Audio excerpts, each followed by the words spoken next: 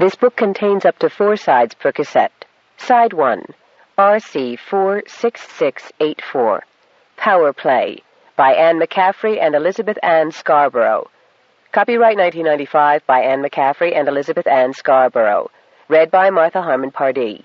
This book contains 292 pages on 7 sides. If you would like to skip over any remaining announcements or introductory material, place your cassette player in fast forward until a beep is heard. Stop at that point to hear the beginning of the book. Library of Congress annotation. As the planet Petaybee matures and begins to understand itself and the effect of outside stimuli, it learns to communicate with its inhabitants. But the outsiders who come to the planet still fail to realize Petaybee needs its natural resources for survival. And to make things worse, Yana Maddock is kidnapped when she travels off-planet for a meeting. Sequel to Power Lines, RC 46683, 1995. From the book jacket. Petaybee was growing up. Day by day, the sentient planet, like any child, was learning to recognize and understand the meaning of outside stimuli, to respond to those stimuli, to communicate its own needs and desires, even to use human speech. But few outsiders truly cared for the feelings and intelligence of what they perceived to be a giant hunk of rock, or a mere oddity to be gawked at. Some came to worship the newly awakened soul. Some came by invitation, but without comprehension, to harvest the almost magically curative native plants. Big game hunters came chasing rumors of fantastical creatures that simply gave themselves up for the killing. And tourists came in droves, many of them searching for long-lost relatives among those whom Intergal had relocated to Petaybee during its colonization phase. The Petabians had their hands full trying to protect their beloved planet from the sudden influx of visitors. Then some of Petabye's staunchest champions, Yanaba Maddock, Marmion de Rivere Algemene, Bunny Rourke, and Diego Metaxas, were kidnapped. The perpetrators wanted Petaybee for its incredible mineral wealth. Their other attempts at plundering the planet had all failed, and now they were determined to force the Petabians to make a trade, the planet for the people. They simply didn't understand that such a bargain was impossible, for the only one who could speak for Petaybee was Petaybee itself, and no one knew what a living planet could do once it found its voice. About the authors. Anne Mccaffrey shuttles between her home in Ireland and the United States, where she picks up awards and honors and greets her myriad fans. She is one of the field's most popular authors. Elizabeth Ann Scarborough is the 1989 winner of the Nebula Award for her novel, The Healer's War. She has also written 16 and a half other novels. Scarborough, whose other great passion is folk music, lives in a log cabin in the Puget Sound area of Washington State with her 3 cats, and commutes to Ireland to write with Mccaffrey. Other books by Anne Mccaffrey and Elizabeth Ann Scarborough. Powers That Be, Power Lines. Other books by Anne Mccaffrey. Decision at Duna, Dinosaur Planet Survivors, Get Off the Unicorn, The Lady, Pegasus in Flight, Restoree, The Ship Who Sang, To Ride Pegasus. The Crystal Singer books, Crystal Singer, Kilishandra, Crystal Line. The Dragon Riders of Pern, registered trademark books, Dragonflight, Dragon Quest, The White Dragon, Morita, Dragon Lady of Pern, Narilka's Story, Dragon's Dawn, The Renegades of Pern, All the Weirs of Pern, The Chronicles of Pern, First Fall, The Dolphins of Pern. With Jody Lynn Nye, The Dragon Lover's Guide to Pern, edited by Anne Mccaffrey, Alchemy and Academe. This book is merrily dedicated to Maureen Bairn, good friend, staunch ally, cheerful companion, experienced tour guide for many kindnesses for many years. 1. Yanaba Maddock and Sean Shangili held hands in a darkness illuminated only by the glowing eyes of hundreds of animals and the flames of hundreds of candles. The drumming had stopped now, replaced by the sweet slapping of sliding water, the beat of many hearts, and the breathing of many creatures. One pulse was louder than all the drums had been, one breath a wind that guttered and flared the candles with each respiration. "So how do we do it here?" Yana whispered nervously to the father of her unborn child. "Does the planet give me away or what?" Sean smiled and winked. "No one has that right but you, love. Let's just say that the planet acts as witness and honorary best being." "Best being," an echo sang from the cavern walls. "Best being." He stopped walking, and she stopped beside him. All she knew was that they were getting married, Petaybee style. She'd been so busy with her new duties as Petaybee's administrator over the last 2 months that she hadn't had enough time to inquire as fully as she would have liked into the rituals or folkways of the Petaybee marriage ceremony before it was upon her. Sean's niece, Bunny Rourke, one of her chief informants on matters Petaybee, had told her that it was a special sort of latchkey with a night chant at the hot springs. Yana had attended the break-up latchkey when she first arrived. This occasion differed in that the night chant was at the beginning of the latchkey instead of at the end. As at all latchkeys, there would be much singing. However, there would probably be more at this particular one. Sean and Yana were each to prepare a song for the other. Songs were how Petabeans celebrated or commemorated all their most noteworthy experiences. The mode was mostly either a rhyme scheme to some ancient Irish air or a free-verse poem, chanted Inuit style to the accompaniment of a drum. Yana, whose heart was full but whose mind was too crowded with administrative details while her body was having to make physical accommodations to her pregnancy, had finally created her song. Other than that, she simply hoped that things would go well and allowed herself to be led through the proceedings by the people she had trusted with her life more than once. 2 hours earlier, Kilcool's premier couturier, Aisling Sanungatuk, had arrived with the gown she had created for Yana. Rabbit hides crocheted together with woolen yarn in a long paneled design, with a flared skirt, scooped neck, and long sleeves. The crocheted lace inserts were heavily decorated with beads made from scavenged wire and the little pebbles found in certain Petabean streams. Tumbled, polished, and drilled, the stones were lovely and translucent. The gown was yellow, the Petabean wedding color, Aisling explained, because most of the plants make yellow dye. The rabbits were contributed from the collecting places of all of the hunters in the village. Sean's vest was a darker shade of the yellow, trimmed with beaver fur and blue and white beads. Now the light motes formed a circle around the two, and Claudia Sanungatuk, Aisling's sister and the village's healer, stepped into the center with Sean and Yana. Yana noted with some amusement that as many of Claudia's orange-striped cats as could crowd around her feet did so, their eyes eerie and iridescent in the candle glow. "Sean Gilly and Yanaba Maddock, we've come here because we understand you got something to say to all of your friends and kin here where the planet hears you best. Is that right?" "It is," Sean said. "I have a song to sing for you all." "Sing for us," soft voices said from the shadows, accompanied by an underlying rumble of throaty feline purrs, the whicker of the curlycoats, and the affirmative yips of the dogs. "Sing," the echoes said. Yana had no idea how many bodies were clustered into the cave that day.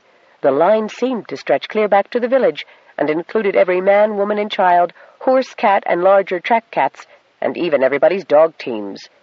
And she could have sworn that she saw wild game emerge from the brush and join in the procession just before Claudia led them into the darkness of the cave behind the hot springs waterfall. Sean cleared his throat. The candle flame shadowed the chiseled planes of his face and softened the outlines of his mouth as he began to chant. "Yanaba, she met the enemy coming to us. She met friends as well and honored them. She met me, and I met love. Ajija. With her friends here around her, with her lover, I who take her hand, for these people and this world embracing us, she met the enemy again and again. It is in her name to do so, Ajija. Yanaba, who knows my aspects, Yanaba, who has my heart, Yanaba, who honors my world and my people, Yanaba, who carries our future in her body. Yanaba, you are already part of my life.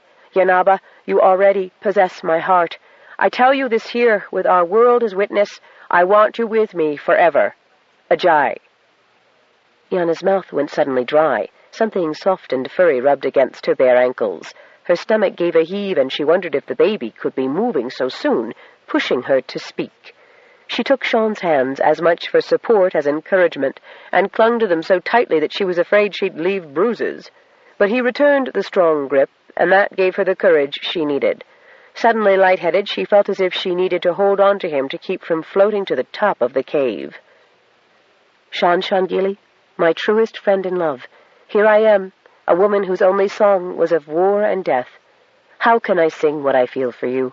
You gave me life when I was dying, a home when I had known none in many years of wandering, a family when all of mine is dead, a life to bear when I thought I could give only death. You showed me a new world and invited me to make it my own. And I do. In old songs by better singers they say, 'You are all the world to me.' I say so too. Sean Shangili, you are all the world to me, and the world to me is you. I love you. Take me as I take you, as they used to say on earth. I do." Sean took her in his arms then and kissed her, letting his body rest against her belly, which, although still not too obvious, was growing fuller and rounder by the day. Then Claudia clapped her hands, and everyone dispersed, leaving Yana and Sean alone in the cave, but not in darkness. As the candles departed, a warm, soft glow pulsed throughout the cavern, and he eased her to the rock, which seemed to melt into a comfortable bed as she and Sean made love. They always enjoyed that occupation, but here, now, in the cave, where the planet was also part of their communion, she felt as if she had never before been so consumed by the passion that always fired up between them in the act of love. Sean felt it too, for his hands were tender, possessive in a fashion she would once have resented, exciting in ways she had never experienced. The climax was so extraordinary that she wept and knew, from the wetness of the cheek he pressed hard against hers, that he also had been rocked by the intensity of their consummation. For a moment she thought she had died. This time they did not sleep afterward, nor did they dress before leaving the cave to join the throng waiting outside at the thermal pools. Cheers and laughter greeted them. Overhead the stars and moons, real and man-made, lit the sky, while the candles planted along the sides of the pool garlanded it with ribbons of light.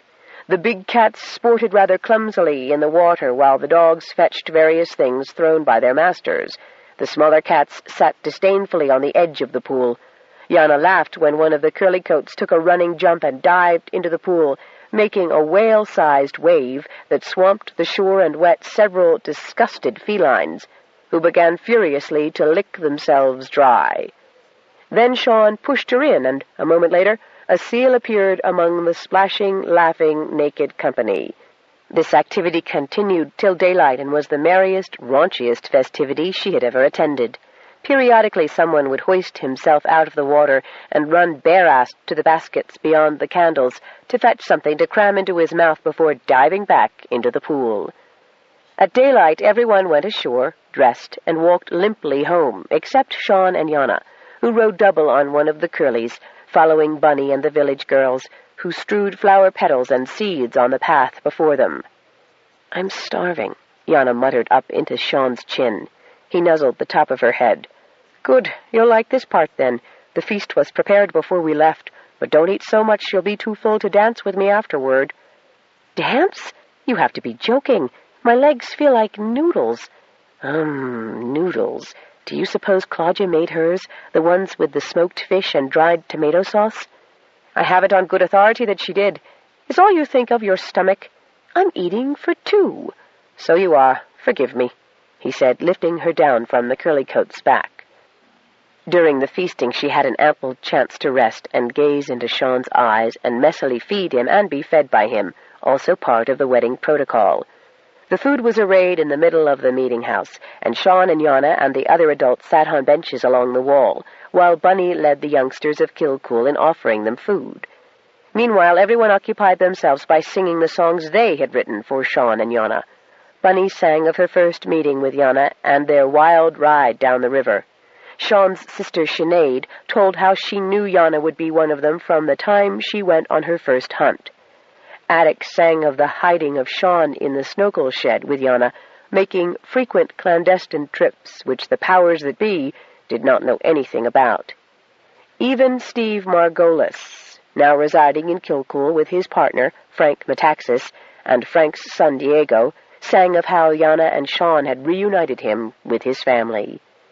Yana's neighbor across the street had a hilarious pantomime song about Yana throwing Colonel Giancarlo out of her cabin with the burned fish.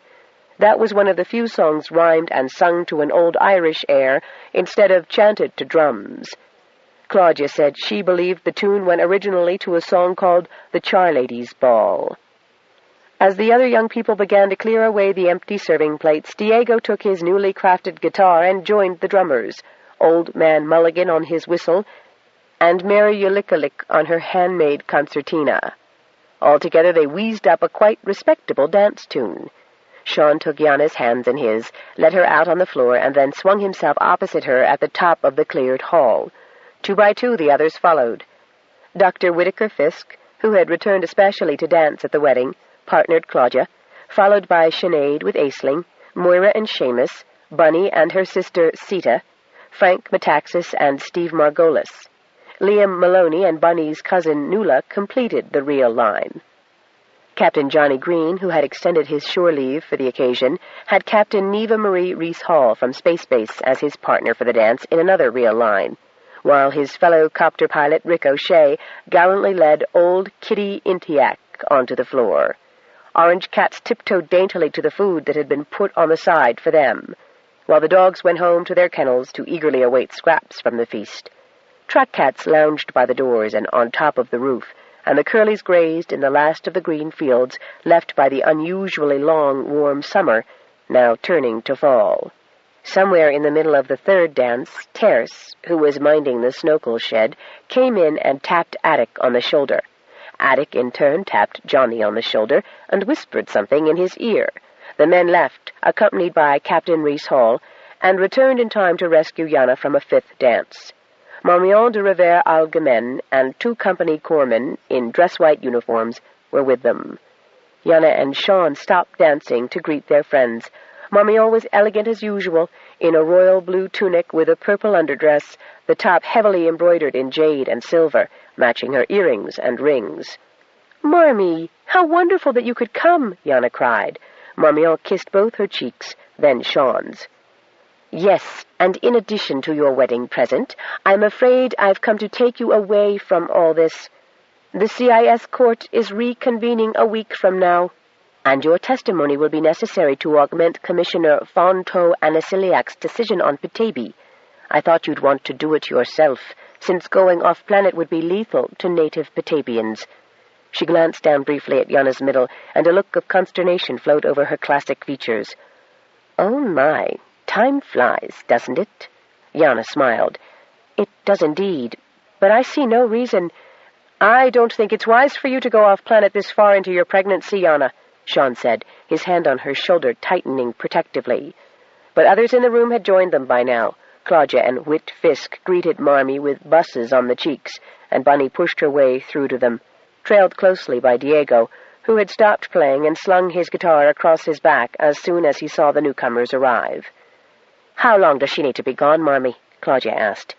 "Not long, I should think. Counting the journey, 2 weeks your time, 3 at the most." "Huh," Claudia said. "I'd never last that long. Sean neither." "I mean to be there too, Yana," Marmion said. "Though as an Intergal board member my testimony is assumed to be biased and self-serving in one of those peculiarly bureaucratic fashions that people can't really explain anyhow. It's too bad there's no qualified native Petabian to testify." "I qualify, and I think I could go too," Bunny said, pulling at her sleeve. "I'm young enough to go off-planet without any ill effects, and I know everything that's happened. I could sing them the song I made about it, though Diego's songs are better." "If you're going, I'm going," Diego said. "Now's my chance to show you all those technical things you keep telling me couldn't possibly work. Besides, I wouldn't want your head getting turned by all those guys in uniform. And I could see my mom," he added with a glance at Marmion, as if the more conventional reason might sway her where his desire to be with Bunny might not. "Still, we need Colonel Maddock. Or is it Shangili now?" Marmee asked with a twinkle. "I think for courtroom purposes I'd better remain Maddock for the time being," Yana said. "Yana, you're 4 months pregnant," Sean said, "with my child." The emphasis, Yana knew, was not merely possessive. Because of Sean's dual nature as man and seal, he was concerned about just how many of his traits his children would inherit, and how deeply an off-planet experience would affect them. "Many women are on duty right up until delivery now, Sean," she said, dropping her hand to his arm and giving it a reassuring squeeze. "And you heard, Marmee, it will only be 3 weeks. If I have Bunny along—" Claudia touched Sean's hand. "It should be okay that long, Sean, and Petaybee needs her to do this." "I suppose so. I only wish I could accompany her." "I'd take good care of her, Uncle Sean, you know I would," Bunny said, throwing her arms around his waist. "And I'd take care of both of them, Dr. Shangili," Diego said, with a challenging look at Marmion. Marmion smiled at him, then turned back to Yana. "With you as adult guardian, I see no problem with Bunny and Diego accompanying you, Yana. In fact, I'm sure the CIS anesthesiac would appreciate all the support he can get. I don't suppose little Sita—" But Sean denied that choice with a firm shake of his head. "After all she's been through, she's much too fragile in my opinion. Sita stays here. Besides, Quock still frets herself into molting mountains of hair if the girl is out of sight for any extended period." "I can tell what needs to be told to anyone who asks," Bunny said at her staunchest. "Sean," Yana said, turning to look into his dear, worried face, "duty does have a way of calling, regardless of personal convenience, love. I wouldn't stop you from doing what you think you need to do, even if I thought I could get away with it, Yana." His grin was slightly strained and anxious, and so were his eyes. "But be careful." Yana understood his concern, maybe more than just understood after their union in the cave, and she deeply regretted the necessity of leaving her new husband so precipitously. She consoled herself with the knowledge that what they had between them would keep, on the ice and in the heat, come what may. 2 hours later the envoys were ready to depart. Claudia gave each of them an almost ritualistic kiss and embrace, putting a little leather bag on a thong around each of their necks. "What's this?" Yana asked. "It's dirt," Claudia said simply. "Dirt?" "Yes, Petaybee wants you to have something to remember it by. The dirt's from the cave." Not long before, Yana would have been stymied by such a statement, but now she squeezed Claudia warmly in an embrace of her own. "This makes me feel a lot better." Then Sean clasped her in a farewell embrace, and she, Bunny, and Diego boarded the company shuttle that would take them to Marmion's executive space liner, waiting in orbit. In Yana's carry-all was Sean's wedding vest to sleep with, and a hastily made town recording to Petaybee and relatives in company service. Bunny carried a frozen fish for her cousin Charlie from his parents, and a basket of pemmican from the wedding feast for homesick Petabeans. Diego carried letters from his father to his mother, and a basket of his favorite Petabean foods, plus nutrients to keep himself and Bunny healthy on the journey. Once aboard the space liner, Sally Point Jefferson, Marmion's aide, carefully placed Charlie's fish in the freezer. Bunny remained glued to the view screen, watching Petaybee disappear into a tiny point of light in the vastness of black space. She bent and unbent her fingers against the port in farewell as her home disappeared altogether. 2. Bunny turned away from the window, a little gasp of dismay escaping her throat, her eyes misty with suppressed tears. "I never thought I'd see the last of Petaybee," she said mournfully.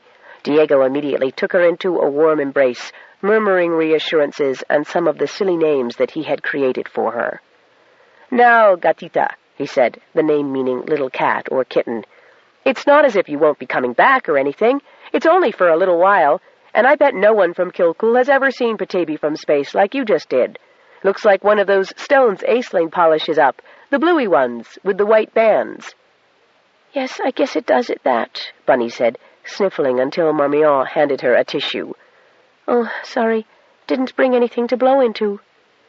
"What the well-appointed vessel has in quantity, things you don't remember to bring with you," Marmion said kindly. "I forget how hard it is to leave a place you love. Only think how excited you'll be to see it in the view screen on your way back. The better view." Marmion then organized everyone into keeping busy, settling into their cubicles, getting food, making themselves comfortable. "I've had Sally acquire clothing for you, since you'd all be over-warmly dressed where we're going. It's also very important, I think, that we choose garments that will seem appropriate to our mission." "What's wrong with what we're wearing?" Bunny asked. She was wearing the beautiful gather blouse Aisling had made out of the material Yana had gifted her with. The blouse made her feel very elegant and adult, and Diego said it was the nicest thing he'd seen her in. "I'm not suggesting you change your style, dear," Marmion said in a conciliating tone. "And that blouse is certainly lovely, but you can't appear every day in it. So Sally and I scrounged around to see what would be you, as well as, not too conspicuously different." "Oh," she gave an exasperated sigh as she saw the defiant look on Bunny's face. "For all I'm supposed to be so diplomatic, I'm not putting this in the right words, am I? But then, where we're going, one is not often judged by what one is, but what one seems to be. You know what I'm talking about, Colonel Yana, dear, don't you?" And Marmion appealed to Yana on more than the one count she was trying to explain. "I do indeed, Marmion." Yana tried to pull a fold over her belly from the material of her one-piece suit, and failed with a laugh. "I'll need a size larger, I know." "Oh, you're easy to do, Yana," Marmion said. "Wasn't she, Sally?" The aide laughed and nodded. "With trouser pleats for expansion," she said, "and a tunic tailored just that little bit fuller across the, hips." "It isn't my hips that worry me," Yana said with a grin, hoping to clear Bunny's troubled expression. "Diego, we've ordered you the very latest," Marmion went on, and then giggled in one of those displays of amusement which charmed her friends. "In fact, the whole operation was a great deal of fun. Why don't you and Bunny go see what's in your wardrobes? We'll still have time to discard what you really can't possibly be seen in before you have to be seen in it." Diego escorted Bunny firmly to the cabins they'd been assigned. Only when the panel had slid shut behind them did Marmion's expression alter to one of concern. "You do know what I mean, Yana?" "Oh, yes, Marmion. I know precisely what you're trying to do, and so does Diego. He knows the drills, so do I. So now what? Or do we wait for the others to return before you tell us the bad news?" "However did you know there is some?" "Because you're taking such especial pains to make us seem normal, look normal, and yet different enough so we'll still be original as well as acceptable." Marmion, hands loosely clasped in her lap, considered that. "It will not be smooth sailing, although I have every confidence that common sense, at least this once, will prevail. Intergal, as well as other holding companies that have vast numbers of star systems held in fief as Petaybee is, will be watching. The scientifically acute are fascinated by the idea of a sentient planet. You must know that, with all the paper that's flooded your desk once they had a name to send messages to." Yana nodded ruefully. "No kidding. There's been so much of it I haven't even begun to read it all, much less answer it.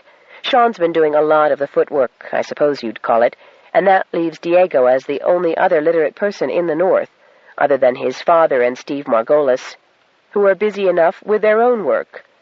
Lonzi Ondelasi is able to do some in the South. Diego's been teaching Bunny to read and write, but fast as she is, she can't learn enough in a couple of months to do more than help with alphabetical filing. Most of the letters seem to be from people who want to come to Petaybee for some reason or the other. I can't believe there's so many out there all of a sudden when the planet's been so quiet for years. We've had several inquiries from drug companies, too, and I have no idea how Claudia's cures can be reproduced at this point. Even with a good growing season this year, the planet so far has provided just about enough to keep native Petabians supplied. If we're actually going to try to farm some of Claudia's plants and produce her cures for a wider population, we'll have to do it in some way that doesn't overtax Petaybee. Claudia's not even sure at this point if some of the ingredients can live off-planet. I knew this was going to take a lot of work, but it seems to me that someone's been broadcasting a lot of what ought to be classified information about the planet's sentient nature outside the committee. It's pushing us to go much faster than we're equipped to do at present." "I understand your concern," Marmion said, "and discretion certainly has been urged on all parties where Petaybee is involved. I'm afraid what you're dealing with now is only, if you'll pardon the expression, the tip of the iceberg. Some of our board members are expressing concern that other colonized worlds might try to claim similar status. They're worried that Petaybee will set a precedent. If there were some way to reassure them that this is a once-off case of planetary sentience—" She cocked her head hopefully at Yana. You expect me to be able to answer that, Marmion? I can barely cope with the knowledge that there's one. And that's exactly the attitude you ought to take, if I may make such a suggestion, reaffirming it whenever asked, just as you did to me now. But suppose Petaybee isn't a once-off. Yana liked to know she was telling the truth, inadvertently or otherwise. Marmion sighed. All the more reason, from the board's standpoint, for keeping information about Petaybee hush-hush. They'd just as soon not give inhabitants of other terraformed planets any ideas. But at the same time, I expect CIS is going to want some sort of poll to try to determine if other worlds, formerly considered habitats, are indeed sentient beings. She gave a gusty sigh. It all seemed so easy back there. She flicked her fingers in the general spatial direction of Petaybee. Lots of things seemed easy back there. Mostly because there weren't so many things to cloud perceptions, Yana said. Well, that's item 1, Yana, Marmion went on briskly. We have no way of knowing if there are more sentient planets, so we'll pretend Petaybee's an exception. As such, it will make our job that much easier, I think. What's item 2? Matthew Luzon is recovering from his injuries and determined to somehow make us all pay for the indignities he suffered, Yana supplied when Marmion hesitated. Yes, not to refine too much on it. That's why I've put some precautions in train.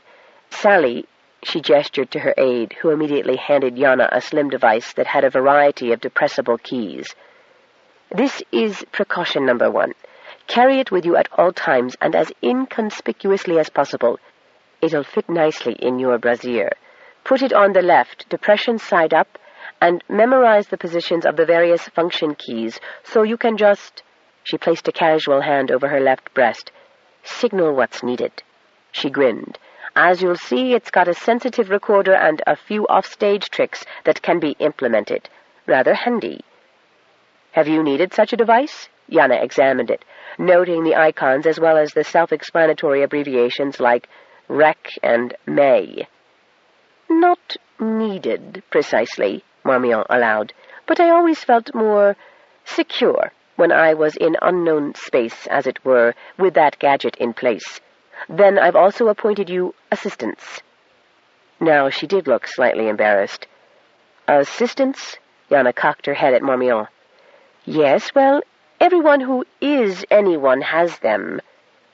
And I must appear to be everyone or anyone. So who's my assistant?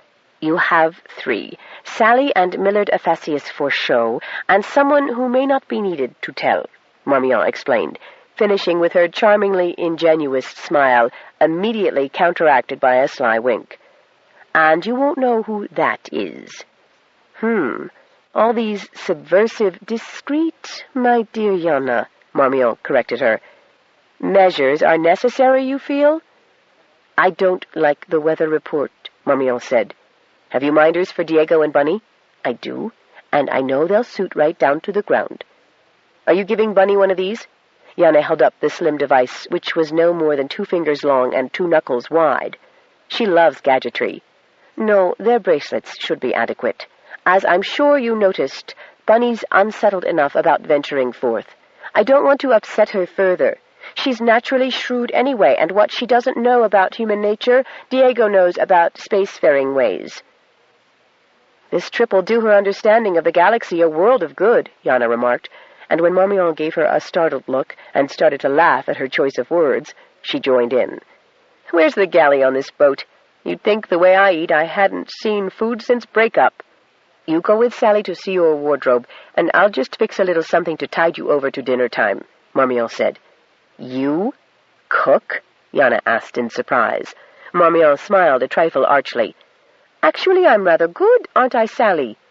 And when her aide nodded affirmatively, the elegant diplomat added, But I only do it for very special people. So you get to bear lead me, huh, Sally? Yana commented as she followed Sally to her cabin. They passed the one assigned to Diego and Bunny and heard the spirited discussion within. And people wear things like this? I'd freeze. You're not going to be on Petaybee, and it's a great color for you, Gatita. Well, I don't know about the way it clings. "Trust me," Diego said. "It's terrific." Yana grinned to Sally as they passed. The selections made for Yana quite took her breath away. She'd never had many occasions to dress up, and the extent of the apparel displayed for her approval ranged from severely tailored to rich formal attire. "Whenever would I wear something like this?" she asked Sally, holding out a gore of the garnet syntha-silk full skirt, even as she was mentally trying it on. Then she noticed the decorations, copying Petaybee designs on the neck and sleeve bands. "There will be 1 or 2 formal occasions when you'll need to be extra elegant," Sally said, taking another fold and holding it up to Yana's face. "Yes, I thought this would be a good color for you. I've never had anything so soft and—" Yana couldn't resist stroking the fine fabric against her cheek. "Feminine?" Sally asked. "About time, then." She went to the more tailored semi-uniform garments. "You'll have more use of these." "Oh." Yana's wondering fingers caught at the Petaybee designs discreetly worked into the pocket flaps. "Marmion was so taken with the Petaybee designs when we first arrived on the planet that we asked Aisling to do us some treatments.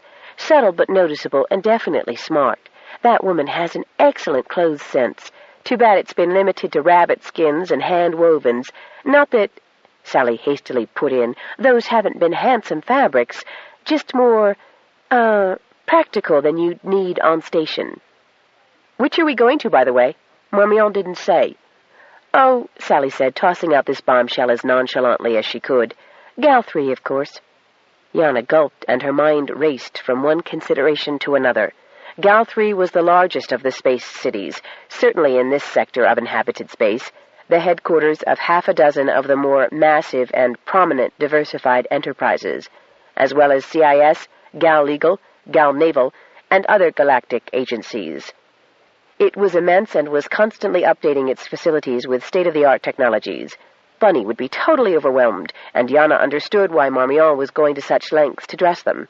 Clothes could give one confidence, just as uniforms could bestow anonymity at times, and why they would need hidden alert devices and assistants. Yana hoped that Diego knew something about Gal 3, at least its reputation. "Baptism into civilization by total immersion," she quipped to Sally to cover her uneasiness. "Bunny will be well protected, Yana." Sally was deadly serious. "Then who've you got riding herd on her?" "Riding herd? Oh, yes, good term," Sally grinned. "Marmion has roped a pair of her young relatives, not too young, though, and very knowledgeable, to help out, and a very competent person as the discreet guard. She'll have fun, too. This is going to be quite a learning experience." "Not just for her," Yana said with a sigh. "Well, do you approve?" Marmion asked, coming into the cabin with a loaded tray. "I'll never be as well-dressed again," Yana said on the end of a sigh. "Oh, that smells divine. Good natural foods always do. This is earth chook." "Chicken?" "Prepared from a much-coveted family recipe known to the famille de Revers as the Colonel's Southern Fried Chicken," Marmion said, snatching off the cover of the main dish with a dramatic gesture. "The Colonel was my many greats ancestor who fought in some sort of early war on Earth." "Oh." Yana, sniffing deeply, made no more concessions to courtesy, but sank down on the chair by the table and served herself from the large platter. Bunny entered then. "What smells so good?" she asked. Diego was right behind her, sniffing with his not-so-small proboscis. "Yummy!" "There's enough for all and more that can be hotted up if anyone has an appetite," Marmion said, as the young people pulled chairs up to the table. She and Sally exchanged glances at the success of their agenda. 3. Sean forced himself back to work after seeing Yana off. He had hoped that they would have a little time to spend together. He'd arranged his investigations in the south so that he could. Damn CIS. But he had to trust Marmion de Revers Algemen. She was awake on every count, and more than able to handle whatever the ungood Captain Torkel Fisk and ex-chairperson Dr. Matthew Luzon could be up to. Sean did not doubt for a moment that they had plans underway to discredit Marmion, Yana, Bunny, and Diego, perhaps even discredit Anisiliac. though he would be the hardest person to compromise of the lot of them that had gone so bravely forth today. Sean just didn't see either Torkel Fisk or Matthew Luzon forgetting the indignities both had suffered on Petaybee, well-deserved though they had been. Luzon may have broken legs, but with new healing techniques those injuries wouldn't put him out of action much longer, and nothing had broken his brains any more than they already were, or altered the man's outrage at the backfiring of all his calculations. Of course, he had lost credibility with Feringer Ball, the Secretary-General of Intergal, but that would only make him more anxious to retaliate. The company, too, was retaliating, apparently intent on drowning the newly appointed interim joint governors of Petabian Affairs, himself and Yana, under a mountain of paperwork. At Space Base, most of the several tons of paper that was stacked ceiling high in Yana's little cabin would have been electronically transmitted. So far, Kilcool had no electrical power, nor did it want to acquire any in the near future. The generator that ran Attic's radio was inadequate for the volume of communication the company suddenly found necessary to transmit. The battery-powered comm units weren't up to the job either, so couriers were sent several times a day via 2 of the hover shuttles that had been sent down to aid in the repair of Space Base. 3 weeks after the planet had destroyed the landing fields and many of the surrounding buildings by extruding massed rock up through the center of the facility, Space Base had been all but evacuated. Meanwhile, troops were set to relocating buildings around the old cleared perimeter and salvaging what they could until small shuttles could ferry enough material to build a new landing pad. But before the first shipment could arrive, the planet gave the company another demonstration of its power. Sean and Yana had been riding toward Space Base and were just in sight of the standing stones the planet had made of the landing field, when suddenly both Curlies shied and whinnied. About the same time, the trees began to shimmy. The river along which the trail ran churned as if stirred by millions of giant fish, and the ground shuddered. Both Curlies abruptly sat down, Sean and Yana still astride them. "Earthquake!" Yana yelled, but Sean found himself grinning back at her and pointing. For the standing stones were tumbling. The planet, with a mighty swallow followed by several small sips, was retrieving the stones and earth with which it had made such an impression on Intergal's principal Petabian outpost. Yana grinned back at him through the cloud of gritty dust and the grinding roar and slam of the planet's machinations. "Well, isn't that something?" she said when the tremors subsided. The Curlies rose to their feet. The soldiers working around the edge of the base crept back to survey the damage done when the structures the planet had hoisted aloft suddenly settled back to ground level again, though not exactly in their former places or conformation. "And what do you suppose was that all about?" "Scientifically, I suppose this subsidence probably has something to do with the volcanic and seismic activity happening near the equator, since it's busy building up layers in the sea there. Maybe it needed this bit elsewhere.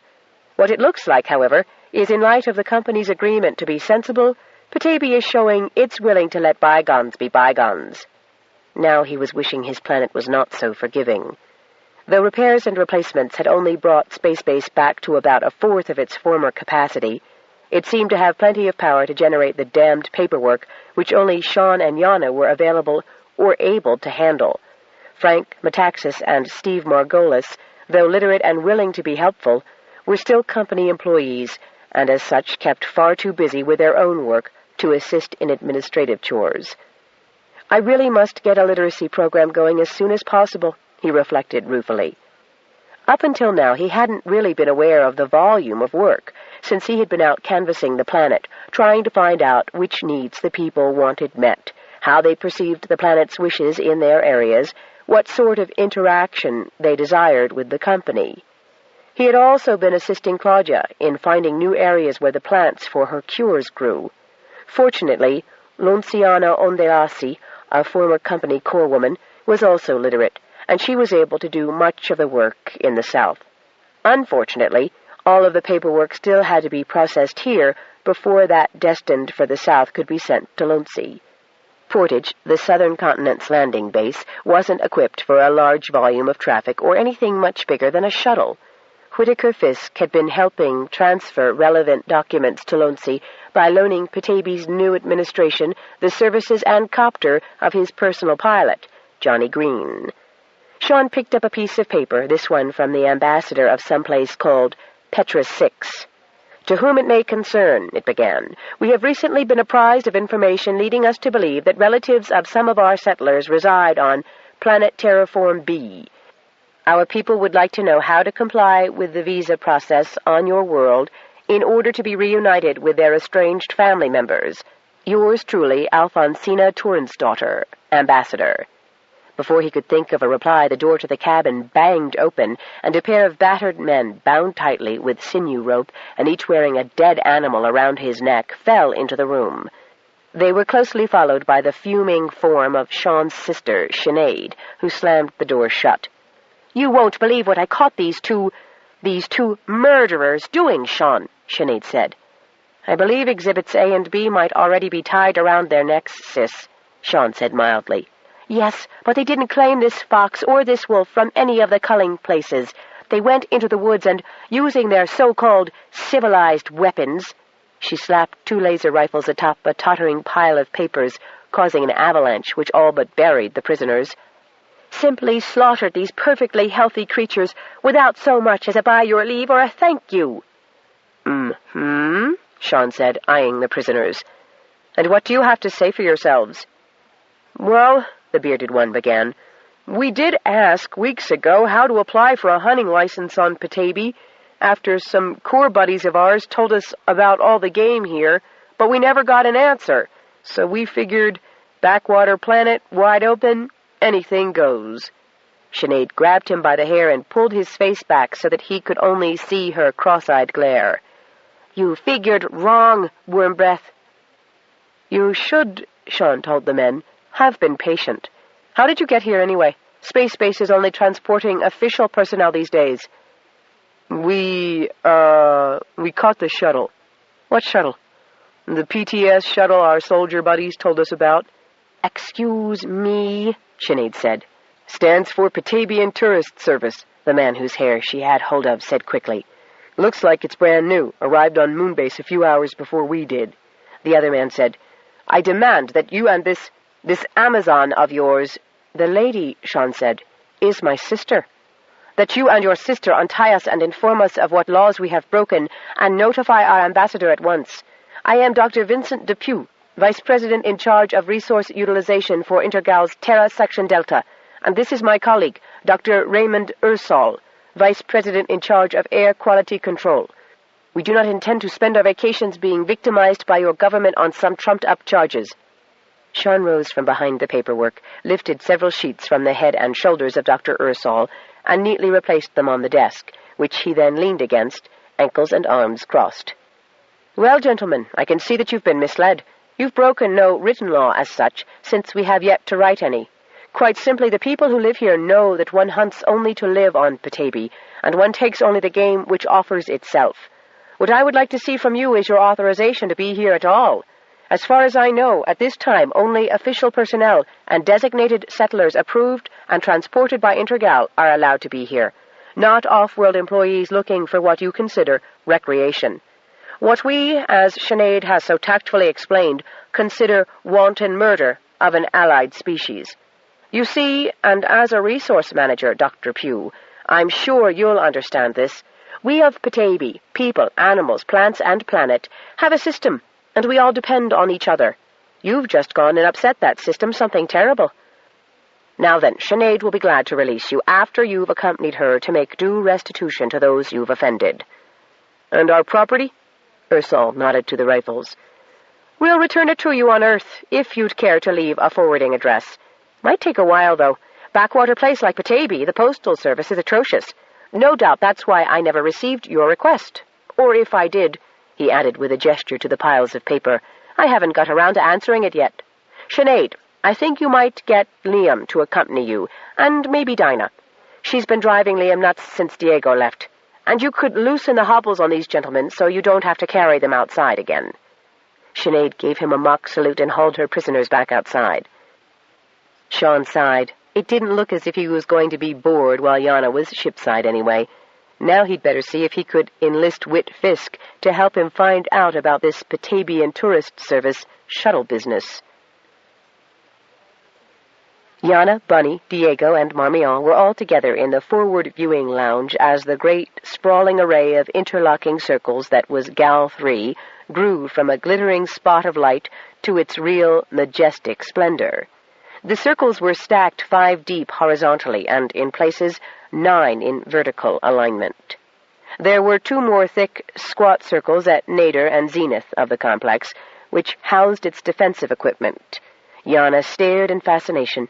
She'd never had such a view of the facility. Both of her trips here had been made in the belly of a troop transport. She rather thought they'd been docked on one of the nadirward circles. Diego was explaining the various levels to a goggle-eyed Bunny. The upper levels were for executives and company chairpersons. The next level housed recreation and mercantile areas for the Gal 3 resident population. The middle one was probably all accommodation, both for transients and residents, while the 4th was devoted to repair, environmental controls, and other such mechanical operations.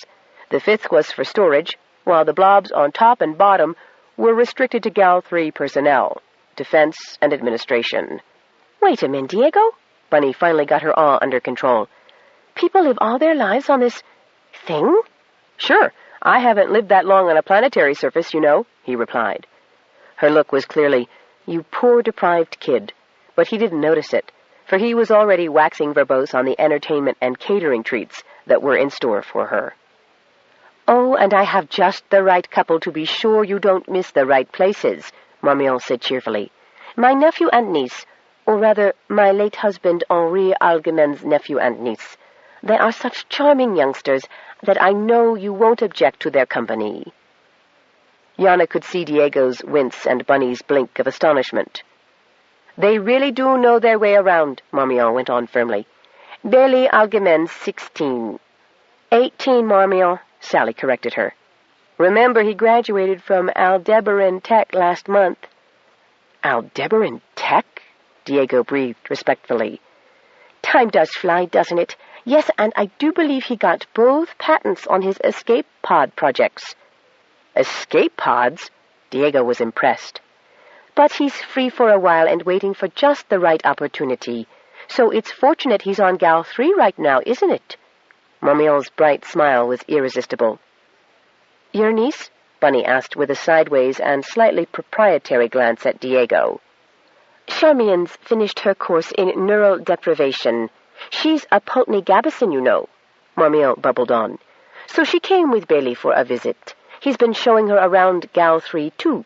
She's 19, almost too athletic for a girl in her social position." Marmion sighed and, having delivered her message, turned to watch the docking. Now, smoothly aiming at the second horizontal circles, the far from insignificantly sized space launch became a moat as it was received into the small docking area that catered to the vessels of people of her rank. Yana began to agree with Sally that proper clothes would lend confidence. Not much else would. A melodious chime rang through the launch, followed by the verbal announcement that all docking procedures had been completed and the passengers might now disembark. A cluster of people stood politely waiting their arrival. Bots, attached to grab floats, scurried on board to collect luggage. Bunny followed their progress with round eyes. Yana noticed the girl's hands twitching at her sides as if she wanted to take one of the bots apart and see what its innards were like. Bailey and Charmian were easy to pick out of the group. They were the youngest, the boy with long black hair in a clever clip, and the girl with a head of very blonde curls that framed a face as charming as her name. They were a very good-looking pair, fashionably clad in some of the very colors that Bunny had protested about. They also looked intelligent and welcoming, with no trace of the stylish boredom so many young aristocrats affected. Charmian was obviously fond of her aunt and called out a stream of greetings as Marmion disembarked her launch. Beyond Charmian and tall Bailey, Yana saw the imposing figure of Millard Aphasius, one of the aides Marmion had had with her on Petaybee. She decided that the tall, attractive, gray-haired gentleman with the patient expression on his face was one of Marmion's suitors, and the older woman her social secretary. The woman was impeccably dressed and had an organizational air about her, like an officer in a rear echelon office. Rentner Bavistock was her secretary, and Cynthia Grace was Marmion's financial advisor. Marmion murmured that Cynthia would be a good person to talk to on how to start up small businesses on Petaybee so that people like Claudia, who'd be gathering and processing Petaybee's pharmaceutical wealth, could set themselves up properly. Yana sighed, not really wanting to impose anything modern on her friends. Very shortly, Yana discovered that things weren't what they appeared to be on Gal 3. Residence permits in the form of metal bracelets, to be worn at all times, said Rentner firmly, were immediately clamped around each wrist. Don't even take them off when you shower, Marmion added, taking hers from Rentner and noting that Sally was already wearing one. Loss can cause the most remarkable problems in getting about the facility. You wouldn't believe, Bailey said, rolling his eyes and grinning at Bunny and Diego. The last member of the welcoming committee wore an official-looking outfit, tailored to his spare figure, with collar tabs Yana didn't recognize, but which were sufficiently intricate enough to denote high rank. He was swarthy, with a close-shaven pate of black hair, and an oddly asymmetrical countenance which made his large nose seem to divide the disparate sides. His black eyes were patient, and he had a slight lift to one corner of a wide mouth. Like a well-trained, or very polite, official, he waited until the initial exchange of introductions, news, and urgent messages had been accomplished before he stepped forward to take and kiss the hand Marmion held out to him. "Oh, Commander, how good of you to take the time," Marmion said, and then introduced Commander Nal An Han. "I've told my friends to be very careful of their ID bracelets." "Indeed, a caution worth repeating frequently," he said. Then he turned to the newcomers.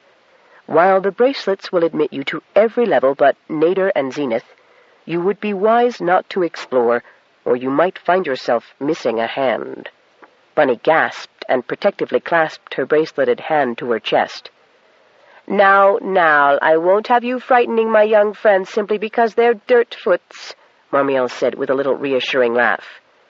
"It's because they're dirtfoots that I do," he said with no apology, and caught Yana's gaze, nodding to mean that his warning was for her as well. Yana raised an eyebrow at him, and to think that 6 months ago she might have said something similarly preposterous to someone like herself, she thought. "Having said that, I would be happy to escort your friends into Zenith Ring for the tour." "How kind of you, Nal. When we've had time to settle in, I'll take you up on that offer." Marmion twinkled flirtatiously at the commander. "Then I shall await your call, madame," he said. With a courteous bow he withdrew. "And you will tell me what that was all about, won't you, Rentner, Cynthia?" Marmion demanded in an undertone, without a single sparkle of amusement. But it will take an hour or so, Marmee," Cynthia said. "Meanwhile, let's go to your suite." She gave a little convulsive shudder. "It's so open out here." Bailey and his cousin, Charmian, immediately moved to bracket Diego and Bunny. "We'll lead on, Aunt Marmee," Bailey said. Yana had Sally on one side and Millard on the other, while Rentner and Cynthia partnered Marmion as they made their way out of the docking bay. When the lock doors closed with a satisfactory clank, Cynthia uttered a little sigh of relief. "Agoraphobic?" Yana asked Sally. "Definitely. Her launch only has a view screen in the pilot's compartment," Sally said. "It can take you like that, you know." "I thank the stars that I don't," Yana replied. "You've been well, Millard?" "Tolerably, thank you, Colonel Maddox Shangili." "I've been Yana to you before, Millard," Yana said repressively. "I'm practicing, Yana," Millard said with a mischievous grin that seemed out of place on his serious face. "For what?" "For making it very plain to even casual observers," Millard paused significantly, "that you are not just a transient or insignificant dirtfooter." "Oh?" Yana asked, amused that he too had noticed. "And what do you suppose gives anyone that impression? The Colonel or the hyphenated surname?" "Either," Millard replied imperturbably, idly glancing at those passing them in the corridor. Taking a long step, he followed the 4 young people onto the walkway and turned to hold out a hand for Yana. She had a half-formed notion to remind him that she was scarcely infirm when a nudge from Sally behind her made her accept the offer of courteous assistance. Feeling slightly regal, Yana accepted with a smile and a nod to Millard. "You're doing just great, Yana," Sally murmured in her ear. "Will you be colonelling me, too?" Yana whispered back. No, but I'm another woman and patently your companion, while Millard has just been booted into the role of escort. Oh. When they reached the main concourse, Yana was sorry that Bunny was in front of her. She would have liked to see the girl's expression when she beheld the mechanical and commercial splendors of the second level. Not only was there a ceiling monorail in operation, but there were 4 levels of shops on this part of the concourse, and belt steps at regular intervals to get people easily from one level to another. Some of the shops were blasting passers-by with their sounds, smells, and sensual outputs, assaults to which the residents were no doubt immune, but which would stun Bunny, as they did Yana, who had only heard about such concourses. The lower-level facilities she had patronized infrequently as an officer had been considerably more primitive than these. "You will notice, Colonel," Millard was saying, "that there are location diagrams at convenient intervals by the belt lifts." He indicated the one they were passing. "Your quarters are located at Interface 3. That's 2 circles right of our present position, 3L110. Please memorize that and record." Yana's hand was halfway to her belt for the recording device that had so often been part of her basic equipment when she remembered Marmion's gift. She had drilled herself on the position of the keys, and now, with a brush of her hand, activated the recorder and spoke, "3L110, Interface 3. "Handy gadget," she murmured over her shoulder to Sally. "They are." They continued to the turn, the panels sliding open to admit them at the wave of a wrist and closing behind them, shutting out the frenetic noise of the concourse. "The walkway is on the port side," Millard said. "Or you can walk for the exercise."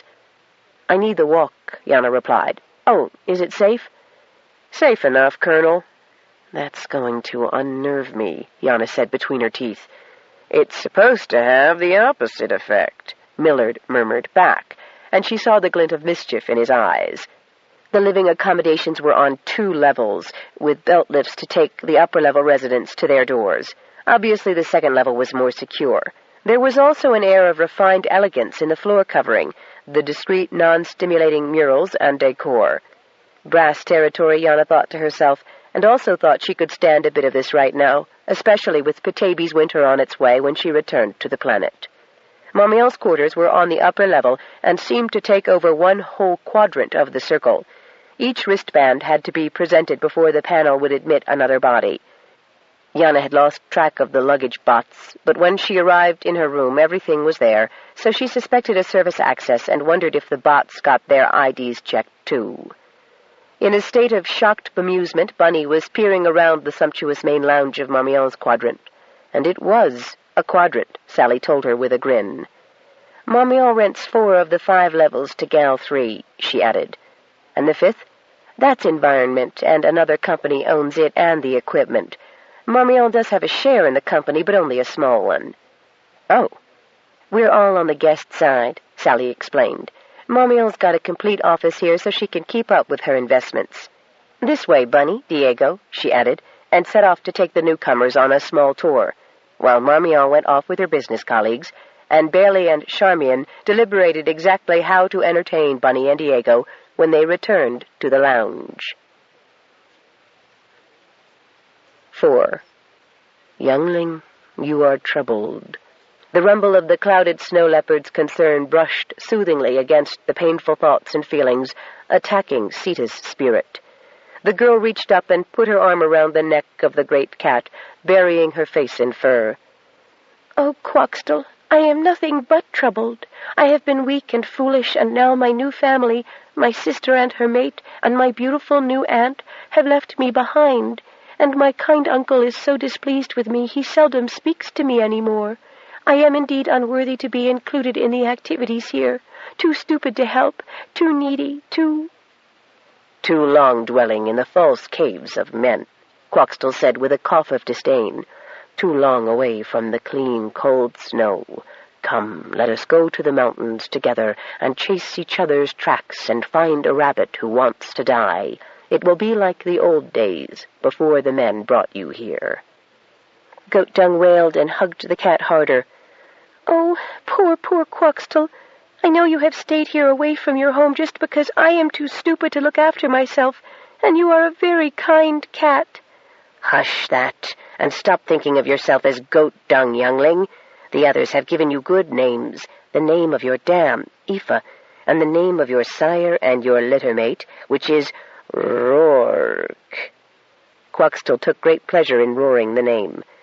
Or they call you Sita, which is a better name than La Pobrecita, the poor little one, or Goat Dung. This one would drop all of those kitten names and simply call oneself Rourke. I wish I were your kitten, Quoxtall. Well, you aren't, but we can pretend. Come, though you've gained some weight since you've been here, still you are not too large for one to carry on one's back part way. One smells snow, and one wants to roll. Goat Dung, no, Sita, no, the Rourke youngling, climbed onto the back of her friend, and together they bounded away from the river and the town, away from all the bustling people, away from the memories of the terrors of the space base, and out into the forest with its showers of rust-colored needles and bright golden leaves. Rabbits, squirrels, and birds scattered before them as Quoxtall raced through the red underbrush, her paws crackling on the carpet of old leaves, which sent up a delicious, spicy smell with the cat's every step. Before they reached the edge of the forest, Quoxtall suddenly lay down and rolled over. Youngling Rourke tumbled into the leaves and laughed as Quoxtall mock-pounced her, all four paws landing clear of the girl, while the furry face gazed into hers. Your breath smells like dead meat, the girl cried. Yours smells like you've lived among men too long, Quoxtall answered. What are you lying there for, lazy youngling? It's your turn to carry one. And how should I do that, crazy cat? She asked, scrambling out from under the creature's underbelly, where twigs and leaves dangled from the silky fur. The girl opened her mouth wide and pretended to go for the back of the cat's neck. Shall I carry you in my mouth like a mama cat? Don't be impertinent, Quoxtall said, and bounded off into the brush. Bet you can't track one. Goat Dung, Pobrecita, Sita, Aoife, youngling Rourke, roared the cat's name and plunged through the brush after her friend.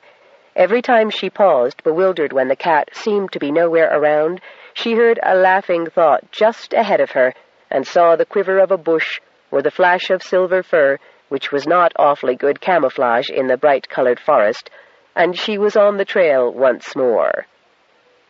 And then, without warning, she ran out of the forest, onto the edge of the muskeg-humped plain, and there was no Quoxtall, not anywhere.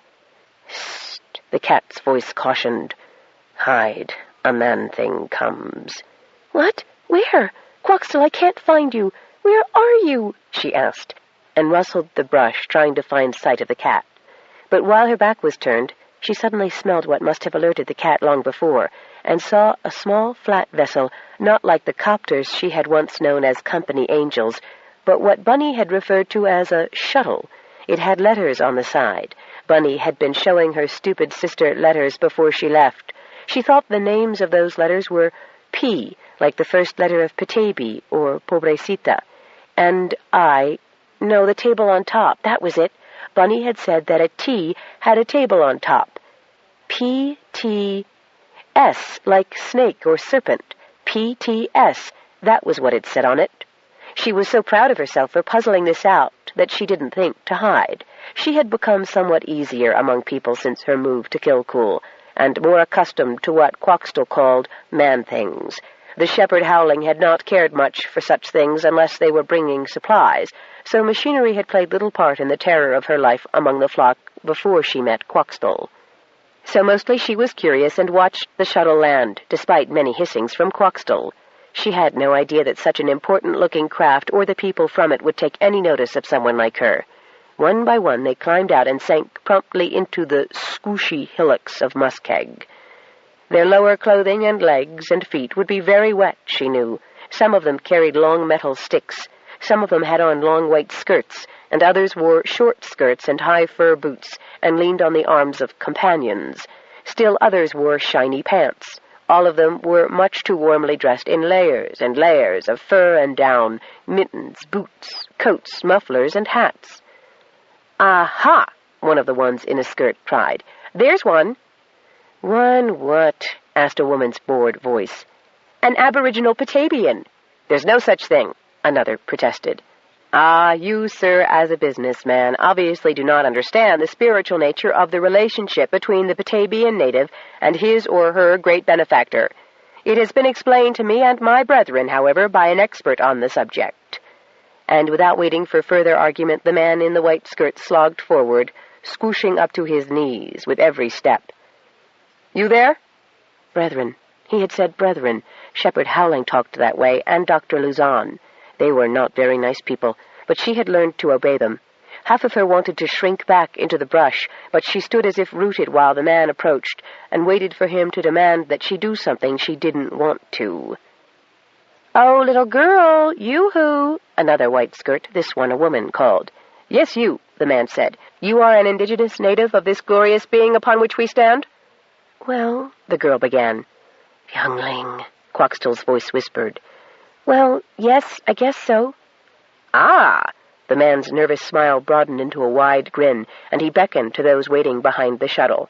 "She is! Come along, it's all right then." The others surged forward as awkwardly as the first, carrying their bags and their metal sticks and baskets. The woman in the white skirt was the first to arrive. "Brother Shale, you've been too hasty as usual, and frightened her." The woman pulled back her hood to reveal a shaven head, and took off her mitten to stick out a hand. "Hello, honey. I'm Sister Igneous Rock. Take us to your leader." Pohnpei 2.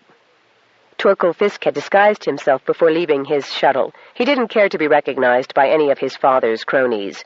A dark color wash and a quick weave altered his hairstyle to shaggily long with a part instead of his usual cropped red cut. He wore a dark mustache that looked utterly convincing, and a pair of dark glasses well suited for the climate of the resort moon, Pohnpei 2. The white Sinlin suit and Caribbee seascape-designed shirt were unlike anything he ever wore anywhere else. Woven sandals, no socks, and the sort of jewelry he normally wouldn't be caught dead in completed his ensemble. He had chemically altered his skin color with the substance designed to keep shipsiders from feeling out of place where sun and sea worship were the norm. Running an all-view holla to check his appearance, he didn't recognize himself. He looked like a pirate on vacation. Good. Oneidi Luchard wouldn't take him for a rich, regimented fool, then. A company flunky who had risen to power on his father's reputation. More and more he was starting to feel that people around him viewed him in that light, and he hated it. Fortunately, he had experience at disguising himself on company business. A little fiddling with the computers altered the identity codes to provide him with yet another persona. His shuttle was an Intergal rental registered to Monsieur J. Lafitte, a gem dealer from Burroughs Canal, Mars. He had come to Pohnpei 2 often enough that he was known there, so he was gratified when none of the docking authorities recognized him, nor the florist where he bought his leis, one for himself and one to seal the deal with Luchard.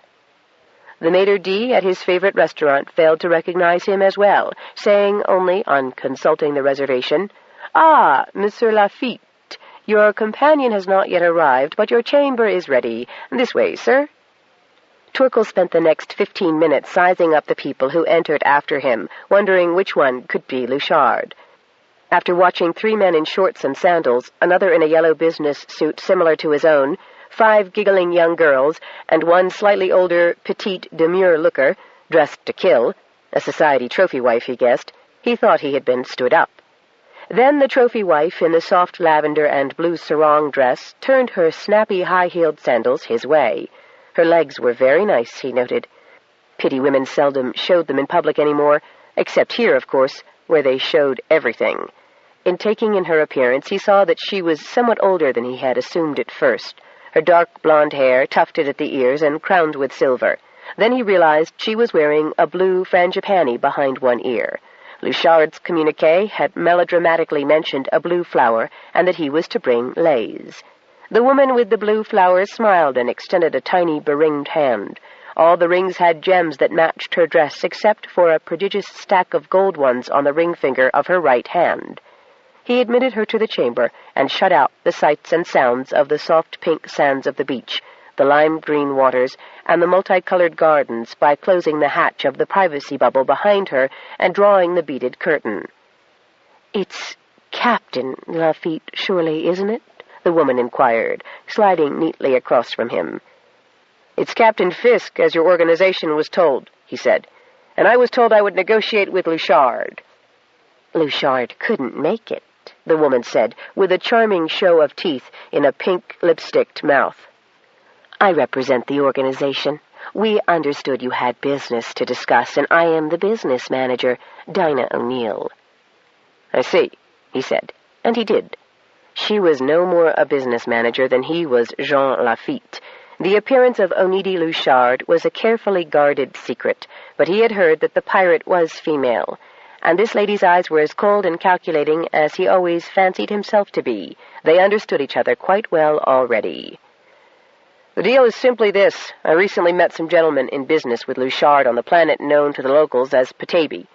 It's a treacherous world that refuses to give up its secrets to outsiders, but seems to have a fondness for certain people who live there. 3 of those people are now on Gal 3. The one I'm concerned with is a former Company Corps officer, Yanaba Maddock. She and her paramour, a suspicious local named Shangili, have maneuvered themselves into being named co-administrators of the governmental affairs of Terraform B. They're the ones who threw a monkey wrench in your operation on the planet, and they're now the ones in charge of future resource use. Maddock is pregnant. Her husband is, for a variety of complicated reasons, unable to leave the planet. The teenagers accompanying her are a boy of no particular consequence and a girl who is the husband's niece. But the important one is Maddock. I can see where holding her would give you a certain leverage, but I fail to see where there's any profit in that for us, said Dinah O'Neill. I really should have spoken to your leader then, Torkel said. He would have understood at once. Batavian mineral wealth is still waiting to be mined. Captain Louchard has seen this. She shrugged. That is true, but it's also true, Captain, that there are many other worlds to mine.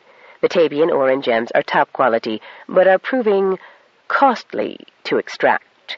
In addition to losing 4 men and the supplies invested in their operation, you now want us to kidnap some settlers? That planet doesn't yield its largesse to them either, and they're all poor as dirt. Sounds to me like you've got a personal problem with these people, Captain. We're not terrorists, we're business people. So is the woman who was hosting Yana Maddock and the children. I'm sure as a business person you'll be familiar with the name Marmion de Revers Algemen. Naturally, though regrettably she has never shown an inclination to avail herself of our services. If the parties you're interested in detaining are in her care, however, I must tell you that such an operation would be so difficult it would be no more cost-effective than your other proposal. Even if detaining Algemen as well as Maddock is possible, I would think that the lady would command an extremely high ransom. The woman shook her head and looked at him pityingly. So would the board of directors of Intergal. But we do know our limits, Captain. He leaned over and boldly took her hand. So do I, on my own. You don't think I'd suggest this unless I knew I could expedite access to the targets, do you? Just say yes, and we can make this happen. She smiled and covered his hand with her other one. The rings bit into the back of his knuckles.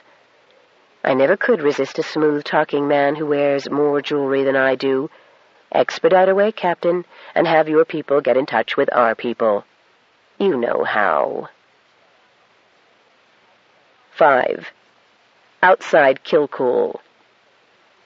After asking to be taken to Sita's leader, whoever that was, the white-robed Sister Igneous Rock continued to look at Sita expectantly while the others chimed in. A very good idea, oddly enough, considering the source, one of the women in very short skirts said. Do take us to your leader. I'd like to speak to whoever is in charge. I represent Biax, the galaxy's leading pharmaceutical concern, and... Come off it, Portia, said one of the men in shiny pants.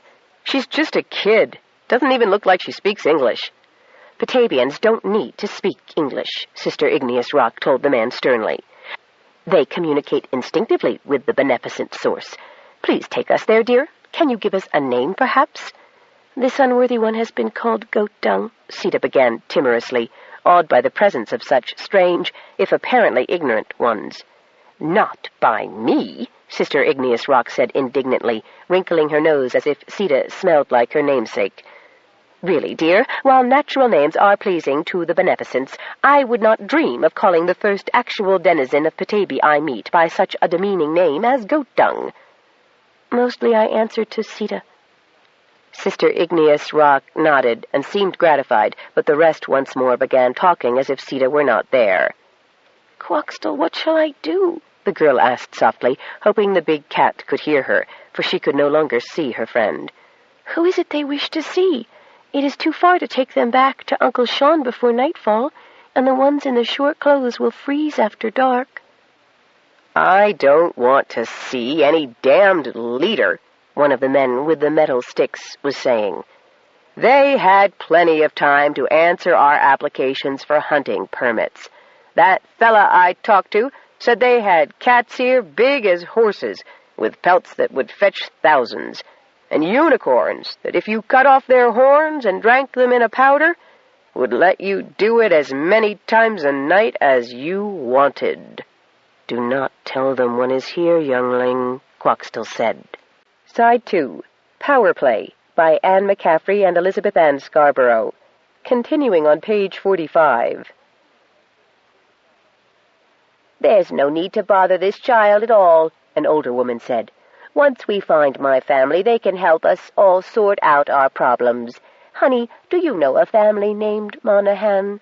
We got separated when the company resettled us during the Troubles. I've been living on Coventry all these years, and I just now heard that some of the folks from my village were settled here." Sita shook her head. The woman looked nice, and Sita wanted to help her, but this was all very confusing. "I haven't lived in Kilcool long, but we could ask my Uncle Sean, if he's not too busy, or Claudia.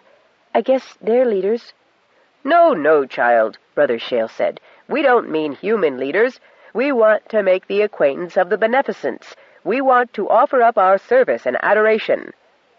"In all due humility, of course," added a third white-robed figure. Behind him was a fourth that Sita had not previously noticed. "Brothers Shale and Schist are correct," this new person, a woman, added. "We have no use for human leaders.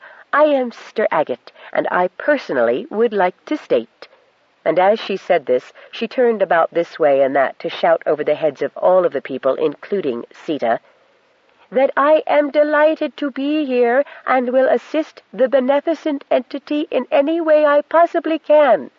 "Hush, Agate, we all will. It's not right to put yourself forward like that," Sister Igneous Rock said. "I don't know about any what's this?" Sita said, "or that family either, but I'm very young and ignorant. They'd know in Kilcool, except it's almost night now, and it'll be dark before we can get there, and I'm afraid I'm too stupid to find my way in the dark." "Kilcool? That's where the government is supposed to be," the woman called Portia said. "How far is it?" "Many clicks," Sita said after trying to figure out how to explain distances on Petaybee. "Quoxtall, where can I take them to spend the night?" she asked while they argued among themselves. But the big cat didn't answer. She was all alone with these strangers. Finally she drew them into the woods, where they would not get snowed upon, and with the help of the white-robed ones, who could be most insistent, got them to bundle together beds of leaves and needles and lie close together, the most warmly dressed to the outside. "Ah, rocked to sleep by the breeze of the beneficence," Sister Agate said through chattering teeth, as she curled near Portia, who kicked her viciously. The men with the metal sticks refused to obey and sat with their backs to trees, shivering despite their winter clothing, holding their sticks menacingly in front of them. When they fell asleep in spite of themselves, Sita crept over to them and took the sticks from their hands and buried them beneath bushes. Brother Schist muttered constantly under his breath, and the man in the shiny pants tried to snuggle Sister Igneous Rock. Sita huddled alone in the dark, searching for a particular touch in her head, a particular pair of eyes kindling in the darkness. She had actually dropped off to sleep when she felt a familiar warmth against her side. "Help comes," Quoxtall said simply. That was when Sita noticed that Quoxtall's warmth was joined by another, smaller, purring bundle. An orange cat rubbed herself against Quoxtall, who rumbled a low, growly remark. Claudia is on her way to us with the curly coats. She will be here soon."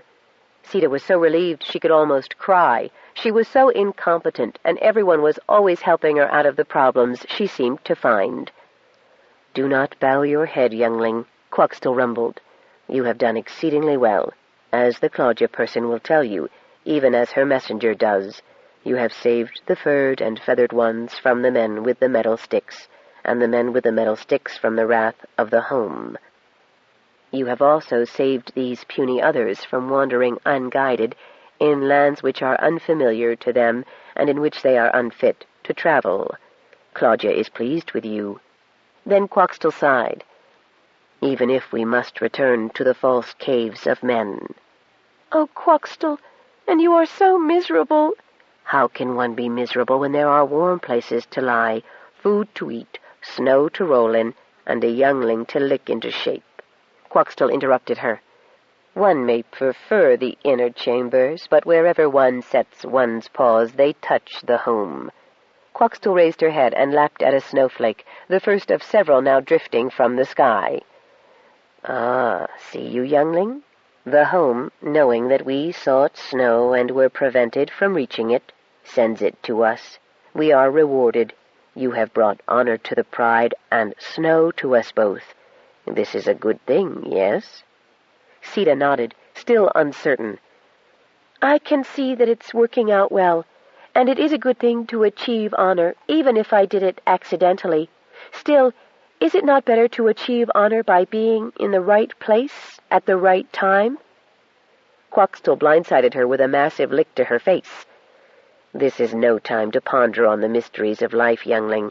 Now, compose yourself for what sleep you may achieve with all this noise." When the girl obeyed, the great clouded cat settled herself and curled about Sita's body.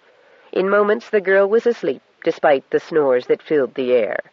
Having delivered its message, the orange cat had already disappeared. When Sita opened her eyes again, the sky through the trees was ivory with snow, and she was covered with a light coating of it. Quaxtell was not to be seen, but her side where the cat had lain against her was still warm. The people from the shuttle stirred restlessly under a thin blanket of snow. One of the would-be huntsmen awoke with a start and reached for the weapon that wasn't there, and a moment later the head of a curly-coat appeared through the brush. "Claudia!" Sita called with relief. Behind Claudia were Uncle Seamus and 3 of the grown Rourke cousins, leading what looked like every curly-coat in the village. "Quaxtell tells us you've been hunting, Aoife Rourke," Claudia said. "I hope you caught game enough to feed all of these while you were at it." Watching the newcomers trying to mount the curlies made Sita feel as though she was not the only one who was ignorant and clumsy.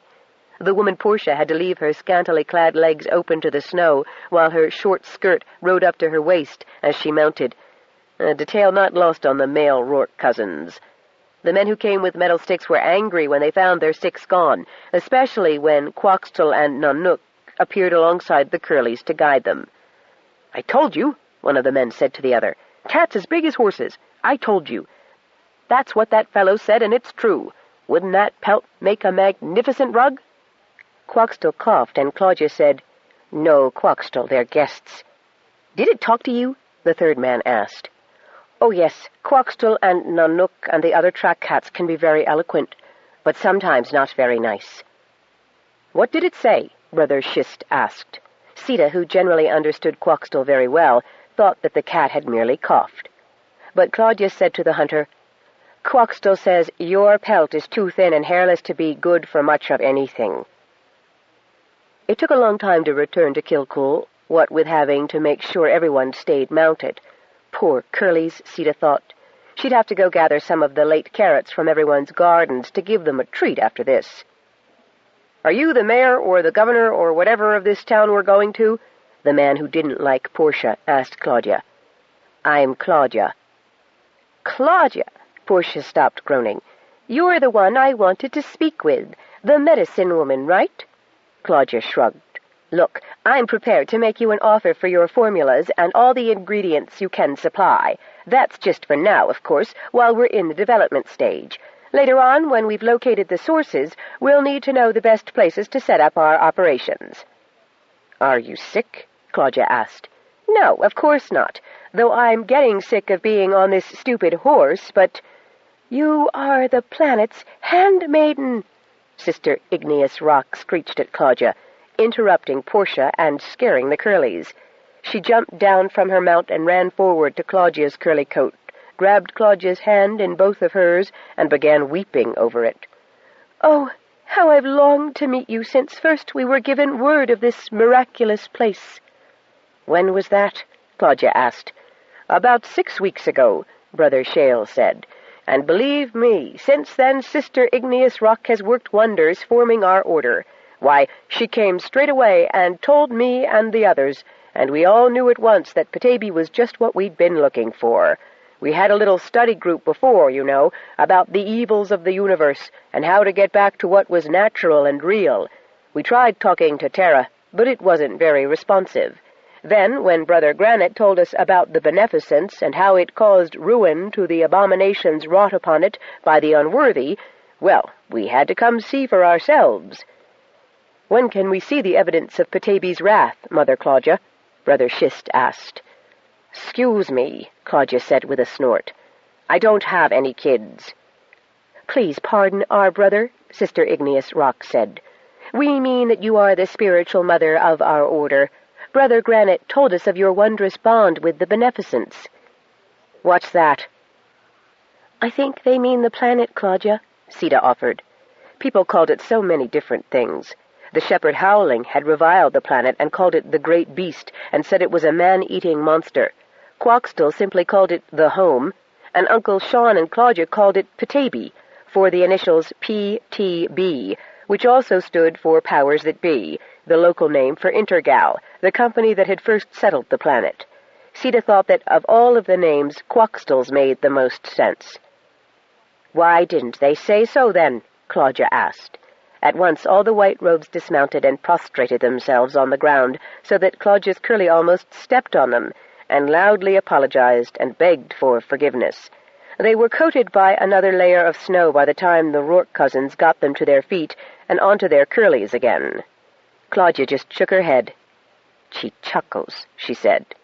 "What's that?" Sita asked. Her own flock had many Spanish words and Asian words in their language, but here in Kilcool the people used some words in the Old Irish tongue and some in the Inuit and Native American tongues of their ancestors. "A Chichaco is a newcomer, child." "Like me?" "No, because you're from Petaybee. You're used to the cold and all. A person is a Chichaco until they've lived here from freeze up to thaw. If they live through the winter, they know if they want to stay or go away." "But the beneficence helps you get through winters, doesn't it, Claudia?" Sister Agate asked, a tad anxiously. "It surely doesn't kill anyone. From what Brother Granite said, it provides for all." Claudia rolled her eyes and said to Sita, "This could be a real long winter." Sean Shangili was tempted to say, "Look what the cat's dragged in," when Claudia, Sita, and the Rourkes, with Curlies and felines, in escort of the most recently landed visitors, stopped in front of Jana's cabin that afternoon. The newcomers, when sorted, turned out to be representatives of 2 rival pharmaceutical firms whose requests for interviews were allegedly somewhere in the stack of paperwork, 3 more hunters, 4 members of what seemed to be a newly formed religious cult wishing, sight unseen, to worship Petaybee, and 11 other people who claimed to believe they had long-lost family members living on the planet somewhere. Sean sent Sita after Sinead, who came and took the hunters in tow to put them with the others she had previously captured. She told the drug company representatives firmly that they would have to go through company channels for any patents on medicines. As Intergal had first terraformed and settled Petaybee, it had prior claim to any economic windfalls the planet might generate. Any credits, that is, left over from what Intergal might decide to charge the planet for what had already been done to improve it up to Intergal standards, whatever they were. The religious cult and the so-called relatives required different handling. "There are Monahans living over at Shannonmouth," Sean told the lady who had asked. "I can send word to them that you're here, and maybe they'll come to see you in a couple of weeks." 2 weeks? But I only have 2 weeks, she said. I've already taken a week of my vacation getting here." Sean told her he'd do what he could, and privately decided to have a word with Whit about having Johnny Green stop off to leave word with the Monahans the next time he was over Shanmouth. But with the other relative seekers listening, he didn't want to make a promise aloud. "Just show us the way to the hotel and we'll find our own transportation tomorrow," said the man who was looking for the Valdez family. "There's no hotel," Sean said. "Well, then, where are we supposed to stay?" the drug representative, Portia Porter Pendergrass, demanded. He took 2 deep breaths before answering. "Don't you think you should have taken that up with the people who provided you transportation to the surface?" She shrugged off what he considered a very pertinent question and answered with what he recognized as a bald-faced lie of convenience. "They indicated there should be no problem. It's not as if we can't pay." "That's not the issue," he told her, and gestured grandly around the paper-engulfed cabin. "This," he said, "is the governor's mansion, if you will. The other houses are no bigger. Space Base is still out of commission from the quake, or I'd send you there. I'm afraid no house in Kilcool can accommodate more than 2 of you at a time, and even that's going to crowd folks. It's not too cold yet, though, so there are probably extra blankets enough to go around, and floor space by the fire." "Very well," Portia said. "I'll stay with Claudia." "Not so fast," said Bill Guthrie from the rival drug company. "If you stay with her, so do I." "You will both stay where I tell you to," Sean said severely. "My niece, Benica, isn't using her shack right now. You, Mr. Guthrie, and you, Mr. Valdez, can stay there. Seamus, if you wouldn't mind staying over at the Maloney's, I'll bunk Miss Porter Pendergrass in with Moira and the kids." The male Rourke cousins looked very cheered at that. "You gentlemen," he nodded to the 5 men who claimed to be looking for relatives named Tsering, Romancita, Menendez, Fury, and O'Dare, "can stay with Steve Margolis and Frank Metaxas. There's only the 2 of them with Diego gone, and they've got more floor space than most because they haven't been here long enough to fill it up yet. As for you ladies," he looked rather hopelessly into the apprehensive faces of the women who introduced themselves as Una Monahan, Ilyana Salvatore, Dalma Chang, Susan Tsering, and Fury's wife, Wildstar. "I'll have to see." "Excuse me, Governor Shangili?" Una Monahan stuck up her hand like a schoolchild. "Damma?" "Well, it seems to me we're causing you a lot of trouble. I never meant to, actually. It was just when that man suggested that I might find some of my people. Well, I'm an orphan, you see, and my family line on Terra D died out, and, well, what I mean to say is, it looks like you could use help here, and I am a file clerk, and if it's going to be an awfully long wait, well—" "Me too," Susan Tsering said. "I can file, too. You look like you need help with this office." "I don't suppose any of you people are teachers?" Sean asked hopefully. "I am," Wildstar Fury said. "I've been company librarian on Minnahoma Station for the last 9 years, and I've helped Petaybee and other colonial recruits learn the basics when they come on active duty." Sean smiled for the first time. "Then, ladies, I will find a place to stay myself, and you may take over the gubernatorial mansion." There was a meow from the top of a stack of papers. "With the help of the resident paperweight, this is Marduk. He lives here." "What a nice kitty," Una Monahan said. "But, Governor Shangili, what of us? When shall we, how shall we, where shall we meet with the beneficents?" Sister Igneous Rock asked. Sean had to hand it to the white robes. They had been very patient and quiet throughout the proceedings. "You're the ones who should stay with Claudia," he decided, knowing that he was probably going to regret it. 6.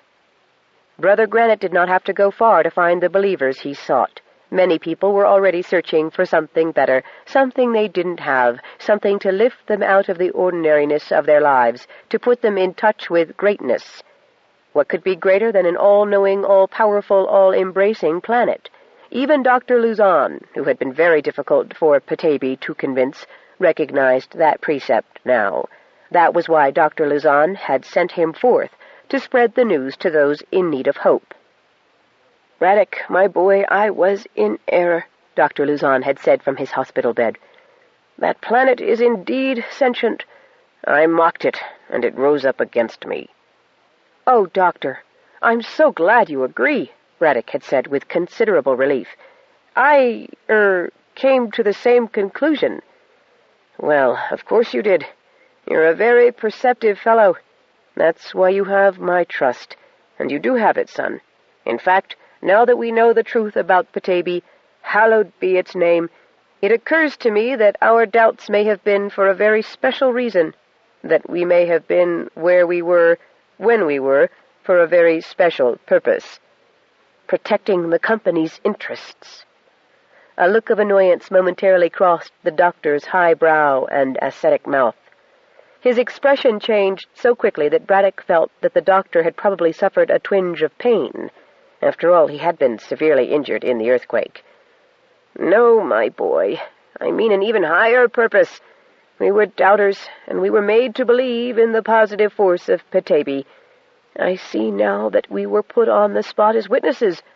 It is our duty now to go forth among other worlds and spread this news to others.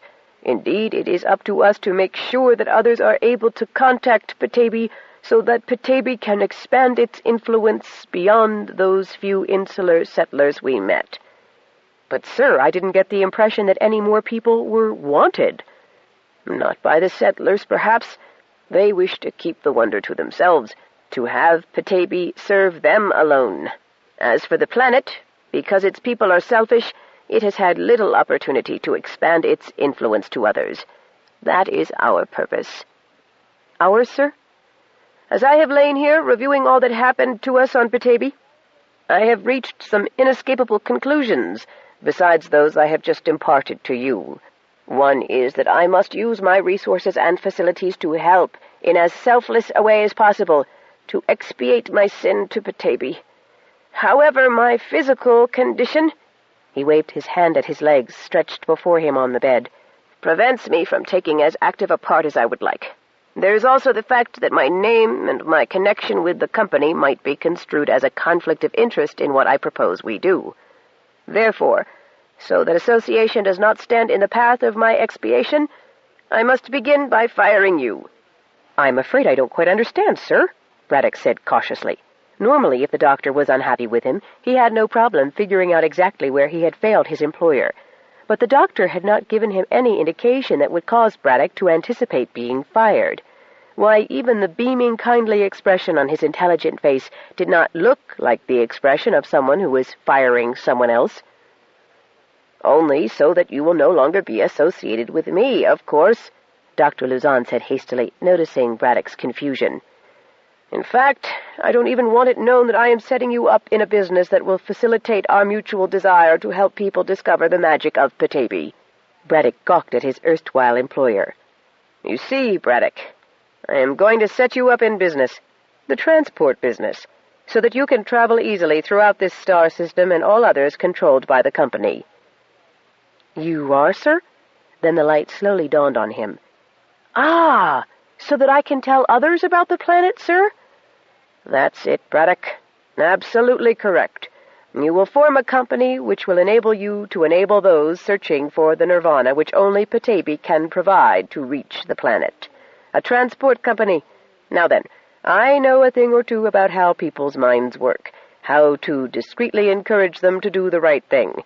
Some people we will be able to attract simply by appealing to what interests them. The wealth of animal life on the planet, for instance, should appeal to sportsmen. And, of course, there will be financiers hoping to benefit by the company's necessary withdrawal.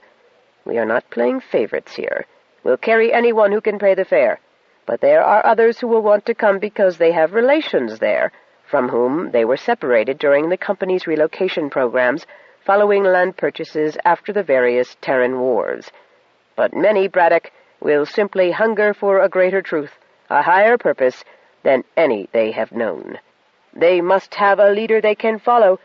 You, Braddock, will become that leader, but not as Braddock Makem."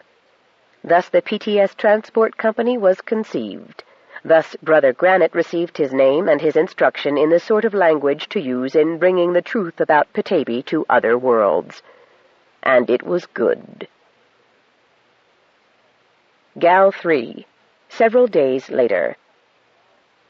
This whole CIS thing wasn't working out the way Diego had thought it would, but he was glad he'd come along anyway, just to keep Bunny's head straight if nothing else. Marmee was a nice lady and all that, but he could have done without the niece and nephew. The nephew was way too nice to Bunny, and the niece kept trying to get her to act and dress like shipside girls. Diego liked her the way she was already. He had looked forward to her reactions to the advanced gadgetry that was part of shipboard life, and had imagined her repairing something she hadn't known existed until then.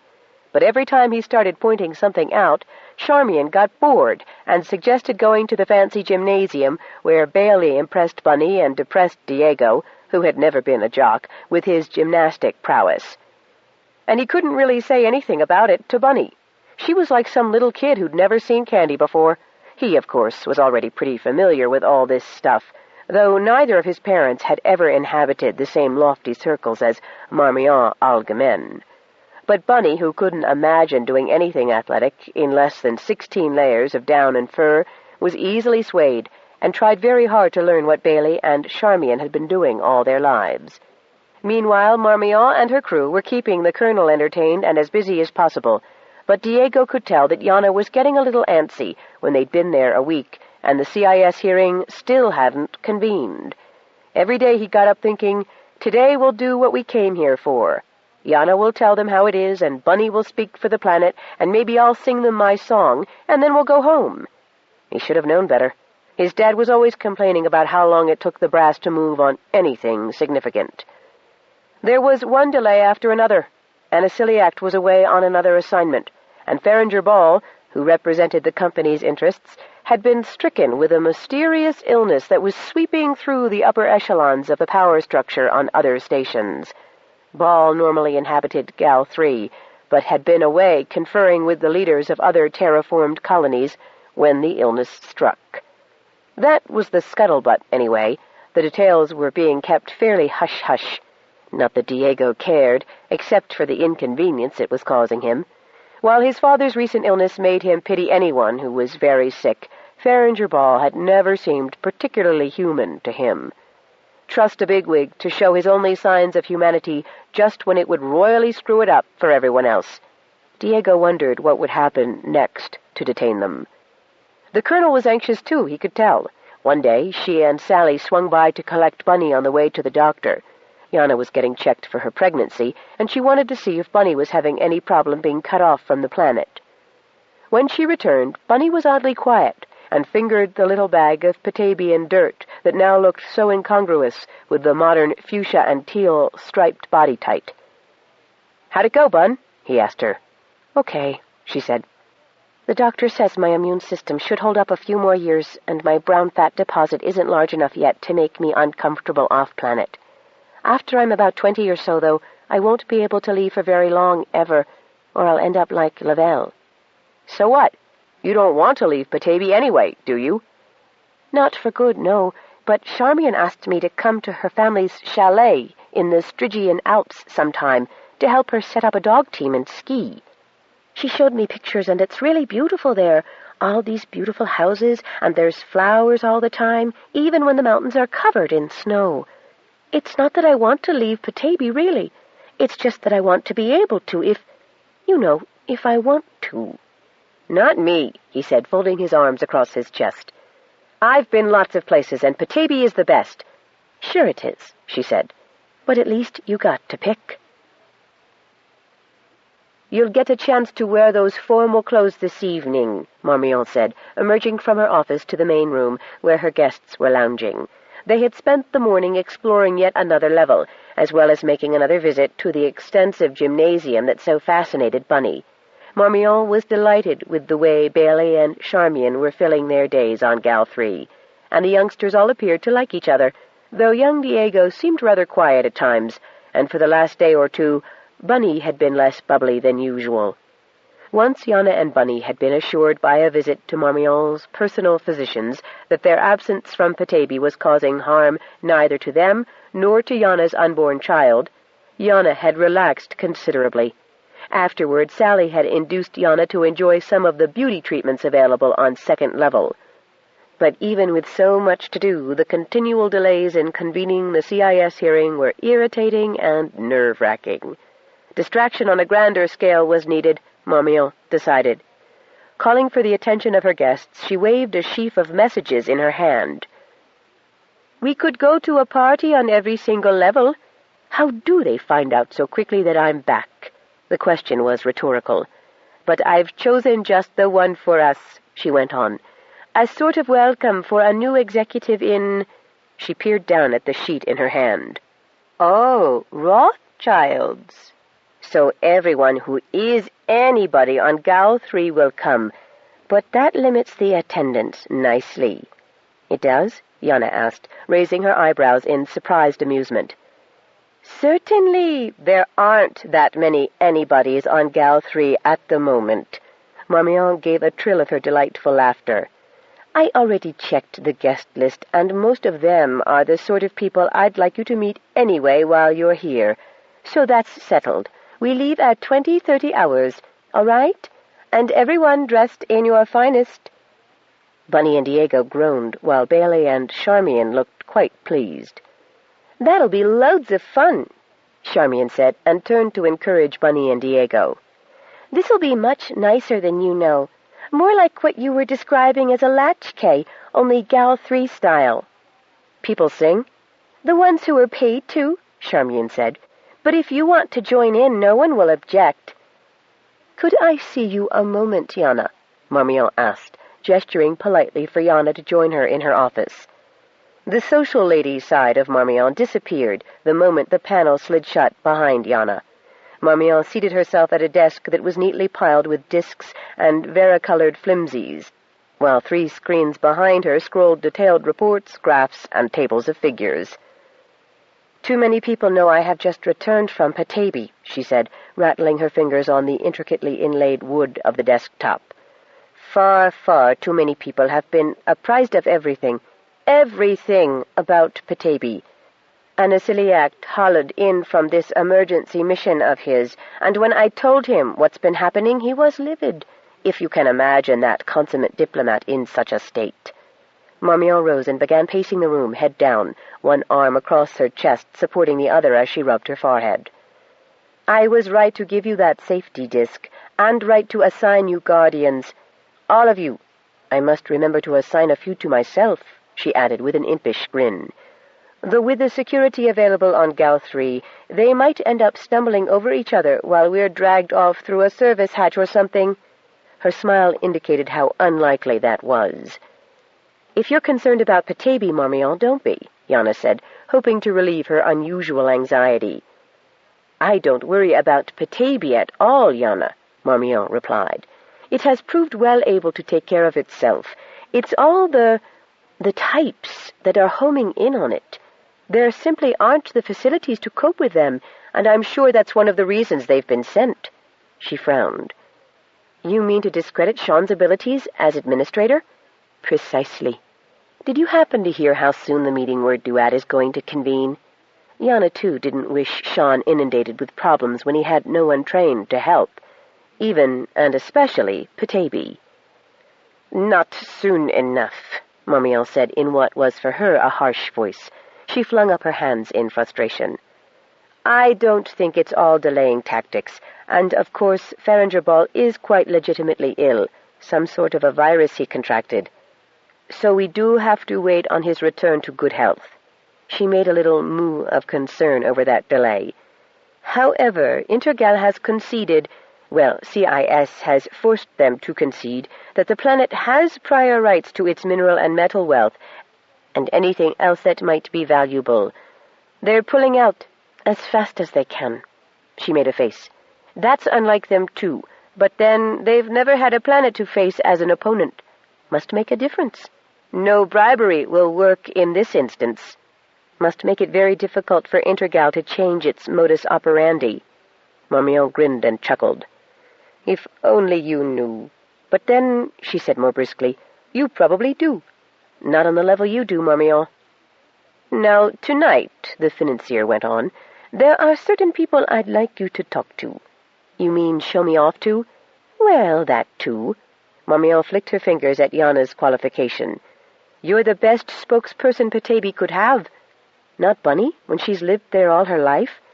Her ingenuousness may be useful to a degree, but you're a military person with experience on many planets and situations. Your remarks will carry more weight. Also, these are the people Petaybee should get to know for the clout they have in intergalactic research and development. She added quickly when she saw Yana frown, the good kind, not the search-and-strip types of operations. It may well constitute a challenge to them, you see, and they need challenges. Life gets tedious, don't it? Yana asked with a fake yawn. Marmion grinned. Precisely. Been there, done that, seen this. Care to give me a briefing? It's all here, Marmion said, handing Yana a disc. I have compiled vital statistics on all my peers. Some of them are even nice.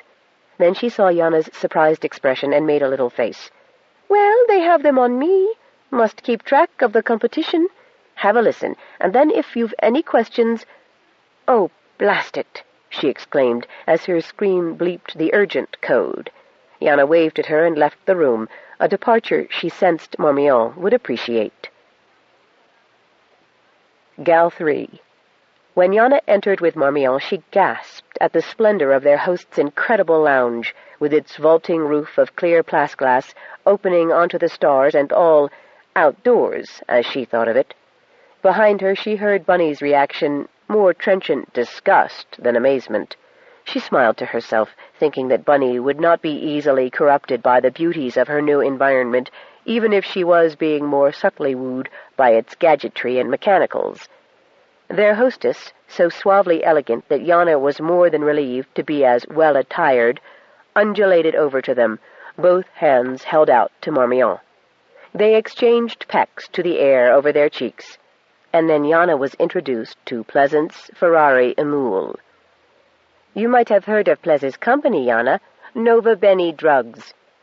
Only you, Marmee, could have stolen the march on that one, cooed Pleasance, eyeing Yana, her cold glance taking in every fold of the gown and the single crystal pendant that Marmee had insisted Yana wear.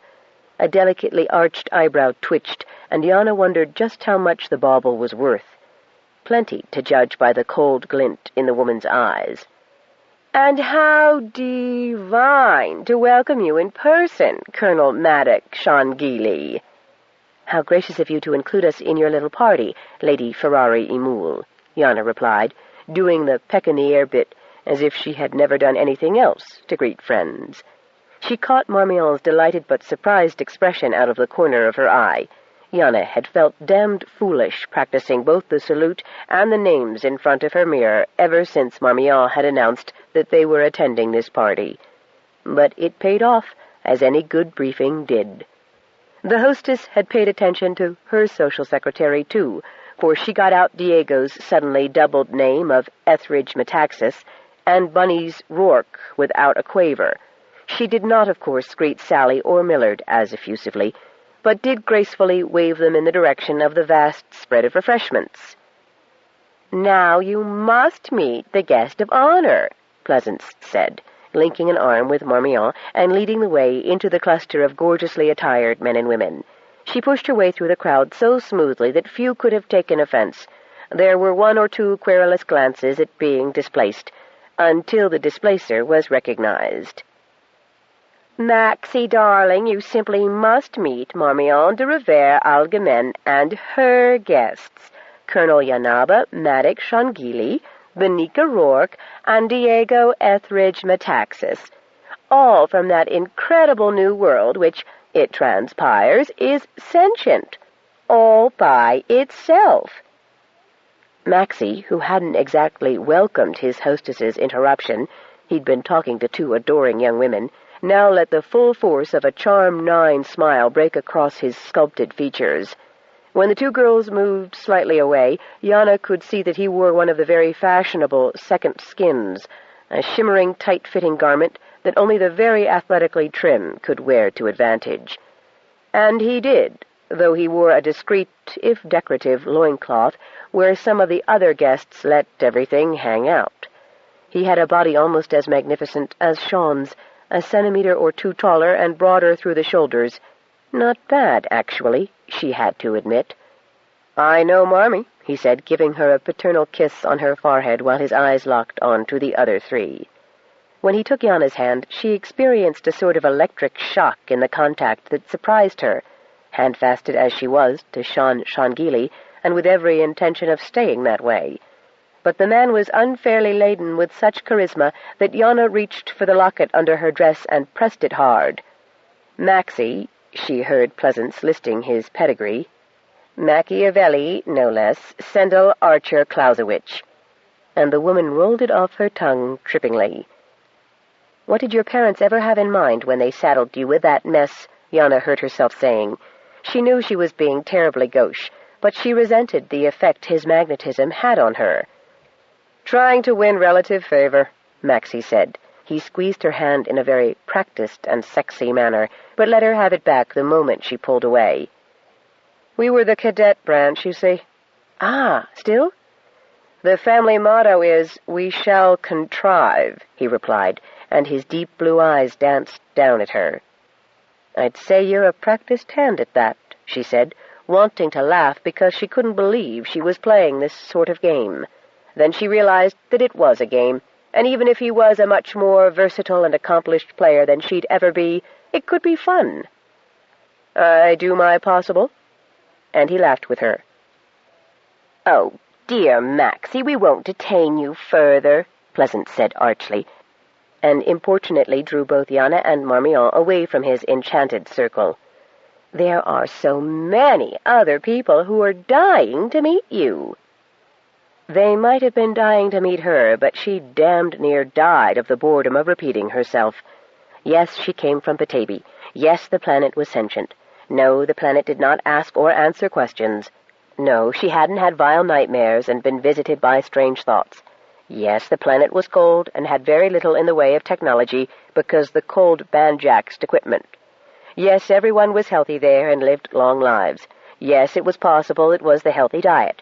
And no, she wouldn't recommend it as a holiday resort. In the summer the insects ate you alive, and in the winter you could easily freeze to death. No, that didn't sound like a friendly place, but it was. And yes, the planet really was friendly too, despite its weather, which wasn't precisely the planet's fault. No, the planetary terraform B process was not at fault. Petaybee was unique as far as planets went. It went on all night, until the smile on her face felt pasted on, and she was glad when Marmion signaled that they could leave. 7.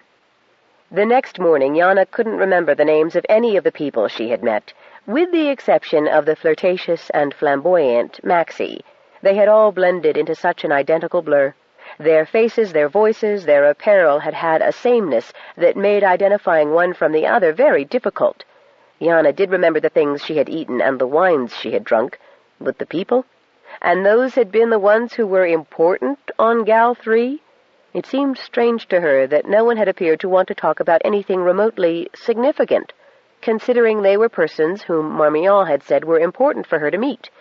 When not avidly questioning her, they had gossiped about the people who hadn't been invited. Yana hoped that she'd never hear what was said about her or anyone else in Marmion's group. Petaybee was coming up more and more golden and real. She was not the only one silent this morning. Bunny was slouched over her morning meal, and the measure of her discomfort was registered by the fact that she was wearing one of the outfits that Marmion had originally provided for her, rather than some of the Gal 3 finery Charmian had urged her to purchase. She was moodily staring out the lounge window at the comings and goings of station vehicles, tugs, and the incoming traffic of all kinds. Yana decided not to show Bunny the comm message from Sean, which asked Yana to see if Marmion could check out a firm trading as PTS, Petaybee Tourist Service, which was so busily landing new problems in his lap. People were being dumped back of beyond, wanting hotel facilities, of all things, and he was running out of places to stash them and food to feed them.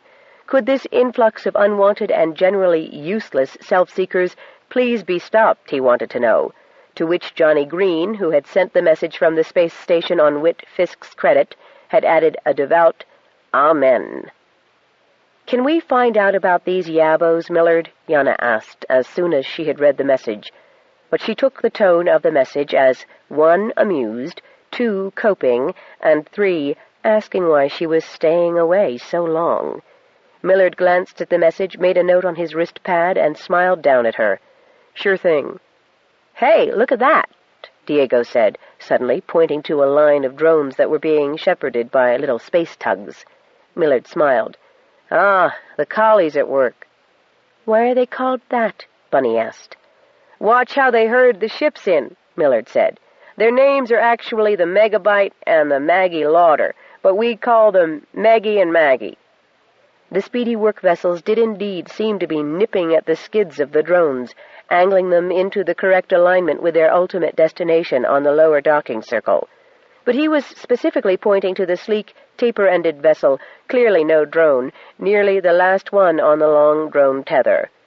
"I wonder what hold that?" "Meteor, probably," Millard replied, looking up and frowning slightly at the company the obvious spacecraft was keeping. "Looks big enough to have been holed by a shuttlecraft," Diego said, "and a big one at that." "Would the crew have survived such a holing?" Bunny asked, coming out of her slump long enough to peer about. "Depends on the speed with which the crew reacted to the disaster," Millard said. "Cost a pretty pile of credits to fix it, I'll bet," Diego said. "Someone who can afford a craft that size has the credit," Sally said. "This is the biggest repair facility in the quadrant, so they'd have to come here for that sort of major restoration." The collies bracketed the nose of the vessel now, maneuvering it carefully down 1/2 degree, to port another fraction, and then forward slowly until it moved out of sight from their viewpoint. "Wonder what happened to it," Bunny said. "We could go see," Diego suggested. "Could we?" she asked, brightening and turning to Millard. "Bailey has some cronies down in the ship dock," Millard said. Their faces fell. "You really will have to wait until Bailey and Charmian are available," he said, and then his wrist set bleeped. "Excuse me." He read the message that came in, then turned to Yana. "This is interesting. The PTS is newly registered as a tourist transport in the civilian section of the Intergal station. B. Macomb is listed as owner." B. Macomb? Yana blinked. The name was somehow familiar, but after last night's inundation of names, she couldn't put the name to a face. "Braddock Macomb?" Sally asked in a startled tone as she looked up from the report she was working on. "One of Matthew's little men?" "He isn't one of Dr. Luzon's men any more," Sally said. "Luzon fired him. Scuttlebutt is that when Luzon woke up with broken legs, loss of pride, and that massive deflation of ambition, he fired the lot of them." Yana grinned. "Anything else, Millard?" "Funding's low, but it's got a waiting list and paid passages for 20 on each of 3 weekly scheduled flights from Intergal Station." Yana gasped. "There isn't room at Kilcool for 20 extra bodies, much less 120. What is Macomb up to?" "I'd hazard Macomb isn't up to anything," Millard said, his eyes narrowing. "But I'd suspect Matthew Luzon is. Does Sean say who's been landed?" Just then Marmion came into the room, a flimsy in her hand and a look of total exasperation on her face. "Once again, there can be no meeting," she said, waving the sheet. "But Fonto was coming back this morning. He said we'd hear today," Yana said in protest. "We did," Marmion said grimly, with another crisp flutter of the message. "But not at all what we hoped to hear. Really, I think we are just going to have to do something." She tapped her index finger across her lips and then brightened. "Of course, we will put it about that you're leaving." But what good will that do?" Yana asked, almost wailing with disappointment. Of course, she wanted to be back with Sean, to help him with these unexpected visitors, if only to shove them off-planet as fast as they arrived. She was feeling deprived. She hadn't finally married herself again to spend her time away from the man of her heart and the father of her child. But she didn't want to have to come back here again whenever the CIS Council finally got its act together and all its members in attendance, just so she, Bunny, and Diego could say their piece and have it done with. "Well, as long as they think you'll just sit about and wait for them to organize themselves, that's what they'll do," Marmion said, then paused thoughtfully, regarding the flimsy as if there were unseen lines there that required decoding. "Though why this delay when they were so bloody eager to get you here in the first place? And we came as fast as anyone can. Well, they do have the depositions to work from." "Something's rotten in Denmark?" Sally asked. If it were on Denmark, I wouldn't give it a second thought. But this is Gal 3, and it was presented to me as an in-and-out appearance. Giving her shoulders a massive shrug, Marmion returned to her office. "Why," Yana asked the room, "would B. Maycomb want to start trouble for us on Petaybee? I thought we'd opened his eyes to that erstwhile employer of his." "Yes," Millard said thoughtfully, and began to tap out codes on his terminal. "We'll just see." Yana began pacing restlessly, fretting about Sean. He'd have so much more to do now with who knows how many people foisted off on Petaybee. She reread the communiqué, her free hand going automatically to the little bag of Petabian dirt that generally provided her with comfort as she tried to get more of Sean than the words were conveying. Even if Johnny Green had sent the message, it was from Sean and by Sean, and therefore it was Sean, and she gathered what comfort she could out of that contact. It was stupid of her, at her age, to need the man so desperately, and yet she did. Here she was in the lap of luxury, being scrupulously cared for and pampered and wined and dined, and not liking it a bit simply because Sean wasn't there to share the absurdities with her, like Maxie and his second skin and loinclout. Sean would have looked just as well in such attire, probably better, since he had a second skin of his own, if it came to that. The memories that thought provoked made her smile, and she nibbled at the edge of the message until she realized what she was doing. She really was being ungrateful, especially when Marmion was going out of her way to be so accommodating and helpful. Not that she didn't appreciate it all, but she had managed to get accustomed to the discomforts of Petaybee. Now she'd have to learn to love them all over again. It would be snowing soon, and she'd miss it, and freeze up and all the other wonders of Petaybee that she hadn't yet experienced firsthand. She resented her absence terribly, and that reminded her of who might be responsible for all the delays. "Do you know where Matthew Luzon is right now?" she asked, stopping and turning to survey those in the lounge. "And where are Diego and Bunny, for that matter?" she asked Sally and Millard, and asked the same question of Bailey and Charmian, who entered at that critical moment. "Must be around here somewhere," Millard said, swiveling about as if the two had to be in the lounge, visible or invisible. At that precise moment there was a request for entry, and a resonant voice announced, "Maxie Sendell." Sally and Millard exchanged astonished glances. "You made a conquest, Yana," Sally said, grinning. "Shall I admit him?" Yana was flustered. "Whatever would he want with me?" "I suspect business," Sally said. "After all, Rothschild's has always diversified. I don't recall them having any pharmaceuticals, though." "Yes, they do," Millard replied. "They have recently acquired a major holding in Spade." "You're quite right." Sally hurried to press the door release. "I'll just replicate some refreshments." Despite the fact that the man was wearing more normal station apparel instead of the formal second skin, he was as devastating as ever as he came forward to greet Yana. He had a small posy for her and smiles for Sally, Millard, and Marmion's young relatives, and he accepted Sally's invitation for mid-morningses even as he led Yana, still holding the hand he had kissed so extravagantly, to one of the smaller seating arrangements on one side of the large room. Sally passed the refreshments and then, to Yana's amazement, left her with him. He bent a lambent gaze on her, ravishing her with his eyes, which was disconcerting to say the least. Had he been another officer, she'd have known how to handle the situation, but he was too highly placed in society as well as financial circles for her to use those forthright tactics. "Now, tell me more about this magical planet you come from, Yana. There was no chance to discuss anything intelligent with you last night, especially when Plez was acting hostess."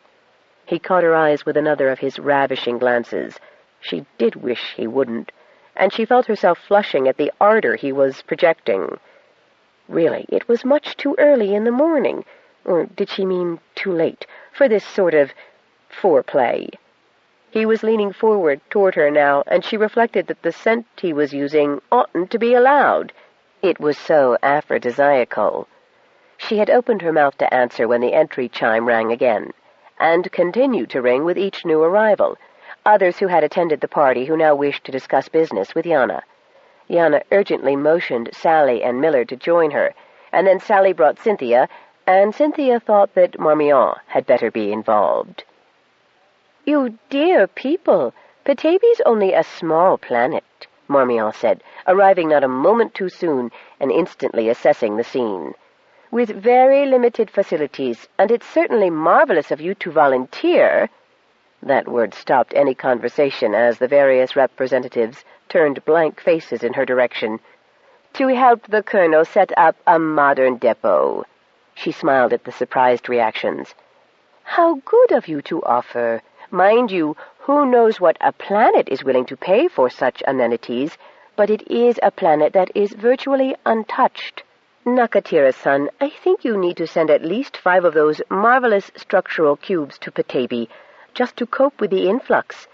Yana, you don't think Petaybee would mind an up-to-date, self-catering hostel? No, 2, I think. North and south." By the time the bemused entrepreneurs got a chance to retreat, Marmion had made sure that each had signed a contract to deliver, at a cost to be discussed later with the planet, sufficient of their products to replace what Intergal was taking off-planet, and of a higher quality and more modern design. "I think that about takes care of that, Yana, don't you?" Marmion said, when the door to her suite finally closed on Maxie's heels. "Maxie didn't get you to sign anything, did he?" she asked. Dazedly, Yana shook her head. "But another 2 seconds, and I'd have signed anything he put in front of me. Is he always like that?" "He makes a habit of it. Dangerous man," Marmion said. "But you handled him very well, considering none of us expected him to appear quite so soon this morning." Then she made a full circuit of the room with her eyes. "Where did Bunny and Diego get to?" Sally and Millard exchanged horrified glances. Marmion, however, was looking straight at Bailey and Charmian. "Haven't seen them, Aunt Marmee," Bailey said. "We only just woke up when the mob arrived." "Well, I don't blame them for a moment for leaving the Babel—" Marmion broke off. "Where are they?" 8. The repair bay light was still on by the time Diego and Bunny reached the corridor. The light meant that the outer hatch was still opened, and no unprotected personnel could enter. A skeleton crew suited up with oxygen and grav boots would shepherd new arrivals on board and tend to any emergency needs. Diego had observed such procedures on many stations before. The light would go off when the outer bay door closed and the oxygen levels returned to normal. Then it was usually okay to go in and look around, if you kept out of the way. Right now the light was staying on for what seemed an unusually long time to Diego. He hoped there wasn't a radiation leak or some other problem that would prevent them from having a look-see. He also didn't want Charmian and Bailey appearing, bored as usual with what was commonplace to them, and taking Bunny off before she had a chance to see what really did interest her. He knew she'd enjoy observing actual repairs to a space-going vessel, but she sure wouldn't if Charmian was there to act as if it were all so boring and so grubby, while Bailey made another try at sweet-talking Bunny. Just when he found he was getting bored by the interminable wait, the light went off. He tugged Bunny's hand. "Come on, act like you belong here." At that point, the inside hatch irised open, and 6 figures, still suited and helmeted, which was a little weird, emerged and headed down the corridor in the opposite direction from Bunny and Diego. As they disappeared, Diego said, "That's funny." "What?" "First thing folks usually do is crack open their helmets." "Maybe they're coming right back," Bunny said. "I don't usually wear my parka and snow pants in the house either, but if I just have to go inside for a moment, it's easier not to take off all those clothes first." Diego shrugged. "Yeah, maybe." But he peered through the viewport first. The derelict was alone in the repair bay, the outer hatch closed. The hole in her side was big enough to drive a good-sized shuttle through. He checked the dials on the lock. "Well, there's oxygen inside, so maybe they just did go to get something, Bunny," he told her. "And no one's inside, so we could at least take a close look at that damage." "Won't we need some kind of code to get through here, or will the bracelet give us access?" Bunny asked. That was a good question. He hadn't counted on the bay being empty. He'd planned to ask the repair crew, but they'd gone off. Generally, crews didn't mind letting you look, if you asked first and kept out of the way. But at the door he was surprised to find that the iris still bore a pupil of space in its center, where it hadn't completely closed. By sticking his hand and arm through the opening, he got it to enlarge enough to let a body squeeze through. Bunny reached around him to one of the folds and touched something shiny. "This is caught." "Can you use it to pry the door open a little more?" Diego asked. "I think so," she said. Sure enough, when she had wiggled the bit around, the hatch creaked fully open. When they had both stepped through, Bunny pulled the object free, and the hatch closed behind them, silently this time.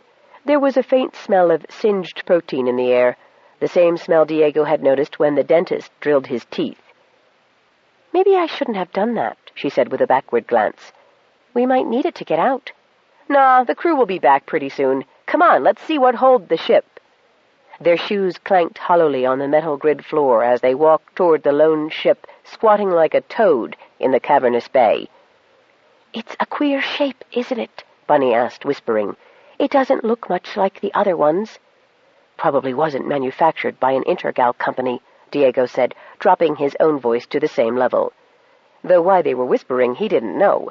Their footsteps were loud enough to wake the next watch. Maybe that's why people went to such trouble to drone it in. Figure out its design capabilities or something. It's a derelict, for sure.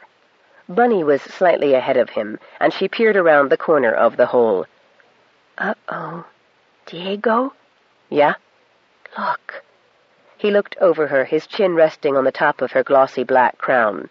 The interior of the hull was not empty. The hole sure had been big enough to fly a shuttle through, and that's just what somebody had done. A good-sized shuttle, a 20-seater at least, from what he could see, crouched inside the hull, wearing it like a disguise. Beside the shuttle lay the bodies of 7 people clad only in their underwear. Bunny turned over a woman who had been lying on her stomach. A burn hole had been drilled through the center of her forehead. A gingerly examination of the other bodies showed similar burn holes. "Frag," Diego breathed. He peered anxiously at the shuttle, but nobody stirred. "Diego," Bunny asked, "why were these people killed?" Her voice had a plaintive note to it, and he thought that whatever the dangers provided by Petaybee's weather and conditions, mass murders didn't happen on Petaybee, at least not yet. She looked pale under the brilliant white lights of the bay. Shocked, he thought, a little numb himself. Then he thought, think. "I'm not sure, Gatita, but I'm willing to bet the guys we saw in the spacesuits weren't crew. These guys were, and Gal 3 just got boarded by unfriendlies, and if the legit repair crew were wearing security bracelets, then those murderers are wearing them now. I think that we'd better tell Marmion so she can alert that commander dude." "You're right, Diego. That's what we'd real fast better do." "There should be an alarm right here someplace," he said, crossing to the far wall. But where the alarm activation mechanism had been was a large hole. He turned to look for the comm unit, but the screen was blank, the buttons dark. "We'll have to locate a working unit," he told Bunny. "Wait, maybe... shouldn't we do something to the shuttle, maybe? Disable it, so they can't get away with this?" She sounded angry now, which put more color in her face. "Buns, Gatita," Diego said, throwing up his arms in a dramatic gesture. "They're on a shipping deck. There's plenty of other vehicles here they could use. We've just got to keep them from breaching the security of other levels, or whatever they're on this station to do. You coming?" "Sure," she said. But the hatch refused to reopen. "The last time I saw them, they were watching the collies bring in a derelict," Millard told Marmion. "Yes," Sally said, "that's right. But they were told they'd have to wait for Charmian and Bailey." "Right," Yana said drolly. "And kids always do as they're told, don't they? Look, never mind. They're my responsibility. Just tell me how to get to the repair bay." "I'll show you, Yana," Marmion said. "I'm sure they're fine. Sally, go put in a page for them, will you, dear? And Millard, if you would let Faber and the others know to meet us in my salon in 3/4 of an hour, that would expedite matters considerably." Millard looked dubious and started to say something, but just then Maxie strode up to them, looking less languid than Yana had ever seen him before. He visibly relaxed when he saw her, as if he'd been searching for her and her alone. "Maxie, dear, I don't suppose you've seen the youngsters, Diego and Bunny, around anywhere, have you?" Marmee asked. "As a matter of fact, I have, entering Bay 16. "Which one would that be?" Marmee asked. "It would be my pleasure to escort you there." Millard still looked anxious, but Marmion waved him away. "How considerate of you, Maxie, but then you always are, and you're the perfect escort. Millard, you can then go ahead and get the meeting arranged for me, will you? Thanks." Yana was treated to a view of Maxie's splendid back and the smiles of encouragement he tossed over his shoulder as he led them down the corridors. They passed a number of people in the first few levels of their descent.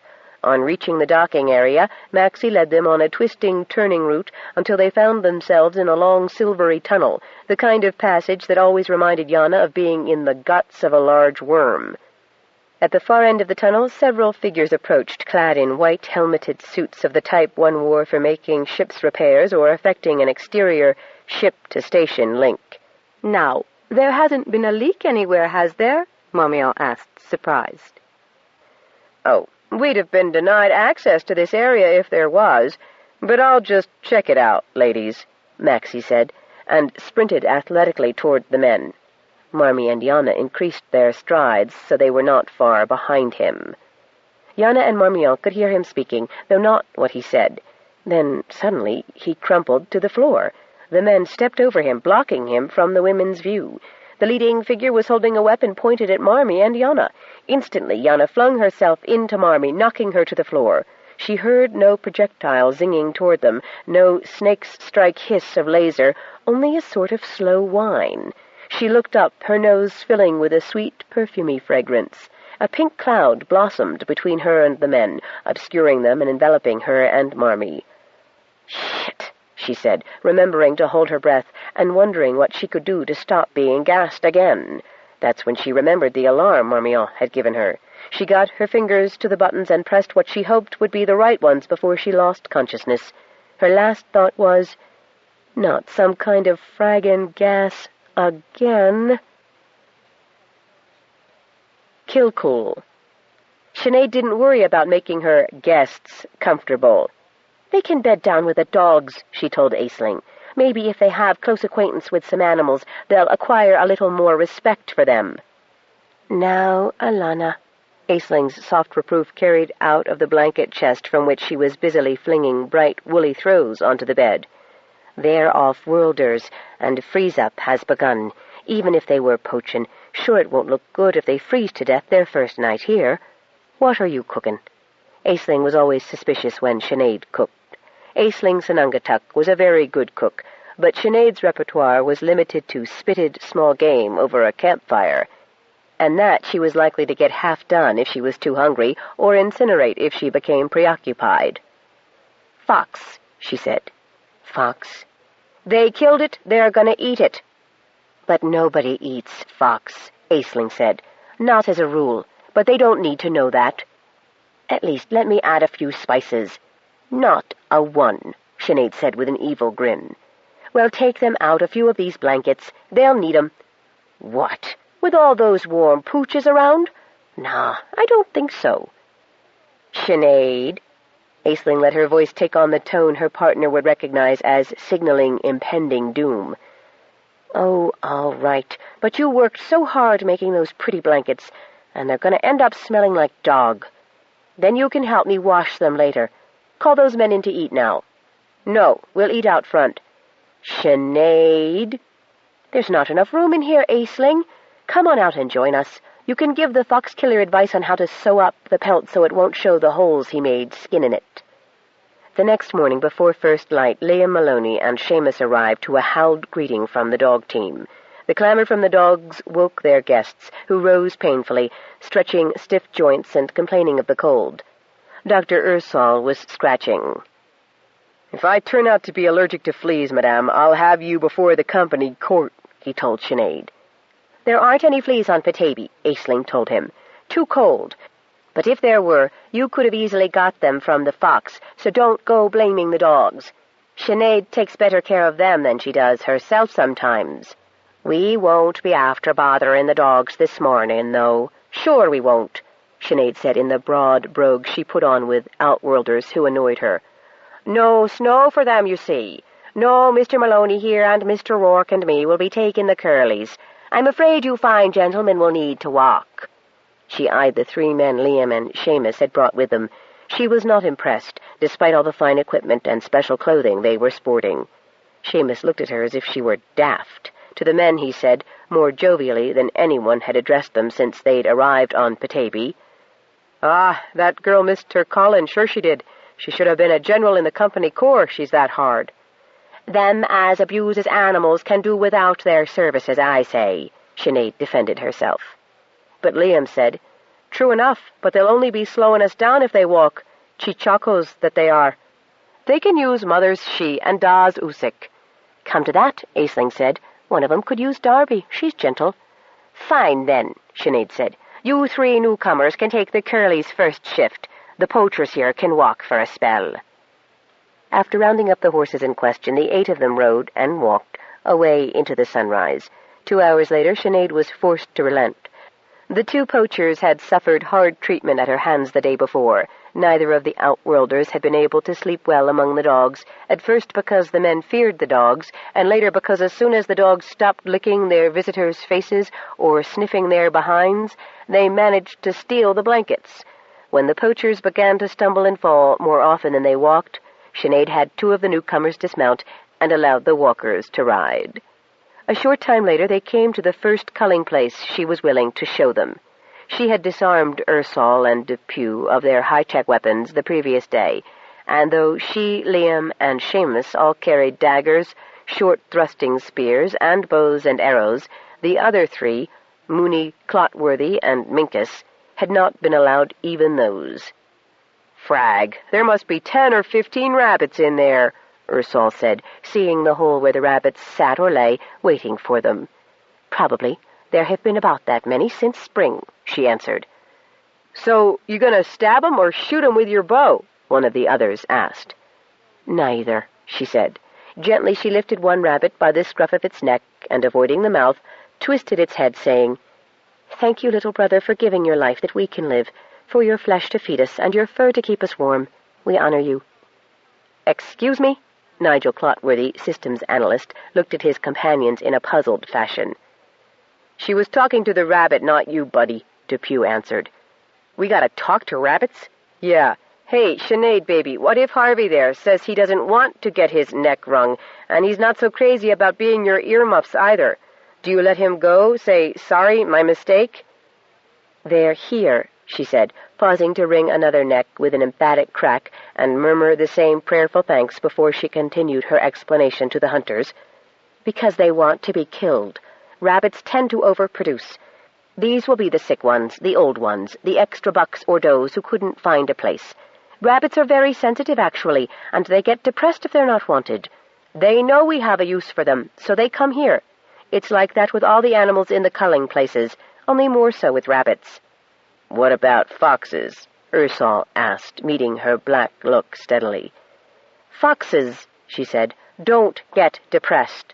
But sometimes they do get sick or too old, or there's not enough food, and they decide to become culls."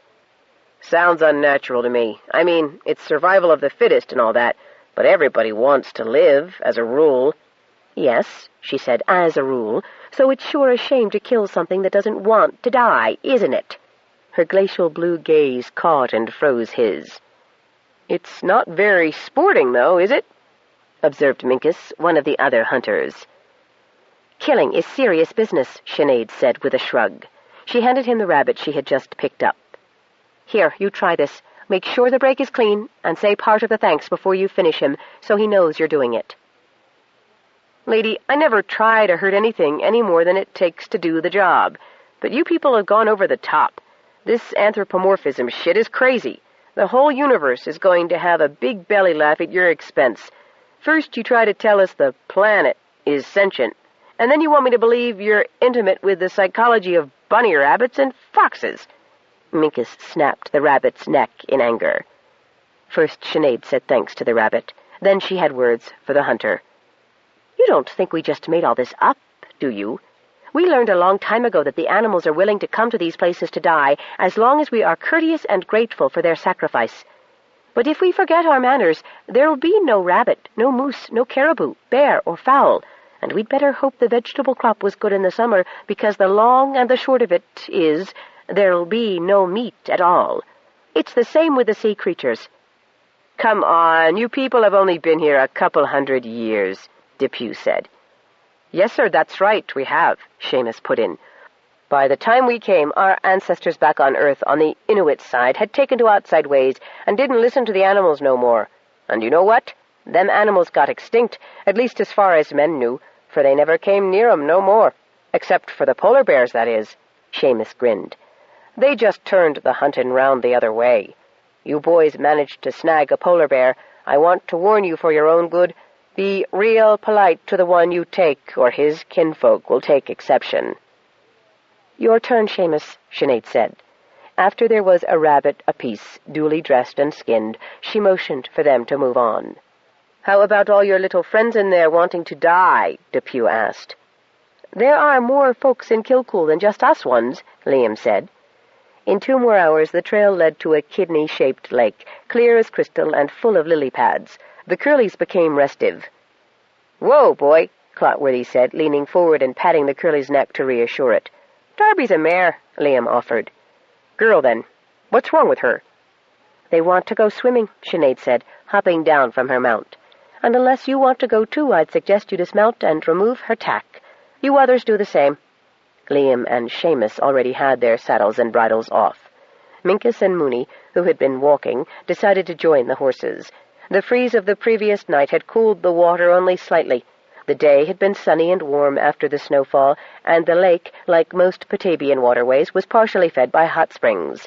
Sinead was hot and tired, too. She wasn't naturally cranky, but she was at a loss how to impress on these oafish off-worlders the seriousness of the relationship between the species on Petaybee.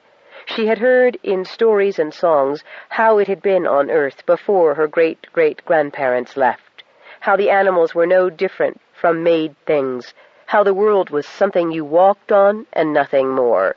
Maybe it was because Petaybee was alive that the relationship between hunter and hunted was a special, privileged one. Maybe it was not like that on old Earth. Maybe it wasn't like that anywhere else in the universe, except...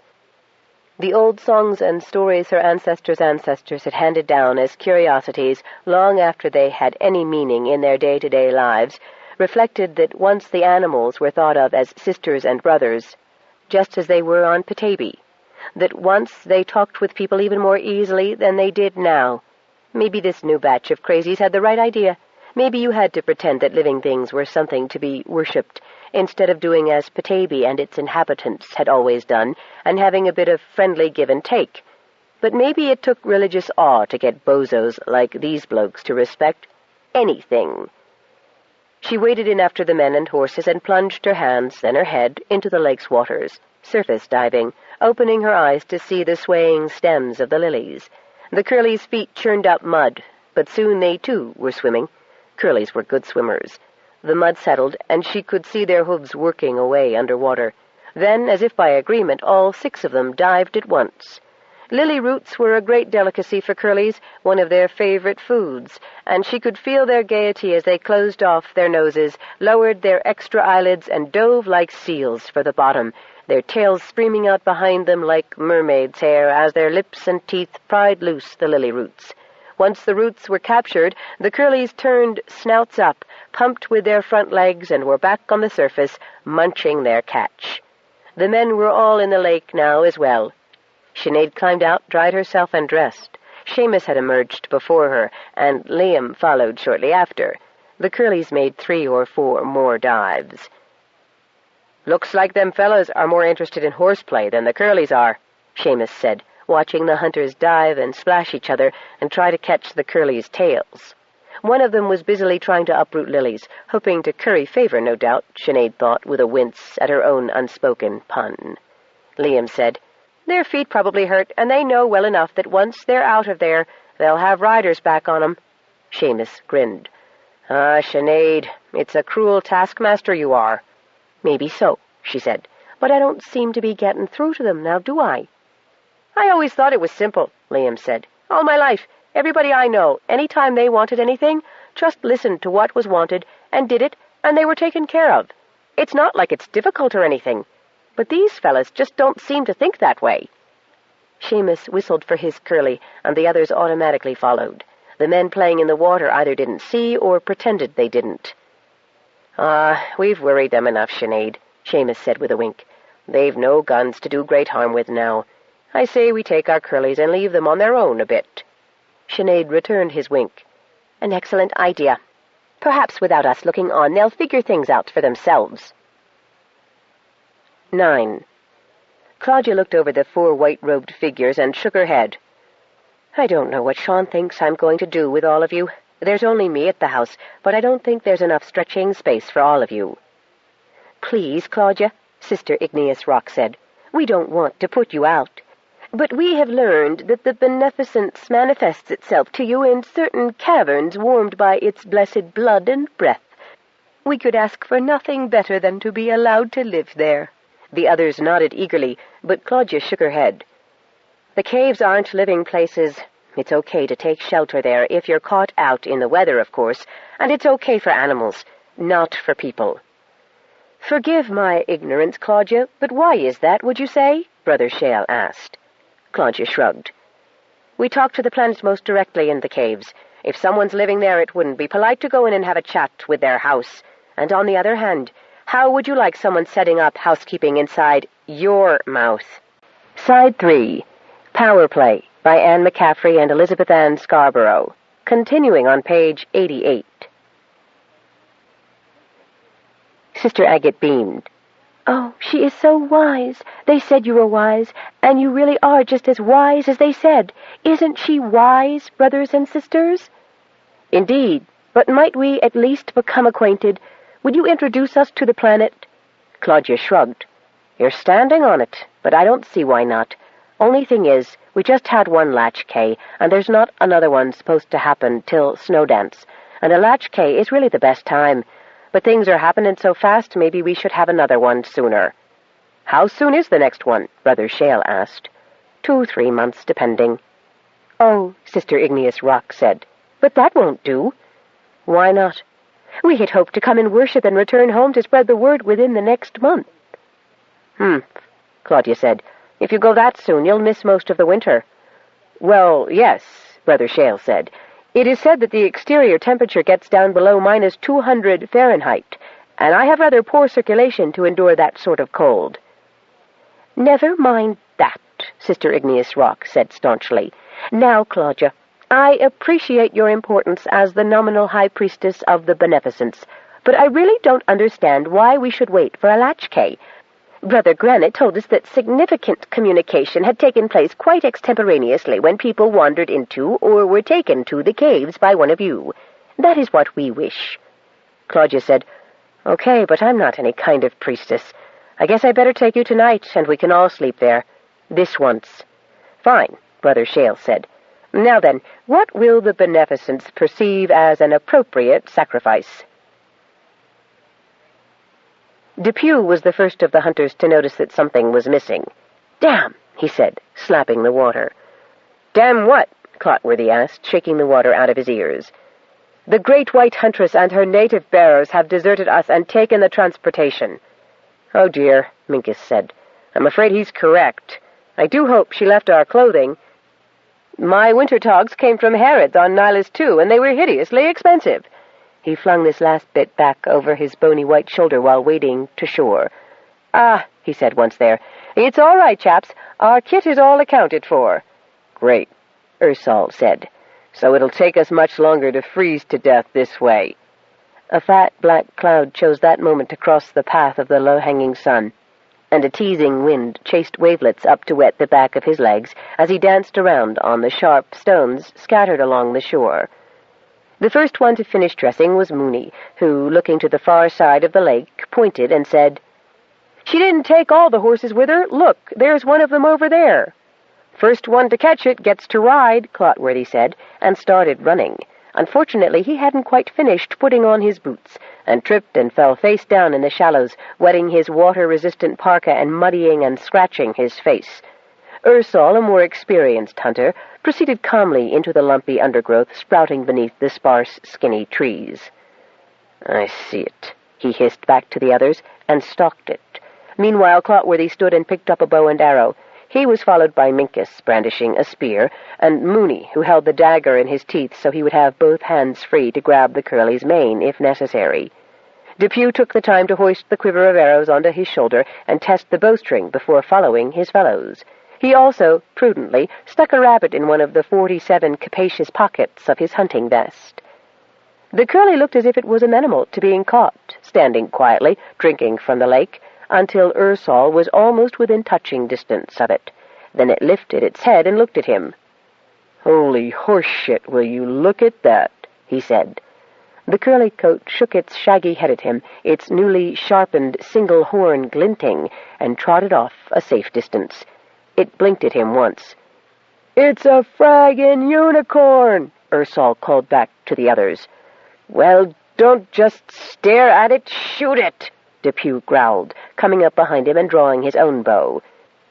"You can bet your retirement fund those things don't get depressed and go lay in holes waiting to die." "No one," Minkus said, "will ever believe this." "Not unless we take the head back with us." Depew let his arrow fly. The arrow was just a bit behind the animal, which galloped off, not in fear, it seemed to Minkus, but as if it had suddenly thought of a previous appointment. "Missed," Ursol said, and sent his arrow flying too. They were not stupid men, on the whole, and it didn't take them too long to decide that they hadn't a prayer of catching the heretofore mythical creature, so they stopped chasing it. Thoroughly winded and disgusted, they turned back to where they had left the rest of their winter gear, and the rabbits Sinead had left behind for them. Something new had been added. What looked like an enormous calico house-cat, the base of its tail thin, the tip bushy, was licking the last of the last rabbit from its mouth. Behind it lurked the curly-corn, quite as if, Minkus thought, the two beasts were conspiring against the hunting party. Minkus was inclined to remonstrate with the beasts, but Depew had worked his way into a leadership position and hushed the lot of them with a finger to his lips. The cat sauntered toward the curly-corn, and the two of them ambled off into the woods. With a stealthy wiggle of his fingers, Depew motioned the others to follow. Together they crept after the elusive beasts as quietly as 5 men unaccustomed to Petabean ground cover could creep. The animals managed to stay just out of range, but did not seem to notice their arrows. "You can tell nothing here is used to being hunted," Ursol whispered. "They aren't taking anything fired in their direction personally." With another gesture from Depew, the men spread out and came toward the animals from 5 different angles. This time, when Ursol fired his arrow, it glanced off the flank of the curly-corn, which whinnied and began to run. The cat chased it, as if in a game. The men broke into a run, too. Suddenly the curly-corn reared, his chest looming over Minkus. Now was the time to use the spear, or never. But the cat evaded Mooney's dagger by springing straight across the shaft of Minkus's spear, knocking it aside. Minkus, who fancied himself no mean hand at springing himself, threw himself at the cat at precisely the same time as the other 4 men. The cat's fur brushed his hands as his feet landed, tangling with 8 other feet, and the lot of them plunged through the underbrush and down, bruisingly down into a deep, dark hole. Landing on that part of himself best suited for abrupt seating, Minkus was showered with debris from above. Looking up, he saw the faces of the cat, its teeth bared in a wide grin, and the curly-corn, staring down at himself and his companions. Perhaps there was something to this anthropomorphism, after all, he thought. He could have sworn that both animals wore expressions of profound satisfaction. "I think I broke my jaw," Mooney mumbled. Or that was what Minkus understood him to say. Mooney's actual statement was obscured by what seemed to be the echo of his last word, distorted into ha ha ha ha ha ha ha. After sending Liam and Seamus on to the other culling places, Sinead and the extra curlies turned back to where she'd last seen the Chichacos. It had started snowing in the time they took to make their plans, and a light coating of snow masked the lakeshore and its surroundings. She missed the spot at first, for there was no longer any clothing or weapons or any remains of the dead rabbits. "I know I left 'em around here somewhere," she said, dismounting and looking for signs that would enable her to start tracking the men. Brushing aside some of the snow, she uncovered the vestiges of sets of tracks, 2 sets leading away from the site and 1 leading back. There was also 1 clear set of the paw prints of a track-sized cat. She began calling, but her cries were not answered, and after trying to tell one broken bush from another, she gave up and decided to find Liam and Seamus instead, and send Seamus back to Kilcool for help while she and Liam, the best tracker of the 3 of them, continued to search. Claudia was beginning to realize why religious congregations were sometimes called flocks. The ones following her to the hot springs had less sense than sheep and were noisier than magpies. They insisted on walking to the hot springs cave barefoot, even though she warned them about the cooberry brambles that still guarded the cave entrance from the unwary and uninvited. The coo brambles had settled back into being ordinary weeds again, their extraordinary growth curtailed once the brambles had penetrated and removed all of the petroseal and most of the people who had painted the sealant in 4 of the planet's communion caves. The brambles had been cut back, poisoned, and burned, but there was still a thriving growth at the hot springs. You just had to know how to avoid it. Claudia did avoid it, but the newcomers insisted on walking straight through the brambles, and she had an awful time getting them loose again, finally having to resort to the little mist bottle of coo repellent she had thankfully remembered to carry with her. Then the newcomers wanted to enter the cave by prostrating themselves and crawling in like worms, but Claudia pointed out that since the entrance was through the waterfall, they could drown that way, and really, truly, the planet didn't care a bit how they came in, as long as they didn't have any petroseal with them. They did insist on groveling and kissing the cave floor the moment they entered, though. After genuflecting 6 or 7 times, Sister Igneous Rock threw her outstretched arms into the air and cried, "Speak to us, O beneficence." All they got was an echo, not of the last word, but of the O. It sounded like, "No, no, no." "Tell us what you would have us do. How can we dedicate our miserable lives to your service? How can we redeem the error of humankind to your greater glory? How can we demonstrate that, though unworthy, we are more than willing to do your bidding? How can we convince you to show us your will?" "How?" echoed the others. "Tell us how." Claudia sighed. They could start by shutting up. Even if it had something to say today, which it apparently didn't, not even the planet could get a word in edgewise the way these folks carried on. After a time they did stop babbling.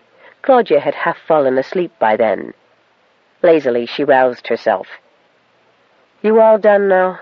But just then Brother Schist collapsed back down to his knees and yelled, "Hallelujah! I just heard voices." "What? Where? Why should it talk to you and not to the rest of us? What did it reveal to you?" cried Sister Agate. "It said, 'Frag it all, these things have thorns.'" "Uh-huh," Claudia said, and stepped over them to the cave's entrance, sliding between the waterfall and the cliff face. Portia Porter Pendergrass and Bill Guthrie were tangling themselves to shreds in coo brambles.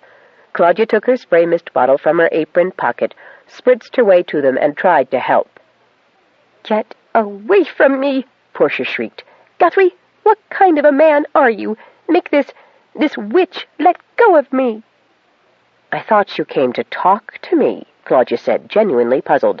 "Sean said you folks wanted to." "Pay no attention to her, Damma," Bill Guthrie said. "She's hysterical. She became addicted to one of her company's own tranquilizers. Sad case, really. I wanted to talk to you about the pharmaceutical potential of some of the materia medica you have discovered on your charming planet, but Portia thought we should just begin taking samples. Unfortunately, the samples seem to have taken us." "Sure looks that way," Claudia said. "Damma, if you just stand up and pick off the ones stuck to your clothes, I think you're free now. It's starting to snow anyway. Coo brambles shrink when it snows. Come on over to the spring and let's wash and treat those scratches. You got some pretty deep ones." The easiest place to give the distraught Portia and Guthrie a dry, bramble-free place to sit while washing and treating their wounds was the inside of the cave. The rock flock, as Claudia was beginning to think of the white-robed pilgrims, eagerly assisted in ministering, as they called it. "What did you want samples of anyway?" Claudia asked Portia Porter Pendergrass, just to distract her from screeching in the ear of her rescuers whenever Claudia dogged a little sting bush leaf on a scratch. "That stuff you're putting on me now, for starters," she said. Her face and hands were a mess, and one thorn had narrowly missed her left eye. Claudia felt bad for her. "That's okay then, Alana," she said, as if to a child, being as gentle as she could with a very deep scratch on the leg. "You can have the rest of this when we're done here. You'll need it anyway to make those scratches go away." "How about me?" Bill Guthrie asked plaintively. "You too," Claudia said, patting his knee. "Just be brave and hold on till I'm finished here, and I'll gather some more for you to take home." "And that cough medicine you gave Yanob-o-matic?" Portia asked. "Why, you got a cough?" "Oh, yes," she said, giving a forced tack. "Me too," Bill Guthrie said. "That stuff you sprayed on the bushes," Portia began as pitifully as she could. But she got no further, for Sister Agate threw herself between the two Kubramble victims and Claudia. "Do not hearken to the false words of these infidels, Mother Claudia. I told you I'm not your mother." "Claudia, she's right," Brother Shale said, taking her shoulders and attempting to pull her away from the pharmaceutical reps. "These people are out only to exploit the beneficence. They want to strip it of its miracles and synthesize its wonders for base motives of pecuniary profit." "They'll desecrate the beneficence," Sister Igneous Rock howled. "Be quiet," Claudia said. "You mustn't," Sister Agate began. "They're crazy," Bill Guthrie said, shaking off Brother Shale. But both were drowned out by a booming echo of Claudia's voice, rebounding through the cave. "Quiet! Quiet! Quiet! Quiet! Quiet! Quiet! Et! Et! Et! Et!" "It spoke," Sister Igneous Rock whispered, clasping her heart. "That was an echo, you idiot," Portia Porter Pendergrass snarled. "Quiet, idiot," the echo said just once. And this time nobody spoke. Finally Claudia said, "You people quit fighting and stop being so silly. You lot—" She nodded at the rock flock. "The planet isn't a creator any more than any of you. It's part of creation. The powers that be at Intergal even helped make it how it is now. Though they only woke it up, they didn't create its life." "But how do you know, Claudia?" Brother Agate asked. "You are but a mere mortal, though favored." "I know, 'cause the planet told me so, of course," she said. "And if you want it to tell you anything, you're going to have to get rid of some of your funny ideas long enough to make room for what it's got to say. As for you folks," she added, nodding to Portia and Bill, "you can have any medicine you need, and welcome to it." "They'll analyze it," Sister Agate moaned. "They'll synthesize it," Brother Shale groaned. "So?" Claudia asked. "If there's sick folks needing medicine, and they can make up stuff like we got here to cure them, that's a good thing." "You don't understand," Sister Igneous Rock wailed. "We've seen it happen before on other worlds, our own worlds. We even aided in the desecration, may the beneficence forgive us, before we realized what we had wrought and saw the light. Brother Shale was a geologist for the intergalactic energy rapists, and I myself engineered plants with which they could steal the treasures of other worlds. Even when I learned there were better ways, I could not convince my masters. They want only to destroy. Oh, believe me, Claudia, for I have seen how they work. We have all seen it.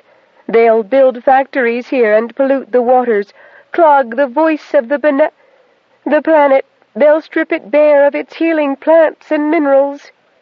"It'd just be a small factory," Bill Guthrie said, holding up his thumb and forefinger with an inch spread between them to show how small the factory would be. "And if we took all of the mature plants, well, they're plants. They'll grow back, right? We call it a renewable resource, Claudia. Portia said, as if she were talking to someone dumb enough to go out in midwinter without a coat on. "It's a growing thing." "So's your skin," Claudia said, shaking her head. "But if the coo brambles stripped it all off you, it wouldn't grow back. At least not fast enough to keep you alive. Petabee's just like you. You take off its skin, and it'll be back to what it was. Not dead, maybe, but not awake neither." "But don't you see, there are real lives, human lives, being wasted for want of the cures Petaybee has to offer. You owe it to them." As if in support of that argument, the cave began to echo with the cry, "Help! Help, please! Somebody help us!" 10. Gal 3 Repair Bay. Bunny tried to get the ship's computer to sound an alert while Diego attempted to persuade the hatch to reopen. His bracelet didn't do the job, nor did any amount of trying different button combinations on the pad located beneath a smooth metal panel.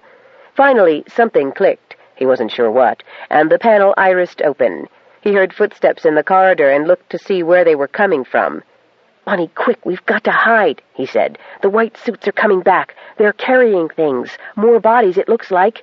"Can we run for it?" "You can't outrun a laser." "Diego, they've all got on the pressure suits. If they open the outer hatch while we're here, we're goners." "That, too. Although with them carrying stuff, they aren't likely to have free hands to pull the lasers on us." "Come on, Diego. If we stand here arguing about it, we're goners for sure." "They're too close," he said. He saw them clearly now, the white-suited figures carrying 2 women. Yana and Marmee. One of the figures, a tall man, wore the helmet but no white suit. Diego was pretty sure he hadn't been with them earlier. "Let's go," Bunny said, and pushed him out the door. They were halfway down the corridor when a cloud of sweet-smelling pink gas overtook them. Yana awoke coughing so hard she thought for a moment her life of the last few months had been a dream, and she was still in the infirmary following the Bremport massacre. She had a sickly sweet taste in her mouth and a constriction about her chest, which, she found when she stopped coughing, was caused by another body lying across her. She reached out, and her hand was full of face, smooth, unlined face, and a tangle of hair. A chorus of coughing, not as violent as her own, erupted all around her, and then Bunny's voice grumbled in a sleepy-headed, childish tone. "Ouch, your finger's in my eye." Bunny wriggled away, provoking an ouch in turn from someone else. "Sorry, Diego," she said. "It's a little crowded in here." "Yana?" Marmion's voice was faintly slurred, and she, too, began coughing, but daintily. "Was that party of Plez's much better than I thought it was?" "I don't think so, unless she uses pink perfumed gas on her guests afterward," Yana said, coughing again. "Merde, alors! Is that what it was? Where are we?" "I don't know." Cough. "It's dark." Then suddenly it wasn't, and a chirpy voice said, "Oh, good. Our guests are awake. Tell me, none of you have any food allergies, do you? Anyone a vegetarian?" Yana blinked fast and focused on the small port where a pert face dimpled in at them. Yana had seen hundreds of faces like that, pushing everything from shampoo to specific spacecraft for flights to anywhere you cared to mention. "What's it to ya?" Bunny asked, surprisingly pugnacious on such short notice. "Now, honey, that's no way to be. Just because you have to be our guests for a while doesn't mean the experience has to be unpleasant. Sorry to crowd you all in like that, but we thought you'd feel reassured to find each other nearby when you woke up. I'm afraid the boys were a little careless how you landed, so let's try again, shall we? Any food allergies?" The tangle on the floor sorted themselves out. "I demand to know where we are and why we've been detained in this fashion," Marmion said. "I'll be glad to explain, but really the crew is going to be cross if they don't get their dinners on time, so could you please answer my question first?" the person at the port said with a trace of irritation. "I would dislike causing your crew any inconvenience," Yana said in a trenchant tone. "None of us is a vegetarian, but I," she paused for a coughing fit, "am sensitive to any sort of gas." "Fine, good, wonderful, back in a jiff," the person said, and left. "Marmion," Yana said sotto voce, and when she had Marmion's attention in the dimly lit room, she gestured to where she had hidden her alarm. It was gone now. She'd have been surprised if it had still been there. That would have been a gross oversight on their captor's part. Marmion gave the most imperceptible of nods and a sly smile. So, Yana thought, both of them had had a chance to send signals. Help ought to be on its way, wherever they were. "Maxie's not here," Marmion said suddenly. "What have they done with him, do you suppose? There's just us 4. Oh. Then Pert-Face, as good as her word, was back. When she opened the hatch, she had 2 armed guards with her, and the 3 of them stayed outside the room. The guards wore orange coveralls with no identifying patches. Pert-Face wore a body-tight in green, with an aqua tunic of what appeared to be crocheted lace. Her hair was light brown, with lynx-like gray tufts at the ears, and in a diamond pattern at the crown, extending into the fringe of hair accenting earnest brown eyes. "I'm Dinah O'Neill," she introduced herself. "I represent Luchard Enterprises." "As what?" Yana asked. "Oh, public relations, legal, administrative, what have you. I'm the representative. And you, I take it, must be Colonel Yanaba Maddock?" Yana nodded but declined to shake her hand. "And the famous Marmion de Revers Algemen," Dinah O'Neill said, the stars practically dancing in her eyes. "I'm thrilled to meet you." "I wish I could say the same," Marmion said. Now, Madame Algemen, I'm sure you've been unavoidably detained for business reasons before. Think of this little interlude as another minor delay. And these lovely youngsters must be, let's see, Diego Metaxas? Right. And Monica or Bunny? My, that really suits you. Rourke, I can't tell you how delighted I am to have you here. I'll bet, Yana said, coughing again. And where is Maxie Sendel? Marmion asked. He was with us when we were gassed. Ah, yes, that glamorous one. As far as I know, he's all right. But really, I felt the 4 of you would be crowded enough in here, despite misery loving company so much. There's a reason for all of this nonsense? Marmion asked, totally unamused. The reasons are rather complicated and really nothing you need to worry about now. You're all safe and well, and that's the important thing, isn't it? Except that poor Colonel Maddox seems to be catching cold. Yana had launched into another paroxysm. It's not a cold, Bunny said, wrapping her arm protectively across Yana's hunched shoulders while she coughed. She's only just over a gas poisoning at Bremport, and you can't just go around indiscriminately gassing people. I'm so sorry, Dinah O'Neill said.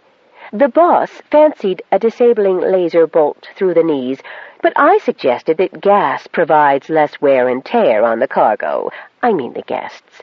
I do apologize. She snapped her fingers at one of the guards, who had a tray in one hand and a 4-liter bottle in the other. Here's your dinner.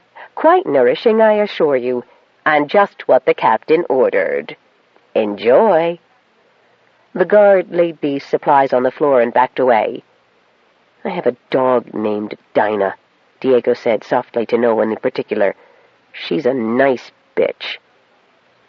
Flattery will get you nowhere, youngster. There was an edge to Pert-Face's bubbly tone. The door clanged shut.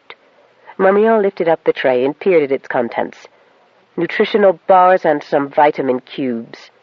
What was all that crap about allergies and vegetarianism then? Diego wanted to know.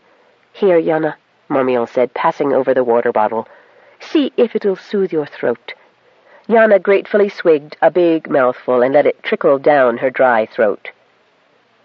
What are you doing? She asked Bunny, who was now audibly sniffing, turning her head to smell each corner of the small room. Wherever we are, we're still on the space station, Bunny said. However can you arrive at that conclusion? Marmion asked, surprised and skeptical. Air, Bunny said, and grinned. I'm a good sniffer, and this is the same air that we were breathing on Gal 3. Your launch had different smelling air, but this, she sniffed again, is the same as Gal 3. You know, she might be right, Marmion said. I devoutly hope she is, Yana said, with an inobtrusive gesture to her bra. Marmion considered this. "I wonder. You could be right, Bunny." "Do you think they do have Maxie next door or someplace?" Diego asked. "You mean, could he be in this with our dear Dinah?" Marmion asked. "Really, Diego, Maxie Rothschild's not a pirate." "Is that who's kidnapped us? Pirates?" Bunny was torn between astonishment and dismay. Then her expression changed into a disgusted grimace. "Water!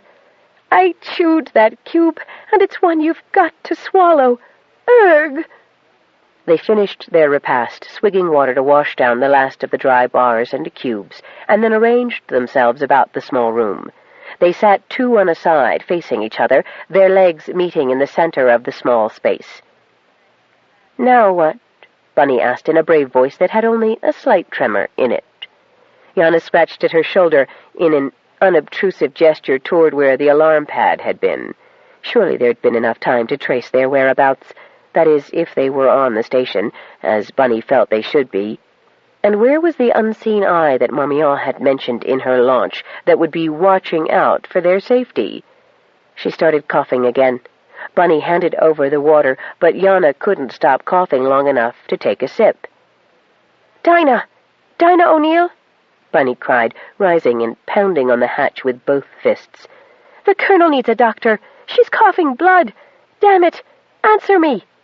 The hatch was hauled open so abruptly that Bunny lost her balance. Then she lurched back away from the angry faces that looked in at them, the two men who had brought the food.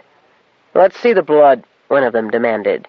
Yana was barking so hard and painfully that she was bent over her knees, trying to ease the spasms that racked her belly.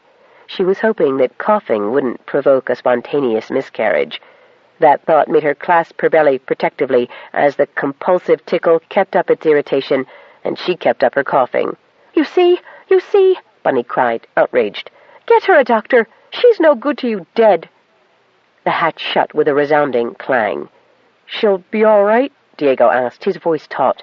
"She won't lose the baby or anything?" Yana shook her head, denying that to him as well as to herself, and kept right on coughing, gasping for breath, her ribs aching from the exercise. "We must be able to do something," Bunny cried, pounding on the hatch. She had pounded twice when it opened again, and a soulful face, long and aristocratic, framed with silvery hair and a well-trimmed beard, looked in briefly. He was pushed aside by Dinah O'Neill. "What's this? What's this? Blood?" "She can't stop coughing from all that gas you poured into us," Bunny said angrily.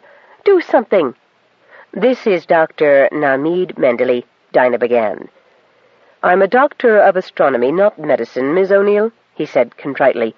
"But your infirmary must have some sort of link to even pirates get coughs." "Privateer," Dinah O'Neill corrected primly. She spoke over her shoulder. "Bring the first aid kit. That's for injuries, get it." "Codeine stops the cough reflex," Diego said helpfully. "Most first aid kits have something of that sort in them. Mild, useful." "What she needs is to get back to Petaybee and Claudius syrup," Bunny said. "Ah, yes," Privateer Dinah O'Neill said brightly. "Well, we can see our way clear to do that, after certain basic arrangements have been made." "Ransom demands, you mean," Marmion said stiffly. Dinah O'Neill twinkled at her as if she'd said something very witty. "First, we really must do something to stop that coughing, or we won't be able to get her to agree to anything." Yana violently waved both arms, trying to indicate that despite her coughing, she wasn't about to agree to anything. Then the guard returned and was thrusting the first aid container, a sizable one, too, at Dinah, who sidestepped so that the box went to Dr. Mendeley. "Please," Bunny said, supporting the weakening Yana against her, "find something." "I'm really an astronomer, not a medical—" "Anything!" Bunny's anguished cry was punctuated by Yana's painful barking. "Ah, codeine!" Nameed Mendeley held up a vial in triumph, and then his expression changed to one of doubt. "But how much?" Marmion held out her hand for the vial, then looked at it. "The spray," she said authoritatively. When she had received that, she filled it and then released the drug into Yana's throat. Almost magically, it seemed to everyone in the small room, the paroxysm eased, and Yana lay, exhausted, against Bunny. "And look, an herbal linctus?" Mendeley passed that over to Marmion, who also read its label. She broke the seal on the cap, opened the bottle, and passed it to Yana, who let the thick liquid flow into her mouth and down her throat, lining it in a soothing fashion. She recapped the bottle, clutching it to herself, her lungs heaving to reduce the oxygen debt the coughing had caused. Dinah O'Neill clicked her fingers at Marmion, who still held the hypo spray and the codeine vial. Marmion handed them over. "So?" Marmion asked the privateer in a deeply significant tone. "Now what?" "Can you walk, Colonel?" Dinah asked, peering down at Yana. "If a walk means we can settle this nonsense sooner, I'll make it." "Ever the valiant, Colonel," Dinah replied, dimpling at her. "I do admire your resolution and intrepidity." "Thanks," Yana said, exhaling wearily. That coughing had taken a lot out of her, but she mustn't indicate just how much. "Good. Then Majinda, the first mate, will escort you to the captain's cabin. I have other duties to attend." "Maxie?" Marmion asked, hopeful of an answer. "Now, that would be telling, wouldn't it?" Dinah said, mildly reproving, and went off. The doctor of astronomy followed her, and then a larger figure loomed in the hatch opening. First Mate Majinda was a tall, muscular black man who probably had ended up a pirate privateer because he looked the part so completely. One eye was a cyber implant that was only slightly less grotesque than an eye patch. He had cut the sleeves out of his orange coverall and wore a striped jersey beneath it, and a flowered red bandana around his shaven skull. Really, Yana thought, grasping at any diversion, the man had been watching far too many swashbuckling Holovids. He gestured peremptorily for them to follow him, and an equally large and threatening-looking fellow, olive green rather than black, fell in behind Diego, who was last to leave their prison. Yana managed another swig of the linctus. Just the act of getting up made the tickle return to her throat. And then they were led through corridor after endless corridor, past supply locks and repair bays, and what looked like weapons rooms and cyber-sleep facilities, storage bay after storage bay. Some of them, Yana could have sworn, they passed by more than once. They walked until her feet hurt and her cough was ceaseless, but still their captors led them on through more corridors.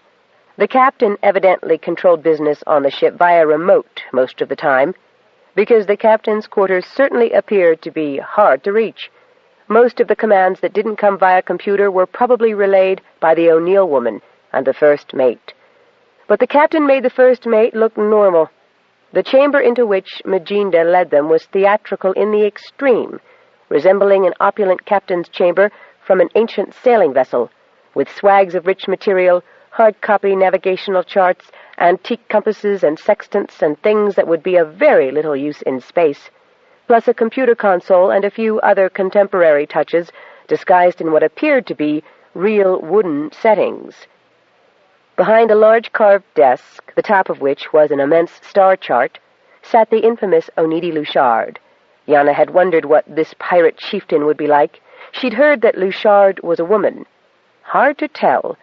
To the world the captain appeared as an Aurelian, a six-armed, vaguely humanoid creature with a craw full of fangs that would have stretched from ear to ear had the creature had ears, and an optical slit that circled its entire cranial prominence. This was a holocover. Even if the wavy aura weren't discernible, which it was, though only slightly, an Aurelian, even an Aurelian pirate, an unlikely occupation for a peaceful sea-dweller with a language similar to that of Earth's aquatic mammals, even an Aurelian who could live outside its normal environment would have no conceivable use for the gadgetry displayed in that room. Also, this particular Aurelian dry environment-dwelling pirate spoke pretty good English, through some sort of distorting device. "I had no idea you had a sense of humor, Luchard," Yana stopped coughing long enough to say. "Enough. You will record the messages as they are written for you on these sheets. You, Madame Algemen, will have all of your liquid credits transferred in the manner described here. In addition, you will sell your interest in the following concerns for the price given to the first buyer approaching your broker. The entire transaction, needless to say, will be kept completely confidential if you wish to remain alive, alert, articulated, and anatomically complete. These transactions will take place in time-controlled sections so that any security measures on the part of your people will be detected, and you will, I guarantee, suffer for them. As for you, Colonel Maddock, in addition to the demands we list there, I suggest that you have your husband send along some of the famous Petaybee and cough syrup that cured you the first time, signing over the patent to the party we suggest, of course. I warn you that any resistance or reluctance on your part will result in unfortunate consequences for the young people accompanying you, as well as for yourself. It will also prolong your stay with us, and we are not equipped with any provisions for delivering babies. I trust when you record your messages, you ladies will endeavor to sound sincere and very, very convincing. Begin. 11. Kilcool. Sean Shangili was awakened by Attic, who had just received word via Johnny Green that stragglers from the shuttle containing the first group of hunters showed up in Harrison's Fjord, suffering from exposure and demanding to make contact with their attorneys. He was still sorting that out when Una Monahan located him in Claudia's cabin, dragged him down the road to Yana's, and pointed at the comlink. Yana's voice transmission was staticky, but the words appearing on the screen were unmistakable. We've been kidnapped, Sean, me, Marmion, Bunny, and Diego, and this is what the ransom is, she began as his knees, suddenly unable to support him, folded and his butt hit the seat of the chair. They don't intend to let us go until the ransom's all paid. But we don't have any credit, Sean began in protest. We're apparently in possession of a valuable planet, Yana began coughing. Yana, are you all right? She is not all right, another voice said. She coughs much and bloodily and... The transmission was abruptly cut off. Sean stared at the comm unit, then tapped it, thinking the connection had merely been interrupted. But after a few more moments of useless tinkering, he had to admit that wasn't the case. And the ransom is Petaybee? And just how did the kidnappers expect him to hand over a planet that certainly wasn't his to give? Sean? Una had popped her head around the door. Una, get Johnny and find out how we can re-establish contact with the parties who've kidnapped Yana, our baby, Bunny and Diego, and Madame Algemen.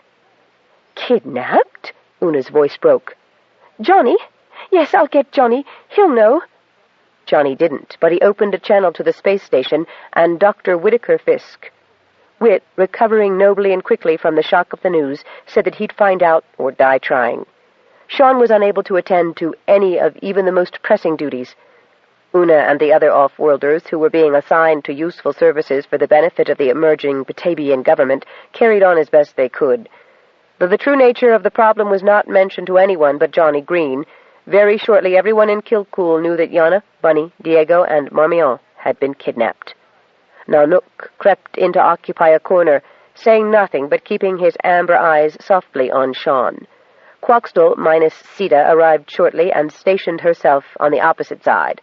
Orange Cats appeared briefly in the doorway and disappeared as Sean sat and stared at the comlink, willing it to work and provide good news only. In his head, thoughts went round and round on a mental carousel. Yana and his unborn child were kidnapped. Bunny, Diego, and Marmion, too. By whom? For what reason? He had no right to give a planet as security, not to anyone. Only the planet could say what it would or wouldn't do. Maybe that was the answer. The best thing to do with the problem was turn it over to the planet. But he couldn't leave the office, not until that bedamned, unworking comlink awoke with some news. Would he see Yana alive again? Would they ever see their baby? Kidnappees did not often return unharmed, alive, or compos mentis. Who knew in what condition they'd be returned, if they were returned? Anything could happen to them, maiming that was not just physical but mental and emotional as well. He'd heard rumors of hideous mind-wiping devices that could totally destroy personalities. How had Marmion let an abduction occur? She'd promised they'd all be safe for that short time it would take to satisfy the CIS committee about the nature of Petaybee. They'd gone long past the original estimates, so the kidnappers could set it all up and start swamping the planet with drug merchants, hunters, religious orders, orphans, homeless relatives, and all sorts of human flotsam and jetsam, and no facilities to handle such an influx. The comlink buzzed, and Sean pounced on it like a hungry mink on a roosting chicken. "Sorry to tell you this, Sean," Whitaker Fisk said, "but the kidnapper has been identified as Oneidi Luchard, a well-known and clever pirate with a well-equipped outfit and a base no law enforcement agency's ever been able to discover. Luchard is ruthless and has formidable resources." "Do they have a medic?" Sean demanded savagely, the sound of Yana's coughing echoing in his ears. Damn, she'd only just gotten over the after-effects of the Bremport gassing. How could she be subjected to another episode? Huh? Whit was taken aback by the unexpected question. "Yana's got a cough again, bad enough so they use it to threaten me with." "They lose her as hostage, and they've no leverage." "Damn it, Whit, what do you mean by that?" "That if she's sick, they'll bloody well see she gets better, of course. What did you think I meant?" Sean murmured something, but Whit went on. "The commander of Gal 3's organized a massive search of and contact with every vessel that left the docks since before Yana, Marmion, and the kids went missing. They're leaving nothing to chance." Whit gave a groan. "But it's going to take time. That's one of the busiest stations in the whole Intergal net. I've also had a word with Anisiliac, and he's none too happy with that PTS group. He's going to get an injunction against them to prevent any further unauthorized trips to the surface. I'm going one better. I'm getting permission for you to have a representative in the space-based control tower so you can trace any drops they might make before that injunction is served. We gotta find them first." Whit made a noise of total disgust and annoyance at the obstacles. "We don't need any of this right now." "Precisely why we have it," Sean said bitterly. "Can you spare Johnny to watch the screen?" Whitaker shook his head regretfully. "Much as I'd like to, he's far more useful elsewhere than sitting on his duff looking at a screen for hours on end." "Yeah. Get Una to see what she can come up with." That was a good notion. Una possessed a knack for finding people with unusual and useful talents. He wondered why he hadn't thought of it. "I'll ask her. I'll keep in touch, Sean, and see what else I can learn that's going on at Gal 3. "Find out where Luzon is," Sean said dourly. "I did. He's doing intensive therapy in some fancy spa to get active again." "Again? He's never stopped being active. Against Petaybee." "If we could prove that, Sean," Whit said in a savage and none too hopeful tone, "we'd do Intergal a big favor." "Count on me." As soon as the link broke, Sean explained to Una what was needed and why.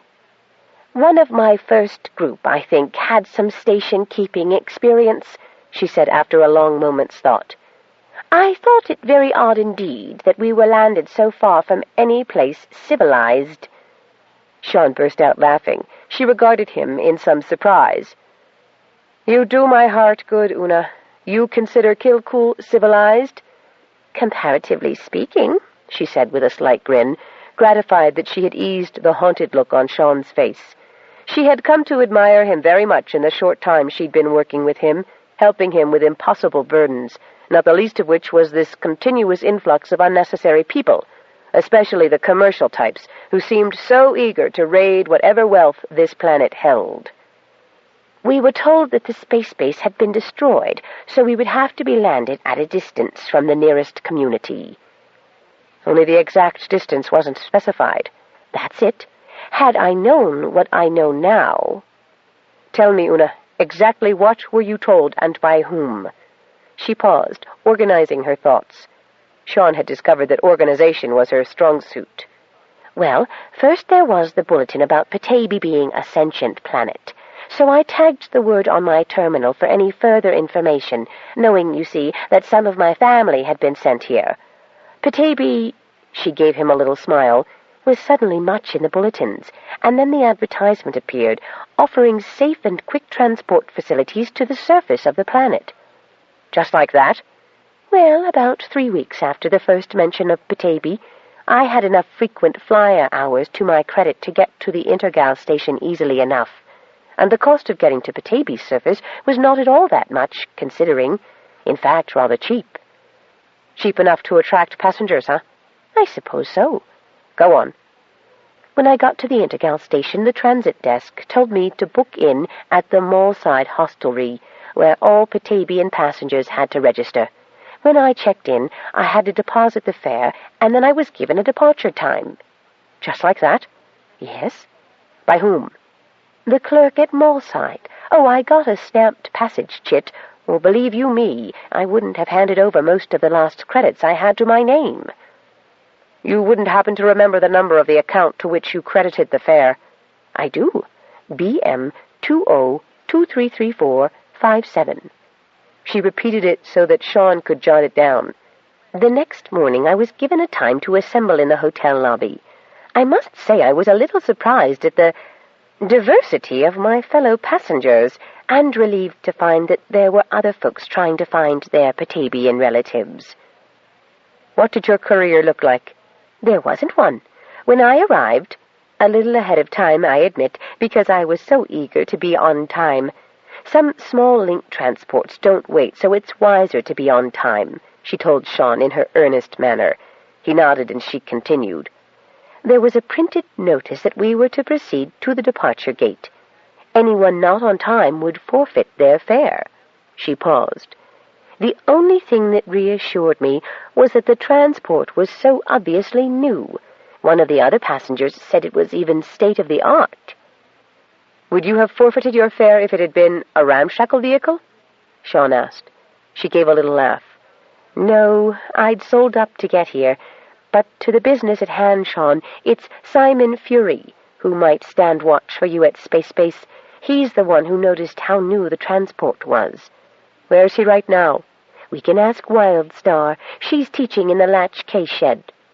Wildstar was certain that her husband, Simon, would be quite willing to help Sean out. Simon seconded that when they found him. In the first place, he'd love to get his hands on the guy who had dumped them down in the middle of nowhere. If it hadn't been for Sita, they could have frozen to death their first night on the planet. In the second place, he had 2 badly blistered hands from chopping wood, which was the chore he'd been assigned in Kilcool. I don't mind doing my share, like, he said, displaying the bloody signs of his industry, but I'd rather a chance to toughen up more gradually, like. You know what I mean? He said he'd stood enough watches on the mining vessels he'd worked over the past 20 years so that he felt himself able to do what Sean wanted. Just don't mess the guy up so much we can't get civil answers out of him, will you? Sean asked wryly. The shuttle was due to make its weekly descent to Petaybee within the next 32 hours, and Simon was able to plot from its trajectory where it would touch down. In the forest nearer Shannonmouth than Kilcool, there was no pilot to remonstrate with or wring information from. A highly sophisticated remote control module guided it to and from Petaybee. This Simon Fury discovered when he barged past the disembarking passengers and attempted to get into the pilot compartment. He'd come prepared with a device that would disable electronic locks, so he got into the forward cabin. If I'd had just a little more time, I could have bollocksed up the remote so the shuttle couldn't take off again, but it'll come back, won't it? I didn't mess up the panel like disabling the lock. He looked at Sean for reassurance. As long as whoever's running this show doesn't realize the lock was tampered with, what would you need to bollocks the controls? Simon grinned. It don't take so much, really, if you know what to do. I'll have another look through the refuse skips at the space base. They're jettisoning an awful lot of useful stuff. They are? Seamus and Attic chorused together. Thanks, Simon, Sean said, clapping the older man gratefully on the shoulder. We'll take any salvage you can hoist. Figured. Now, Sean said, his expression altering from amusement to anxiety, let's see where we can stash this bunch of pilgrims. For there were more robed figures huddling in the miserable knot of the disembarked passengers. Claudia was still in the Kilcool cave with the first bunch of rock lovers, or whatever the religious seekers called themselves. Shannonmouth agreed to shelter the 7 who were looking for their families. 9 of the religious had rock and stone names, and demanded to be taken to brothers Shale and Granite. So Sean took them back to Kilcool to commune with their brothers and sisters. 3 more hunters and another drug company representative made up this passenger complement. They, too, had to come back to Kilcool, though Sean didn't know where he'd be able to stash them. Now, if Simon should be successful in aborting the transport's return to the Intergal station, maybe this would be the last group he'd have to worry about. But with winter closing in, he'd have to sort the whole caboodle real fast. At least the problem of trying to spread the burden of extra numbers on the already stretched economy kept his mind off Yana. 12. Gal 3. The unseen eye, a.k.a. Charis Parklet, who had been instructed to keep a close one on Yana, had followed the target subject and her escort through the maze and down to the cargo bay area. Since it was obvious the 2 women were in the company of a more than capable-appearing male, and someone the eye had better get some gen on if he was to be much in their company, the eye remained covert. In fact, the target subject and her companions were out of sight a good deal of the time, as Charis had to remain unseen. Suddenly there was a bit of confusion ahead, and when the cover watcher moved to a better viewing position, a whiff of the gas wafted across her face. Gagging and trying not to breathe while still attempting to clear her lungs gave the watcher a bit of trouble, especially as the Mayday reached the mastoid implant linked to Marmion's alarm pad just when the gas affected a very short period of unconsciousness. Struggling to regain full use of her senses, Charis staggered around the crates and cartons and saw only one body on the ground. Pressing the emergency signal for help, she dashed to the body. "Fat lot of help you were as escort." Charis resisted the temptation to kick the unconscious man for his dereliction of duty. There were other more pressing matters, like following the faint whiff of the gas through the maze of installations and cargo bays. This was a downtime in the cargo bay when all but the most urgent jobs were suspended. Some ship was being loaded on the far side of the dock, but it might as well have been on another planet as far as crowd protection went. The time had been well chosen, and the abductors had had access to the intramural passages that separated cargo areas. Alternately sniffing for the trail of gas and choking on the residue, the eye continued until there was no smell at all. She backtracked to where vestigial traces remained, used her special key to open the panel, and stepped out in a workshop area. Empty, of course. "I must have been out longer than I thought," the operative murmured, keying into the security board in Commander An Han's office. "Charis here. There's an unconscious man at Sector 45Z2, Cargo 30, and Marmion de Revers Algemen and her guest, Colonel Maddock Shangili, appear to have been kidnapped." "What did you say?" Charis sighed and repeated the message. "Are you sure?" This time it was the commander himself asking. "Yes. Stop all outgoing vessels." "No implant messages?" "Only the Mayday," Charis said grimly. "We're instigating stop-and-search procedures." "Good. First check what was logged in at Bay 3047N. There was a brief pause. "A damaged pleasure yacht to be repaired with a hole the size of a shuttle." Some rather inventive cursing followed. "And a shuttle is registered as pulling out of that sector." "Have the corvette pick me up here." "Since it's only a shuttle, can do," said the commander. "And send someone to collect that idiot who was escorting them." Charis gave the location. "I want a tape of the rescue. First impressions are invaluable. He may know something he doesn't know that we can use." Charis waited impatiently until the corvette docked at the airlock through which the abductors had taken their victims. There was only the faintest whiff of the gas left. The security corvette was fast. Surprisingly, so was the escaping shuttle. "I don't believe these speeds," the corvette captain said. "Everyone on board must be out." "Some of them are," Charis said grimly. The shuttle proved to be nearly as agile in space as the corvette, and led them a chase through the storage pens that circled Gal 3 at a distance. Anything from recyclable debris to cold storage. "We'll get the buggers now," the corvette captain said, as the shuttle cleared the last of the obstacles. He signaled the helmsman for more thrust, and the corvette steadily gained on the shuttle. "Must have souped-up engines to do this." "Halt and prepare to be boarded," he announced over the comlink. The corvette was matching speed and position, edging closer and closer when the shuttle exploded. The corvette was skewed sideways. Any crew member not strapped down to something bounced about like a wad of plastic. The corvette had taken a broadside and would limp back on navigational thrusters alone. But the worst part of it, or maybe it was the best part of it, was that the implant in Charis's mastoid bone had not rung the death knell of the person she had thought she was about to retrieve from the kidnappers. That shuttle was a decoy, Commander Onhan told Charis when she got to his office. "And stop and search has produced nothing?" she asked, slumping in the chair Onhan had gestured for her to take. She was very weary, and the effects of the gas, despite a marginal inhalation, could still be felt. "Not yet, but there were damned near 30 ships leaving Gal 3 within the target hour. You're sure Marmion de Revers Algemen is still alive?"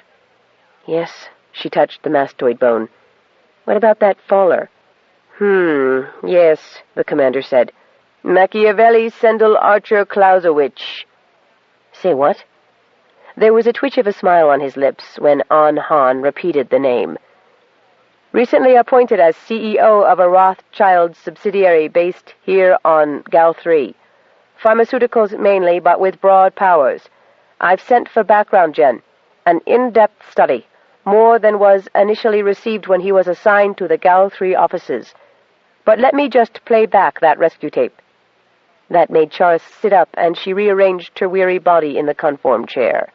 Such tapes were generally used to affirm treatment on emergency calls, more to protect the Samaritan than the victim, but helpful in establishing little details when a victim would not be as compos mentis as he would like. Charis watched, and then, smiling ever so slightly, turned to Onhan, who was blandly anticipating her reactions. "Oddly enough, I don't believe he was as thoroughly gassed as he appeared." She knew exactly how one felt coming out of that sort of encounter. The tape showed the rescue team advancing on the body and going through the whole routine of administering oxygen to counteract the effects. The too handsome man went through the gagging, the disjointed motions, and the lingual distortions the gas caused.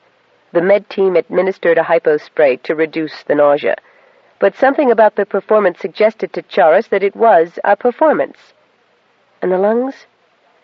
They showed only a minute residue of gas, not a full measure. Certainly not one that would have rendered him unconscious so long. He also had the ransom note. "Well, what about that?" she asked. "Yes, what about it?" "I think we watch this... What's his name again? Never mind. He'll be Mac in my books." "Indeed we will. Here's the note." And the commander passed over the slip as gingerly as if he expected it to explode in his face. On the pirate ship. When the voice contact with Sean had been summarily curtailed by Maginda, Yana was close to lashing out with her fists at the big first mate and the monstrous hologram of Captain Luchard. Either would have been a foolish waste of time, and as it was, another paroxysm of coughing racked her. "Haul the female to Dr. Mendeley. She can't be dying on us, or we'll lose our bargaining position with the planet," Luchard growled. Doubled up as she was, Yana was bundled out of the cabin, and after a very short distance down the corridor, which confirmed her notion that they'd been deliberately routed along every deck of the vessel in order to confuse them, she was pushed into a considerably larger accommodation. It had bunks along 3 sides, a narrow table with benches under it in the center, and 2 narrow doors that she would later discover led to the sanitary facilities, the shower behind one door and the head behind the other.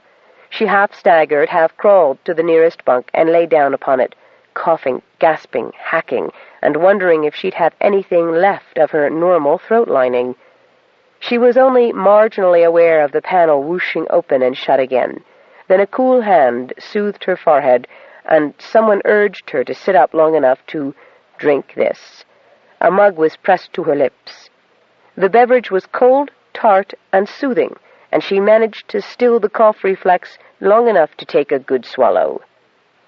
"Cookie let me rummage in her stores for the ingredients," said the rich voice of the astronomer, Namid Mendeley. "It's what I think was in my grandmother's recipe, plus a little codeine, which does depress the cough reflex." Yana hesitated. Codeine? She gasped. What about the baby? Mendeley raised his eyebrows and gave a slight uneasy shrug. I wouldn't think there'd be much risk to the fetus at this stage, but I'm no obstetrician. However, I think it's a safe bet, if the cough continues to be this violent, that you could miscarry. She nodded, pausing only a moment to bark again. She was panting from the effort of trying to suppress the cough long enough to keep from choking on the drink. She took the mug from him and sipped slowly.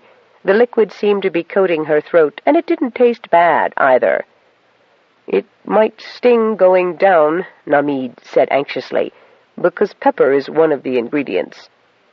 Oh, Yana kept sipping. She didn't care if it contained pepper or eye of newt and toe of frog, so long as it stopped her coughing. She got into a more comfortable position, propped against one end of the bunk, crouching just a bit to avoid banging her head on the bottom of the upper bunk. I think it's helping. Thank you. You're very considerate and kind. I'm neither of those, but I told Dinah I wouldn't cooperate any further if she didn't let me help you. Namid perched tentatively on the edge of the table and looked around, sighing deeply. What's the matter? Yana asked. He grimaced, shrugged, and held out one hand in a helpless gesture. Nothing new, he said in a resigned tone. In fact, he added as he continued to look around, this is slightly better than my previous quarters. Oh, Yana said encouragingly. He didn't look at all the sort of person to associate with privateers, even one as patently sensual and domineering as Dinah O'Neill. I was married to Dinah O'Neill. Another sigh, one expressing the folly of such a union. She doesn't take the divorce seriously. In short, you're now permanently on board this ship? As he folded his arms across his chest, he had a slight twinkle in his eye and a rueful smile on his face. We met under considerably different circumstances. It was a whirlwind romance. I'd never met anyone quite like her before. I'd just returned from a 2-year stint studying 2 new variables and... He shrugged. Any female would have seemed delightful? Yana couldn't help twitting him, and then went back to sipping his brew. Exactly. And, to give the devil her due, she was everything I'd ever dreamed of. We had a glorious 6 months, although her business took her away periodically. Then you discovered what her business was? Quite by chance.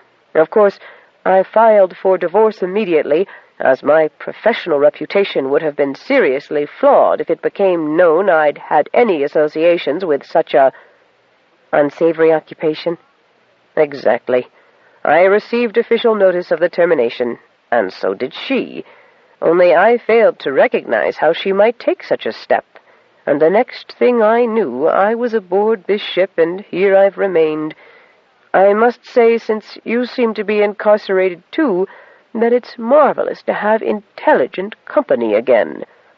They both heard the noises in the corridor outside, and then the panel whooshed open. First Bunny was propelled inside. Marmion followed in a more dignified entry, while Diego's limp body was launched from the doorway onto the bunk opposite Yana, his head connecting hard with the wall. The panel closed with a snap, and Bunny, crying out in protest, went to Diego. Yana, are you all right? Marmion asked, going around the table so she would not have to touch Mendeley. I'm much better for Namid's brew, Yana said, trying to convey to Marmion that the astronomer deserved her pity, not her censure. But what have those bastards done to poor Diego? One of the men bringing us here goosed Bunny, Marmion said angrily. She hit him, too, but that first mate just clobbered Diego as a lesson. She was so furious she was shaking, and with a look that could have pierced steel, she glared at Namid. Are we to be spied upon every moment we're together, in addition to the other indignities? Come off it, Marmee, Yana said.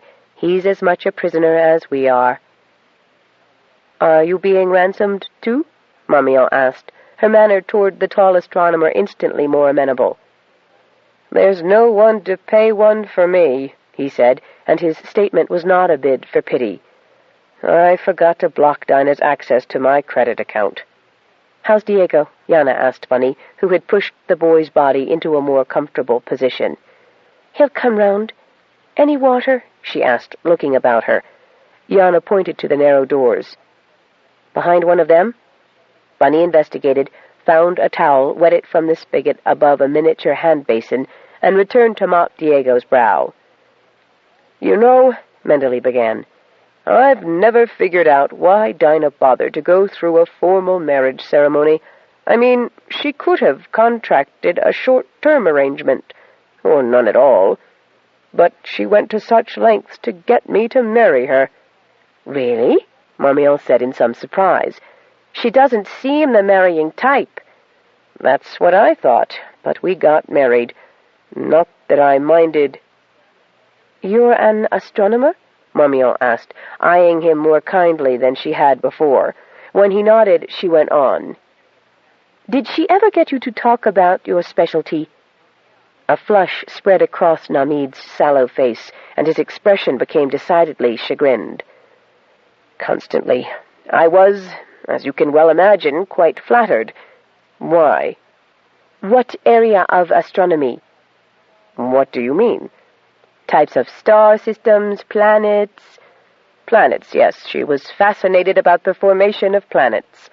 Marmion, Yana, and Bunny exchanged glances. "And she seemed really interested," he added, confused. "Perhaps sentient planets?" Marmion asked. He laughed then. "Really, Madame Algemene, sentience in a ball of matter thrown out by a cooling primary? Come now, I know you're an intelligent woman." "And intelligent enough to recognize sentience when I see, feel, and hear it." Namid leaned toward her, his incisive green eyes capturing her gaze as he transferred his arms from his chest to a tight hold on the table edge. Yana could almost see his thought processes trying to catch up with the sincerity of Marmion's tone. "You're in earnest, aren't you?" "Deadly earnest," Marmion said in an edged voice. "And you were abducted because of a—" He paused, still dubious. "A sentient planet?" "Surely Dinah has made mention of Petaybee in your presence?" "The name has come up frequently of late," he began, frowning. Then he made a little warning gesture of his fingers and looked meaningfully at the corners of the room, apprising them that the room was probably bugged, which Yana had already guessed. "But I did not realize it was the name of a planet." "It is," Yana said. "Planet Terraform B, or Powers That Be, or Petaybee."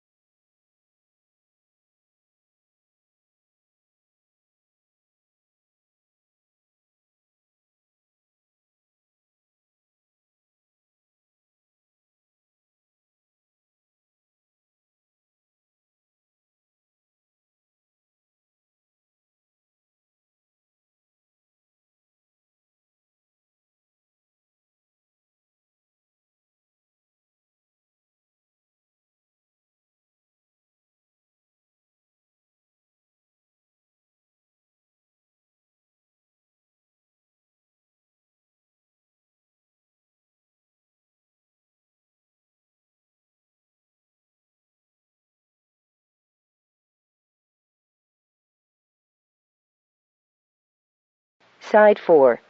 Power Play by Anne Mccaffrey and Elizabeth Ann Scarborough, continuing on page 133.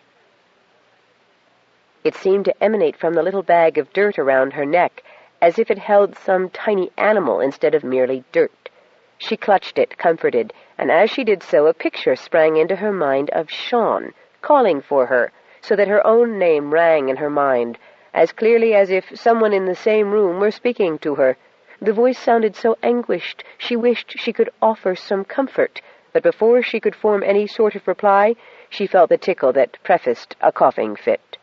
She clutched harder at her talisman, as Petaybee and Sean continued calling her, a voice in her mind crying her name. The cats talked to other cats and Claudia, the dogs to their humans, and everyone talked to the planet. Why shouldn't the mighty voice of a planet be able to call across the cosmos if it set its mind to it? Interesting thought, one that tumbled around and around as the image of Sean and the tickle evaporated and the voice faded. She lay awake for a long time, fondling the bag, wondering if she had just dreamed the warmth and the powerful mind echo. Because it was tremendously reassuring to think, even for a moment, that Petaybee was somehow on her psychic wavelength, she wanted it to be true. In the past, when she had dreamed someone was calling her name, they often had been, and it was the captain or the drill sergeant or the corps commander. This time she was alone in the bowels of wherever they were, and the only sounds were the sleeping restlessness of her fellow prisoners. Then they were all abruptly aroused as the door of their prison burst open to be filled at once with a brawny crewman, the ever-ominous Maginda, and Dinah O'Neill, who seemed to be using all of the strength in her petite frame to restrain Maginda. Maginda clanged something hard against the metal of the doorframe, a laser pistol. "Get off your butts, you lazy lot of worthless harlots." Part of Yana thought, I was right. He does fancy himself as an old-style pirate. Who used the word harlot anymore, really? But he looked very fierce indeed, and Dinah O'Neill appeared to be all that stood between them and his wrath.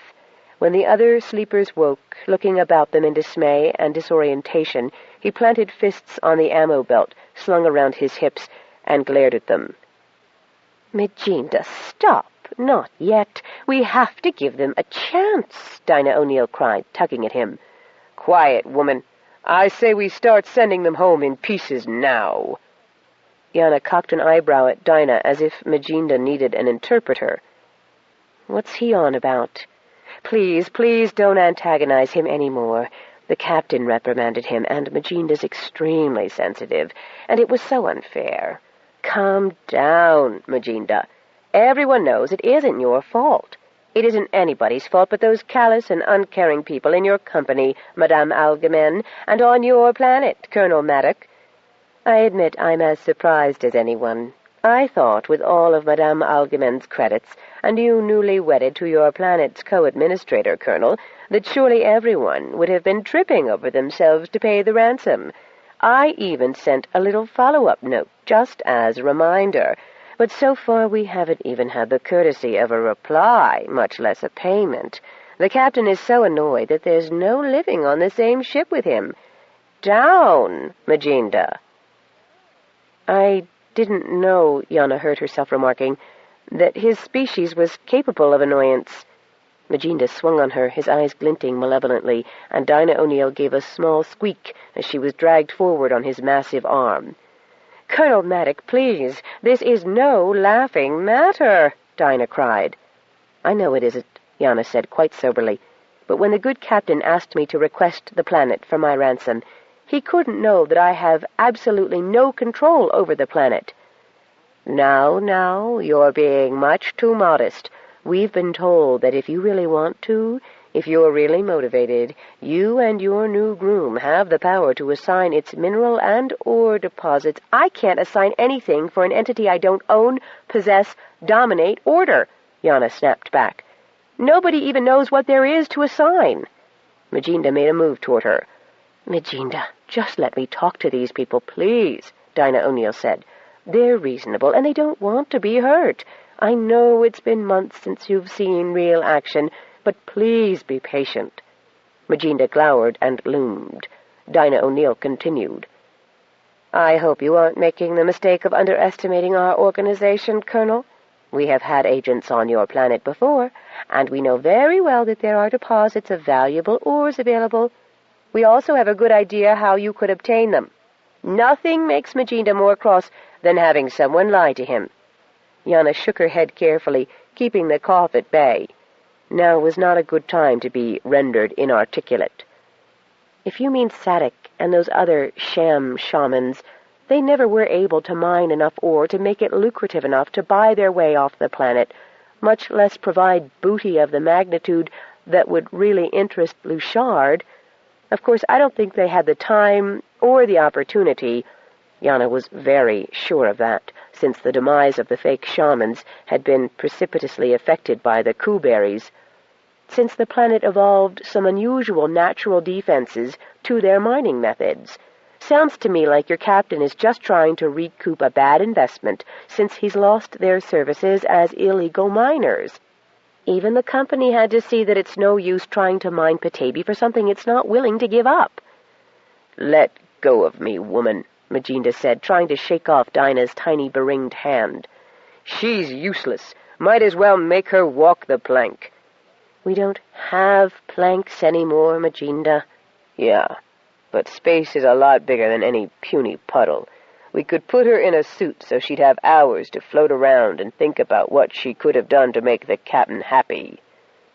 Yana's arguments had obviously gone over Majinda's head, but his attitude only reinforced her feeling that he wasn't the only one who didn't understand the nature of the entity he was dealing with.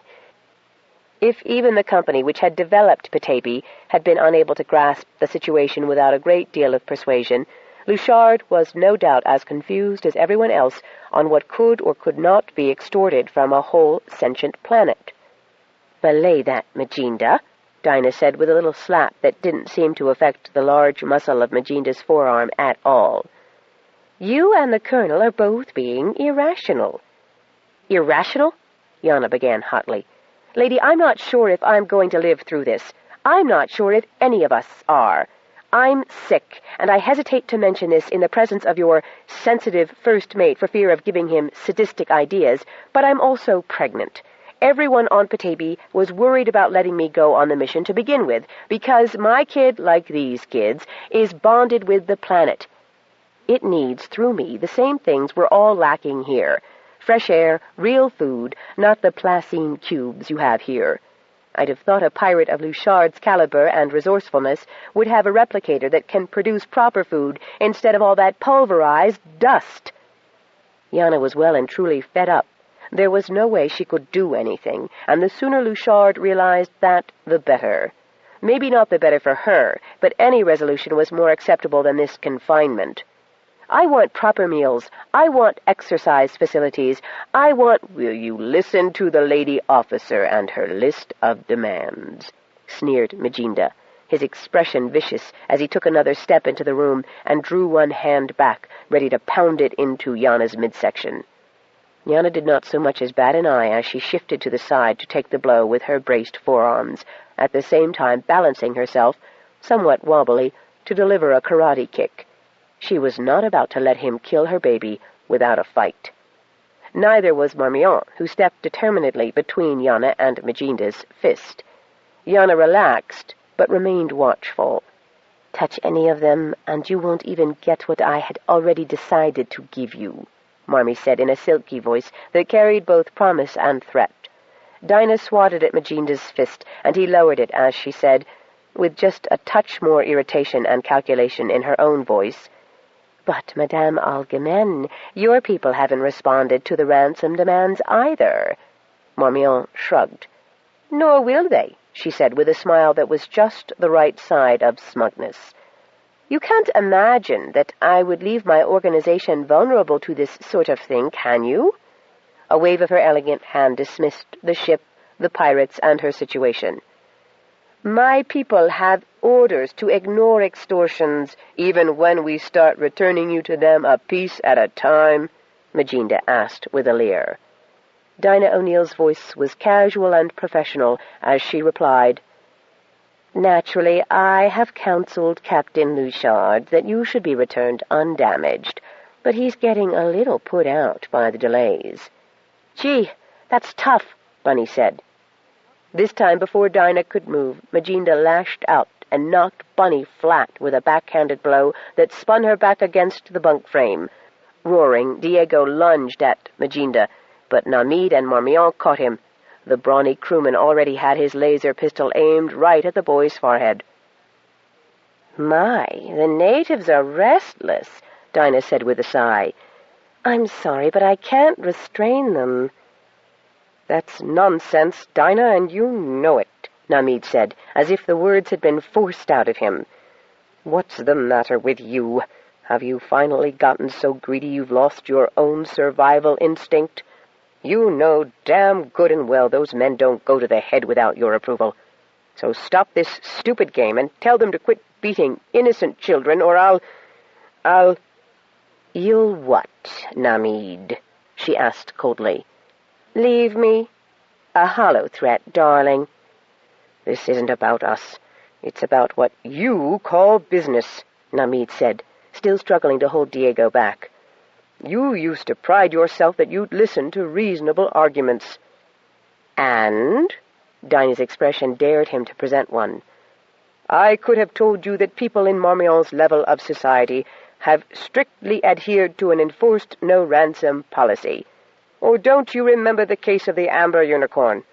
Of those who were held for ransom, 2 died under torture, begging their organizations to break through the restrictions put on them, to cut the red tape to save them, but the organizations were absolutely prohibited by law, which tied up all the assets in legalities so that they couldn't be liquidated. The families pleaded and offered all sorts of personal assurances, but in the end, the 2 captives died and no ransom was ever paid. The others suicided, apparently also by prearrangement. I suspect Marmion is prepared to take similar measures to ensure that her capture or death will profit no one." When Namid looked in her direction, Marmion nodded, a faint, proud smile on her lips. "There's no way at all that any funds will be released before I am," Marmion agreed. "However, I am prepared to offer, let us call it passage money, for a safe return, and I'm quite willing to make the fare a substantial amount." She gracefully gestured to include everyone in the cabin, including Namid. "But there is no way that my people will liquidate holdings on my signature," and she drawled the next few phrases in the most resolute of soft voices Yana had ever heard this formidable woman use. "Even if I had to hold the stylus with my teeth to sign." "Damn that Fisk," Dinah said in the first unrehearsed and spontaneous utterance Yana had heard from her so far. "He said this was a sure thing."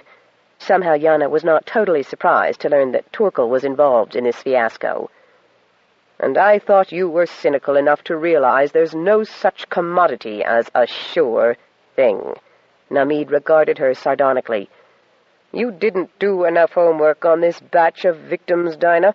Maybe it's time you gave it up if you're getting careless."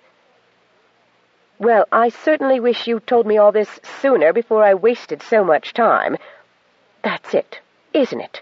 she asked with a wounded expression, scanning the faces of her captives and her ex-husband. "You were stalling for time. Oh, really? Just because you're in legitimate business instead of a marginalized one like us, you think our time is not as valuable as yours. I knew I should have stuck with cargo and not branched out into passengers, but there is gold on that wretched ice world," she insisted, her fists clenching at her sides. "There are gemstones. There is germanium, gengisite." "In small quantities," Yana said. "Just what sort of deposits were you shown?" she added wonderingly. Dinah O'Neill said nothing, but kept eye contact with Yana. "Have you ever been on the surface of Petaybee?" Yana asked. A flicker in the privateer's eyes and a slight smile indicated that she had. "In the winter or what passes for summer there?" Yana continued, keeping up the pressure. "Both. And just what did you report to Captain Luchard that has made him so determined to strip that poor world?" For just a second, O'Neill's eyes flickered again, doubtfully this time. "I'm sure you've heard this one before," Yana began, taking a deep breath. "But if you let us go, we will not press charges." She glanced at Marmion, who nodded. Dinah's expression was contemptuous, Maginda's the epitome of cynical amusement. "I really do think you've been misled. Something Sadek was good at."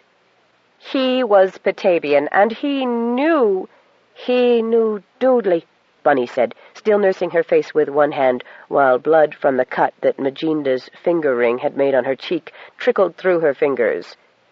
"He hadn't been on the planet since he signed on to the company, and he got discharged from that right smart. He wasn't even very useful when he was growing up. He just talked big." Dinah smiled as she turned her eyes on Bunny, a sort of half-congratulatory smile at the girl's spunk. "You tell that captain of yours that he won't get anywhere threatening Yana or Sean, or me or Diego here," Bunny went on in a level voice. "He wants to make a deal involving Petaybee. He comes to Petaybee and talks it over with the planet." "Talks it over with the planet?" Namid's astonishment was complete, and, open-mouthed, he looked from Bunny to Dinah and back again to Bunny. Dinah gave her a pitying look. "Talk to the planet?" "Go see your relatives," Namid said, startling everyone, including Dinah. "Well, you always told me that some of your relations way back were exiled to Petaybee." "That was the rumor I was raised with, which, I might add, I checked out on the company computer," Dinah said, then shrugged. "I'm not at all sure I'd trust their records, or anything about the planet." "O'Neill? There are O'Neills at Tananal Bay," Bunny said, regarding Dinah with a keener interest. So swiftly did Dinah O'Neill withdraw then that the heavy door panel had whooshed shut before they realized her intention. Maginda and the crewmen followed smoothly, and the captives were left alone. "Now you've done it," Diego said accusingly to Bunny. "We had her—" "I think Bunny may well have done it," Marmion said quietly and respectfully. "It'll take time for Dinah to absorb the fact of her error," Namid said thoughtfully. "But she is extremely intelligent and very flexible.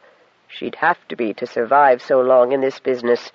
She's usually able to influence Luchard." "You think she'll try to talk him into letting us go?" Bunny asked wistfully, her face crumpling into tears. Diego cradled her in his arms, stroking her hair and murmuring little endearments in Spanish. Marmion dampened the one towel they had in the room and handed it to him to place over the cut on Bunny's cheek, just as Yana began once more to cough. 14. Petaybee. Sean swam with the single-minded fish schools until they reached the lake, where the fish all at once made a silver river into another of the underwater caves. Sean followed. When the water grew too shallow, the fish turned back, and Sean found himself in another dry grotto.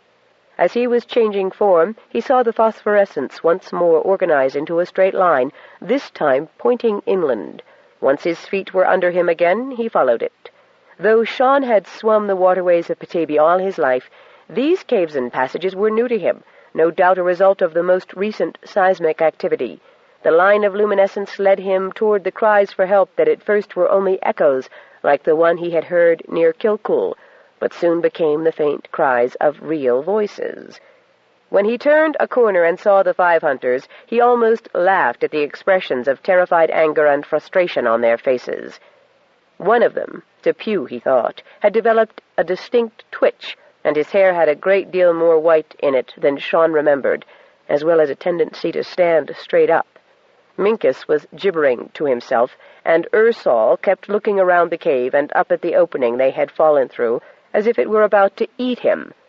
The wooden bows, arrows, and lances that Sinead had substituted for their high-tech rifles were piled together in a little heap that someone had tried to set on fire for warmth, he supposed, all but the dagger Mooney clutched in his fist as he pointed to Sean and yelled.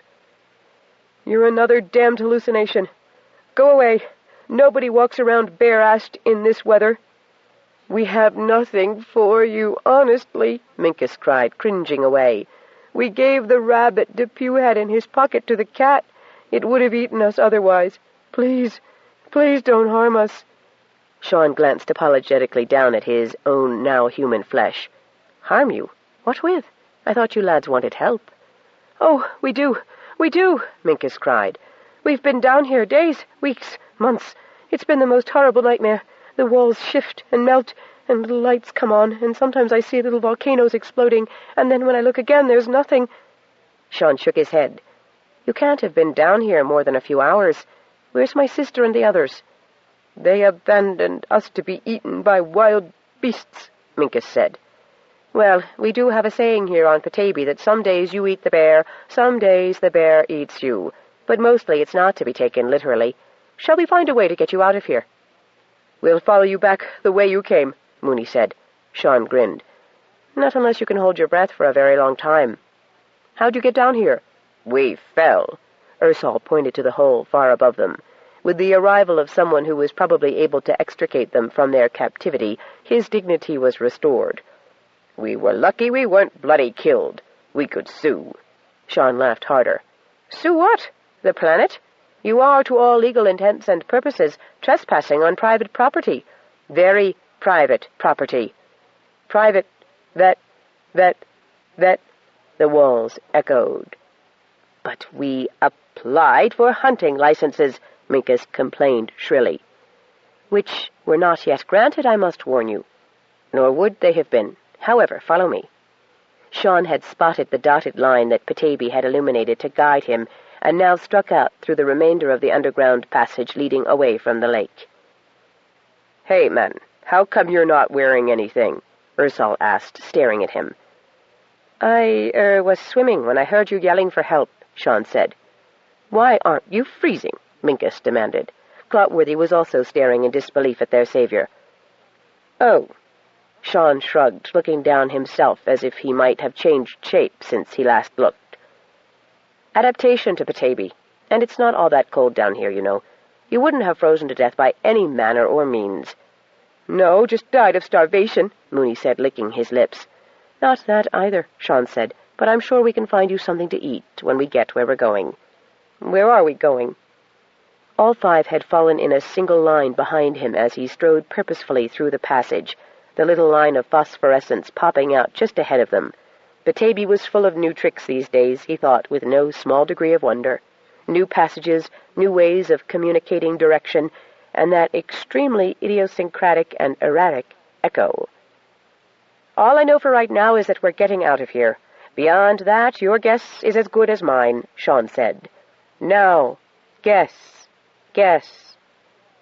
Oh, frag, there it is again.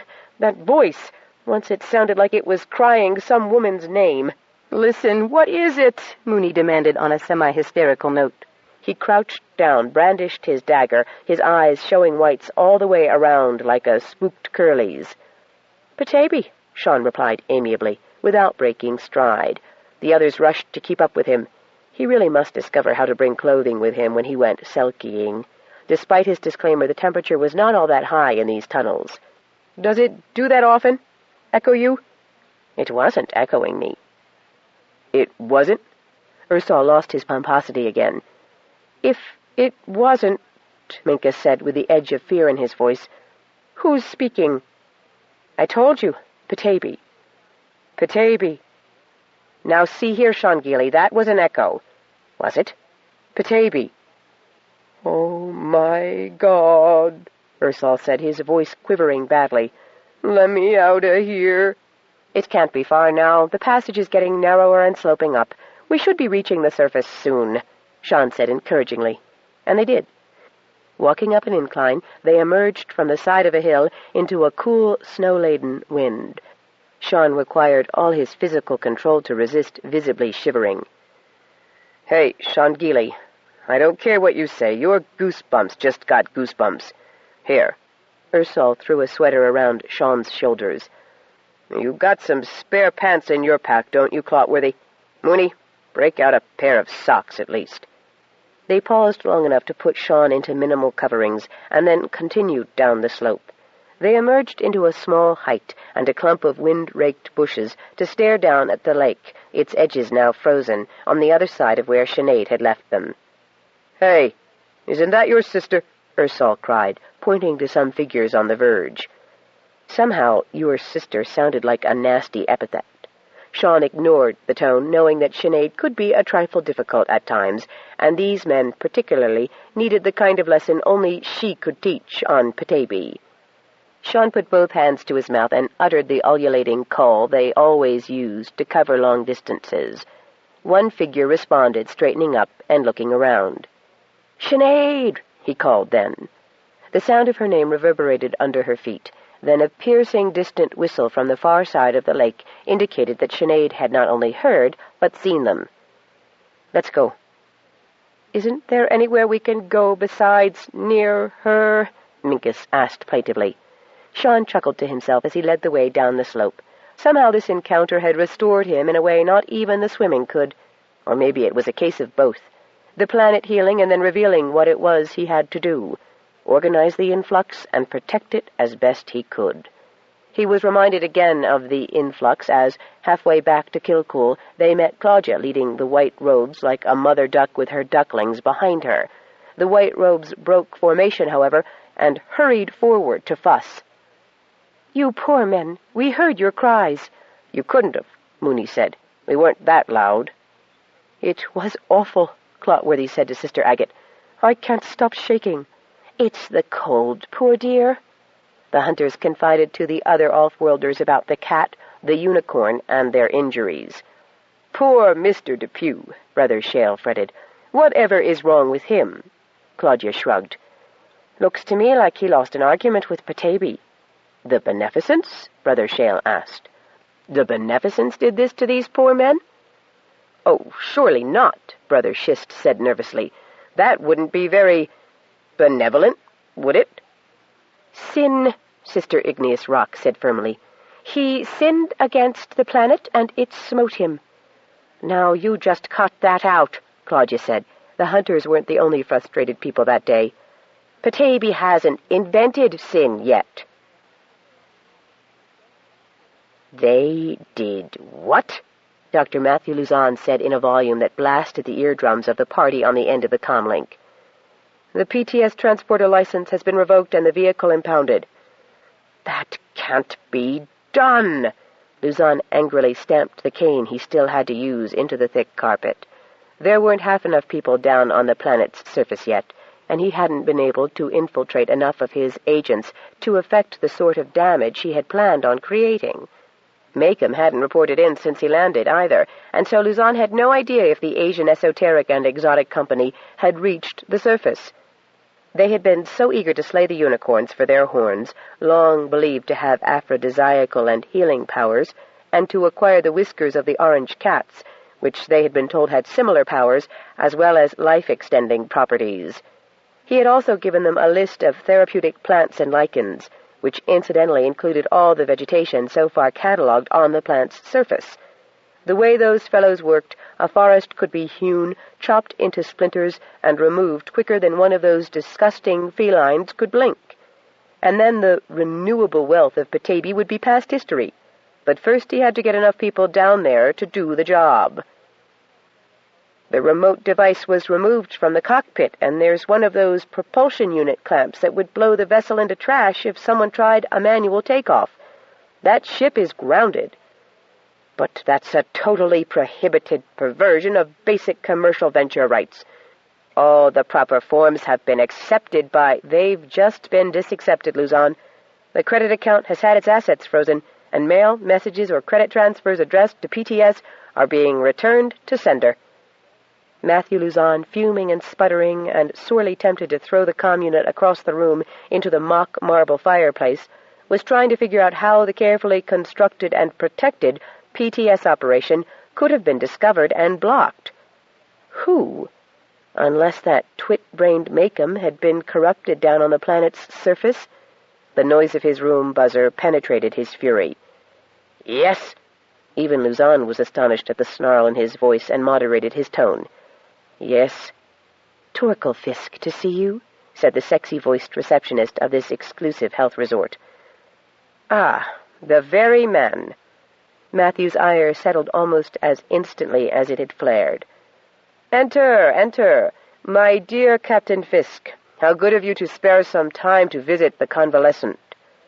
Fisk came in, suavely dressed and smiling, with a touch of smug satisfaction that was visible to the shrewd eye of his observer. Matthew began to feel that his unexpected visitor was going to cheer him no end, and so he prolonged that pleasure until he had seen Fisk suitably supplied with the drink of his choice and some of the enticing tidbits that the resort offered its distinguished clientele. "I came, Dr. Luzon, because I felt you might not have heard the news," Fisk said, still smiling unctuously. He took another sip and accepted one of the little canapes. "I fear the medics have required me to suspend my usual activities until my injuries are completely healed," Luzon said, "so I've not kept up with general news. If anything is bad enough, someone always manages to inform the galaxy." He smiled condescendingly over such a foible. "Then I was right. You haven't heard about the kidnapping." "Kidnapping?" Luzon leaned toward his guest, his heart pounding in suspense. "Yes, kidnapping. And from Gal 3, where, as you may know, they have such a tight security system." Fisk smiled at Luzon, a smile deprecating the machinations of a security system that failed to secure. "Really? How very alarming." "Yes, and everyone is astounded. I mean, who would have thought that Marmion de Revers-Algemen had a single enemy in the galaxy?" "Not her?" Luzon could scarcely contain his joy, though he expressed a horror that caused Fisk to grin more broadly. "And you'll never guess who was kidnapped along with her?" "No, indeed I cannot. So do tell me." Luzon was all but bouncing about on the seat of his electronic mobility device. "Colonel Yanaba Madik Shangili." "Not the doughty colonel?" "And, oh, not more victims! How appalling!" "Benica Rourke and young Diego Etheridge Metaxas, too." Luzon raised his eyes ceilingward. "There is justice in the universe. Truly there is." He bowed his head. Then he peered up at the grinning Fisk. "Who perpetrated this atrocity?" "The infamous Captain Onidi Luchard." "Oh, famous! I mean infamous. I've heard the pirate was clever, but to breach Gal 3 security, I'm truly speechless. And what? Have the bodies been returned?" "You are bloodthirsty, Doctor," Fisk said, his glance tinged with censure. "The ransom has been set. On Algemen?" Luzon snorted with scorn. "It'll never be paid." "What do you mean?" Fisk sat forward, concerned. Luzon waved his hand at such folly. "My dear Fisk, Marmion Algemen is one of the top financiers in the known galaxy. She would adhere to the code out of principle, unlike the cravens on the Amber Unicorn." "What code do you mean?" Fisk repeated, now seriously agitated. "Why, the anti-extortion code, of course. Surely you're aware that the really rich have the most stringent laws against the payment of ransoms? To prevent wholesale kidnappings and the payment of vast sums of ransom monies? A wise move, and no one has tested the code since the spectacular and highly publicized failure of the Amber Unicorn ploy over 100 years ago." But Luchard is smart and ruthless. He'll figure a way around it."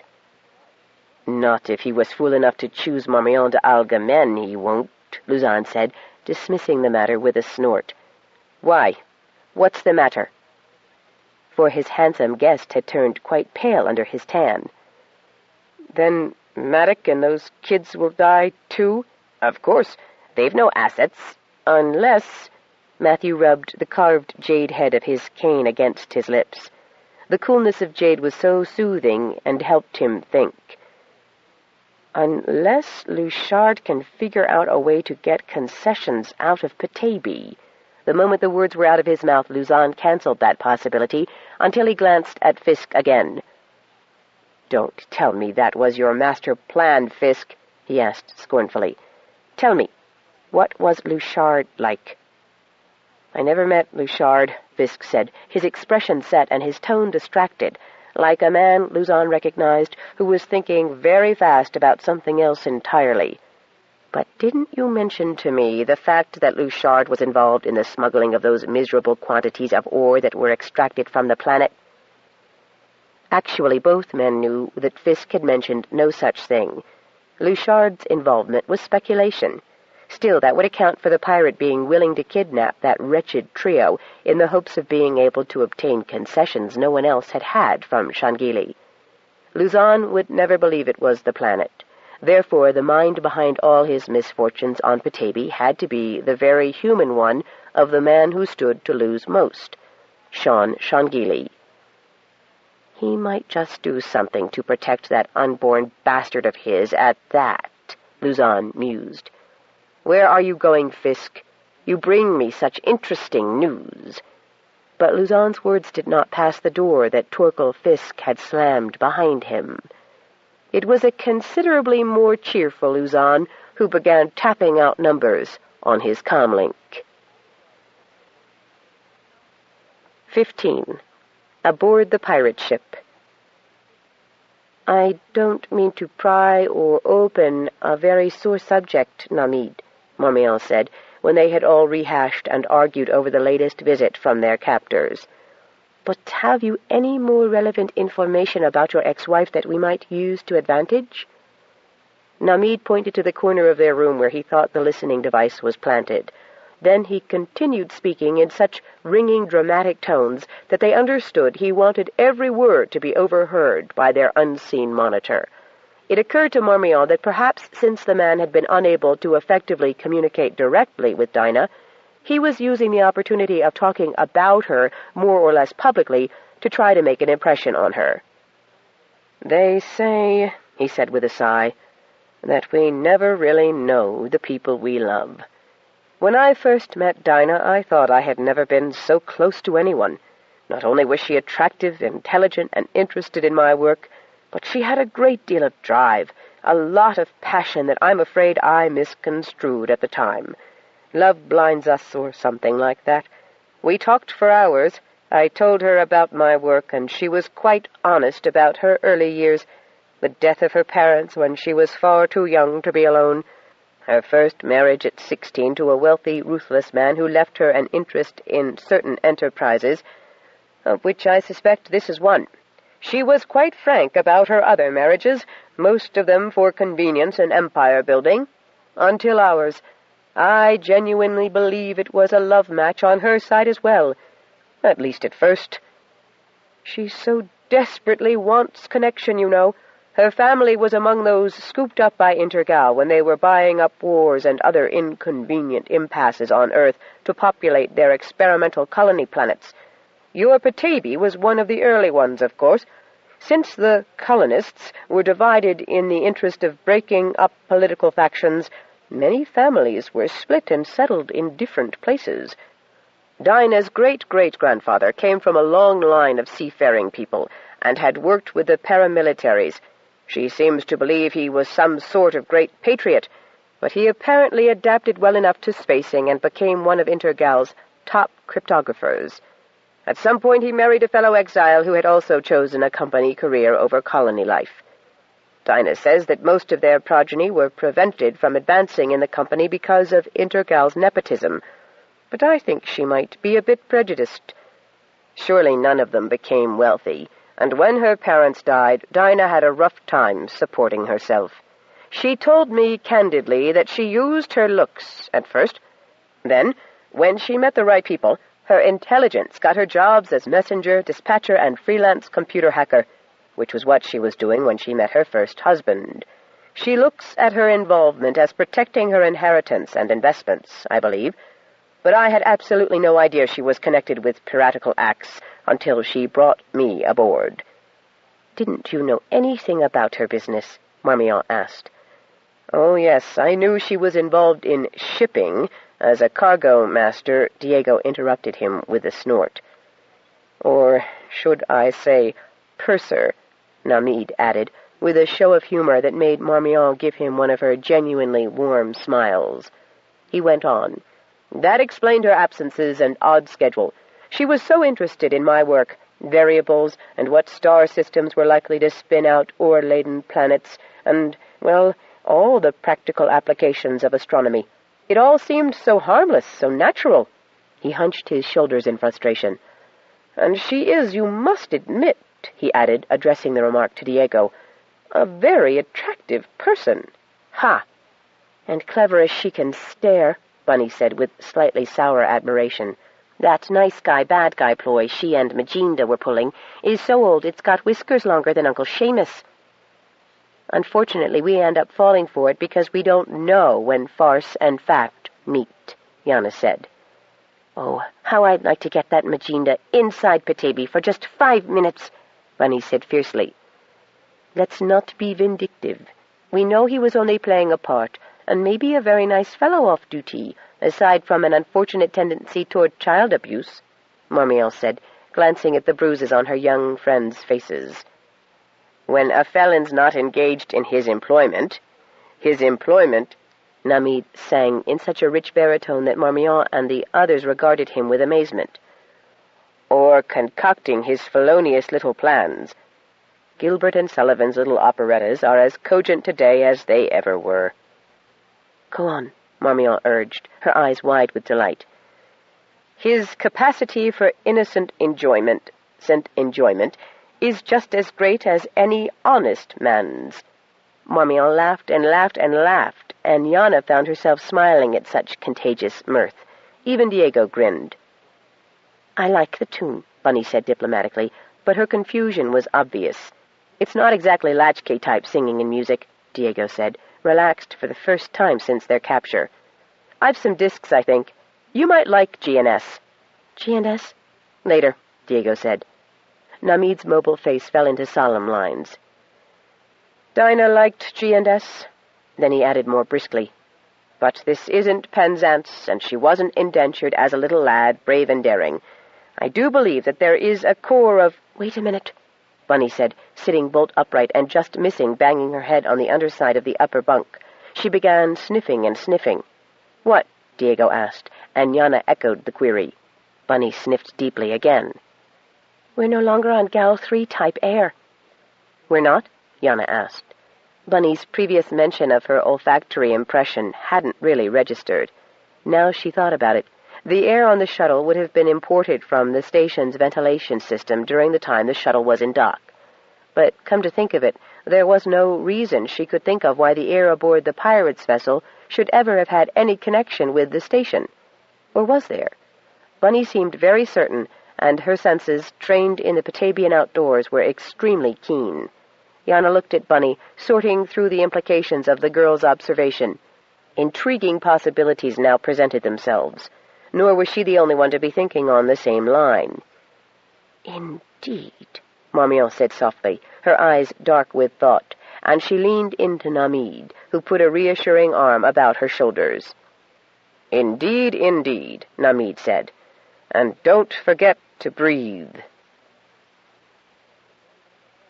3 days after returning to Kilcool with the hunters, who booked the first Intergal shuttle back since PTS was no longer in service, Sean received a second communiqué from the kidnappers.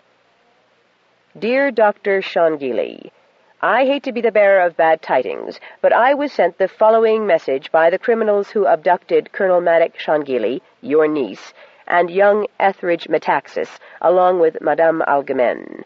I suppose they chose to send their demands to me, as CEO of my own company, since previously I had been unaccountably released to deliver the initial message. I had the great opportunity and rare pleasure of meeting your lovely wife, and speaking with her briefly while she was still here on Gal 3. She is, a very special lady and a competent, caring officer. The children accompanying her were a delight to us all. I fervently hope that between the efforts of the security team here on Gal 3 and your good self, you will all be reunited soon. On behalf of all of us here on Gal 3, Machiavelli Sendel Archer Clausewitz. Dear Dr. Shangili, we were most concerned to learn from your wife that there might be some difficulty with her pregnancy if she isn't back on Petaybee soon. She is very ill and could certainly use more of that Petabian cough syrup that cured her the first time. Also, young Metaxas has sustained minor injuries due to his own youth and inexperience. Unfortunately, we are currently between medical officers since our last one was discharged, regrettably out the hatch and into space, for mutiny. Surely you must realize that your family's lives depend upon your immediate response and compliance to our demands. We look forward to hearing from you soon. Most sincerely, Dinah O'Neill, representing Captain Onidi Luchard, aboard the pirate Jenny. All Sean could do was sit there stricken when he finished reading. "What is it, Sean?" Una Monaghan asked.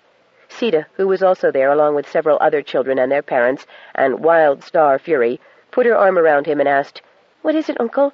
Is it about my sister? What does it say?" He held it up to her and she took it. But of course Sita couldn't read, so she turned to Wild Star, who took the note out of her hand and read it aloud. When she was done, the room was filled with a stunned silence. "Oh dear, I ought to have read it first to myself," she said, "before I broadcast such news." Sean shook his head. "It's everybody's business." "Well, yes, but in front of the children, especially those who've just arrived from the other villages to go to school. Too much of the bad side of civilization all at once, I fear." She continued to look guilty and cast a nervous smile at her pupils and their parents. Since she had taken up her post as Kilcool teacher, Sean had learned a few facts about Wild Star Fury. She had had sufficient experience with the bad side of civilization. Her ancestors had been an Amarant tribe, stubbornly clinging to a valuable piece of Terran real estate. Her husband's family were descended from Irish traveling people who had finally been removed from the planet for refusing to settle on any given piece of real estate. "It concerns Petaybee Wild Star," Sean said, "and it's got nothing to do with civilization. Pirates aren't famous for being civilized." "Pardon me, Doctor, sir," said a man who had arrived in Kilcool a scant half-hour before. Sean knew Muktuk Murphy slightly. He was from Tananaw Bay. "Could the lady read that last bit again, please?" "Which part was that, Muktuk?" Sean asked. "That lady's name, sir, mentioned just before that awful pirate's name." "Dinah O'Neill?" Wild Star asked. Muktuk cast a significant glance at the small, round-faced woman beside him, who had a wealth of curly black hair and typical Eskerish slanted blue eyes. Those eyes were dancing with excitement as she tugged her husband's sleeve. "That would be it, Dama, thank you. Do you suppose me and the wife could send a message along with yours, sir, when you reply to the pirates?" Sean shrugged. "What did you want to say?" "Well, it's a bit hard to organize it right now, sir. It'll take me and the missus some thinking." "Perhaps I should help you write it down, then," Wild Star offered. "Ah, no, that would be very kind of you, Dama," said Muktuk. "Very kind indeed," Mrs. Muktuk said. "I'm sure all my people will appreciate it, and we'd all like to come to your school along with the children. Please and thanks very much."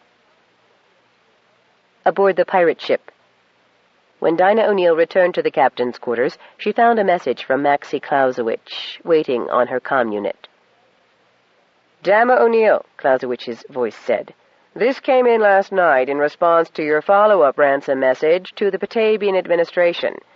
At first, my stupid assistant didn't think it was important, and almost discarded it. It's from Shangili's office, but it seems to be in some sort of code, hence the mistake.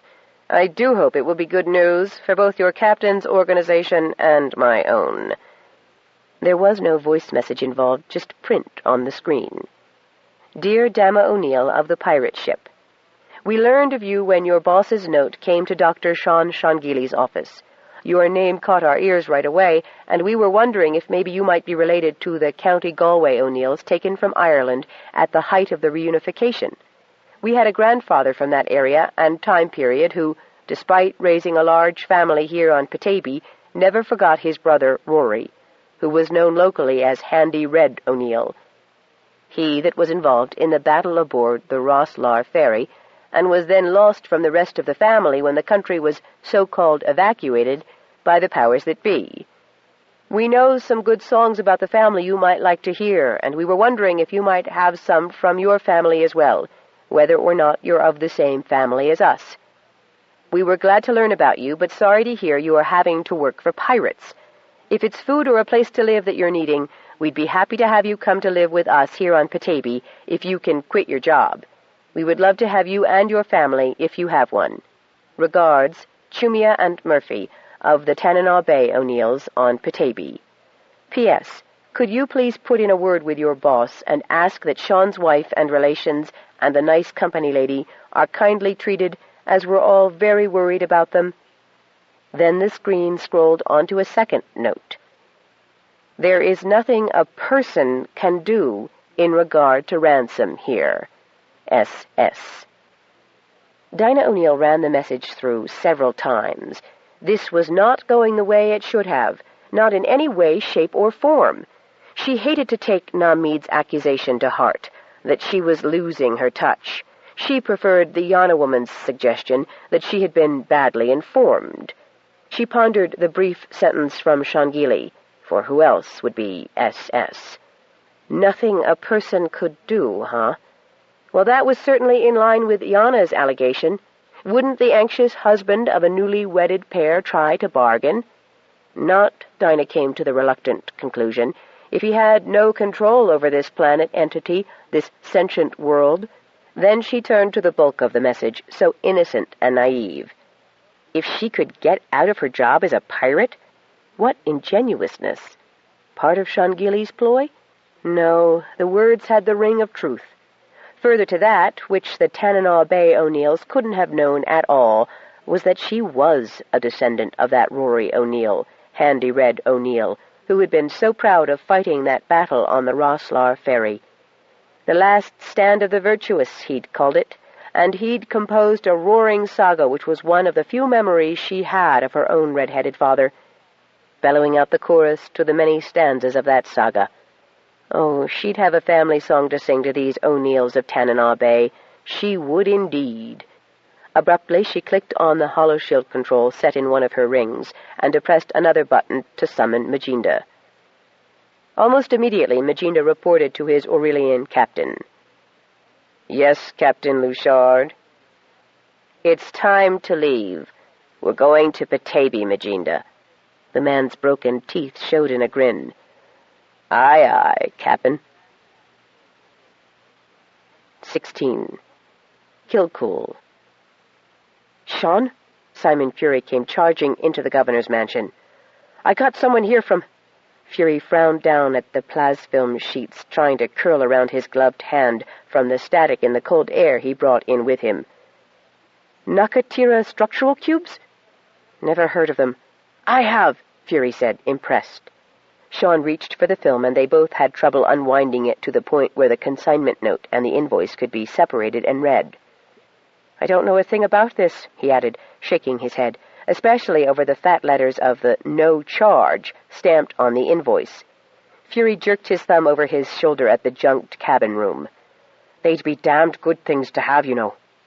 Sean looked about him, snorting at the confusion of tiers of boxes on every available space, boxes into which Una and her helpers filed the stuff that every shuttle brought down to dump in his already stuffed premises. Attic came in just then, waving more plasfilm. "The most humongous slabs just arrived, Sean. They gotta be unloaded and put up, and I don't know." Attic's eyes were wide in his round face. "What are they?"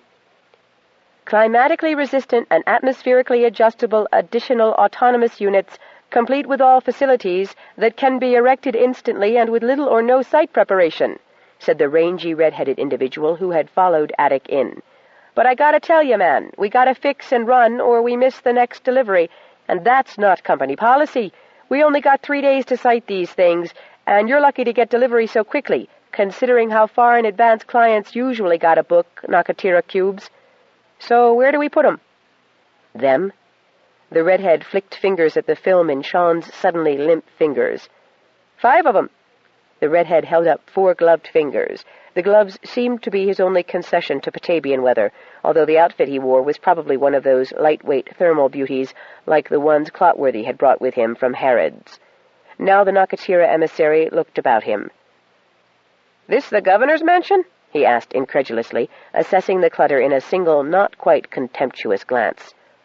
"How big are these cubes?" Sean asked. The redhead snorted. "Hell, man, you could put 6 of this bitty place in one and still get a rattle." "Then I want one right beside this," Sean said, suddenly decisive. "Attic, get some axes and—" The redhead held up a restraining hand. "No sweat, mate. Oscar O'Neill, the great O.O., will take care of that detail. Like we claim, little or no site preparation is needed." "What would you do with them trees, then?" Attic demanded, his head protruding from his parka like a turtle's. "You need the wood? We keep the wood," the great O.O. said amiably. "That's one down, Governor Shangili." And Oscar O'Neill paused to receive Sean's disposition of the others. "Make a much better school than the Latchkey does," Simon Fury suggested appealingly. "Done." "Schools to be nearby?" O.O. asked. "Just up the road," Simon replied eagerly, pointing in the right direction. "Road?" O.O. asked condescendingly. "Road," Sean said firmly, and wondered what to do with the others. "Can I make a suggestion, mate?" O.O. asked, and when Sean nodded, he said, "Well, I spent a good deal of daylight erection time trying to find you. Wouldn't have found you at all if not for Captain Green and his flying machine. He came along just as I was about to mark this lot, return to sender. Why not install one cube at that so-called space base of yours to direct incoming traffic and take," he looked around him again, "some of the paperwork out of here?" Sean couldn't have agreed more. He was baffled by the whole situation. The no-charge aspect of this largesse could not be explained by O.O. All he knew was what was on the dockets, man, and no charge meant just that, and who were they to argue with head office? By the time the necessary decisions were made, Sean had a new office block adjacent to the marital cabin. Aud Kilcool had a new school. Petaybee Admin had its own, if empty, premises on the edge of the space base. There'd be a temporary holding area cube installed at space base as well to take care of the unwanted visitors already cramping local dwellings. And Lonciana was going to find herself the recipient of the 4th Nakatira structural cube. If she was having half the trouble managing the southern continent that Sean was in the north, she'd need the space to do it in, too. As abruptly as O.O. and his men had appeared, they left. "He was as good as his word, wasn't he?" Una commented, standing in the new-fallen snow in front of the cube as the governor's staff took stock of their new premises. "It's just 48 hours since they arrived." "So it is," Sean said, totally bemused by the speed with which this had all been accomplished. O.O. and his men hadn't even paused when snow had whipped around so thickly that visibility was almost nil, despite the banks of heavy-duty lights that had been put up for work through the night. The building had been sunk into the ground, neatly placed behind a screen of Kilcool's conifers so that it didn't even seem to be an intruder. A unanimous decision had voted for an outer coating of a bark-like paint so that it resembled, at least in color, the other cabins along the road. Of course, the upper level did tower above the neighboring buildings, but there were trees behind it that were taller still. It was empty, of course, for no one had had time to transfer anything. "What a difference a day makes," Sean said. Cautiously approaching the new building, Marduk let out a little snarl. He was pacing along the front of it, sniffing here and there, and usually sneezing at the chemical smells clinging to the newly erected building, pawing at the 1 or 2 mounds of disturbed dirt left over. "Well, no good standing around out here, is there?" Sean said, and took the 3 entrance steps in one. Gal 3. "I tell you, Luchard's real ship only just left," Charis vehemently insisted to Commander Nal Han. She was once more dressed in the gear of a station brat, but there was nothing of the child in her manners as she leaned across the desk, hands gripping the edge, her white knuckles demonstrating the intensity of her belief in what she said. "That's why you never found the kidnapped victims in any of the ships that had disembarked." "Your instrumentation could be faulty, Charis," the commander said patiently. "Faulty my aunt's left toenail." She swung away from the desk and began pacing. "My instruments registered the original Mayday from both Madame Algemen and the Colonel.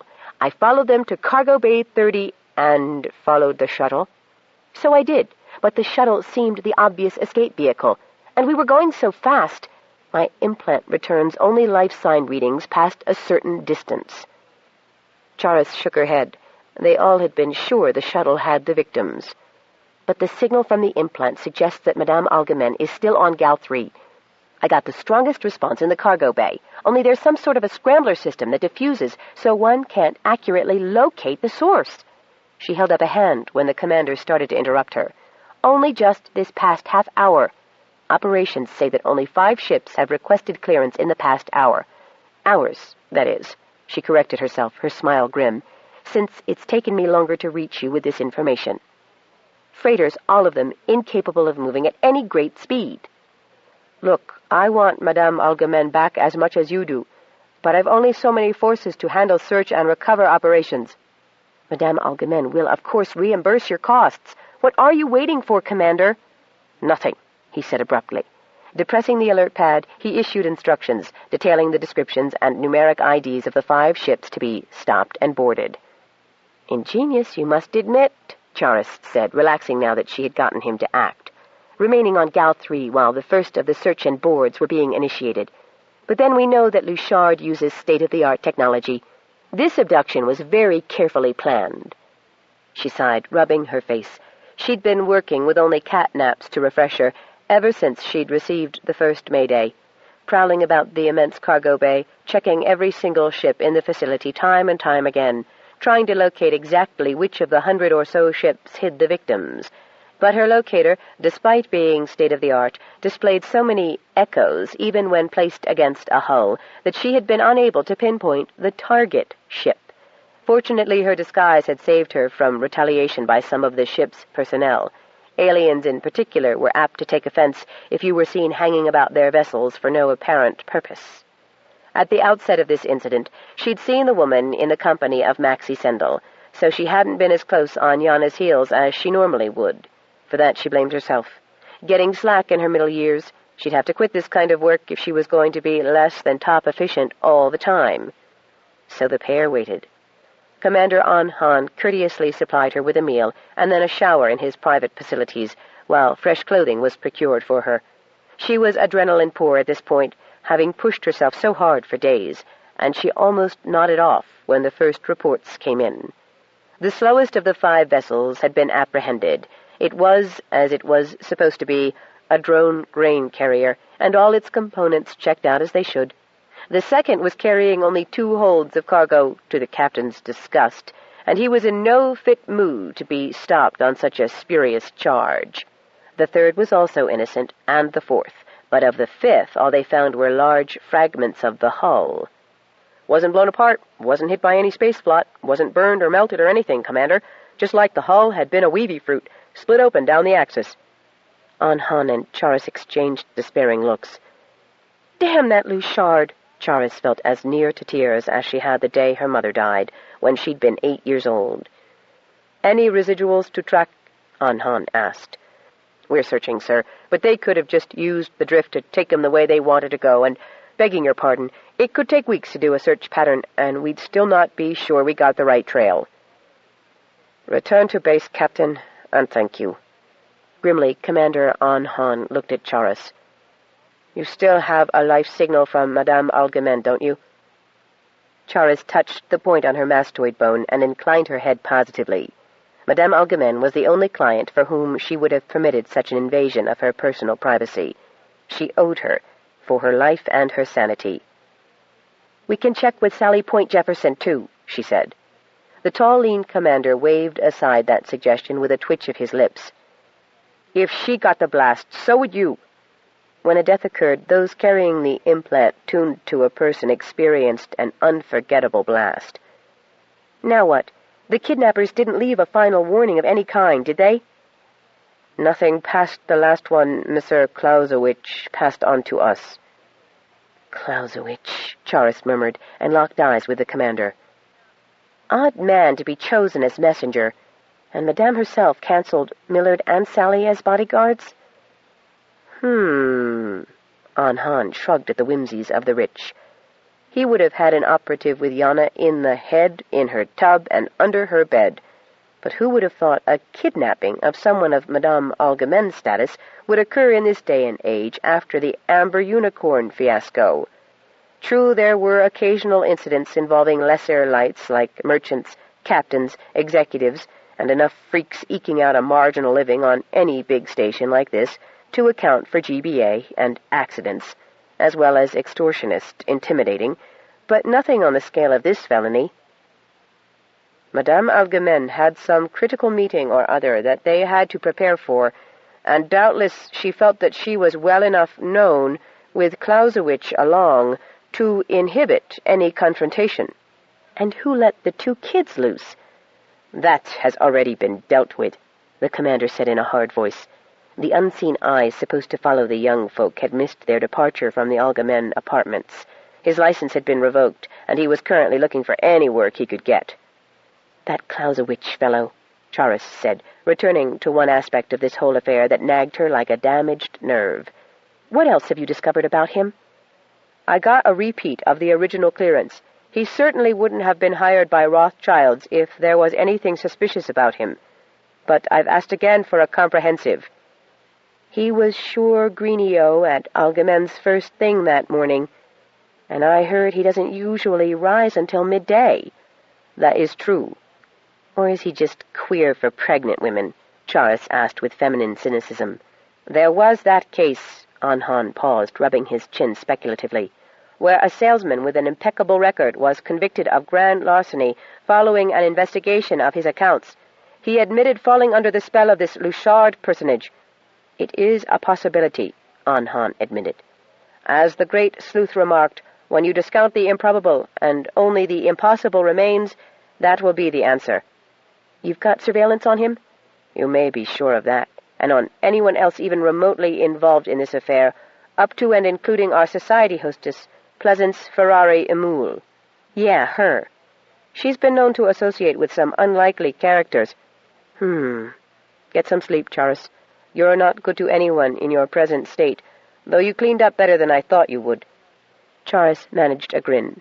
Any place here I can catch a few winks? She asked, rising.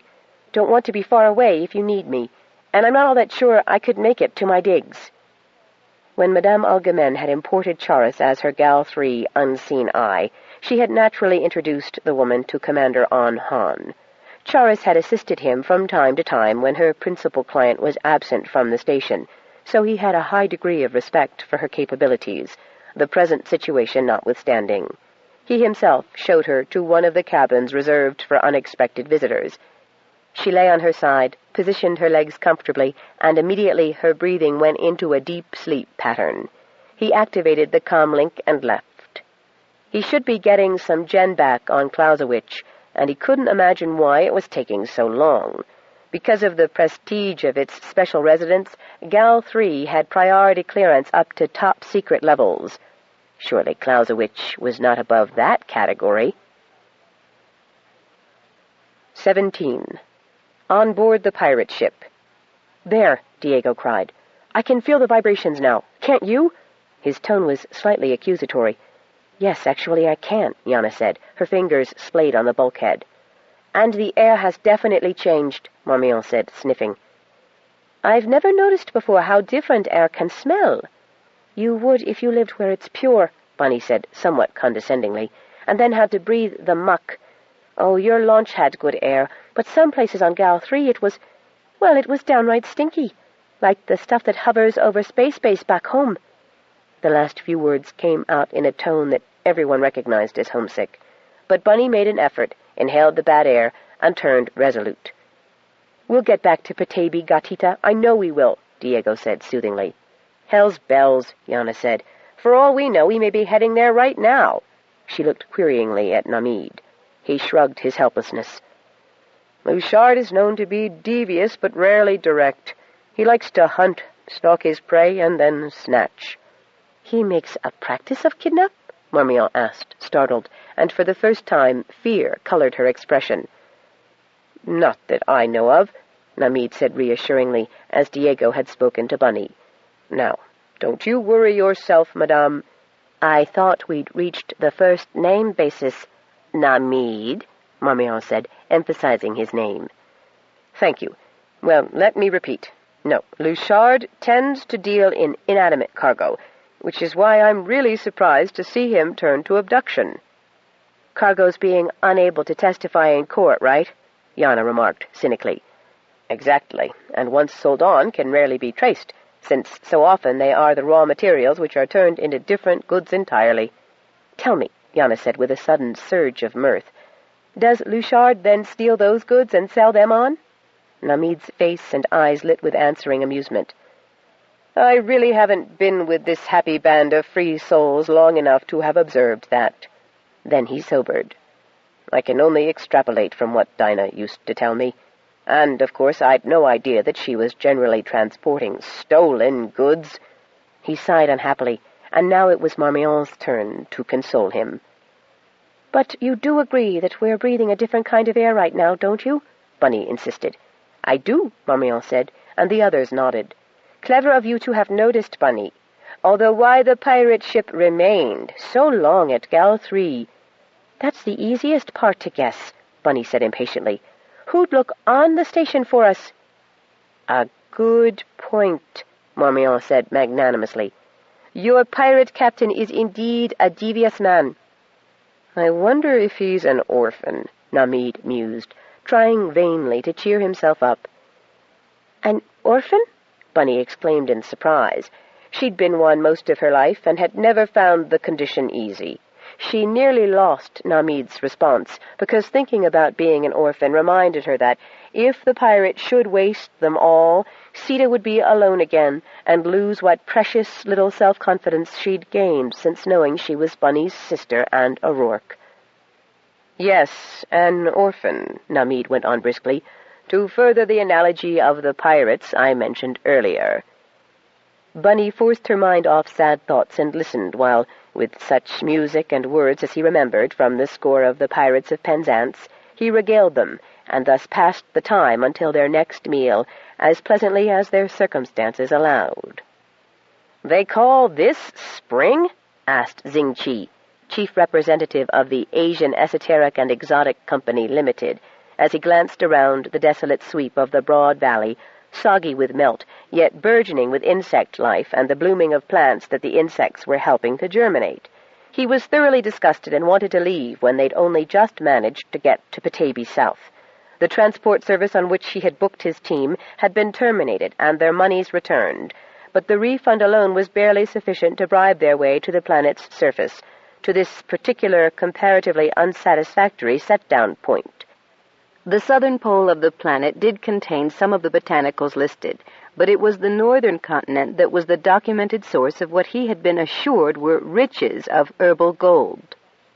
And those elusive qualities in unicorn horns and cat's whiskers for which his company could charge their oldest customers vast fortunes. Xing Chi was one of the best field operators, able to strip acres of plants by bloom, leaf, stem, and root in no time at all. Some of the vegetation in sight looked familiar, and was supposed to be plants that had been brought to Petaybee during the initial terraforming, so they could adapt to this new world. But the nearest were only ground cover, cultivated to keep topsoil from being blown away. He had been given no warning that this entire team would have to do all of their collecting on foot. They had seen no villages so far, no cities, no place to purchase transport of any sort. Xing Chi began to fear that there was none to purchase. Fortunately, his people were very good walkers, and walk they did, gathering, stripping, and neatly cataloging anything vaguely resembling the plant materials listed, even those available elsewhere. After 5 days, they had laid bare a strip approximately 15 miles long and a half a mile wide. It took all the animals they could find to feed them. For this time of year, there were no berries or nuts of any sort remaining. Xing Chi's team consisted of 150 people, and they required much food. One day, the son of one of his senior men, Liu Han, brought what looked like a small spotted lion cub in his arms. "Which whiskers do we need, boss?" he asked Xing Chi. "This little fellow will need some of them for his balance and space sense. He won't mind losing a couple, though, I think. He's a good cub." "Do as you're told, and the animal will have no need for whiskers. We haven't enough to eat. Kill it, take the whiskers, and skin it. The rest is for the soup pot. Our clients have specified that they want the whiskers of orange cats only. But since they do not seem to know enough to assist us in reaching that which we need to harvest, I do not suppose they will know the whiskers of an orange cat from those of this cub. The bounty will be the same." "But, boss, do as I say." The boy nodded, and the cub, as if sensing that the decision had gone against him, began to wiggle in his arms. 18. Sita caught Johnny Green as he boarded his copter for the trip south to help O.O. and his men install Lonsi Ondelasi's cube. Quaxtell padded behind. The cat did not think highly of flying machines. Birds are for eating, the cat protested. Riding in them makes one feel that one is a youngling being carried in the beak of a prey bird for the feeding of her chicks. One does not like this feeling. Stop complaining, Sita said. You'll like being in the South again. Hi, Captain Johnny. Sita, how are you and your fine furry friend this morning? The pilot asked, grinning down at her. I am far better than I have any right to expect, though I worry for the sake of my sister and Auntie Yana and Diego. But this one, she pointed to Quaxtell, longs to see her old caves again. A week ago she said she was fine, but suddenly she growls in her sleep and talks only of going home. I heard you were taking one of these big houses to Loncy and Pablo, and I hoped that we might burden you with ourselves. I would like to show Carmelita and Isabella what I've learned in school. I have many new songs to sing, however poorly, for those who were so kind to a foolish stranger before I came here. What does your uncle say? He doesn't mind. He says you are making regular trips now, and could perhaps bring us back in a day or two? So we will not trouble Loncy for too long? Sure, if it's okay with Sean. I know Loncy and Pablo and the kids will be glad to see you again. They're not going to believe how you filled out in just a few months. All of these words had to be shouted over the roar of the copter's great engines, but at last Sita made herself comfortable in the back, and Quaxtell grumblingly curled up in a tight ball at her feet. Sita enjoyed the trip very much. She liked watching as O'Neill's special jet crane hoisted the great boxes in the air and flew with them dangling just so that the weight did not upset the aircraft. Johnny's aircraft carried lighter cargo, in addition to herself and Quaxtell, more administrative paperwork bundled by Una Monaghan to go to Loncy onde Lassi. Sita loved it when they reached the sea, and she could see that the ice was already beginning to thicken off the northern coast. Whales and seals danced in the shadow of the aircraft, and dolphins leaped high, as if trying to touch the dangling cargo with their noses before diving again. Gradually the color of the water began to change, from gray-green to brighter jade-green to pale gray-blue, and to the deep bright blue of the glacier crevice, then back again to blue-green, and almost lime. The air clouded with steam, and below the water boiled and hissed. Off to the right a little island stuck up above the water, probably not even a mile wide yet, but it seemed to grow even as Sita watched, and already parts of it were seamed with green. Beyond stretched other such islands, and Sita wondered how long it would take them to touch and make one big one. Quaxtell was sleeping and didn't seem to be wondering about anything, but she growled and sometimes snarled, and her paws curled and uncurled. Sita wished she knew what the cat was dreaming about, but Quaxtell only spoke to her in her head on purpose. Sita was still too stupid and insensitive to read the great cat's mind. Then they were beyond the steam and the islands and back into the iceberg-clogged waters near the southern coast. Breakup was just beginning there, even as winter was beginning in the north, and great rushes of water spumed in the air as the icebergs broke free and calved from the ice pack. She saw a white bear jump from one piece of ice to the other, trying to reach shore. The bears were very hungry and ate people, but still she hoped he made it. He was trying so hard. They didn't even stop and refuel at Portage, but flew straight on to Sierra Padre, where Loncy and Pablo and their family lived. But as they passed over the broad plain between rivers and mountain ranges, they saw a strange sight. The ground was as bare for miles around as if it had been closely grazed by some animal, and many people were bent over, harvesting what looked like weeds. Sita could see no reason for it. Johnny flew low, buzzing the people playfully, but also curiously, Sita thought. These might be like the hunters and the funny people in white robes and the serious business people she had seen before. Whatever they were, Quaxtell didn't like them. Without so much as a warning, the cat sprang to her feet and threw herself against the door. "Quaxtell, no! We're high up! You would be killed!" Quaxtell scratched long rents in the steel of the door, snarling. "One will go out. Now." Sita ran to throw her arms around the cat and was dragged to the window. As the copter canted to the right, she suddenly found herself looking into the face of a boy a few years older than herself, with features that reminded her somewhat of Pablo's. He had been holding something, and his arms were still stretched toward it, where it cut a swath through the untouched undergrowth. Side 5, Power Play, by Anne Mccaffrey and Elizabeth Ann Scarborough. continuing on page 177. Quoxtle's scratching grew less furious as Johnny circled the area twice, thoroughly confusing the Nakatira Company crane copter, which hovered uncertainly before flying slowly forward, waiting until Johnny finished his survey. The people on the ground below looked up. They were not well dressed for winter. When the people were at last far behind them, Quoxtle heaved a great sigh and jumped up on the seat Sita had occupied, parts of her hanging over the edges. Sita plopped down within the overhang of the cat's giant paws and scrunched the thick, soft fur of her friend's belly with her fingers. Quoxtle did not speak for the remainder of the flight, though she rumbled contentedly from time to time as Sita stroked her. Sita would have spoken, but the roar of the copter jets was too loud, and besides, she did not know what to say. As soon as the copter landed and the door was open, Quoxtle streaked out and bounded away. "Wait!" Sita cried. "The home is in need," Quoxtle's voice told her. "Bring help." Johnny jumped down from the copter and helped Sita out. "Looks like your friend had an urgent appointment." "She said the home needed help," Sita told him. "Yes," Johnny said, "I can see that. Don't worry, Sita. As soon as we've had a word with Loncy and Pablo and O.O. installs his cube, we're out of here. And I think we need to pay our respects to the planet's newest guests and ask them what the frag they're doing here. I have a hunch we'll find Quoxtle there." "You are wise, Captain Johnny. Surely that is where Quoxtle will go, for she opposed their presence." Sita pointed to the long rents in the steel door. Johnny groaned. "That's not going to be easy to explain to the company." But there was no need to explain to Loncy and Pablo, beyond telling them of the barren swath the newcomers were cutting. Loncy told O.O. to put the cube behind the house and ran out the door just ahead of her husband, who grabbed both of their coats and summoned several neighbors. All of them crowded into the helicopter, pushing Sita away to climb in before her. She knew they were adults and much wiser and stronger than she. She knew she was being wicked and disobedient to crowd her way aboard, but Quoxtle was her friend and did not speak to others here.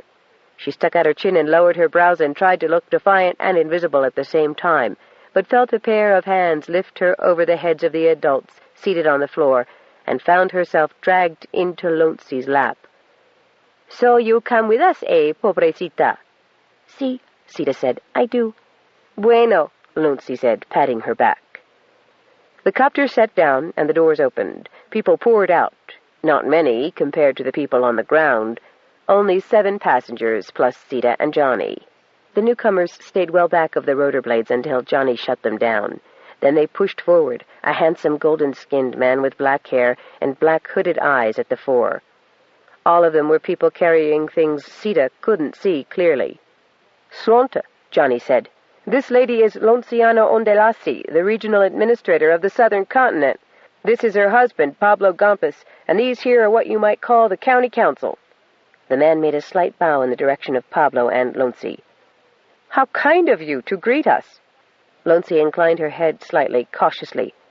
"What brings you here, senor?" "A mission of mercy, madame. My name is Xing Chi. I am of the Asian E&E Company Limited. We have been sent to collect certain substances to heal the sick and ease the ravages of age. Many of these things are obtainable only here. But we had no transportation until you arrived, and no way of finding what we seek. You can help us?" Sita did not like his smile and hung behind Loncy's broad back. "We'll be pleased to, honored guest," Pablo said before anyone else could say anything. "If only you will tell us what you seek." Xing Chi reached into his pocket and pulled forth a written list. Pablo accepted it, handing it to Loncy, who could read, having once been in the employ of the company. "What is this?" Loncy asked, anger rising in her voice as she read. "The whiskers of orange cats? Unicorn horns?" "Oh, my goodness me," Pablo said, before she could tell them what she thought of their list. "What does it all mean? Gentlemen, whatever would you use such things for?" "Unicorn horn is well known as an aphrodisiac and a preventer of poisonings, good sir," Xing Chi said with another bow. "Most valuable. The whiskers of the orange cats are said to prolong youth and good health." Pablo shook his head. "Not here, I'm afraid. Someone has misled your informant." "Is that true?" "Oh, my goodness, yes. The unicorn horn you find on Petaybee is no good at all for aphrodisiacs." "Is it not?"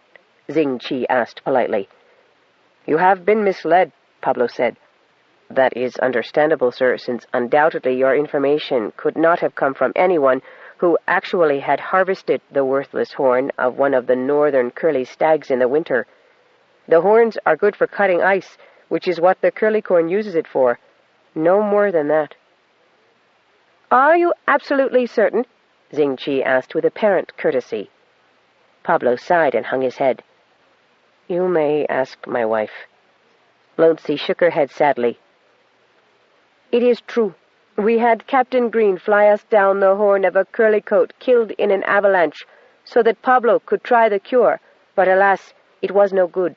Nothing did any good, in fact, until he ate the polar bear balls." "Polar bear balls?" Several of the men gasped inquiringly. "Ah, see, when I finally recovered, I was muy macho, in a way that only the polar bear balls of Petaybee can make a man who has lost his will to—" Pablo made what was often considered a rude or lewd gesture. "I will add that to the list then, sir," Xing Qi said. "Of course, with all Petabean remedies, there is a secret in the gathering as well as in the mixing, you understand," Pablo said. "What secrets would those be, kind sir?" Xing Qi asked. "If I told, they wouldn't be secrets, would they?" "We are willing to pay special informants handsomely for research information," Xing Qi said. "Oh, did you hear that, Pablo?" Johnny asked. "They'll pay us handsomely. I could get my copter door repaired, and you and Loncy could re-insulate your hacienda." "I don't know, Captain Johnny," Pablo said, shaking his head. "Once the secret is sold, it is no longer a secret, and it is very dangerous." Loncy grabbed her husband's arm. "We could build new bedrooms for our 14 youngest offspring, corazon," she said. Sita looked up at her curiously. Loncy and Pablo had only Carmelita and Isabella.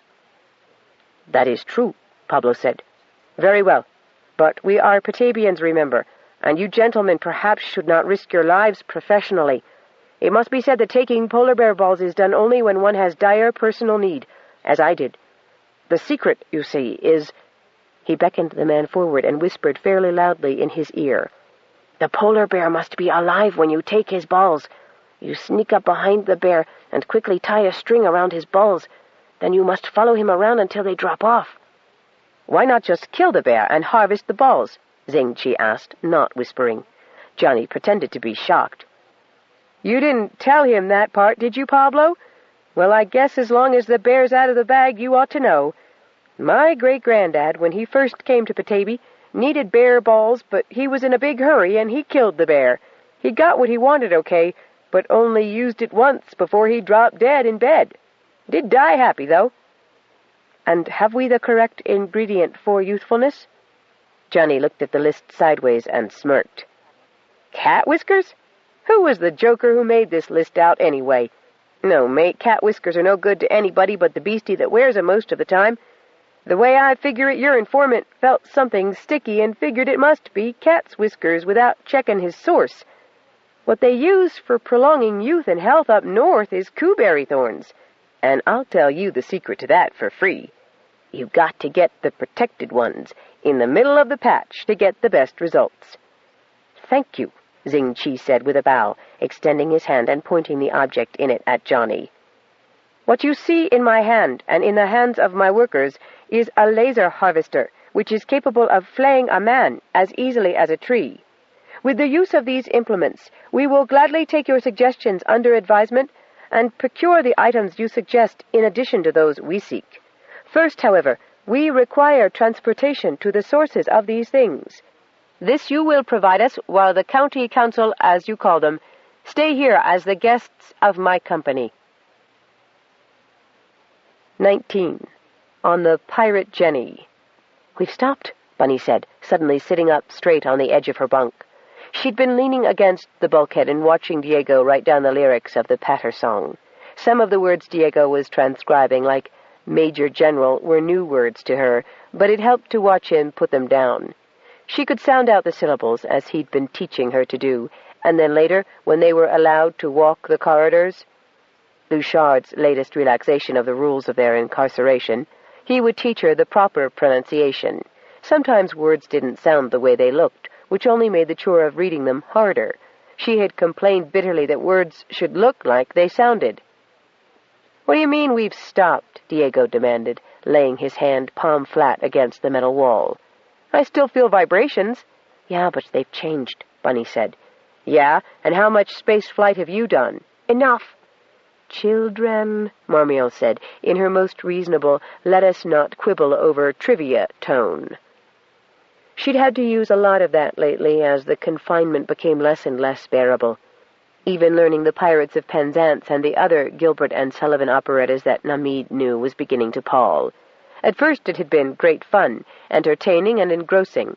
Marmion had a lovely light soprano voice and had been cast as Mabel, while contralto Yana had managed a creditable Ruth, Diego a decent Frederick, and Bunny, aided and abetted by Namid, became chorus and all the other parts. Bunny liked the piratical chorus best, and was learning the part of the pirate captain, since he was an orphan, as she gleefully discovered at the end of the show. Between learning the lines and the lyrics, many an hour had been passed. "Look, Diego, you may have been brought up on a high-tech station," Bunny said, ignoring Marmion's attempt at pacification. "But you sure aren't good at reading signs. I've had to, or I'd have been buried under avalanches and snowslides and all kinds of other hazards." "All planetary." "Well, a ship is like a small planet, isn't it? And the vibrations have just altered. I was right about the air, wasn't I? Why can't I be right about the vibrations?" "She may be, you know," Namid interposed with a wry grin. "The Jenny's got speed in her, and it's been 3 days since the air source altered. That'd be about the necessary travel time from Gal 3 to Petaybee, wouldn't it, Marmion?" "Yes, it would," Marmion said, exhaling. This experience was unlike a boardroom wrangle and as intense as any takeover or merge struggle, and she was finding her tolerance and understanding stretched to the limit. If it hadn't been for Namid's presence and diversionary tactics, she was sure there would have been fairly nasty squabbles, due simply to the pressures of so much proximity. Even with the most fiercely contested of her financial deals, she'd always been able to leave the premises and cool down.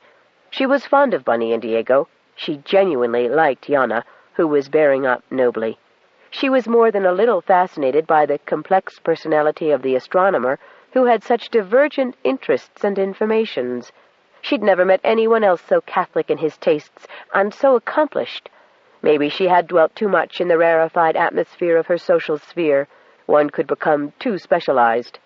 Her time on Petaybee had opened that door, and this experience was showing her a vast panorama she hadn't known existed, the panorama and pertinences of enforced idleness. Dinah O'Neill had managed to gain them more privileges, better food, the daily tour of the corridors as exercise. Putting their heads together one night, Marmion and Namid had discussed the size of the ship. He had been on the Jenny somewhat longer than they had, but he admitted that generally he was far more interested in things light years distant than he was in his immediate surroundings.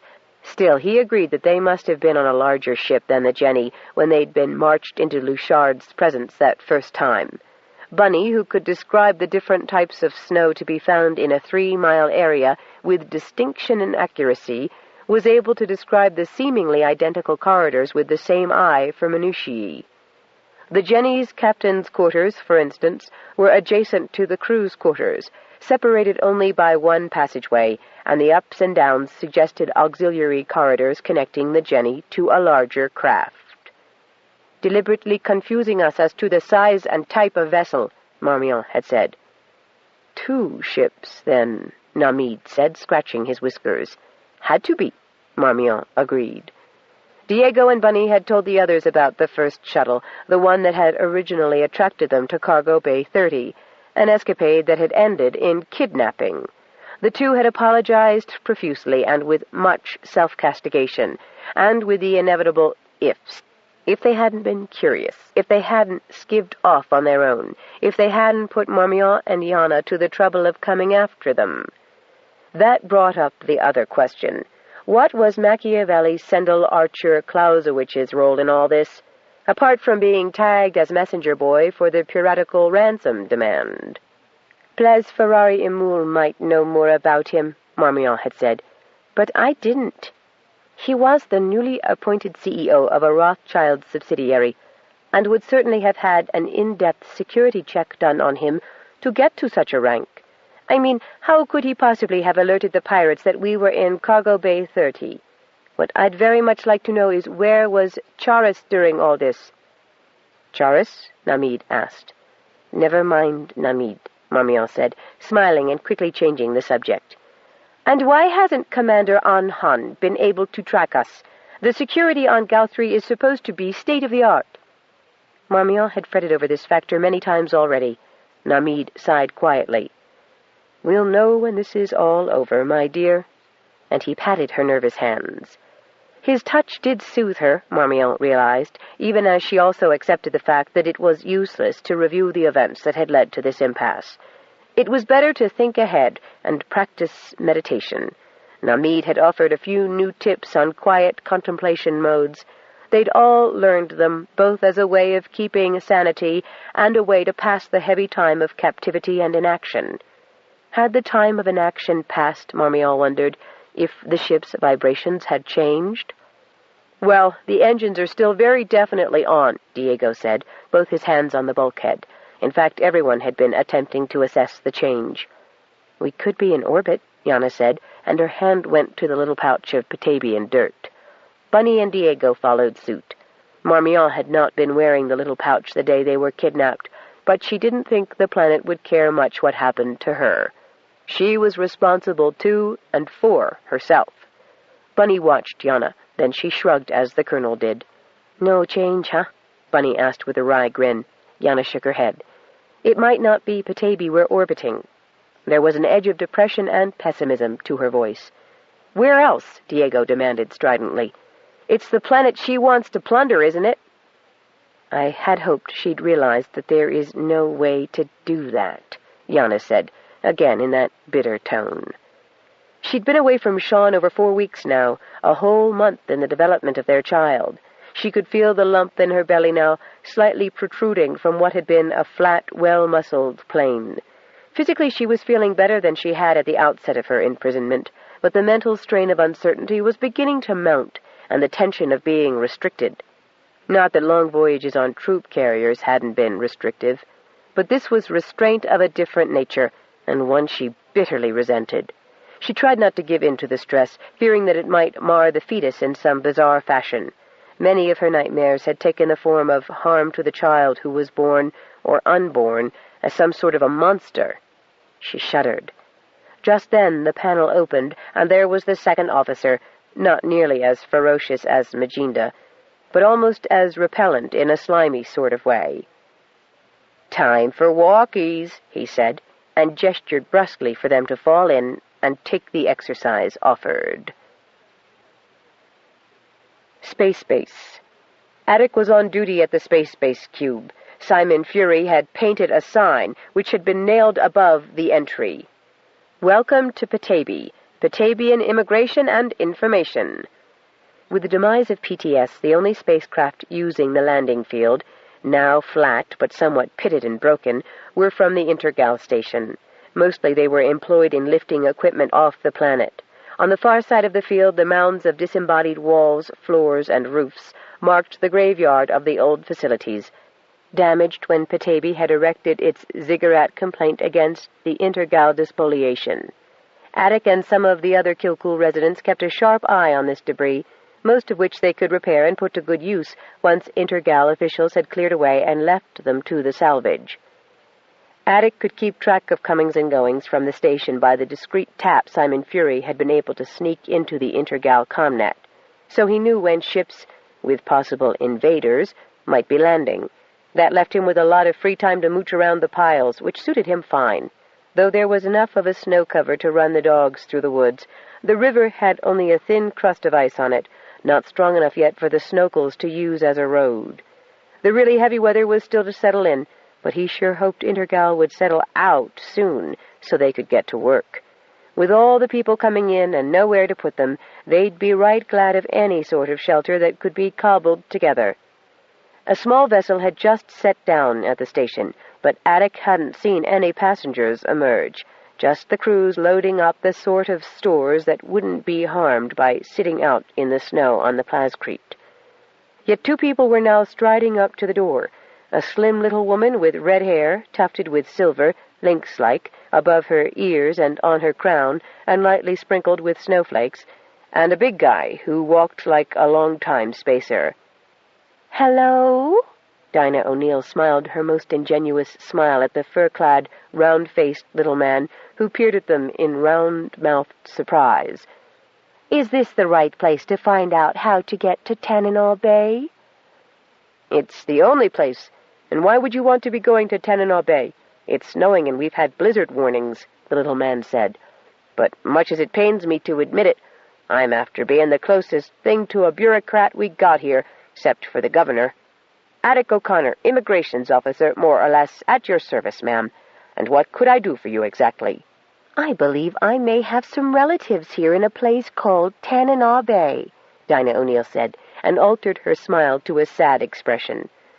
"I wanted to come and see if we really are related, and if perhaps I could make a home here near them, as all my other family have died out, and I've nowhere else to go." "You really must be hard up to come to Petaybee, then." "Blood is thicker than water, even frozen water," she added, indicating the snowfall. Privately, Dinah wondered how the hell the planet could afford state-of-the-art Nakatira structural cubes like this one if the planet's economy was so marginal. Still, the old man's response had been immediate, and she didn't think him guileful. One wanted to attract folks to a planet, not send 'em running. Or maybe they did, to keep all the wealth to themselves. "Actually, I wouldn't have dreamed of coming here until just recently. I met a man who was telling me about how he'd been down with a committee investigating a so-called sentient planet settled by a lot of the people relocated by Intergal in the time of the reunification war in Ireland, where my people come from. In the course of his work, the man I talked to had met some people he thought resembled me who shared a similar surname. So I decided to check it out." "And how about you, sir?" Attic O'Connor turned to Majinda, who had been standing at bored ease behind Dinah throughout the conversation. "I take it you and the lady here are together. Would you have relatives here, too, then?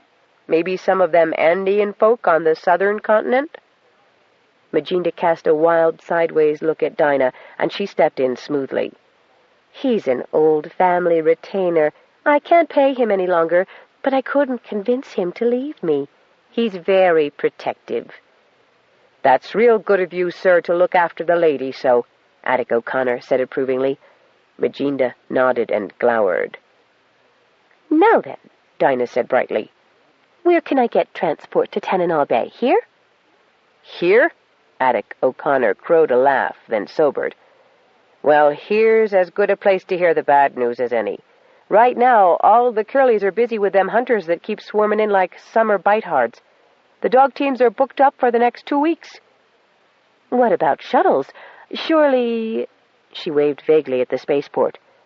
"Damma, I don't know where you come from, but there's one copter available to this entire planet, and it's borrowed and late returning from where it went to, and no other air transport at all since Intergal reclaimed all they had."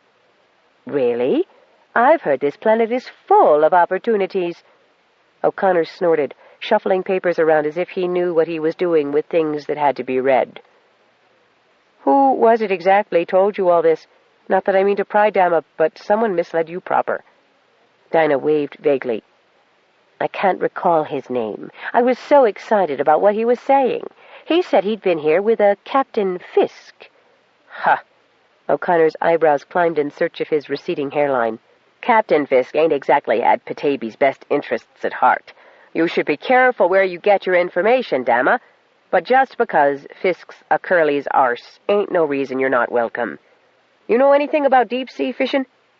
"Not much," Dinah admitted, "but I'm willing to learn." Attic snorted again. "Little thing like you might have fast fingers and be good at gutting, but you're a mite light for fishing work." "Is that all that happens at Tananaw Bay?" "Sure, ain't much else up that way." Nevertheless, I'd like to go, Dinah said. Unless, of course, my information was wrong. Where could I get in touch with the town leaders and inquire about my relations? Short of Tananaw Bay, nowhere. You've a comm unit. Oh, that one. That only tells me when there's spacers coming in. Ain't got no link to anywhere, not even Kilcool. Kilcool? Dinah paused. That name sounds familiar.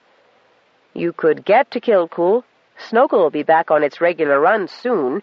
Got some mail and stuff for the governor. The governor? Dinah asked as innocently as if she hadn't been sending the man ransom demands for the past few days.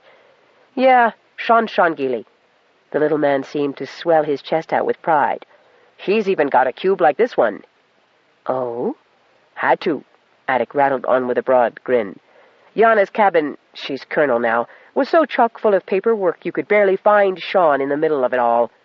Really? Yep, and that O'Neill.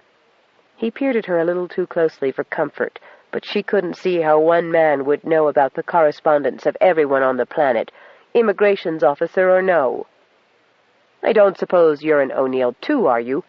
Never met one before, and now they're coming out of the woodwork. Dinah contained her start of surprise. She quite deliberately hadn't given the little man her name. O'Neill? She could also look exceedingly blank. Oscar O'Neill of the Nakatira Structural Cube Company?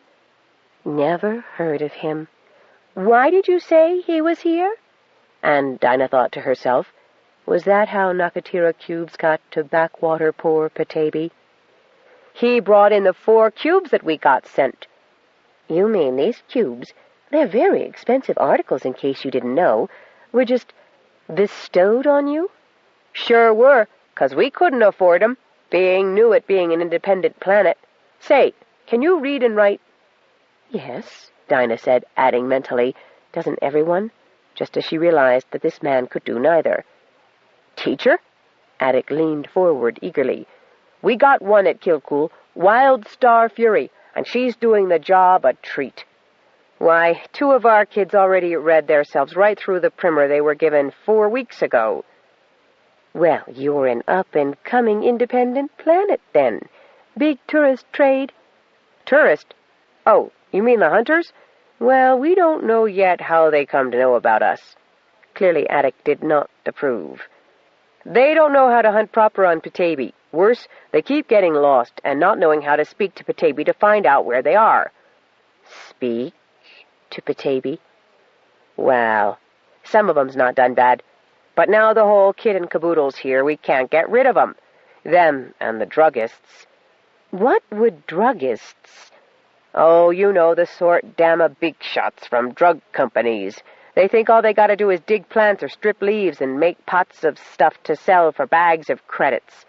Attic scoffed. They've another think coming, and most of 'em is awful slow. They eat a lot, too. And that's bad? Well, lucky we had a good harvest this year, long spring, good summer. Got a bumper crop, or would have if all these folks hadn't dumped on us. Opportunists is what Sean calls 'em. They sure are lousing up our opportunities. Maybe we should go to Kilcool, Dinah suggested. Attic eyed her ship suit and her neat jacket critically. Well, you ain't dressed proper for anything but the Snokel, damma, and one of our drivers is unfortunately being held by pirates off of the planet. Sorry for the inconvenience. You can sit over there. He pointed to the rough benches lining the wall. Won't be too long, a couple of hours, till those guys bring us whatever pile of junk's going to Sean this time. Dinah and Majinda exchanged glances, but obediently sat themselves down. The cube might appear windowless from outside, but there was a strip of one-way plexiglass all around, affording them a good view of the activity around the spacer through the light snowfall. Captain Luchard's not going to like us waiting about, Majinda murmured to Dinah. I know, but it can't be helped, she replied, and crossed her slim legs. She had much to think over while she waited. At least the building was warmish, and the snow would hide the little shuttlecraft she and Majinda had arrived in. She fingered the finder in her pocket, which would allow them to locate the craft, no matter how much snow covered it. Attic O'Connor had turned away from them to his comm unit. "That Muktuk wrote," he was saying. "That's a Raj, Una." Dinah had been a pirate long enough that she didn't care for it when someone was communicating long distance while she was in the room and without an escape route. She sauntered back up to O'Connor's desk as if bored and sat on the edge of the desk. "So tell me, Attic, I'm awfully curious about this Tananal Bay. Where is it, anyway? Actually, I was wondering if there was a map of this planet or something. I can't imagine the whole place being Arctic." "Well, it is, Dama. Dr. Fisk says that's 'cause we only got continents on the poles with nothing in the middle. Well, not so far. Governor says the planet's working on making middle bits, but it'll take a spell. Now then, as for a map..." He reached into the middle drawer of a desk and drew forth a much-creased sheet of paper with a monochrome photo on it. "There's not a lot, but Dr. Fisk gave us this serial map and showed us where Kilcool is. I can show you where other places are, if you got a bit of time." She smiled sweetly. "From what you say, I've quite a bit of that. So then, where is it?" "Right about... Well, first you have to find Savoy and Harrison's Fjord, which are..." "Why, when I want to go to Tananal Bay?" "It's not that simple, Dama. You have to get your reference points and..." The desk was suddenly thrown into shadow as Majinda loomed as only he could. "Stop stalling. Give us the coordinates." Sean streaked from the Kilcool cube in a stream of papers when Una gave him Attic's message. "He said the Lady Muktuk and Chumia wrote to was here looking for her relatives, Sean," Una told him. "Said she was an O'Neill if ever he saw one. He'll try to keep them there." "Are Muktuk and Chumia still in town?" "No, sir. They went home right after leaving the message." "Send a team after them, and if you can't locate one, send Sinead on skis. She's the fastest in the village. Damn, without the company here, we're going to have to organize some kind of police force." "How about Madame Algemen's organization?" "Good idea. Ask Wit to get a message to Gal 3. But no one is to move in until we can safeguard Yana and the others." "Where are you going, sir?" "For a swim," he said. Una shook her head as she watched him tear off his fur vest and shirt as he ran toward the river. Other people bundled up to go outdoors in this weather. Sean stripped down. She liked these people, she really did, but she doubted she'd ever understand them. Even in seal form, swimming as fast as his flippers could take him, Sean arrived at Space Base too late. Attic was on the floor of the cube, a large bump purpling on his head. "Big sucker hit me," he said. "The lady was nice enough, though. They wanted a map to Tananal Bay." "Did they now?" "At least we know where they're going." "Yeah, but I don't think there's any way we can get there in time." "I can," Sean said grimly. Fortunately, the river ran close by the cube, and Sean dashed back out the door, still stark naked, dived in, and disappeared under the water. Attic touched his bump gingerly. "Must have got him out of bed or something," he said. "I could have loaned him some pants anyway, if he'd stopped long enough." Majinda was already at the shuttle's controls, and Dinah O'Neill was just about to climb in when a disturbance on the river caused her to pause. She was here to suss out this planet and its peculiarities, after all. Her eye had been caught by the sight of the river ice bursting open, frothing with bubbles, then geysering 3 feet in the air as a large silvery seal jumped onto the bank. She was about to turn away when the seal turned into a well-built naked man, one of her favorite tourist attractions. The man ran into the cube, and Dinah smiled. "You comin'?" Majinda grunted. "In a moment," she said, and her wait was rewarded. After a few minutes, the door to the cube was flung open, and the naked man ran out, jumped back into the water, and disappeared beneath the ice. She saw Attic O'Connor standing in the doorway, scratching his head, looking slightly nonplussed, not much the worse for wear, and not terribly surprised at his visitor's appearance. Perhaps she was being unimaginative in her assessment of the possibilities of this place. 20. Southern Continent. "Oh, Lordy," thought Johnny. "Kidnappings come back into vogue. This is ridiculous." "And so," he said aloud, "just how many do you think you can cram in my copter?" Xing Qi smiled with pleasant malevolence. "You will call for others." At that point, Lonzi snorted, Pablo guffawed, and Johnny just grinned. "Man, you're looking at the sole and only copter available in this or any other Petaybee hemisphere. And I only got so much fuel left in the tanks. So stop waving that thing at me like it could argue the case for you." Sita noticed that the light had gradually faded while they stood talking.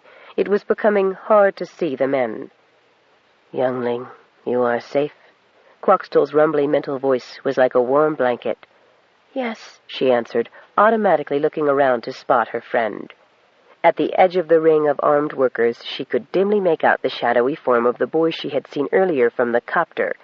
Beside him, a pair of eyes shone. Sita knew it was Quoxtall.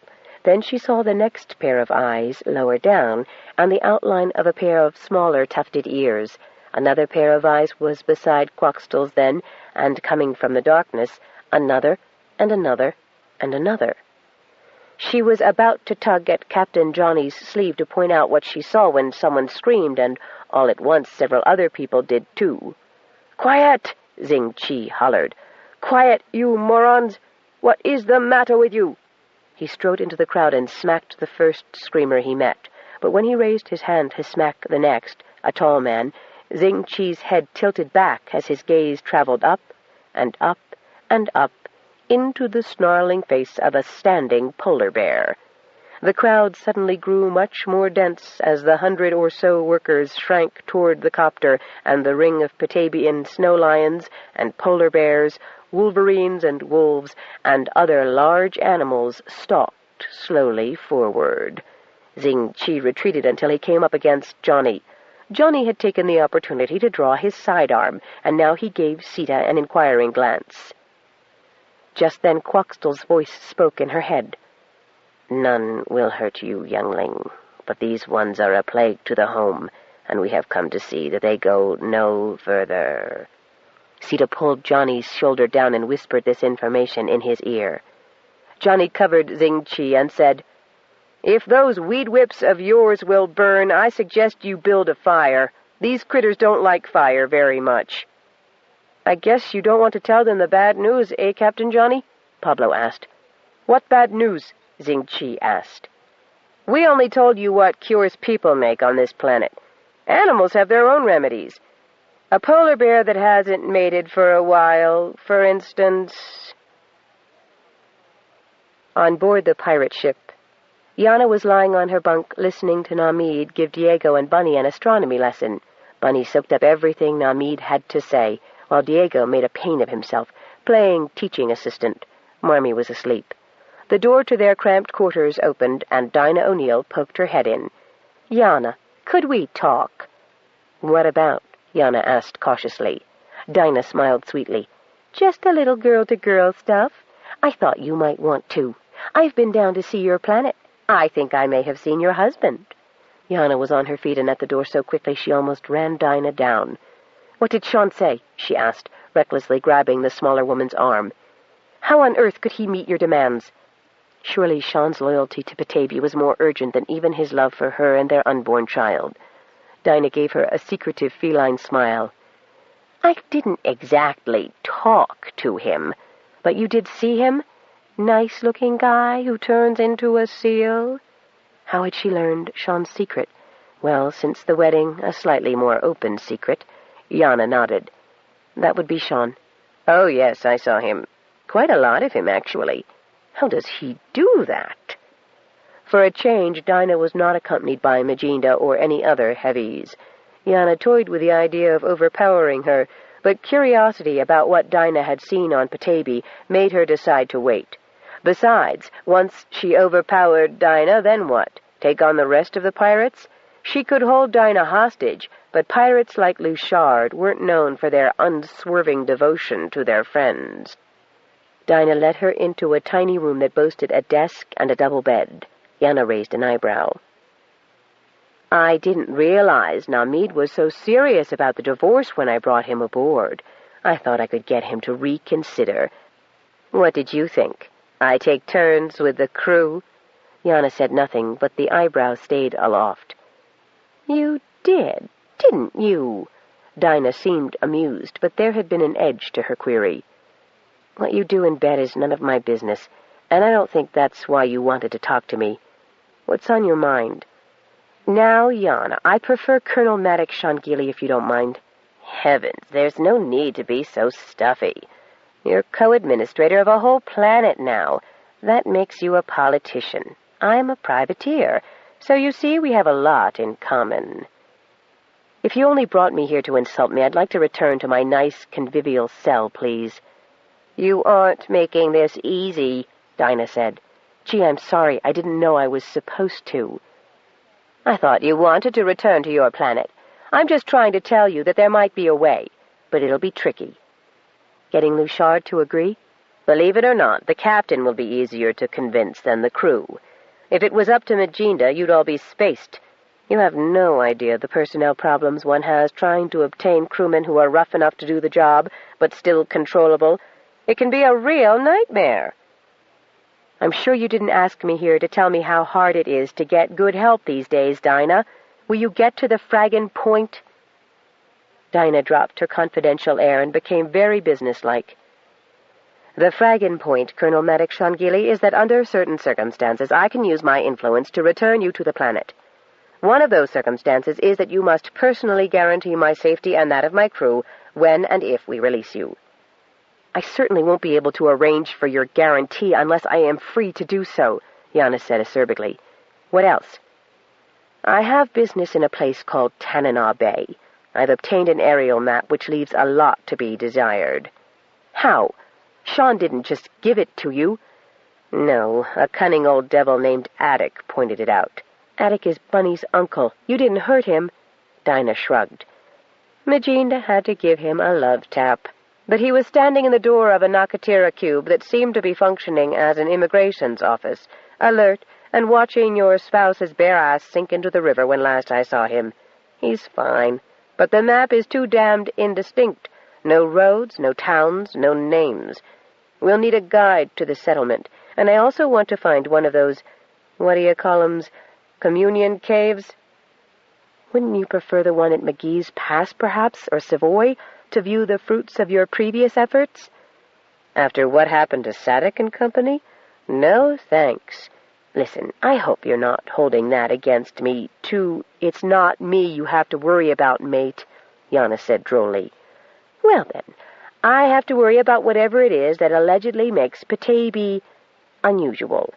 At least unusual enough to allow a human being to do what your husband did. Change, I mean. I hope whatever that is won't hold Sadek's operation against me. All I know about that business was that the men delivered such and such an ore to such and such a site, and that they had developed something involving petroseal that let them succeed at mining where the company had been unable to." Yana leaned forward and said with all the earnestness in her, "Dinah, if I have to personally cover every inch of ground near Tanana Bay to find the communion place for you, I will do so just to watch you tell that story to the planet and hear what response you get.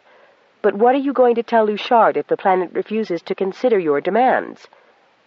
"I'll think of something," Dinah said. "Now, however, it's time for us all to climb into the shuttle and take you home, don't you think?" "And Bunny, Diego, Marmion, and Namid? Bunny's probably the best one to guide you." "And not much good to me otherwise. Actually, Marmion has become a bit of a liability, delightful as her company has been. Had it not been for her offer of a transport fee, I'm afraid the boss might have done something drastic to, eliminate the danger. But a fee is a fee, and I'd much rather drop her off on your quaint little planet than, deliver her to her door on Gal 3, where I'm sure her friends and employees would all be there to greet me. And I suppose I'd best face it that it's all over between Namid and me. Petaybee's as good a place as any for the tasteless bastard." She gave a deep sigh. "Oh, very well. You can have it all your way for now. There, it's settled. Don't you feel better now that we've talked things over? I know I do." The moment the hatch opened, Bunny took a sniff and said with a deep sigh of satisfaction, "Home." Snow was falling against a pink and tangerine twilight, gilding the heavy snow cover with rose and gold, a glistening sheet stretching to mountains dwarfed by the distance. "Very good, sweetie," Dinah O'Neill snapped. "But I knew this was your home already. Where exactly and specifically are we?" Majinda was climbing out behind Dinah, but as soon as he stepped on the narrow gangplank, the port side of the shuttle sank approximately 4 feet into the ground, cracking the big pirate's chin on the ledge. Bunny made a face. "Sinkholes. From the permafrost, you know." Majinda's foot was trapped between the side of the hole and the shuttle. The other 2 pirates were left inside the shuttle, which continued to list further into the water. "The fraggin' hole's filling up with water," Majinda bellowed. The words were just out of his mouth when the hatch closed abruptly. "Oops," Yana said, watching the shuttle and the pirate sink further. "I don't think that's a sinkhole after all, Bunny. I think we may have landed on ice, and it broke through under the shuttle's weight." She called down into the hole, "Hope you can swim, Majinda." Dinah stepped to the edge of the hole to help the first mate, but the ice broke under her foot. Had Namid not grabbed her, she too would have fallen in the black and freezing water. As the hole broadened, Majinda lurched with his hands to find a hold on the exterior of the shuttle and managed to catch one of the security hooks, his heavy body precariously dangling from one hand. "Help him," Dinah said, reaching for her laser pistol. But it was gone, extracted from her belt by Namid when he had rescued her from falling into the hole. "Damn!" She clenched her fists in frustration. "Why should I help him?" Diego asked. "You guaranteed safe conduct," Dinah reminded Yana. "I didn't mean against natural disasters," Yana said. "He'd be no great loss to me." "He's still a human in trouble on my planet," Bunny said, down on her stomach and ready to give assistance. "Diego, Namid, hold on to my ankles." Marmion hesitated only a moment before extending the link by grabbing Diego's ankles. "Oh, very well," Yana said, and started to flop down on the ground. But Namid shoved her away and took her place, holding Marmion's ankles. "You must think of your child, Colonel," he told her. "Here, Majinda, take my hands," Bunny told the pirate. "We can pull you out, but you're going to have to turn loose of the shuttle first. Swing your body this way." Majinda let go of the shuttle and grabbed Bunny's arms so quickly that she screamed in pain. Next he got a hold of her long hair, pulling himself half out of the freezing water. The ice cracked ominously under the load it now bore, and the edge disintegrated abruptly, so that Bunny hung face down into the opening, looking into black water while the pirate hoisted himself over her legs to Diego, whose grip on Bunny's ankles slipped as she tilted downward. When Majinda hauled himself onto the secure bank, Yana walloped him on the jaw with Dinah's laser pistol. "Get off those kids, you ass!" she commanded. He slumped sideways, relinquishing his hold on Diego's arms. Dinah and Yana scrambled forward on their knees to haul the girl out of the hole. Yana collapsed in the snow, coughing and panting, while Diego and Bunny nursed various bruises and strains the big pirate had inflicted.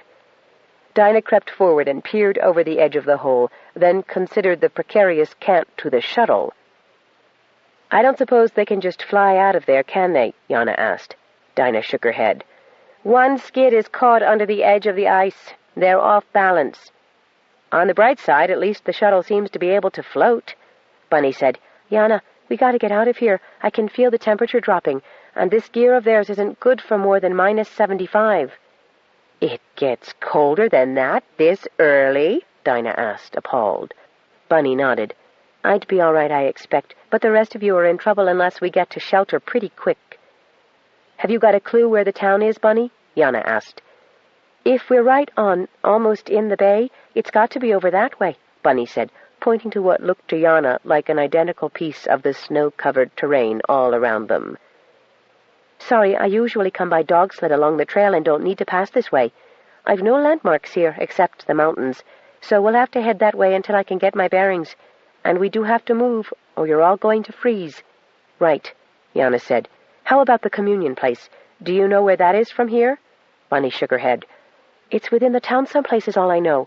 When it was their turn to give the latchkey, I was sick and couldn't go." "Okay then," Yana said. "Let's move out. On your feet, you," she commanded, using her toe to nudge Majinda, who groaned but remained limp. "You shouldn't have hit him so hard," Dinah said. "I should have let him drown," Yana told her, "and he'll be the first to freeze, wet as he is. So come on, Nami, Diego, you're strong. Let's get him up and head on out of here." Gal 3. Dr. Matthew Luzon, striding along the corridor from the shuttle that had brought him back to his head offices on Gal 3, was feeling very good.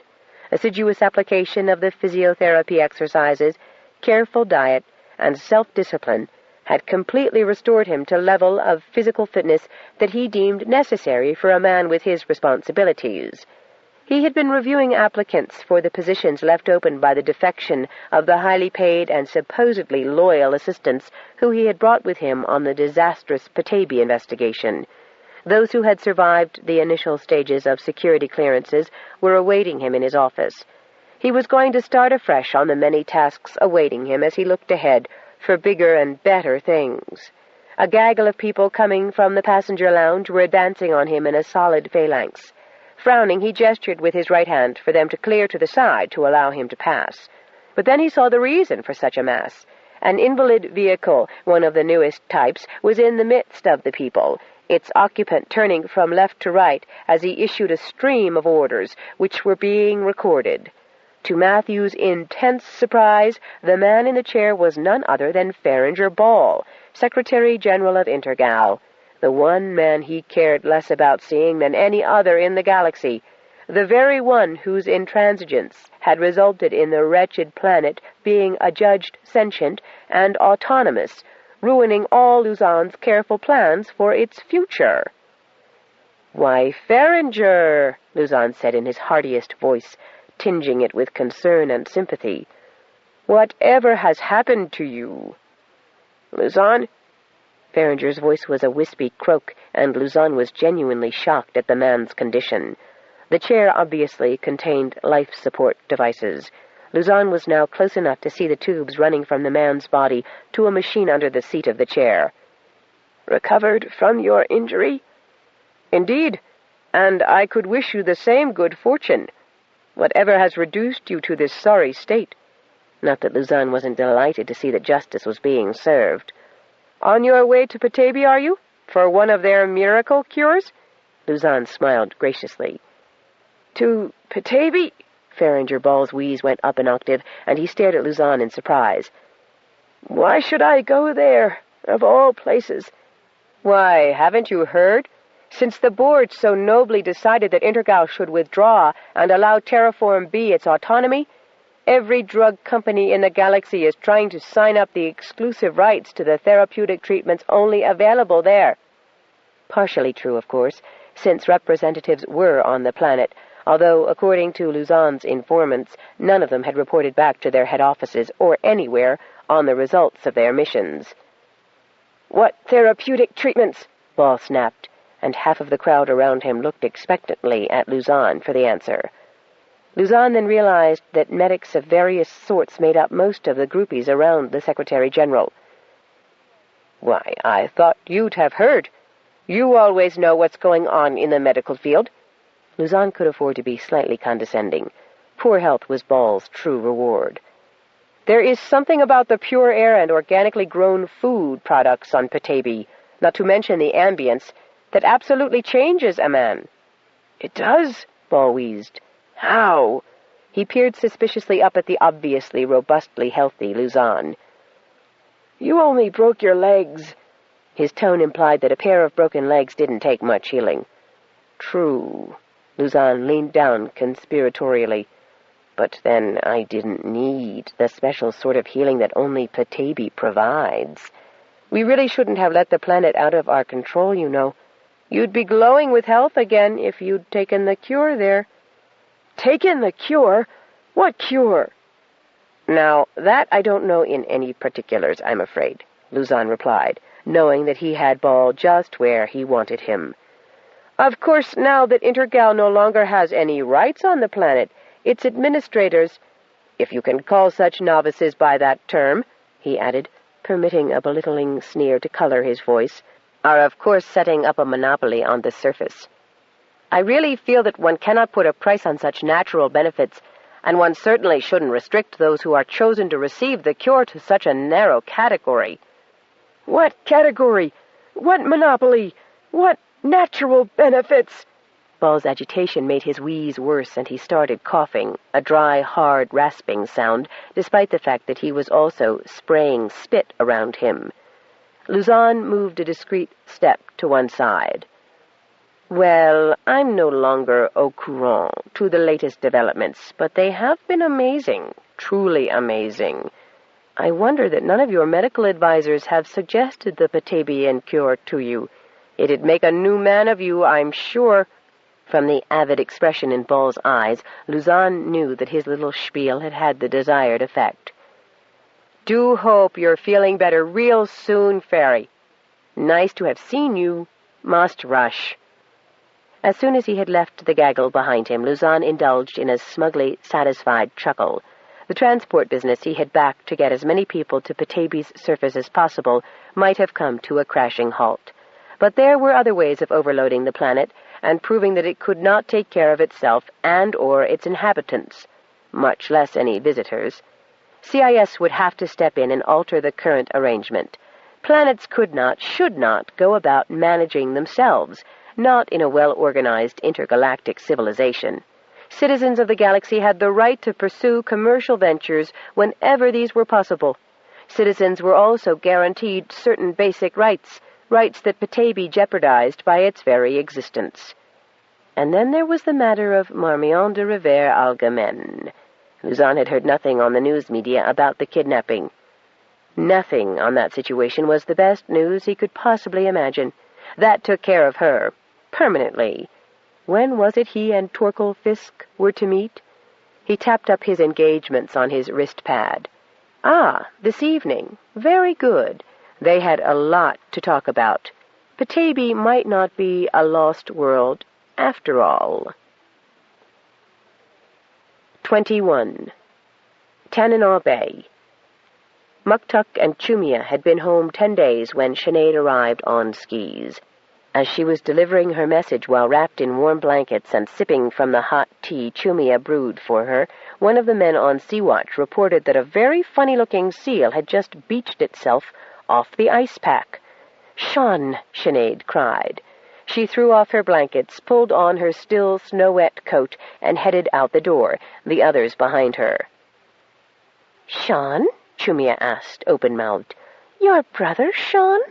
"Bring clothes," Sinead yelled back over her shoulder to Muktuk, but Chumia had already shoved Muktuk's latchkey snowpants and parka into his arms.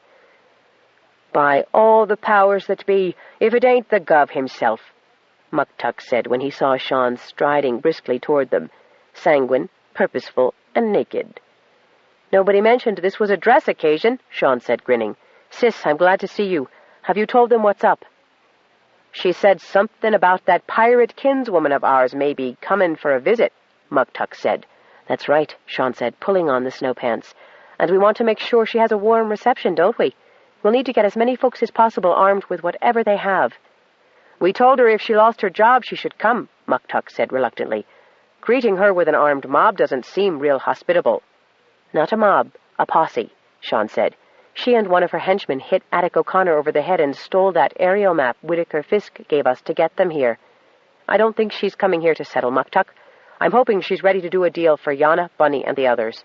I doubt she'll come without a suitable escort of her own, so we'll need a suitable one, too." "Right you are, Gov." Sean was impatient to get the welcoming organized, but Chumia was firm that he needed to be fed and dried properly. While doing that, he could still tell them what he had in mind. "We don't want to be rash and hurt the poor girl if she's only running scared," Chumia said. "Perhaps her boss made her hit Attic. Maybe that other man was her boss, and she's still trying to get loose from him." "You've seen no sign of a shuttle, or any strangers walking in?" Muktuk snorted at the latter and shook his head over the former. "Well, either way," Sean said, "I need to visit the communion place." "Sure thing, Gov. Chumia, you get that end of the rug and I'll get this." Together the O'Neills pulled away the thick rug woven in shades of green and gold in a stair-step pattern. A trapdoor was revealed, opening onto well-worn steps that led to the permafrost cave Sean remembered from 3 former latchkeys.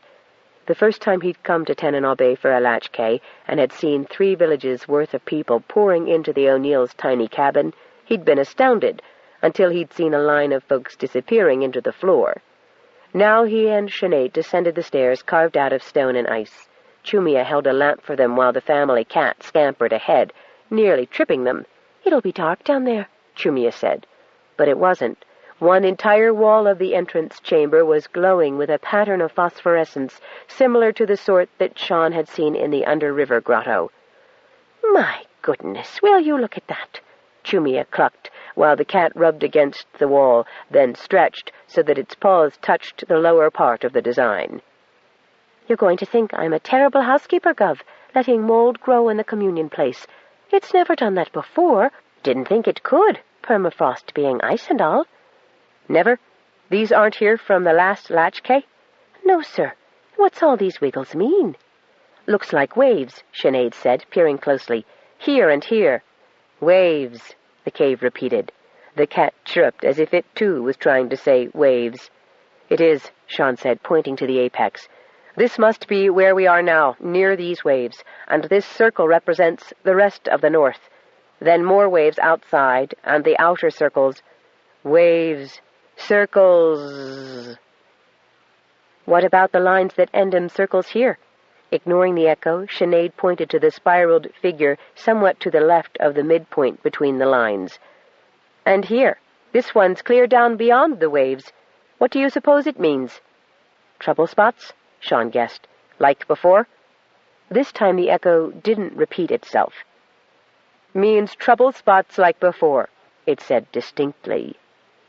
The cat jumped as if someone had thrown water on it and bolted back up the steps and into the house. They could hear the cat door flap still flapping as they continued studying the diagram. Dinah O'Neill was not happy about leaving her shuttle stranded on the ice like some sort of a monstrous sea animal. "It's watertight, isn't it?" Bunny asked her, and shrugged when Dinah had to admit it was. "Then even if it falls into the water, they're all right in there, aren't they?" "Sink?" Dinah cried, aghast. "Well, not really," Bunny said. There might have been some who thought she was deliberately teasing Dinah O'Neill, but she was merely thinking out loud. "Besides, I think that hole will freeze over as soon as it turns dark, and the shuttle will be okay. Frozen in, of course, but safe. Speaking of freezing, we'd better get going. Yana, I'll scout ahead. You keep the others moving, okay?" Yana flipped her a salute. "Aye, aye, ma'am. We're right behind you." What Bunny didn't say, nor did either Yana or Diego mention, was very obvious to them. The sun was westering, and they hadn't much daylight left to get where they wouldn't freeze. Bunny struck out at a good pace toward the general direction of Tanana Bay. She would have preferred to go straight across the frozen inlet toward the main trail, but that would waste time, which they didn't have much of. So she headed toward the nearest high ground. Maybe there she could get a good look at the lay of the land and correct their path. She was also aware, though she didn't mention it, that her little pouch of dirt was acting like a miniature hot bottle, its heat keeping her warm. Humans were so dense and so slow. Punjab didn't know how the planet put up with them sometimes. Even drawing them a big picture wasn't enough. Obviously that business across the water would have to be delegated. If humans were too thick to understand, perhaps birds or walruses would have to explain it to them. But it was not a job for cats. This simple task clearly was, however. With satisfaction, Punjab felt the snow freezing to ice with each warm touch of his heavily furred paw, as home cooperated with its chosen messenger, the feet of the planet, as Punjab's kind considered themselves. Confidently he trotted on toward his quarry. Bunny devoutly wished for her snowshoes as she blazed a trail through the 2-foot-high drifts, her feet sinking through to the knees with each step. She deliberately squashed down as much snow as she could every time she made a track, but it was laborious going. After a short time she returned to the others to encourage them and see if she could help. Majinda was shivering so much that he staggered. She thought of giving him her jacket, since she could stand the cold better than he could, but her jacket wasn't big enough to do him a damn bit of good. Nor was anyone else's, and the pouch, which was doing such a fine job of making her feel warm, also wouldn't help the first mate. When they reached the first copse, she considered starting a fire to dry him at, but that would take too much time out of the little daylight they had left.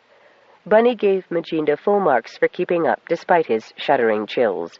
It was Dinah O'Neill who was having the worst time of it, being rather short of leg and having to take little running steps to keep up with the others.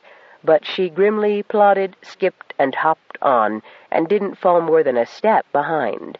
Diego was beginning to puff, too. Those walks about the pirate ship had not been any substitute for proper exercise.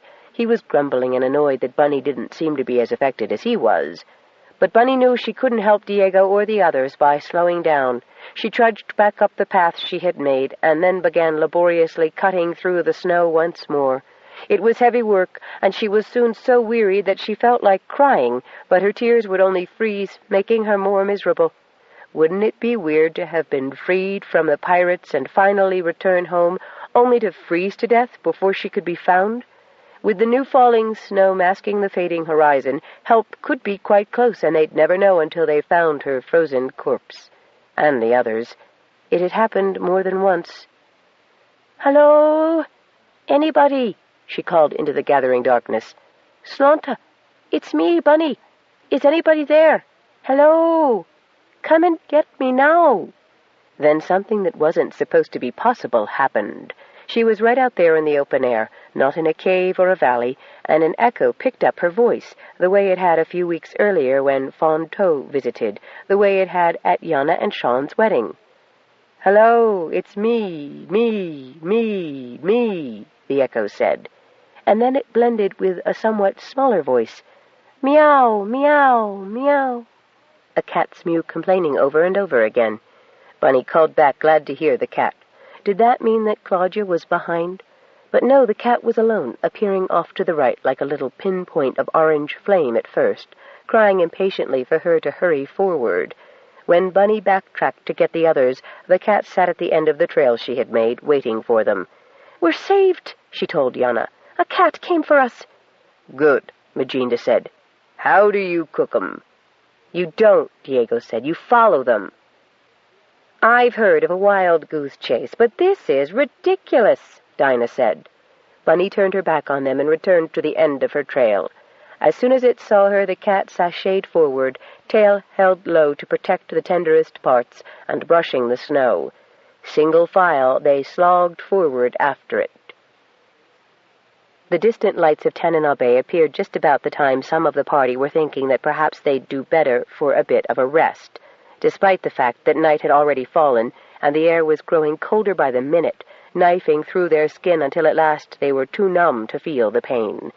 Only the luminous eyes of the cat guided them when it turned in its tracks to regard them with impatience.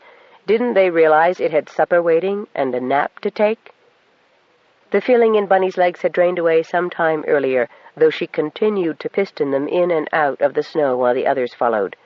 Once they spotted the cabins, the cat cast her a glance, then scampered away to disappear into the town. The welcome sight of cabins revived the flagging energies of everyone in the party. It helped that the snow closer to the settlement was already trampled into trails, and they followed one of these easily to the outermost cabin. It was empty, though smoke still poured from the chimney. They all gratefully crowded inside to warm themselves by the fire. When Magenta would have crawled into the fireplace, Bunny hauled him back so he wouldn't scorch himself. She grabbed a fur cover from the nearest bunk and draped it around his shoulders. He could not seem to stop shivering. There was soup in the kettle on the hob, so Bunny ladled him out a cup, which he could barely hold in his hands without spilling. "Don't know how much of someone's supper we can take without them going short," Bunny said by way of explanation, when she saw the hopeful expression on Dinah O'Neill's face as she, too, crowded into the fireplace. Bunny was right proud that neither Diego nor Yana seemed to need the fire. Just being in out of the cold was sufficient. "No one would object to Magenta having a cup of soup to stop those shivers. You all get warm while I go see where people are." She took a parka off the peg on the back of the door. Outside, the temperature would be dropping like a stone from a height. Tanana Bay didn't boast half as many cabins as Kilcool did, but Bunny had been in several empty homes before she came to the Murphys, where the cat was sitting beside the fire and cleaning the snow from between its paw pads. The cat glanced up at her, then returned to its cleaning. She saw the raised trapdoor and the open hole in the floor. Leaning over the opening, she could hear voices, excited voices, lots of them. "Hello, down there?" There was no immediate response, probably because everyone was talking so loud. After waiting a moment, Bunny descended. She'd never seen a communion place entry so bright, something that would certainly have provoked a lot of discussion on any occasion. What she didn't expect to see was men and women armed with all kinds of homely weapons, axes, staves, nets, and pitchforks, as well as the usual bows, lances, and knives. "What's happening?" she cried, touching the first man by the arm. "Glad you could make it," he said, giving her a scant look. "We got big trouble coming to Tanana Bay, and we'll need everybody we can get to turn 'em back." "Turn who back?" And Bunny felt a gelid spurt of fear. What had happened while they were off-planet? Had Intergal gone back on its word? "That pirate, Luchard," someone else explained, leaning around the first man to put in his quarter credit. "Hey, you don't come from around here." "No, I'm from Kilcool, but—" "Benica," said the voice. "Benica?" And that shout came from Sean's throat. Bunny was so astonished to hear the voice come out with her own name that she didn't react until Sean had her in his arms and was whirling her about, laughing and crying. "You're free! You're all right!" And he was feeling her over to be sure she was, his eyes both glad and anxious. Then he looked around her. "Yana?" "She's all right, too, Sean. Really, she's fine." Sinead pushed through the crowd then and embraced Bunny as warmly as Sean had done, also asking where Yana was. "Hold it down," Sean said in a loud voice. Everyone in the communion place was trying to understand who the newcomer was that the voice had recognized so unexpectedly. So it took minutes before Bunny could explain, and then minutes more before she made it clear that the pirate was not on Petaybee. Only his first mate and Dinah O'Neill were. Then she had to calm Muktuk and Chumia down because they were so astonished and gratified that their kinswoman was right there in Tanana Bay. Immediately they were in a quandary about welcoming her if she wasn't bringing good news about Luchard and his kidnap victims. "A moment's hush, please," Sean said in a loud, authoritative voice. He was instantly obeyed as he bowed his head to consider what to do next. Everyone tried not to fidget. "So, now Sean was ready to recap. You've all been released, and everyone is safe." "Thanks to the cat upstairs," Bunny said. "I don't know how it managed to find us. Out hunting and heard me call, I suppose." Sean and the others exchanged sheepish glances. "We all had a map," he admitted with a thumb jerked back to the still glowing wall of the cave. "But the cat acted on it while the rest of us were gathering a force to protect ourselves from the pirates." "The only two that are here are warming themselves nearby. There's a couple of others on ice, you might say, about where the map says." She indicated the slowly fading spiral and line, dribbling away as the microscopic animals forming the phosphorescence deserted the map to go on to more important matters. Chumia busily sketched the whole map on the back of her hand. The portion of the map that crossed waves remained as bright and deliberate as it had been when Bunny first arrived. "Yana talked Dinah into getting Luchard to release Marmee and Namid, too, since they're afraid to return Marmee to Gal 3 and can't get any ransom for her." Wait, who's this Namid?" Sinead asked. "An astronomer Luchard's also got imprisoned." Bunny didn't explain about Namid being divorced from Dinah, because it wasn't really an important detail. "We came in the Jenny's shuttle, only the damned fool landed right on the edge of the ice, so they're about to take a dive off the ice in the inlet." At Sean's gasp of horror, she added quickly, "Oh, Yana Diego and me, as well as Dinah O'Neill and the first mate, got ashore okay, but there are crewmen still inside, and they can't go nowhere right now." "And they'd have nowhere to go here either, so crowded we are," Sinead said sourly. So everyone started talking at once again until Sean, in mid-flight up the stairs on his way to Yana, stopped and held up his hands. "Okay, now, folks, let's just calm down. If the ship's disabled, we can relax. There's just 2 people to be considered, and I think we can handle this, Muktuk, Chumia, Sinead, and me. Go on back to your homes and your dinners, and thank you very much for being so ready to stand on the line. Sure do appreciate your support." Then, followed by Bunny, Sinead, and the 2 Murphys, Sean swarmed up the steps 2 at a time. "Where did you say you stashed them, Bunny?" Sean asked when they got outside. "First cabin I came to," Bunny pointed. "Magenta was shaking so bad he needed to get warm." "Oh, that'd be the Surgatucks," Chumia said, smiling. "They won't mind. They're still down below. Shall I ask them to stay here in our place until we've got things all settled?" "Would you please, Chumia?" Sean asked with an appreciative smile, but he kept right on striding toward the place where Yana was. He was at least 10 strides in front of Bunny and Muktuk when he reached the door and went in. Bunny trotted to catch up and heard a very surprised Yana call out Sean's name. When Bunny entered the Surgatuck's cabin, Sean and Yana were locked in each other's arms, cheek to cheek, eyes closed, rocking back and forth and not saying a word. Yana's face was wet with tears. Dinah O'Neill was looking Sean up and down as if she was hunting for something she wasn't seeing, and there was a bit of a smirk to her grin. Magenta was still shivering, though not quite as violently now he had the warmth of the soup in him. Yana and Diego had removed both the pirates' clothing and their own in Bunny's absence, and were wrapped in the Surgatuck's extra clothing and blankets. A kettle boiled on the stove. "Dinah O'Neill, this is Muktuk Murphy O'Neill and Chumia O'Neill, your kinfolk. And the man by the fire is First Mate Magenta of the Jenny," Bunny said.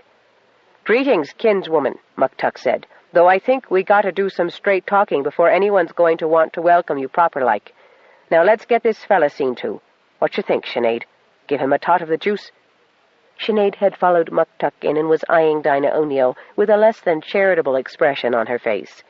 She had relaxed on seeing that Yana was well enough to cling to Sean, and now she gave the shuddering Magenta her attention.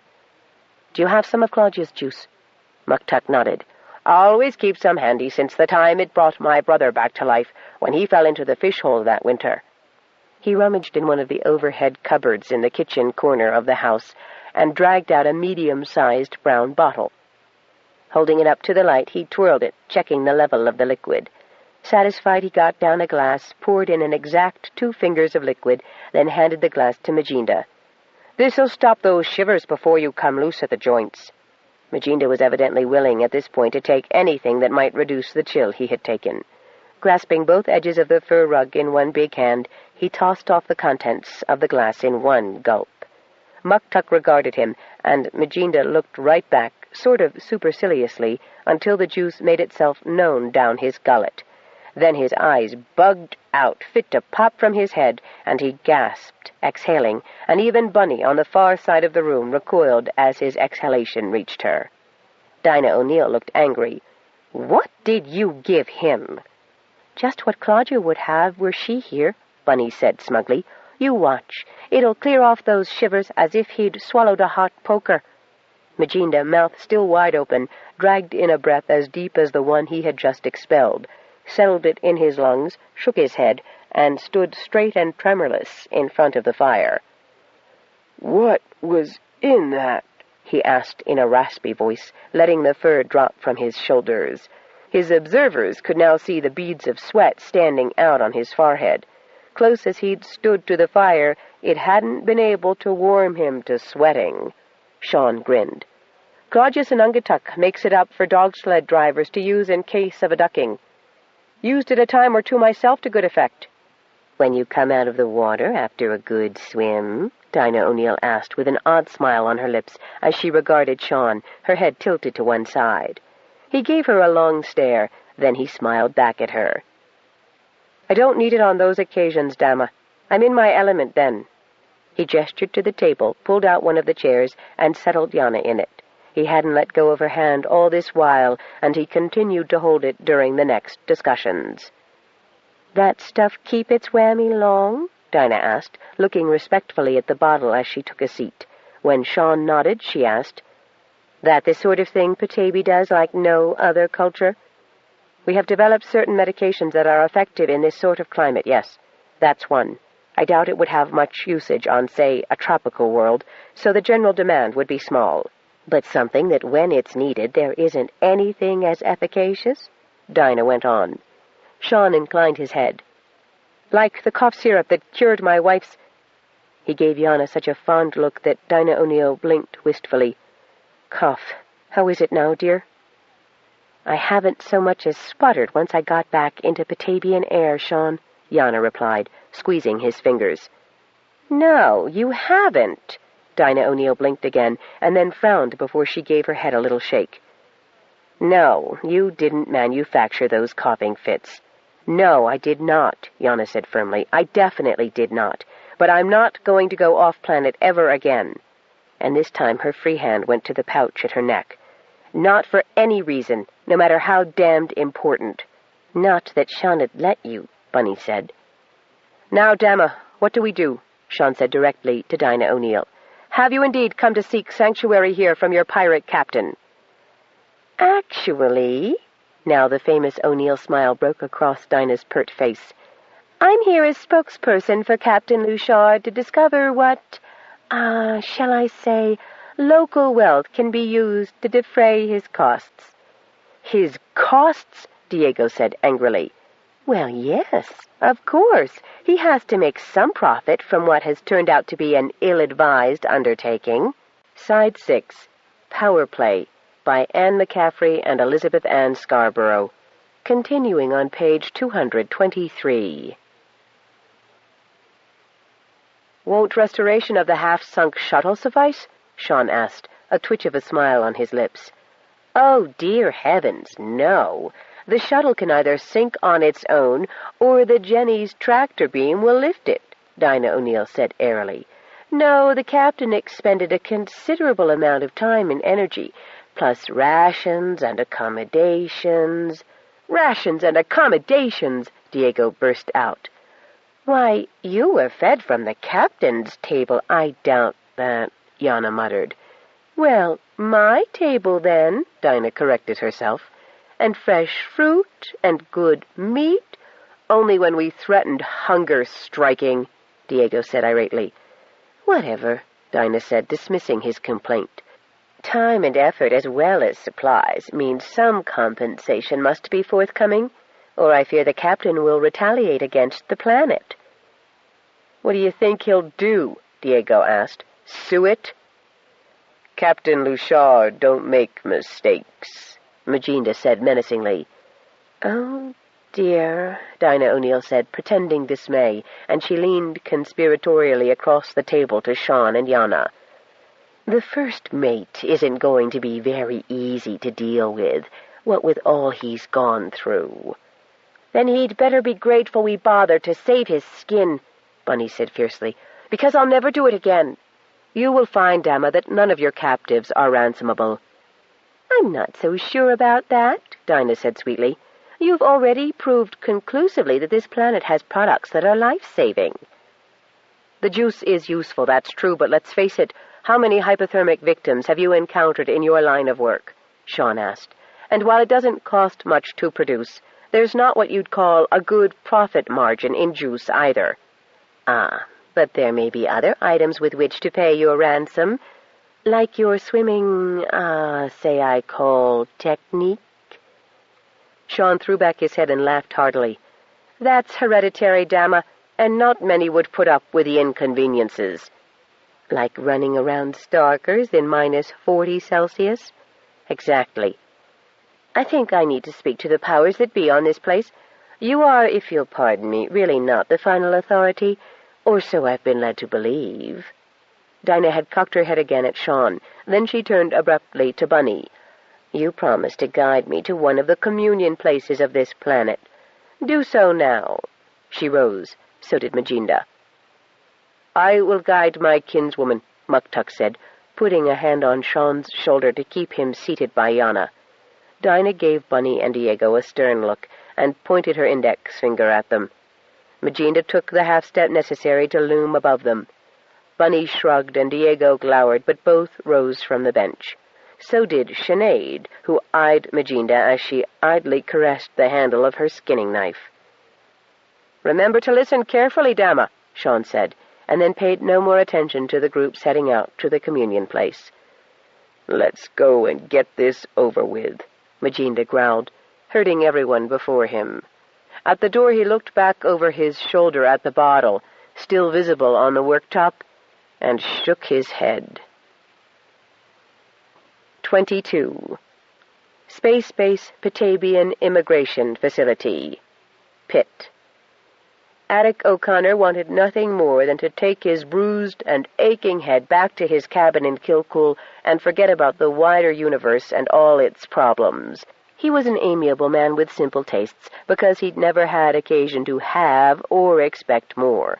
He enjoyed the life he had once led as Kilcool's expediter and keeping the Snokels working and knowing when spaceships were coming in. Up until this morning, he'd really enjoyed being chief immigration officer and official welcomer, but between getting conked hard on the head and now this, he felt inadequate. That didn't set well. Neither did the unanswerable demands of these latest arrivals. In all his born days, he'd never seen anything like this, though he'd heard that both Sinead and Claudia had had to manage some pretty queer persons lately. "You mean there are no hospital facilities whatever on this planet?" the indignant personage repeated for the umpteenth time. "I keep telling you, if someone's sick, they stay home," Attic replied. He cast a jaundiced eye at the patient, who would have been better off staying at home, too, instead of bringing who knew what rare disease to Petaybee. Right after they'd arrived, a big orange tomcat had sauntered in, sitting down beside the sick man's unusual chair to wash itself. Then it had hopped up on the man's lap, sniffed, lifted its lip in a disgusted way, and hopped down again to saunter out the door.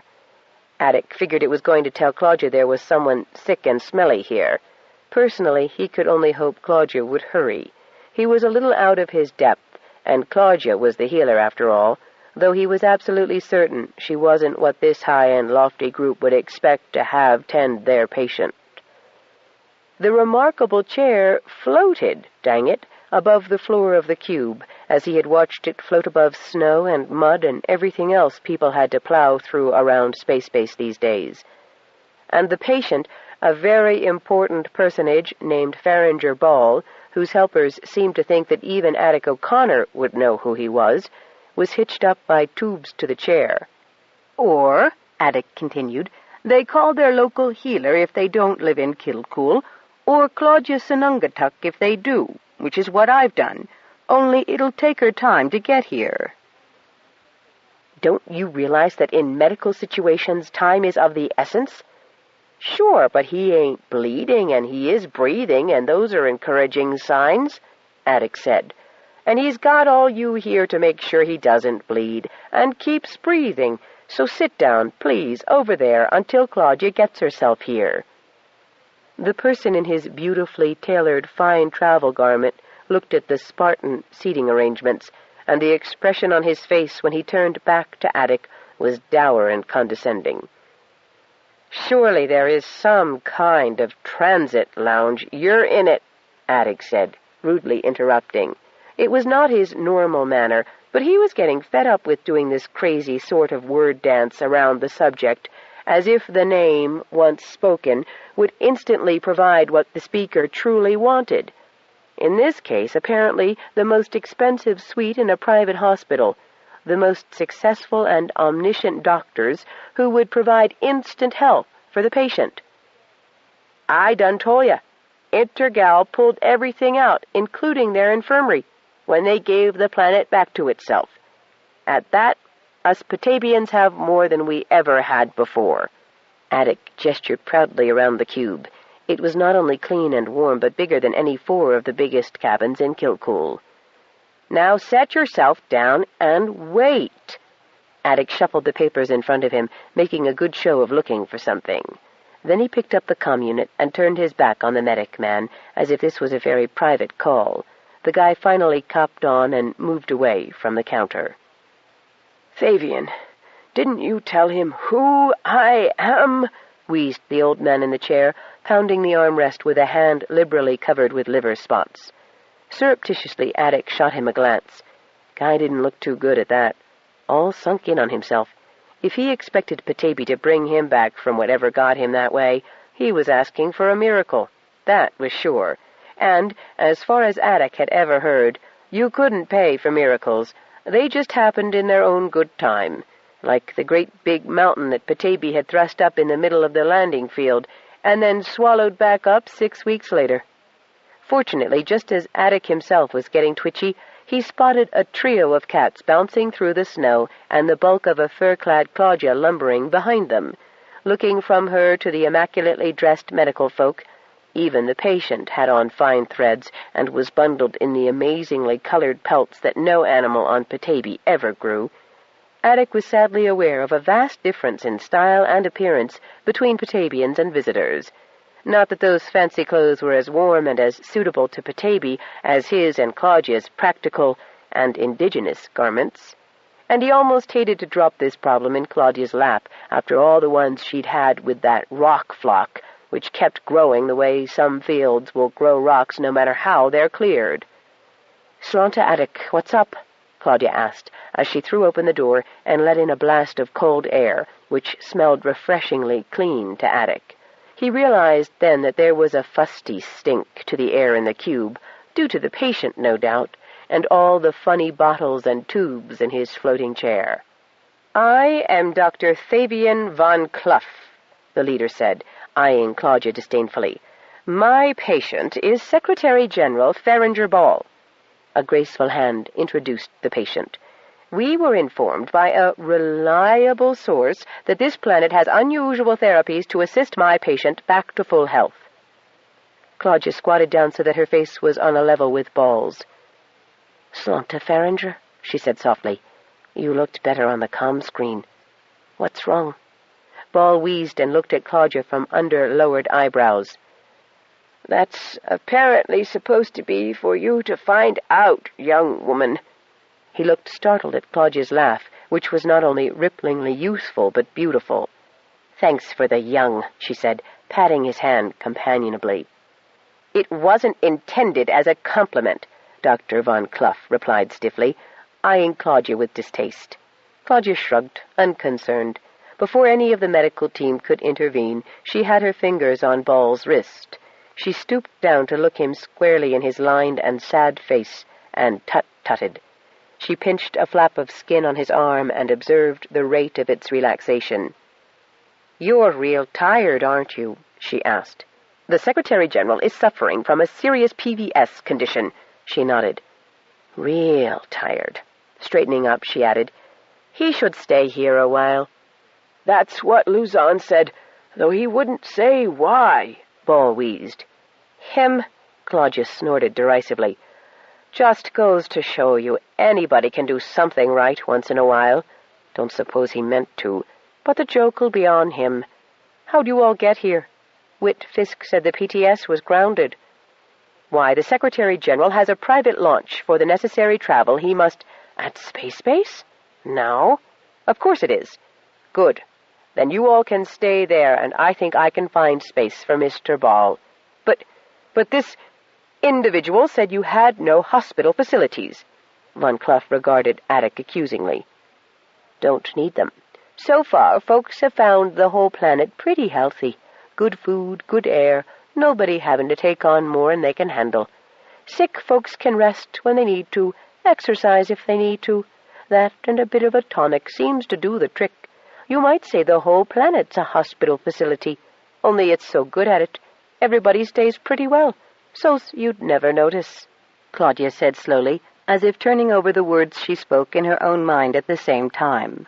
"I never thought about it before, but now that I do, it's true." She made an expansive gesture that included everything outside the cube. "We got everything a human body should need to keep well or cure what's ailing." Von Clough's eyes bulged with indignation. "Mind you, Farringer, you were a little late comin', but I still think we can help you out." She eyed the apparatus with as dubious a glance as Von Clough had awarded her. "Right now, of course, as we're getting started, we have to make do with what we've got." She indicated the cube.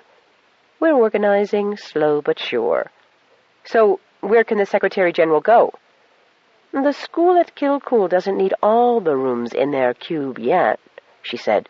"We're kind of short of places to put people since Dr. Luzon," Claudia paused to grin, "has been so good as to send us so many unexpected guests. But we'll find a place for Farringer, since he's so bad off. If you wanted to help, Doctor, the men could use more hands to build more houses. Unless you thought you could get some more of these for the new folks," she added, indicating the cube.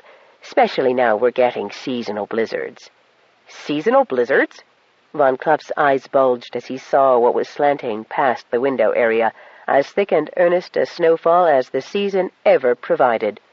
Claudia cocked her head at Von Kluff, smiling her beautiful smile. "Since these are probably more like what Feringer's used to, you might ask the cube builder to send him one. Meantime, we'll get him started mendin'." Low mutters of disapproval were exchanged among the lesser minions, while Von Kluff sputtered with renewed outrage. "But we're in attendance on the secretary." "Now, don't fuss," Claudia said irrepressibly. "You can use his space launch to come visit whenever you want." Feringer Ball tried to insert a comment, but a bout of coughing took over. The discreet dials on the back of his invalid chair started to dance about. Claudia took a bottle from one of her capacious pockets, uncorked it, and then produced a carved wooden spoon. Before his medical advisers could protest, Claudia had slipped a dose into Ball's mouth. He swallowed. Instantly the cough began to subside, and weakly Ball waved a hand in gratitude. "Is that what Colonel Maddock took?" he asked, when he regained his breath, with something of the air of a schoolboy asking his grandmother about mythical animals. Claudia nodded. "Can't beat it." Obviously swallowing his pride, Von Kluff executed the barest of civil bows to Claudia and held out his hand for the bottle. "What, may I ask, are the constituents of this preparation?" Claudia shrugged again. "This and that," she said vaguely. "Important thing is it works pretty fast. Long-term results take more time, though." Von Kluff uncorked the bottle and delicately sniffed, blinking at the aromatics that caressed his nostrils. Then he looked at Ball, who was still recovering from the spasm of coughing, although his breathing was less ragged with every passing moment. "Amazing. Really remarkable." He passed the bottle to one of the minions. "We've been trying to tell you," she said, as if talking to a child who'd just burned himself. "Petaybee's good for most people. Hardly anybody gets sick ever. If you want health, it only makes sense to go someplace healthy." Her conviction and clarity in the face of so much pretension and general dog crap made Attic want to cheer. "'Struth, too," he said, whether anyone cared for his opinion or not. 23. "Neva Marie, looks like we got ourselves a situation here." Johnny Green spoke calmly and soothingly enough to quiet any of the savage beasts who were circling. "We're up to our collective asses in planet rapers, polar bears, and pumas, so to speak." "How many what?" "Oh, planet rapers? Oh, a couple hundred, or maybe a little less." "Nope, sorry, I'm not going to count the polar bears and pumas for you. Let's just say there's enough, shall we? My position is about, 150 miles southwest of Bogota, pretty much in the middle of nowhere special. It's flat, it's dark, and me, Mr. and Mrs. Ondelasi, and the town council, as well as little Cedar Rourke, got ourselves surrounded first by these planet rapers, then somehow or other got our position reinforced by the polar bears and the pumas, and other associated species. It's dark, it's cold. We want out of here muy pronto. I damn sure know I drive the only winged beast in the vicinity, but we need help fast. I don't care how. There's too many here to take out, and I don't have the fuel to run a ferry service between here and Bogota, and I, rather suspect the planet rapers would take it ill if I tried to leave without them. Besides, goodness only knows what they'd do to the polar bears. Well, I don't know what you're supposed to do, sweetheart. Call Attic to call Sean and see if he's got any bright ideas. If Oscar O'Neill hasn't left the planet yet, maybe he could lend a hand. Call Loncey's kids and tell them to send a dog sled posse. But hurry. There's a polar bear eyeing me lustfully even as we speak, and I was saving myself for you. Out now, love. I really miss you." The dog sleds were loaded, and the teams hitched and ready to go when Liam Maloney mushed in, accompanied by Dinah, his late mother's lead dog, and Nanook, the most companionable of Sean's large track cats. Dinah, good sled dog that she was, leaped up on Diego at once and began washing his face with a tongue that smelled like fish. Diego called her by name several times, looking over to see the effect on Dinah O'Neill, but she, the human, didn't change expression. "Kind of you to come, Liam," Sinead said a touch sarcastically. "A bit late, but welcome nonetheless." "I was delayed," he said, pushing back the parka hood and running his mittens over the ice that had formed in his hair and mustache. "Nanook had a hairy knicker attack on the way here and wouldn't let us proceed for quite some time. I couldn't get out of him what was wrong, but once he decided to move, he all but left us behind." Sean squatted down and held out his arms. "What's the problem, Nanook?" "Don't tell me it talks, too," Dinah O'Neill asked. "Anything wrong with talking cats?" Diego demanded, rubbing Dinah the dog's ears. "Nothing at all. After what the darling little orange pussycat did for us, I have become a born-again cat lover, especially of Petaybee cats. I suppose export is out of the question?" Sean looked up. "Here's another first. Quoxtall is sending to Nanook that her cub, by that I take it she means Sita, is in trouble with bad humans. She went down to see Lonsi when Johnny and Oo took the last cube to Bogota." He stroked Nanook worriedly. "While I'm gratified to see that the planet is expanding its communication network to cover the whole globe, I don't have a notion what we can do to help Sita." Chumia said, "That was the other spot on the map in the communion place then, wasn't it? That's what the waves were for, and the circles. There's more trouble down south. You're right, Sean. I've never known the planet to tell us anything about what was happening down there before." Muktuk shook his head. "My dogs would take me anywhere, but they ain't real big on winter ocean swimming." "I'd swim it myself," Sean said, "but the mental picture I'm getting is of some place far inland, away from any waterways. I can't imagine how the bears came so far from the ice pack." "Bears?" Bunny asked. "Polar bears? Sita's down there with polar bears? Uncle Sean, we've got to save her." Sean gave her a small, wry smile. "Funny, that's what she said when she heard you'd been kidnapped by pirates, and you've come out of it well enough. I'd take Petaybee polar bears over pirates any time, gatita," Diego told Bunny, releasing one arm from the dog's neck to hold her hand. "At least they have the planet to answer to, whereas 2-foot Dinah here only has Luchard." Dinah O'Neill lifted an eyebrow. "Perhaps, but I do happen to have command of a space shuttle that could be placed at your disposal to solve this little inconvenience. That is, if it could be freed." The rescue expedition was mounted forthwith and with great dispatch. Sean, Yana, and Bunny were everywhere at once, organizing. The snow had not fallen so thickly that Bunny's trail couldn't be retraced in the darkness, and the dog sleds broadened the track. The nights were longer in northerly Tanana Bay than they were even in Kilcool, but all the drivers and dogs were used to traveling in darkness. 15 sleds left the village, containing rope, chain, fish nets, winches, anything that might help free the shuttle. Dinah 4 feet and Nanook trotted alongside.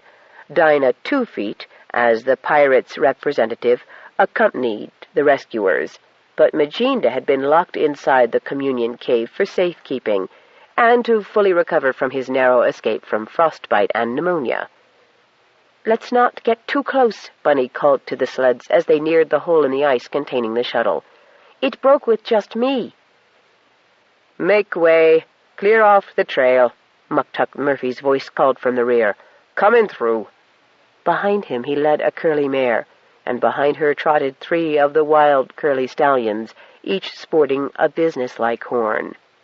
"Where'd you get them, Muktuk?" Sean asked. "They're beauties." "Part of the Tanana Bay herd," Muktuk said proudly, with an affectionate slap on the heavy neck of the mare beside him. "I told her we had a job to do for the smartest, so she picked her own get. They can do more for us in this season than fight with each other over who gets what filly. Not that this is the time of year for breedin'. That's for springtime," he added with a grin.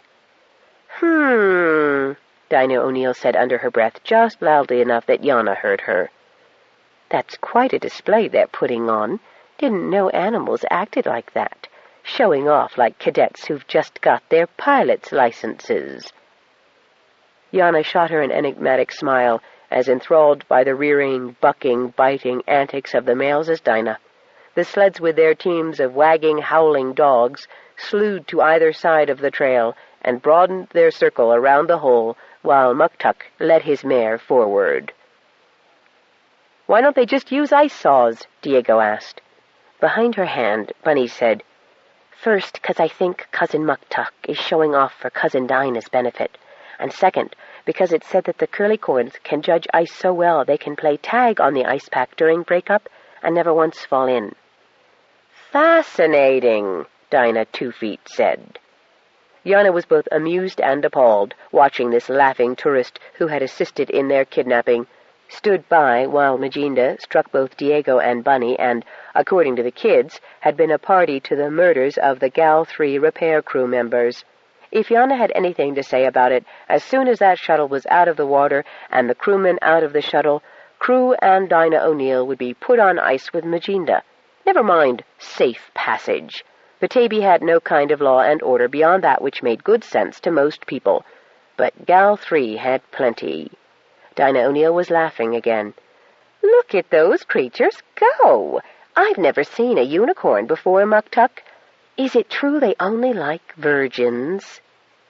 Muktuk snorted with good-natured contempt for her ignorance. "Curly-corns aren't proper unicorns. They'll mount anything. Our Sedna here is mother to all 3 stallions, and since she's bell mare for the Tanana Bay herd, they mind her right good." To Yana it seemed as though the activity of the curly unicorns was frantic, driven, and no more purposeful than to break through any random chunk of ice to reach what lay beneath. The remarkable result was that the effects of their seemingly random efforts were beginning to show. They had made it into some sort of a game, spurred on by Sedna, who went from one to the other like a foreman, so that every muscular ripple was a challenge to do better. Every thrust and gouge of a horn was accompanied by a snort of derision for the others. Every stamp of the hoof broke through a newly dislodged block of ice and sent it bouncing off the trapped shuttle into the black waters below. In less than an hour, during which Dinah, Diego, and Yana were bundled into sleds, the shuttle floated free of the ice. It bounced out of its trap in a wobbly fashion. Then the crew fired up the engines and landed it beyond the ice at the position of the outermost dog sled. If a shuttle door could open timidly, this one did. Dinah O'Neill was there to greet them. "Come on out, gentlemen. Throw down your weapons. I'm afraid we're surrounded by superior firepower." A slight variation of the facts, of course, although Dinah did have her own laser pistol pointed at her. And truth was served when the crew, having thrown out their hand weapons, found them turned purposefully on themselves as the Petabians augmented their harpoons, drawn bows, hunting knives, and the 2 simple ballistic firearms with the sophisticated weaponry. With the crew in custody, Dinah began to climb the ramp, but Muktuk caught one arm, Yana the other. "I wouldn't dream of taking you away from either your crew or your newfound family when you've just got here, Dama," Yana said sweetly. "I've flown this class shuttle all over the galaxy. I'm sure Sean and I can manage. You join the others." "Oh, curses. Foiled again, I suppose," Dinah muttered. "But very well. Have it your way. Muktuk, Chumia, you did promise to share the family history with me, and I have a bit to tell you. Shall we return to your lovely home and thaw out?" "Quaxtell says there is a storm coming, Captain Johnny," Sita said. "She says that if all will follow me one at a time, she will lead us to a warm place of safety." Xing Chi looked down at her scornfully. "This is no time for childish prattling. You people obviously indulge your children so much that they feel they may interrupt adults dealing with such a crisis." Sita couldn't help herself. Her wicked streak surfaced. "They do not indulge children. I should know. I have been beaten well and often, as I so frequently deserve. But the words I spoke were the words of Quaxtell, and no one beats Quaxtell. And Captain Johnny would not have a crisis to deal with if you had not caused it. I may be unworthy and a mere child, but you are a wicked, greedy man and very impolite as well, to come to the home and take things without asking." Xing Qi spat disgustedly. "Your pardon, Captain. I didn't realize the child was mentally unbalanced." But Captain Johnny gave him the same sort of look Xing Qi had given Sita, and asked her, "Would Quoxtall know if it would be safe for me to fly?" Sita asked and reported the answer. "She says there will be strong winds and much snow, and all will be whiteness. We must follow now to find the safe place." In other words, no flying. "Loncy, Pablo, you heard? What do you think?" Johnny asked. "Follow your lion, muchacha," Loncy told Sita approvingly. "We will follow you." "We won't," Xing Qi declared. "You think I am fooled by your notion that animals talk, that animals know things that humans don't, especially about flying conditions. This is a trick to separate us so we can be taken, and it does not work with Xing Qi. Those animals are only waiting until we separate so that they can pick us off more easily." Sita had had quite enough of this rude and grabby man. She pushed through the crowd to Quoxtall, who easily cut a swath from the outer ring of animals through the huddle of people. Behind her, Sita heard Johnny say, "Oh no, Xing Qi. As far as the polar bears are concerned, larger groups are a more satisfying entree. But suit yourself. I'm following the cat, and," he added, raising his voice to shout over the wind, "if any of you other folks want to get in out of the cold before a big storm comes, follow us, one at a time." "Hurry, youngling. The place is far and time is short," Quoxtall said. Sita felt the warm softness of another, smaller cat brushing her legs and twisting about her ankles, and then the prickle of claws on her thigh. She looked down into the gold coin eyes of a lion cub. Behind her a voice said, "It wants to go with you. I will too. I don't care what the others are doing." Sita looked back and saw the boy she had glimpsed from the copter. He was bending over to stroke the cub. She nodded, and Quoxtall preceded her back through the throng to the copter, where Johnny, Loncy, Pablo, and the others from Bogota fell in behind herself and the boy. Xing Qi was shouting at his people that it was all a trap. Not that there was another option open, for the circle of animals closed tighter and tighter around the people, funneling them in behind Sita's group. As Quoxtall reached the outer edge of the humans, she stepped forward, Sita following, and marched with great unconcern between two long ranks of animals with fetid breath, white teeth, and shining eyes. 24. Yana had Luchard's shuttle pilot, prompted by a saccharine order elicited from Dinah 2 Feet, run her through the checklist to be sure there weren't any surprises on this slightly less orthodox than usual vessel. Then Marmion, Namid, Bunny, Diego, and the villagers began the trek back to Tanana Bay with their prisoners. Muktuk suggested that Marmion and Namid ride back on curlycoats, an exercise that enchanted Marmion and caused Dinah O'Neill to protest. "I don't see why I can't ride one of those lovely creatures," she cried, with a flirtatious appeal to her new kinsman. "Muktuk, dear, you did say they were not the virgin-exclusive sort of mythical beastie unicorns, and I am quite a good rider." "I am sure you are, cousin," Chumia said firmly before her mate could be cajoled. "But since you've fallen in with evil companions who are known to be a bit free with other folks' property, we'd like to get to know you better before we entrust one of our curlies to you." Dinah opened her mouth and closed it again, nonplussed, then allowed herself to be bundled onto one of the sleds. She did sufficiently recover her aplomb after being so uncompromisingly confronted to complain in an exaggerated whine that a dog sled was not the same thing as a unicorn ride at all. On board the shuttle, Yana used the pirate comm unit to monitor the Intergal satellite. Not only would it still be night for another 6 hours at Bogota, but the whole of the southern continent was wrapped in a massive blizzard, making flying inadvisable. "I could try," she said. "I hate to leave Sita in the lurch." Sean thought for a moment and shook his head decisively. "No, Johnny's there in the copter, and Quoxtall won't let anything happen to her. If those two can't take care of her, we won't add much to the equation, especially with you half frozen and about to drop." So they bedded down on the shuttle, happily warming each other, to await a more appropriate time to start their journey. They didn't get to sleep immediately. They had been parted a long time for newlyweds. Nanook, who had insisted on staying with them, discreetly adjourned to the next cabin. When they awoke, Yana checked the comm unit again, once more monitoring the Intergal station for a weather check. Though they'd land in daylight now, the weather was no better, but they decided not to delay any further.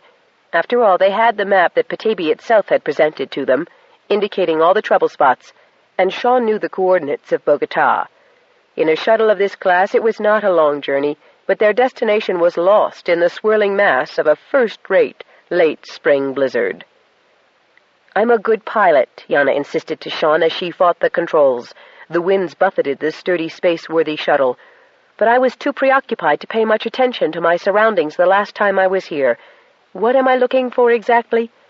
A cluster of buildings, which I can't see in what is virtually a whiteout." There was a slight edge to her voice, because Yana was prudently aware of her limitations.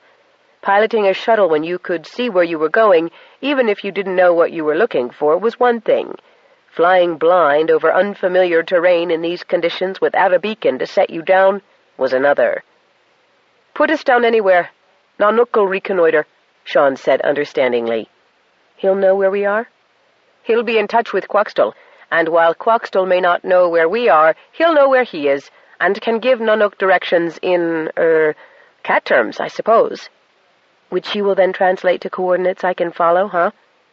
Yana shook her head in doubt, glancing from the white-on-white outside and back to Nanook. Sean gave her one of his slow, cryptic smiles. "He operates best in these conditions." The shuttle sank a little farther, settling into the snow. Nanook was already at the shuttle lock. He gracefully leapt out and almost instantly disappeared from view. Only a thrashing of the snow in his path indicated his direction. Yana looked over at Sean. "Now what do we do?" Sean grinned. "Wait."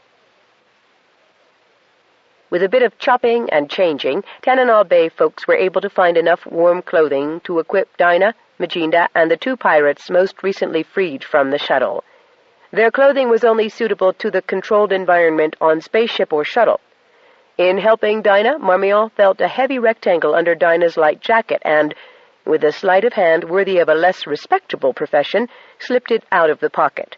Then, with a flurry, she began to hustle Dinah and the crew down the stairs into the communion place with the sure knowledge that they could not escape. Nor would Dinah have the time to realize she was without that device, whatever it was. "That should keep them safe," Muktuk said, flipping the rug over the trap-door. "And undoubtedly change their attitudes," Sinead said with great satisfaction. "With so many types coming down to see what Petaybee has to offer, maybe the first thing we ought to offer them is communion time." "I'm hoping," Marmion said to Namid as the table was replaced, "this will do Dinah a world of good. She's not all bad. She certainly tried to make things easier for us with Captain Luchard." Namid gave a rueful smile. "She has her points." Then Marmion hefted the object she had taken from Dinah. "A little too heavy for a comm unit, wouldn't you say, Namid?" He got one good look at it and pushed her hands to return the device to her pocket. "Later, Marmion, later," he murmured urgently, and then smiled broadly at the other folks in the crowded room. It took time to sort out who would bunk where in the small village of Tananal Bay. Ultimately, after a cup of soup to warm bodies for a cold night, Bunny and Diego went with one family, and Liam and Sinead with another, while Marmion and Namid were given the Surgatuk's cabin to themselves, as everyone was of the opinion that at least the good Dama Algemen deserved what privacy Tananal had to offer. When they had been installed, new furs supplied for the beds, and the fire freshened for the rest of the cold night, Marmion and Namid were left on their own.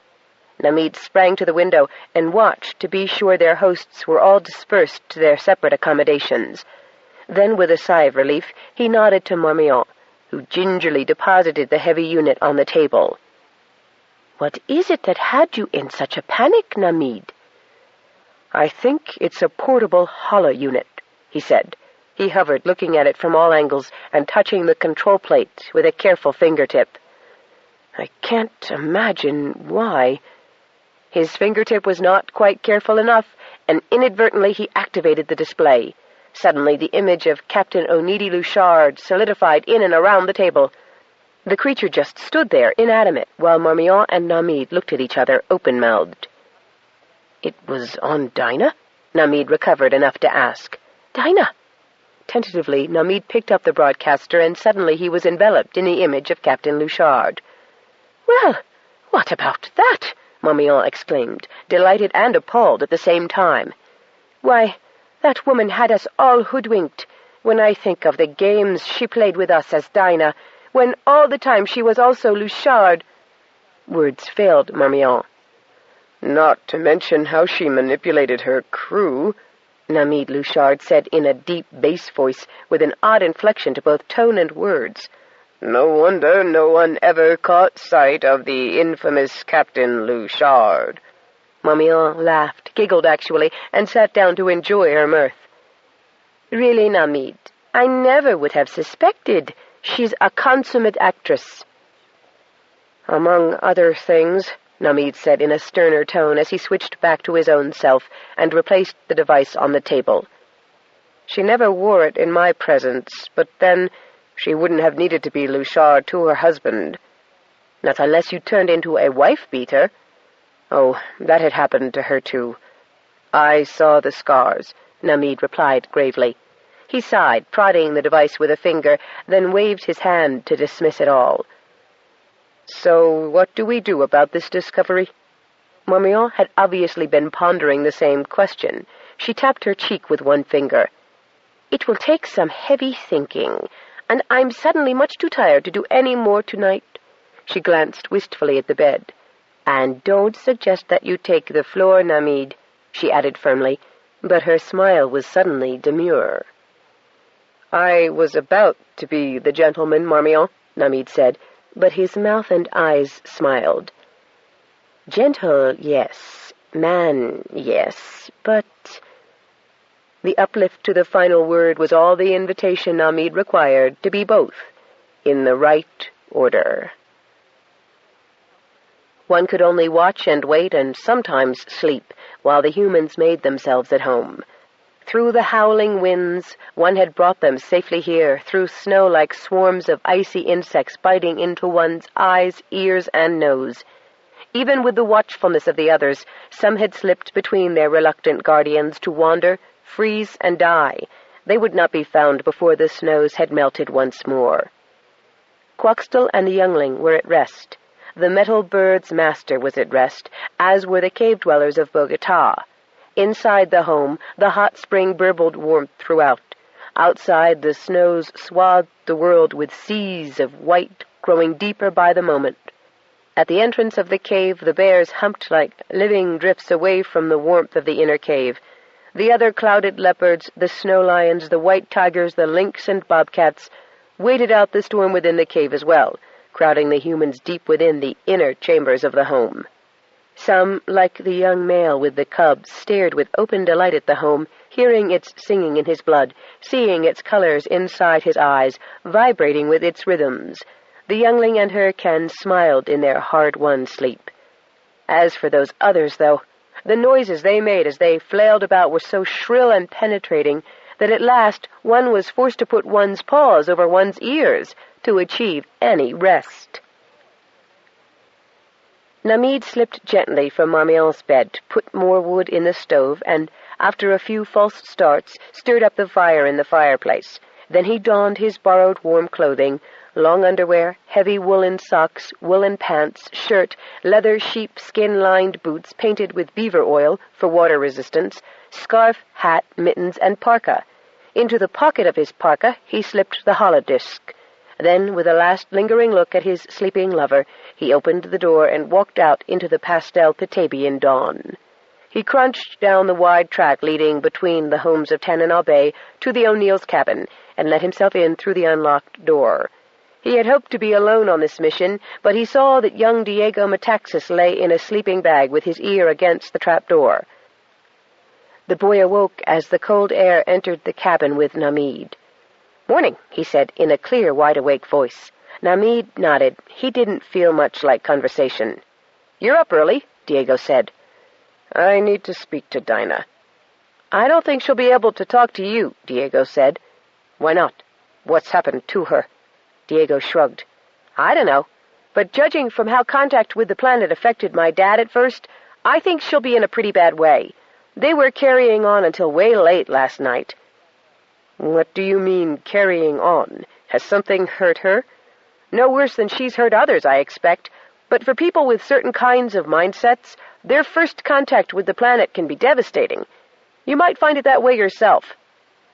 But you didn't? No, it's always been wonderful to me. I was just lying here, thinking of a song to write about all that's happened. I suppose it's safe enough for me to go down there now, but I'm not sure about you. I'll risk it, but no offense, I'd rather go alone. It'd be easier for you with one of us. The boy was exuding a subtle air of male challenge. You're not native, and you've been all right. Yes, but I'm young. If you'll excuse me, I'll try it on my own. My mind isn't that rigid and set in its ways yet. Diego shrugged. Suit yourself, but I'm going down in a few minutes anyway. It's been a long time since I've had a talk with Petaybee. I may not be native, but I've missed it. He stepped out of the way, and Namid descended the stairs, not seeing the small orange cat that darted through the trapdoor at the last minute and scooted down the stairs ahead of him. Bunny awoke and looked around for Diego in the other sleeping bag on the floor of their host house. He was gone. Gentle snores arose from their host family. That was good, actually, because she didn't want to talk to Diego this morning as much as she wanted to try to get a moment alone with Marmion. Diego might not understand. She planned to say she was just going to help Marmee with her fire and breakfast. She dressed quickly and left the cabin, closing first the inner door so the cold wouldn't reach the family, and then the outer entrance door, beyond the Arctic foyer, where the snowshoes, skis, extra dog harness, and other tools were kept. She knocked lightly on the Circuitux door, and a rather dreamy voice called, "Hello?" Marmee looked less put together and much happier than Bunny had ever seen her. She wore the tunic jacket she had been captured in as a robe over long-handled underwear bottoms and woolly socks. She was sitting at the Circuitux table sipping something steamy from a cup. Her expression was bemused, to put it lightly. "Thought you might need help putting a kettle on," Bunny said. "Not at all. If you'll remember, I'm rather a good cook, and this stove is not so different from the one at my grandfather's hunting lodge on Banff 2, where I sometimes spent my holidays as a child." "Must be nice to get to live any way you like," Bunny said, pulling off her mittens. "Yes, it is. What's the matter, Benica, dear? You sound rather sad, and I just can't bear that when I'm feeling so good myself. Have a cup of this lovely berry tea and tell me all about it, and we'll see if I can fix it." "Thanks," Bunny said with a little smile. "The tea will be great, but I don't think there's anything you can do about the rest of it." She finished taking off her wraps, poured her tea, and sat down, warming her hands on her cup and watching the steam rise between herself and Marmee. Marmee had a way of making you feel like you were the most important person in the world when she was talking to you. Bunny wished she could be like that. "I wouldn't want you to get me wrong, Dama. I love Petaybee. I never want to live anywhere else. Permanently, that is." Marmee nodded encouragingly, as the words had a hard time coming out. "But I've been doing a lot of thinking. See, the thing is, I never knew what all was out there before. All we ever saw was space base, and that was pretty grim, and a lot of the recruits who left didn't return, and if they did, they sometimes wouldn't even sing about it. I never dreamed there could be some place like Gal 3, or some of the stations and planets Charmian showed me hollows of." Marmee smiled. "How are you gonna keep 'em down on the farm after they've seen Paris?" "Excuse me?" "Another old song. Sorry, dear, it just means that once you've seen some of the universe, you can develop a taste for more. Is that what's troubling you?" "That's part of it. I suppose I might not care so much if I thought I could go other places if I wished. Except that's not exactly true. You see, there's so much to learn out there. I saw things I think we might be able to manage for Petaybee and not hurt anything if only someone knew how. But I can't learn about them here. I've always been mechanical, you know, and Diego showed me some gadgets that sure would improve servicing the snokels, for instance. I don't know. I guess I'm not saying it very well. It's just knowing that I have to leave by a certain time or I won't be able to—" Marmee placed her hand on Bunny's. "We all resent our limitations, dear. Actually, though, you're starting school a little later than most do. There is no reason why you couldn't begin long-distance studies here and then. When you find you absolutely must go off-planet to satisfy your curiosity, you can go. Surely that will be before you're 20 or so. And you can always come back, you know, whenever you like. Petabian troops do. It's just that I suppose you have to decide now instead of waiting till you're, 40. Bunny grinned. It had all been so obvious, but the idea was so new to her she hadn't considered the really salient factors. Furthermore, it will be my pleasure to present you with a suitable study unit and all the hard copy books you wish. Among my inheritances are the contents of several libraries, and when you're ready to go off-planet, you can be the pilot student for the Petabian Off-World Civilian Scholarship Program." I didn't know there was one. "That's because I just decided to sponsor it." Bunny reached across the table and gave her a hug. "You're aces, Marmee." "Likewise. Tell me, you haven't seen Amid, have you?" "Nope, nor Diego, but I came straight here after I got dressed." "Then I think I'll get dressed as well, and we'll go find them, shall we?" If Dinah O'Neill, a.k.a. the fearsome Captain Oneidi Luchard, had known what was in store for her, she would have fought her incarceration with every one of the many combat skills she had learned since she'd been a defenseless preteen. She did hear Majinda mumbling incoherencies as she was propelled down the ladder. She did notice the odd indirect lighting, but she blithely ventured farther into the cavern, toward the warmth she felt on her face. She thought that at least this prison was comfortably warmer than the cabin she'd just left. That was when she noticed that the holotransponder was missing. Not that she had to worry about the Petabians inadvertently turning it on. But Namid would know what it was. She ought to have checked, and she berated herself for such an oversight. Captain Luchard, she grinned to herself, would have plenty to say about that when next she assumed that mantle.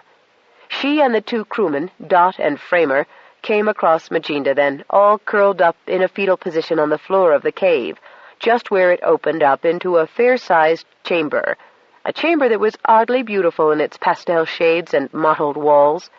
The beauty was of a strange, disorienting nature, however. The mottles rippled, and the shades altered in an unnerving fashion. Walls were supposed to be stationary, and their coloration was generally stable, too. "What's the matter with him, Dinah?" Dot asked, planting a toe on Majinda and trying to turn him onto his back so the first mate's face would be visible. He was a rather unimaginative sort, good for routine or monotonous duties, strong and unquestioning, happy to be given orders he could follow, which he followed to the letter. "Thought you said he was just cold." "I don't like the look of him," Framer said, taking a step back from Majinda's rigid body as if afraid of contagion. "He's warm enough now," Dot said, grabbing one of Majinda's hands and trying to pull it away from his face. "Hey, how can you have fog in a cave?" Framer asked, and pointed to the mist beginning to rise from the floor. "These caves are supposed to be special places," Dinah said as evenly as she could, but the rising vapor carried an aroma to it that was unlike anything she had ever encountered. Her skin began to crawl under the warm parka she'd been given. "I'd like to know what's going on here," she said, turning around on her heel, addressing whatever was generating all these unusual effects. She could have sworn that there'd been no mist, no order, and no vacillating wall colors and designs when she'd first reached the cave floor. She looked behind her and saw that the mist was closing in, obscuring her view of the walls. "Going on here?" The phrase was interrogatory, not rhetorical, and the voice that said the words was not an echo of hers. "Dinah?" The unimaginative Dot's voice quavered. "How do we get out of here?" "No way out of here." "Christ! Who's talking?" Framer looked wildly around him. "Who's talking?" Dinah wanted to reassure him that it was the Petabeans perpetrating some sort of a hoax to frighten them, but she absolutely knew, though she didn't know how, that the voice was nothing caused by any human phenomena. It penetrated her body through to the marrow of her bones. "Listen," it commanded. I'm listening, Framer said, dropping to his knees, bringing his hands up together, probably for the first time in his life, into a prayerful position. Dot just sat down, hard, licking his lips. He kept his head straight, but he rolled his eyes around in his head as if he didn't quite dare look at who, or what, was speaking back at them. Magenta began to gibber more wildly, writhing in and out of the fetal position as if his limbs and torso were attached to invisible strings. For the first time in her adult life, since the time she had turned a weapon on a man who had threatened her with vicious and sadistic treatment, Dinah O'Neill knew fear. She forced herself to remain standing, clenching her fists at her sides as the mist crept up over her knees, so dense now that she couldn't see her boots. It engulfed her, a moist, permeating blanket, traveling quickly up her body until it covered her face, and she could see nothing, and the sounds seemed to emanate from the vapor that enveloped her. Sound that cut her skin to her blood and bones. Sound that was warm and vibrated through her, and filled with darkening colors, until she heard herself scream in protest at such an invasion. There were screams around her. With an almost superhuman effort of will, she bit her lips, determined that she, unlike the crewmen, would not cry mercy. Her resolve ended when she felt the hard thwack of stone against her face and her body as she fell down. Then she whimpered and wept, as much the lonely, confused, tormented 5-year-old girl who had been abandoned by all the adults who had managed her life up until that moment. "The planet has been speaking?" the boy whispered to Sita, his hands moving restlessly on the cub's fur, as if that motion were all that protected him. In one sense, Sita would tell Yo Chang much later, petting the cub had protected him, as he had valiantly protected the cub when in danger from Xing Chi. "Yes, Petaybee does in these places," Sita said in a very grown-up voice. "And it keeps this place warm for us?" Yo Chang asked, because he had to be sure. Though this girl was not much older than himself, he felt she had exhibited commendable authority and certainly bravery in walking the gauntlet of those great animals. "The home is always warm." "How? It was so cold on the surface. Why would it be warm down here? I could feel my ears adjusting to the air pressure, so I know we are down." He gestured to the ground on which they were seated. "The home protects us, Quaxtell says. It takes care of us. If—" Sita paused to permit Yo Chang to see how important her next phrase was. "We take care of it." "It isn't taking care of them," Yo Chang said, rolling his eyes and pointing to one side where the despoilers were writhing in agony and shrieking great anguish. "I know," Sita said soberly. "I used to live with people who called it the great monster and feared it only, because it can be cruel to those who take without respect and give no thanks. The shepherd Howling was the kind of man who did that all the time, so he stayed out of these caves and taught us all to fear them. But I am disobedient and selfish, and when I ran away from the flock, because they would have taken from me what I was too proud to freely give, I met Quaxtell, who called the great monster home. I decided that if I could, I would rather be like the great monster than like Shepherd Howling. The home is proud, too, and it obeys no one, and it, too, begrudges what is taken from it against its will." Sita patted his hand. "Your people have angered the home, and it has become the great monster. They—" She waved her hand at the writhing bodies. She was having to shout over the noise they made. "Need to be shown how it feels to be stripped and cut, slashed and dug, prodded and pulled and flayed."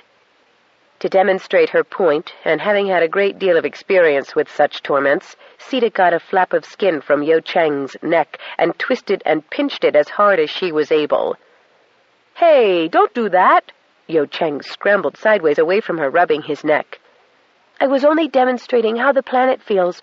You were cutting and pulling too, you know, and you are very lucky that Petaybee saw you save the cub." Yo Chang gave her a sour, jaundiced glance, rubbing the outraged spot of the pinch. "You didn't have to demonstrate so hard." "I did because that is how we learn how the planet feels," she replied. "You're much luckier than they are." The shrieks and howls were beginning to diminish. "They're not dead, are they?" Yo Chang asked most urgently. "I don't think so," Sita said, though she couldn't be sure. "Why?" My father is not a bad person, not really," Yo Chang said, his round face and eyes entreating. "We are all forced to work hard at what we do for those who dispatch us to where we must harvest plants. If we do not work hard, and if my father does not make his crew work hard, then the quotas are not filled, and we do not get the rations which only hard workers deserve." Neither youngster would have understood the idea of being paid in credit notes, for both had toiled long and hard hours just to get enough food to fill their stomachs. "It is hard," Sita agreed, nodding her head approvingly, "to get enough to eat. Since Quaxtell found me, I have been eating so well I will soon be as fat as Claudia." She patted her stomach with great satisfaction. "Everyone feeds me now. Quaxtell, Claudia, my sister, my aunties and uncles and cousins in their homes. They are very fair about the distribution of food on the plate." She nodded her head once more in emphasis. But thinking of the food she had shared with Sinead and Sean and Bunny reminded Sita that it had been a long time since she had eaten. She also wondered if the call for help had reached anyone. Not, she hastily corrected herself, that Petaybee had not come to their rescue. It had provided ample shelter and water, although one had to be careful not to drink too much water, or one could get a stomach colic, which twisted the guts very uncomfortably. Quaxtell emitted a slight snore, and Yo Chang leaned towards Sita. "Does he—" "Quaxtell is a female personage," Sita informed him repressively. "Does she really talk to you?" "Not in loud words like you and I are using," Sita said, "but I understand exactly what she says to me." Yo Chang looked down at the sleeping cub in his arms.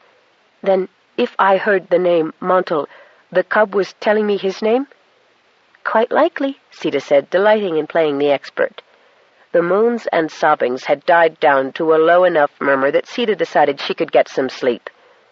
"We may be a while longer," she told Yo Chang as she rearranged herself against Quaxtell's long, warm body. "You'd better rest." "Can I go see if my father's all right?" Yo Chang asked timidly.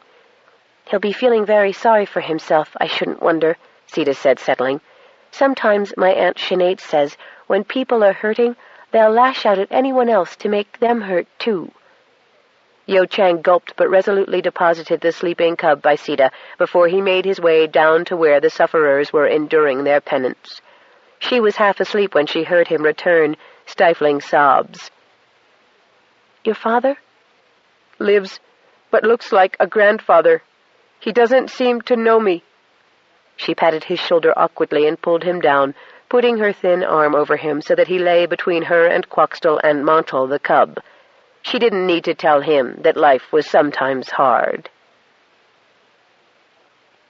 Namid felt a pang of anxiety, though Dinah certainly merited discipline, even incarceration for their abduction. He didn't wish her harm, and he did need to know more about her activities, with or without the holla of Captain Onidi Luchard. Perhaps it had been Majinda who was Luchard, although the first mate had never appeared to Namid as a man of sufficient cunning and intelligence to contrive the piratical activities that had made Luchard's name feared all over the galaxy. If Dinah could give him any mitigating circumstances beyond what he already knew of her tragic early life and hard treatment, maybe he could do some kind of a deal. She had been such a loving and affectionate wife, merry, occasionally even frivolous, and often childlike in her enthusiasms during their married life. It was inconceivable to him that she could also be a ruthless, corrupt outlaw. Maybe she was a split personality, and that complexity, once proved, would reduce the sentence. The very thought of Dinah encased in a space coffin, waiting for the air supply to end, appalled him. He was determined to find some way out for her. Marmion was a kind and understanding person. Perhaps she might drop her own criminal charges against Dinah. if she knew of factors which could mitigate the offense. Dinah hadn't actually pulled the trigger that had killed anyone. Her crew had murdered, that was true, but she had assured him, when he first found out whom she claimed to work for, that the pirates were under strict orders to fire at others only when they were being fired upon themselves. Of course, they were being fired on legally for attempting illegal activities, and self-defense, accordingly, could not be claimed. Oh, my stars and sparkles, Namid thought. I'm arguing like a modern-day Gilbert and Sullivan. He took a deep breath and opened the inner door to the communion chamber.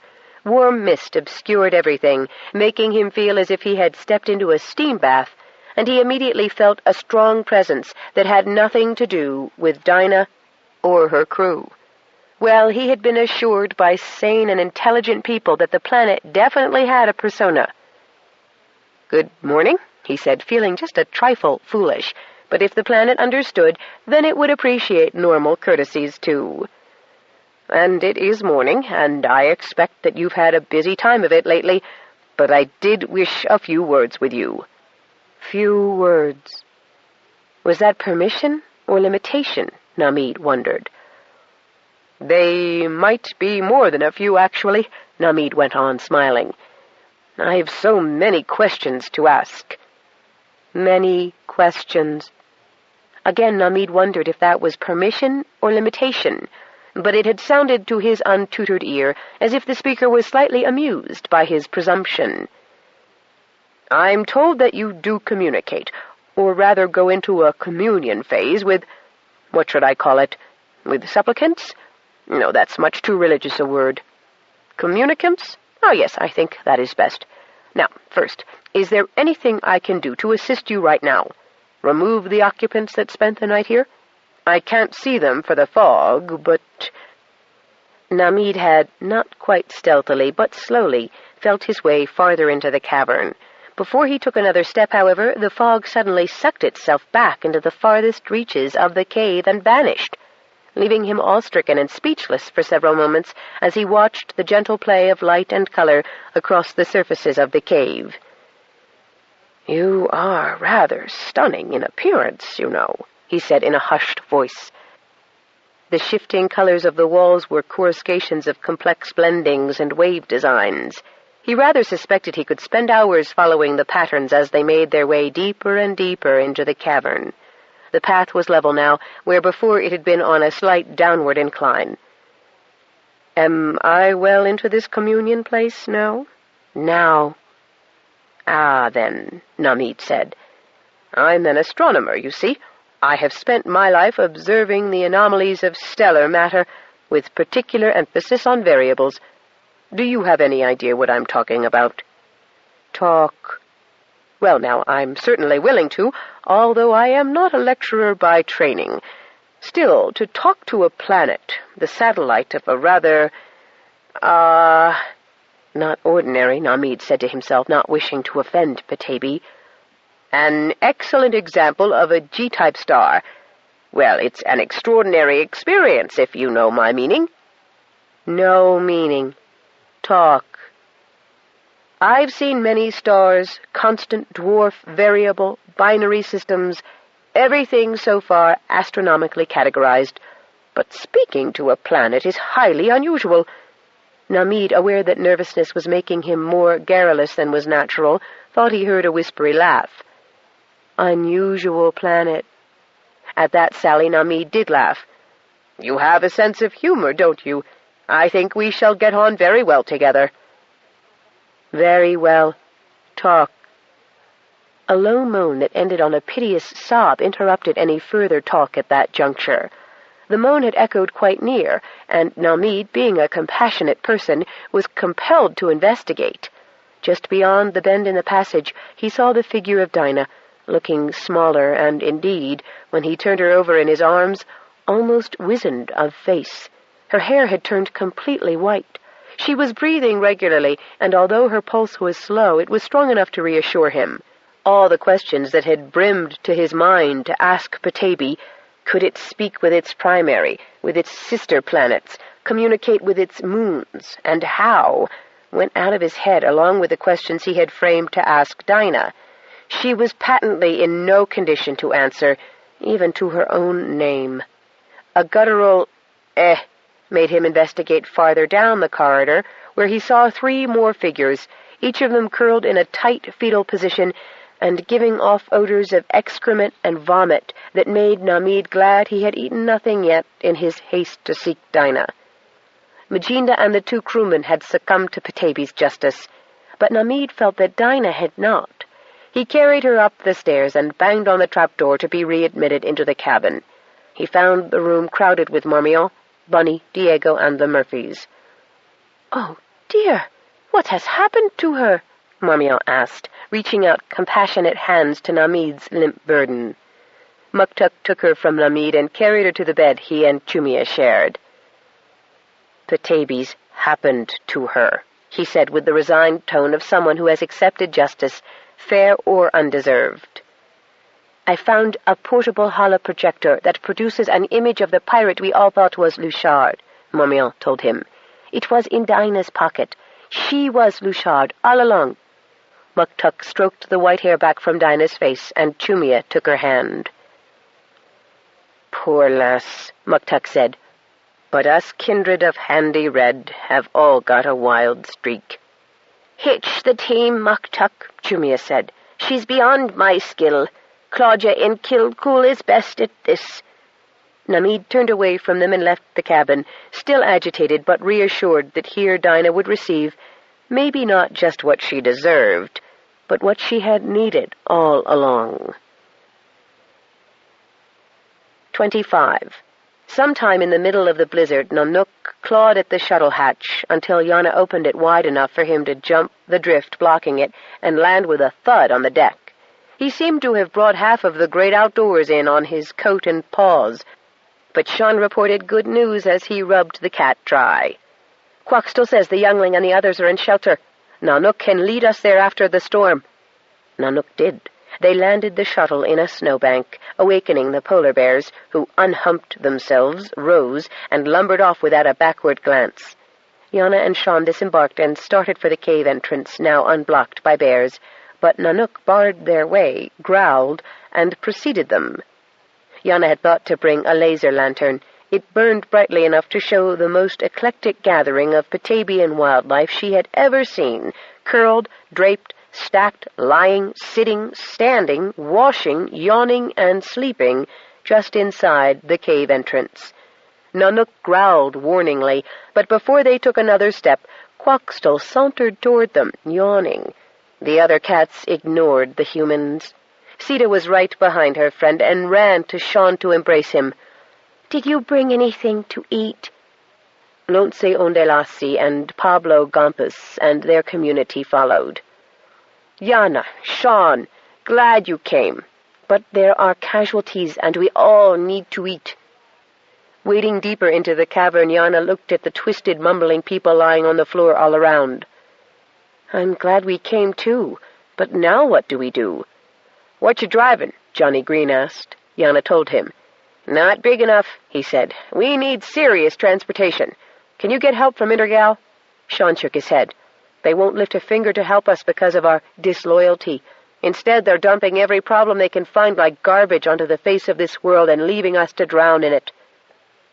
"Well, I can see why they wouldn't want this lot back," Johnny said with a jerk of his thumb at what was left alive of those on the floor. "But it's only human to try to do something for them. Is there no way at all?" "Nothing we can do from here," Yana said. "We came because Quaxtell called, and we thought you and Sita were in danger." Johnny shook his head. "No more. Them, though," Lonce Ondelasi said. "Well, I for one don't blame Intergal a bit. If we don't want them to rule us, we can't expect them to jump every time we holler. And whether they caused this problem or not, we can expect more of the same. We have got to figure out a way to solve our own problems if we want to be autonomous.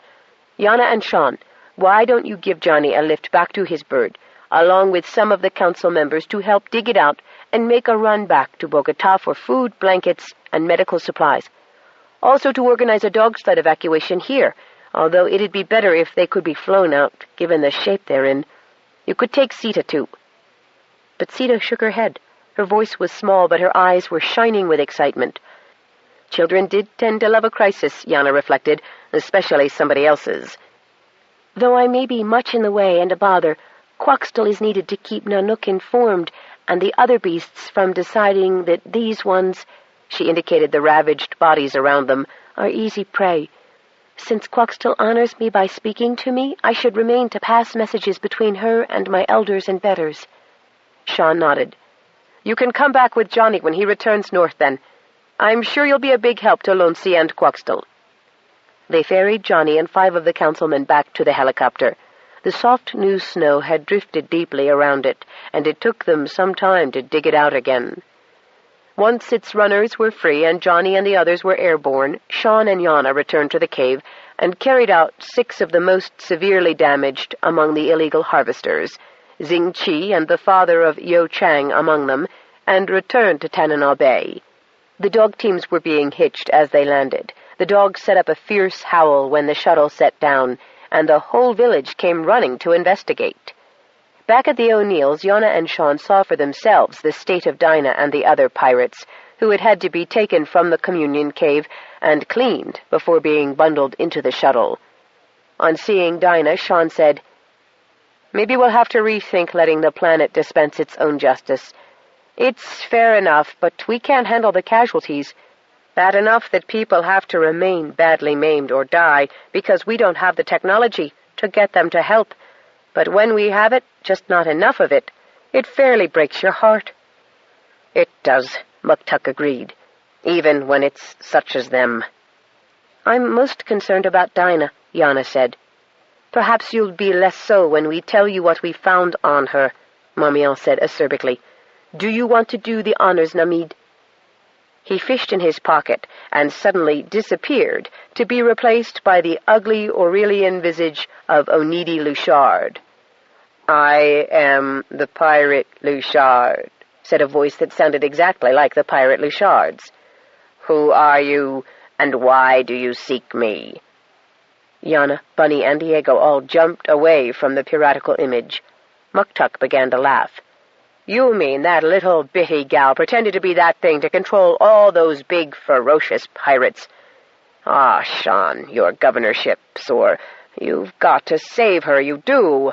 She's purest O'Neill stock through and through, that one." "You wouldn't be so crazy about her if you'd been on the pirate ship with her," Bunny told him angrily. "We'll do our best to save her, Muktuk," Sean said. "If you'll bring along one of our current passengers, that will make room for her." "We could come by dog sled, too," Diego said. "It'll be good to feel like part of Petaybee again, won't it, Bun?" "Sure will," Bunny said. "Sides, I got something important to talk to you about." Diego looked extremely uneasy at that and was sorry he'd offered. Marmion and Namid rode in the shuttle as well. Once they were underway and had sent a radio message to Attic to transmit to Claudia that they had the beginnings of a serious casualty situation on the way to Kilcool, Yana was unusually quiet, and, Sean thought, rather sad. "What's the matter, Alana?" She gave him a painful smile. "Since seeing the Hala, I have a plan. I wish I didn't, almost, but I do." "To do what?" "Nail the pirates, Luzon, and Torkel Fisk, and get them all out of Petabye's hair for good." "That sounds worthwhile. What's the catch?" "It would involve taking the Hala, returning with his shuttle to the pirate ship, and posing as Luchard. Since I'm the only possible shuttle pilot who qualifies, it means I'll have to leave Petaybee again, and the very thought ties me in knots. Still—" "Why do you have to do that?" "To take the ship back to Gal 3, where it and the crew can be taken into appropriate custody. Meanwhile, as Luchard, I'll confront Fisk and Luzon and make damned sure there's an incriminating record of what transpired between them." "I can't let you take that risk, Yana, especially not in your condition." Sean sounded sterner than he meant to. "I don't see much choice, not if the pirates are to be put out of commission, and Luzon and Fisk stopped from interfering with us once and for all." "It's a good plan," Marmion interjected. "Excellent, in fact. It needs to be done. Only, may I make one small suggestion?" Sister Igneous Rock was with the orange cats and the debilitated hunters, Depew and Minkus, when Attic burst into Claudia's cabin, which she had turned into a temporary clinic and pharmacy. "Sean and Yana are bringing in a bunch of folks that got Petaybee up at Tanana Bay and over by Bogota," he said. "They're in a pretty bad way, according to Yana. She says some of them might not live, though she reckons they're none of 'em any worse than Frank Metaxas was when he first got here." "Oh, dear. Claudia is off with Mr. Ball, I'm afraid. She took him to the Springs for therapy," she said.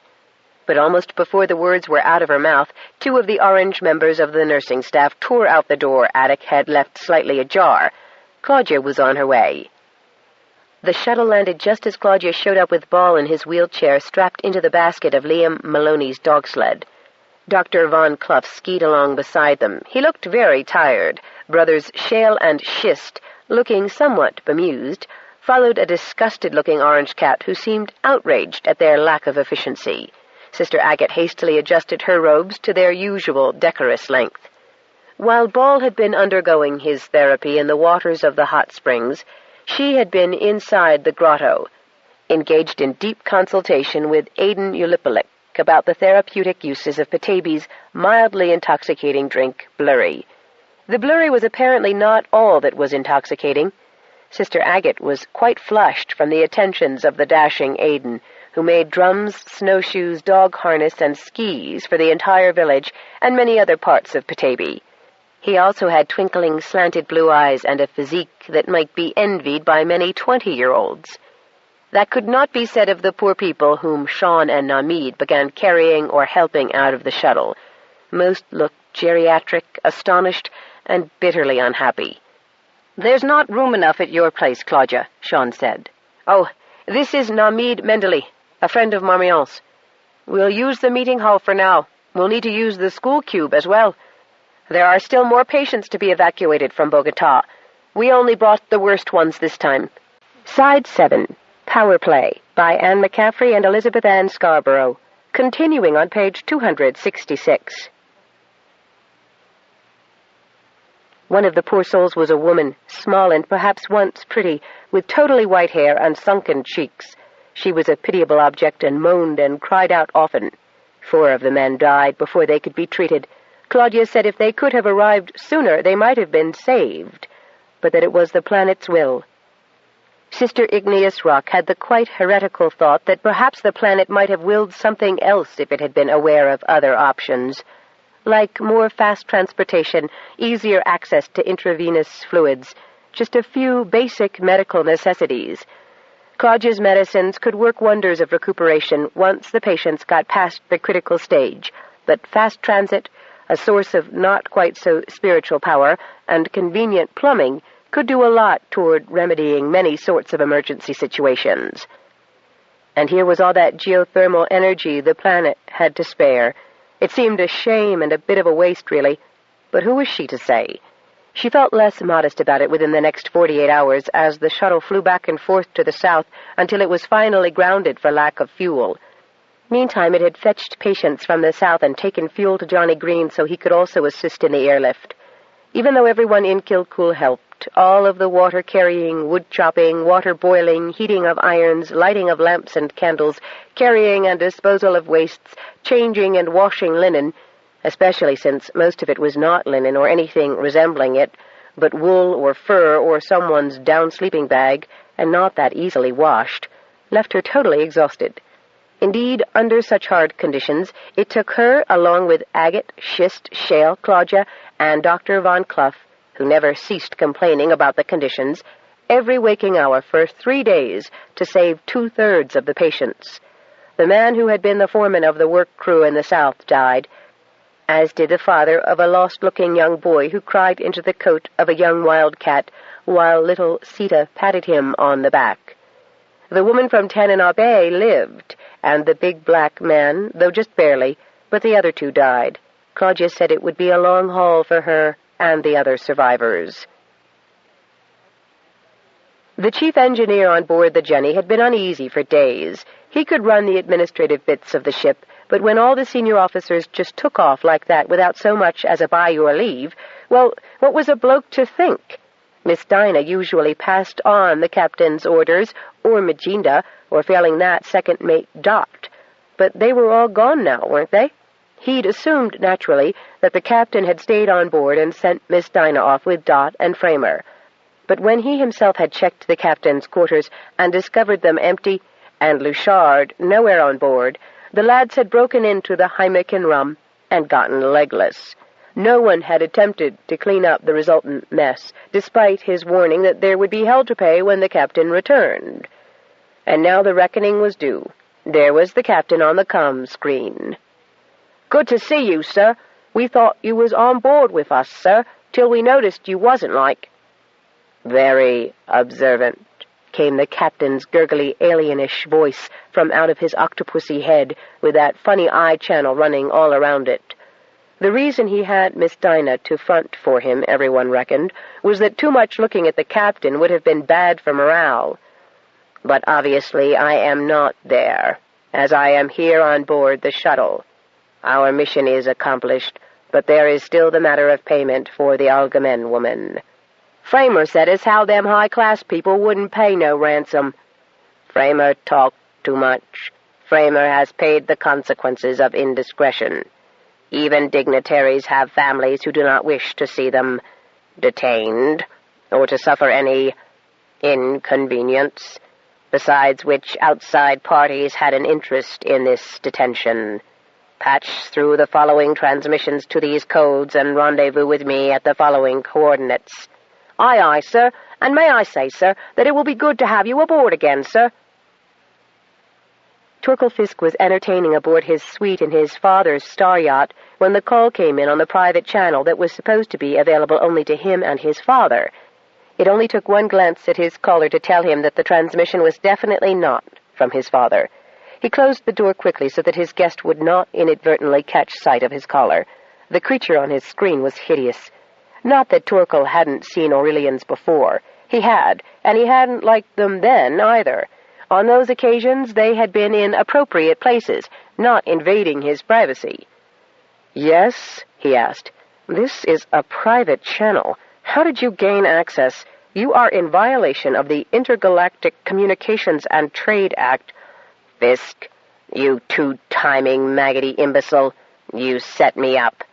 "I don't believe I've had the honor," Torkel said in his stiffest military manner.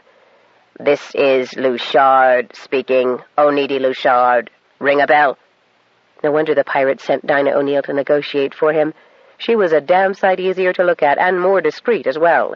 She'd know better than to try to contact clients in their own homes. This was a definite breach of professional etiquette, and he didn't intend to stand for it. "Not here. It damn sure doesn't. I'm ending this I would not," the Aurelian said, and Torkel remembered that the pirate was reputed to have an efficient complement of skilled assassins to eliminate those dissatisfied with Luchardian arrangements. "Now listen to me, Fisk. You completely neglected to mention the Gentleperson's Agreement regarding abductions when you suggested I kidnap the Algamen woman. You knew that ransoms are never paid by people of that ilk." "Your emissary," Torkel said, managing a sneer, "should have been aware of it, since the agreement's a long-standing one. So that's your error, not mine. I'm ending now." "No, you're not. You wouldn't care to entertain a visit from my termination specialists, now would you? And you will, unless you see to it that we're compensated for our trouble in her case." "Compensation is your business, not mine. Why should I pay for her return?" The pirate did something most unusual with his head, eyes, and tentacles that made Torkel's stomach heave, and the noise it made was even more ghastly. Aurelian laughter. Then Luchard said, "There's also the matter of Colonel Madik Shangili. She says—" "I don't care what she says. I was led to believe you were competent at what you do. Obviously, I was misinformed. If you can't get your ransoms, then kill both of them for all I care. If you were as professional as you were said to be, we wouldn't be having this conversation. Out." And he clicked the comm control with great satisfaction, feeling that he'd definitely had the best of that exchange. The best of that bitch Yanaba-matic, and nothing to link them with her demise. Matthew Luzon received the call from the Aurelian as he was engaged in assisting with the enlightenment of the people of Potala, who had, before company renovations, been so wasteful as to have nearly 70% of their populace serving as celibate clerics. Potala had set up a theocracy until the company put a stop to it, reminding the little planet that, while it might believe that killing animals was wrong and certain places were sacred, the planet was, in fact, entirely and in all respects the property of Intergal. Fortunately, so far, Potala had showed no outward inclination to join in personally on the side of its inhabitants, despite the claims of certain tenets of their religion.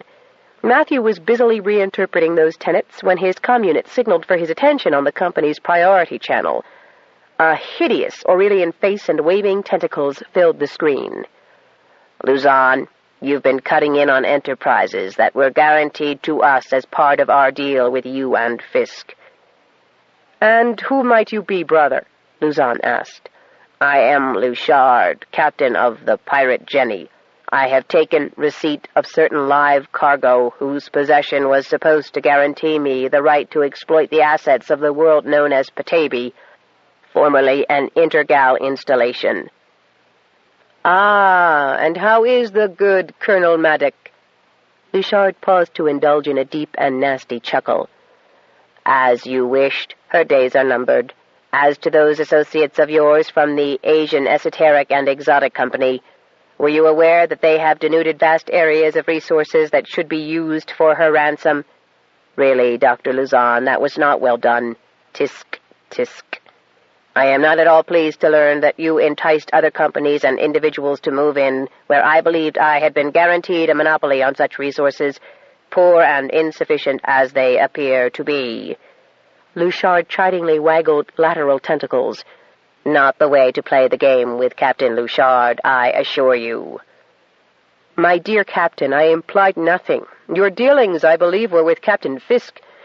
Any disparity in what you were promised and what you eventually obtained should be discussed with him." "You will not attempt to confuse the issue, Luzon. I have spoken to Fisk. He says you encouraged him to employ me to entertain Colonel Maddock and Madame Algemen, misleading both him and myself as to their actual value in order to indulge a personal grudge." "I deny that. There was never any personal feeling of animosity on my part toward either lady, despite the physical and professional injuries they caused me. I have simply been using rather unorthodox contacts to force an issue on which I feel the company has prematurely relinquished its rights. You understand, dear Captain, that the harvesters from the Asian Esoteric and Exotic Company, the shuttle service, and other fruits of the publicity I have arranged for Terraform B have simply been in the nature of covering my bets, you might say, in case you failed, as you obviously have. That's a double cross in my book, Luzon. I'm going to have to dispose of my passengers." No more interfering Algemen? No more self-righteous Yanaba-matic? Matthew couldn't conceal his smile as he said, "You must do as you see fit, Captain." Ending the transmission, Yana switched off the shuttle's comm unit and the holo image of Luchard. Sean had stationed himself with the other witnesses beyond the view field of the screen and now stepped forward. He put his hand on her shoulder, then leaned down to gently kiss her cheek. Marmion Algemen and Farringer Ball, only just graduated from the hover chair, looked extremely grim. Even Dr. Von Clough appeared vastly upset. Whittaker Fisk, whom Johnny Green had summoned from the Intergal station to witness the transmission, was terribly shaken. Claudia, uncomfortable in the shuttle's space-conserving seat, sat between Whit and Farringer Ball. She handed Whit a square of cloth, and he mopped his eyes and blew his nose before speaking in a choked voice. "I knew Torkel was wrong-headed about Petaybee and had a grudge against Yana, but I would never have believed this of him if I hadn't heard it for myself." He turned tormented eyes to Claudia. "I wish the planet had done to him what it did to those pirates and Metaxas before he debased himself in this fashion. deliberately contacting a pirate to abduct all of you." Whitaker shook his head, unable to look the victims in the eye as he waved at the empty comm screen. Claudia patted his hand. "Your son's been a grown man for years, Whit. You can only raise him, not straitjacket them. As far as his initiation to Petaybee, Sean and I shielded you both then, because we didn't want you to be blasted like those others. We were wrong, I guess, but we knew you were off-worlders, and you didn't understand. We wanted you to have as gentle a conversation as possible, so you'd understand how it could be. We didn't want you or him to get culled. We should have just let Petaybee sort him out." "I guess so," Whit said. "Though that should have been my responsibility. I should have called Torkel on some of his earlier escapades. If he hadn't got away with them, he'd never have tried something of this magnitude. But I felt there was good stuff in the boy. I never thought—" He sighed, resigned, his normal ebullience dead. The others were quiet for a moment. Then there was a knock at the open hatch, and Attic stood there with Faber Nike. "Here's the gent you was expectin', Miss Marmion, come to take you home." Attic looked up at Nike's large frame, apparently satisfied that this man was appropriate to that task. "If you will excuse us," Marmion said to the others. Yana willingly relinquished her pilot's seat to Faber. "I have arrangements to make for the CIS court to be moved to Petaybee and an incriminating recording to deliver. Faber, the Luchardhalle, and certain representatives of law and order have a rendezvous to keep with a pirate ship. Oh, and would you all have any use for a spare, space-worthy vessel?" Her smile was definitely mischievous as she glanced round. "What do you mean?" Yana asked, not certain if Marmion could pull off that sort of stunt. "Well, the Jenny will be forfeited, but I think the authorities might consider it a just compensation for the inconvenience, harassment, outrage, and indignities of a false incarceration of Petabean citizens." "You were kidnapped, too," Yana said, while Sean chuckled. "Ah, yes, but I have my own ship, and Petaybee could certainly profit by having its own navy." "A shuttle and a spacer?" Sean said, grinning. "I think we might even go into the transport business." When he heard Claudia's exasperated snort, he held up his hand and added, "Of course there will be a strict enforcement of immigration to keep the undesirable element from landing on our native soil." "An eminently sensible and honorable career for a piratical vessel," said Namid, who had been sitting quietly behind Marmion. He rose now and took her hand. "Return soon." She gave him a lingering glance and a saucy smile. "Oh, I will. I certainly will." Then she dimpled at Yana and Sean. "But I'll send the ship back as soon as I can talk the authorities out of it." "What do you mean?" Dr. Matthew Luzon demanded imperiously of the three officials who had presented themselves at his main office on Potala. "I'm under arrest? For what crime, might I ask?" "Fraudulent misrepresentation, illegal transport licensing, accessory after the fact in an instance of kidnapping—" "Oh, now, come off it," Matthew said, cutting off the charges with an irate wave of his hand. "That is utterly outrageous." He caught sight of his new chief assistant trying to get his attention. "Well, what is it, Daughtry?" "Sir, they've been through the legal department, and the arrest is legal, and not a single loophole that can be challenged." "Preposterous." "Dr. Matthew Luzon, you will accompany us to the court which has issued this warrant to answer the charges forthwith and immediately," the officer in charge of the deputation said in such a pompous tone that Luzon laughed. "We'll see about this," he threatened, and depressed a toggle to summon his security staff. Sir, Dr. Luzon," his chief assistant said, pumping his hand in the air with the urgency of a schoolchild in desperate need of relieving himself. "The matter has been seen to before we'd even permit them to interrupt you." And Luzon stood up to give the three-man deputation the full force of his imposing stature. "They are acting quite within the scope of their duties, and you really will have to go with them." "I, Dr. Matthew Luzon, interrupt a busy schedule to appear in a minor court?" "It's a major court, sir," the assistant said, "and legal says you have no option but to accompany them without protest or—" "A charge of resisting arrest will also be levied against you, Dr. Luzon." The senior official, expressionless though his face was, did seem, in Luzon's estimation, to be enjoying his duties far more than he had any right to. The very idea that officials could barge into his office, interrupt his workday, when he had an entire planet to set to rights, was preposterous, and yet the atmosphere was rife with barely concealed emotions, almost menacing in the tension. A discreet tap on his door, which his senior secretary hastened to open, resulted in the view of his entire legal staff, assembled in the outer room. Peltz, the senior advisor, caught Luzon's eye and gave him a quick nod of the head. Luzon took that to mean that they had everything under control, and this risible situation would soon be a rather bad taste in his mouth. "Very well, gentlemen. If that is the order of the court, as a law-abiding citizen of this galaxy, I submit." There was nothing at all submissive about Dr. Matthew Luzon as he smartly passed his would-be captors on his way to the corridor and to the personal vehicle that should have been waiting to transport him. But the vehicle awaiting him was not his personal one. It was a drab and very official one, and matters proceeded downhill with astonishing speed after that. Nor was he at all reassured to discover that the plaintiff who had leveled these charges against him was none other than the Secretary-General of Intergal, Feringer Ball, and that the warrant had originated from Intergal's Petaybee installation. "The planet's corrupting everyone," he shouted as he was led off to a holding cell.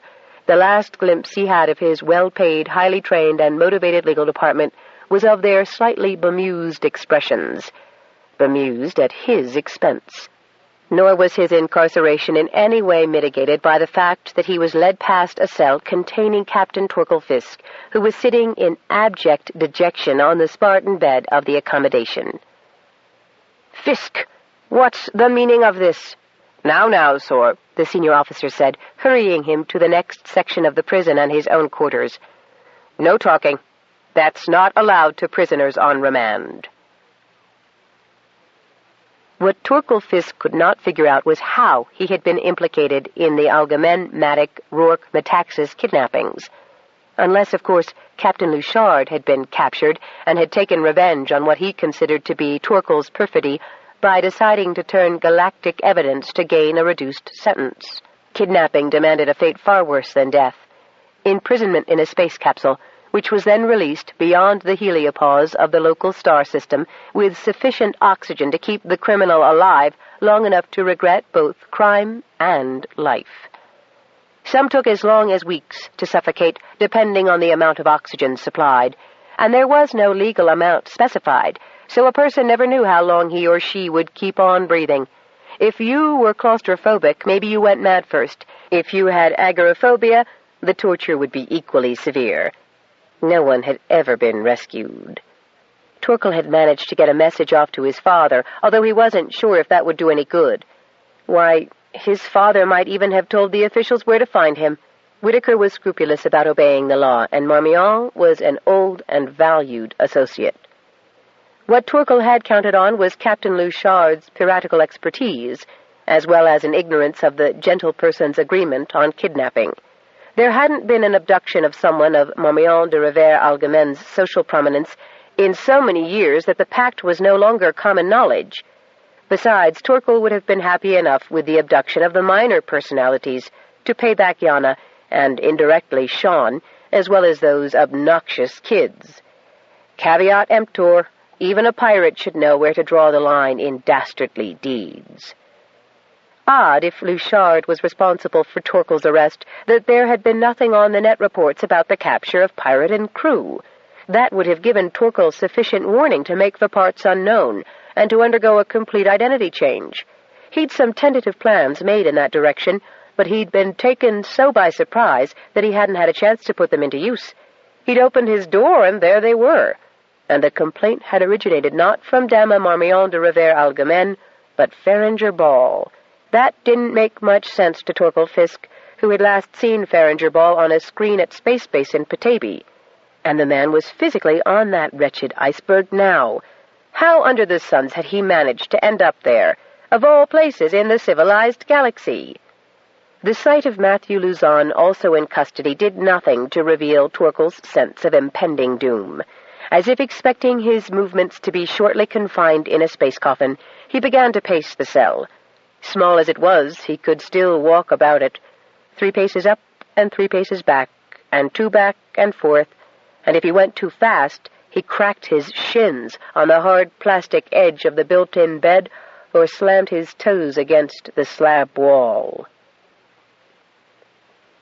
The Jenny, now registered as the Curly Corn, with new papers and no history before its recommissioning and complete overhaul, made her maiden landing at space base with a shipment of plumbing units, temporary housing units, though none as fancy as the Nakatira cubes, and other modern conveniences which most inhabitants of the galaxy took for granted, but which sent the happy recipients on Petaybee into raptures.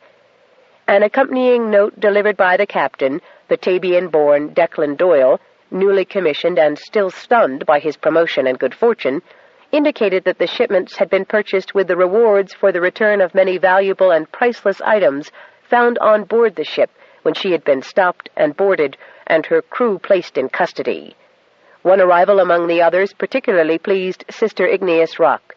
It was a collection of texts on the theories and principles behind the application and installation of geothermal and hydroelectric power. The English translation from the original Icelandic, dating from several centuries before. Sister Igneous Rock discussed the windfall with Brother Shale. Then, on every subsequent day, she could be found at the communion cave, reading bits aloud, and afterward asking pertinent questions. "What do you think? Would that work well here? Could you do a channel here and still meet your other commitments? This wouldn't hurt, would it?"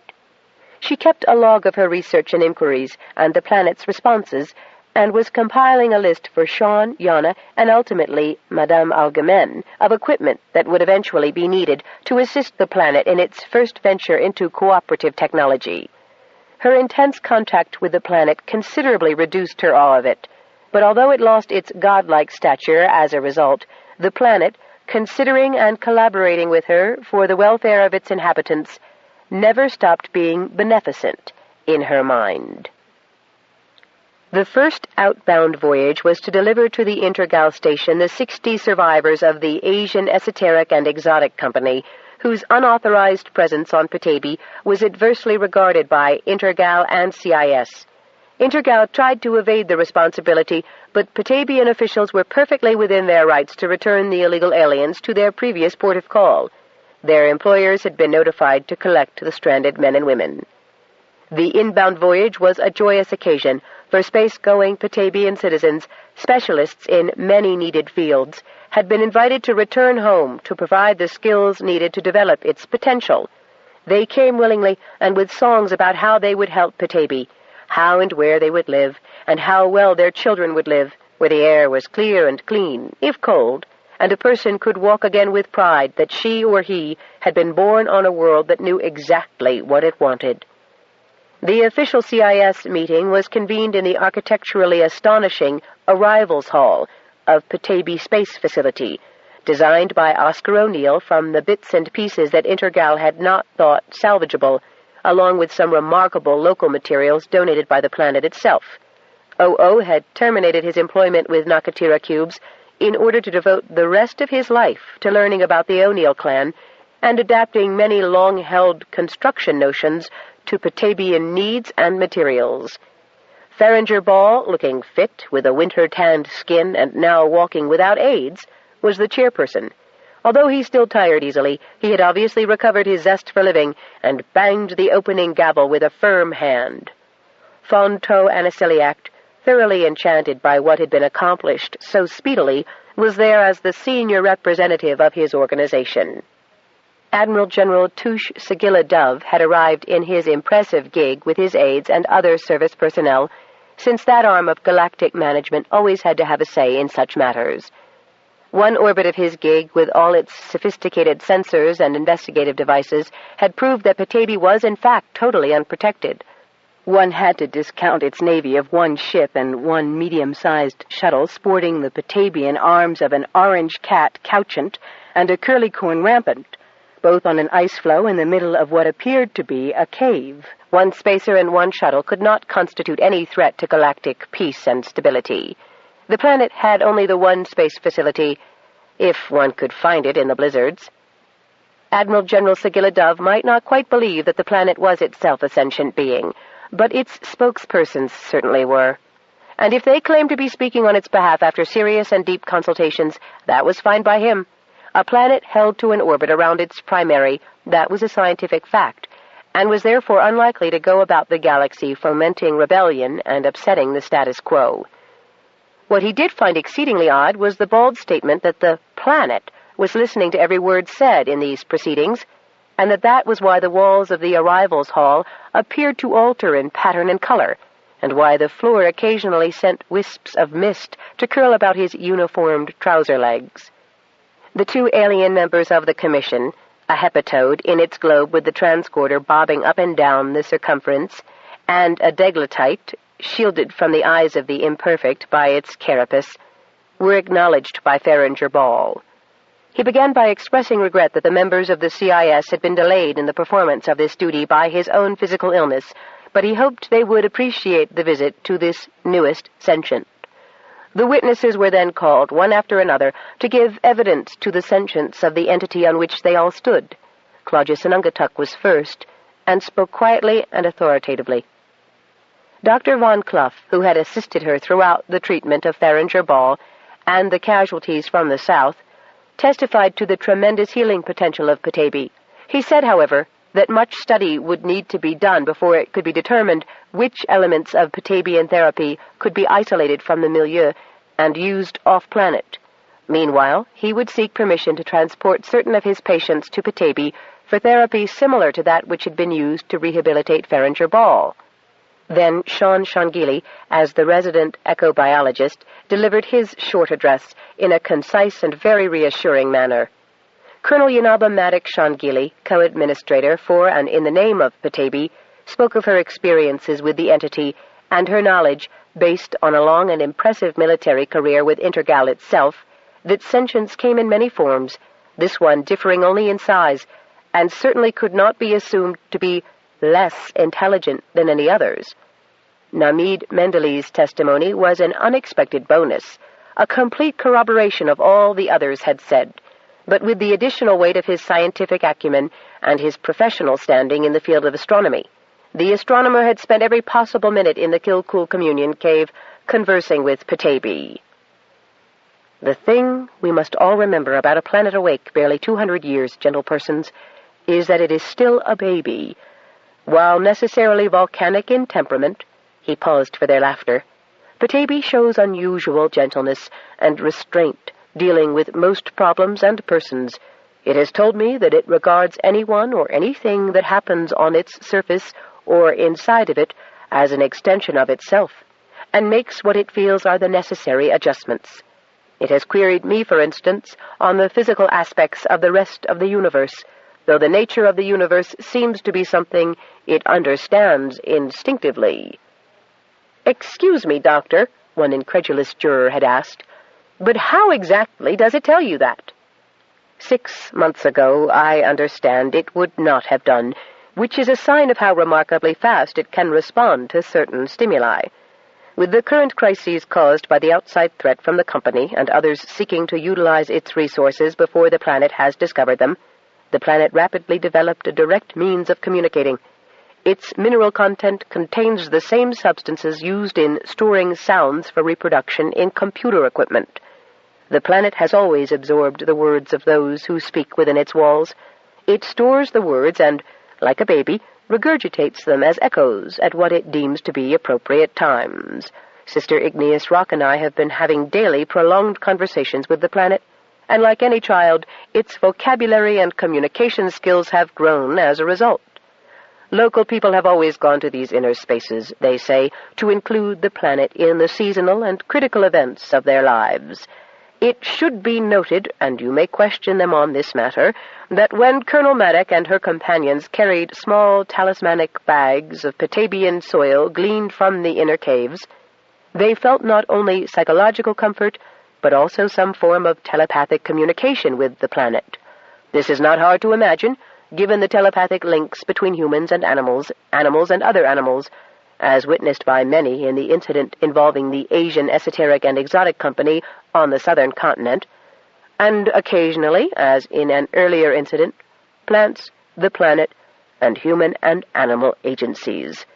Such links are so close that I personally am led to agree with Petaybee that, in fact, everything that comes within its atmosphere is part of the life of a highly complex and diversified organism, consisting not only of minerals and elements, but of every living thing that comes in contact with its surface.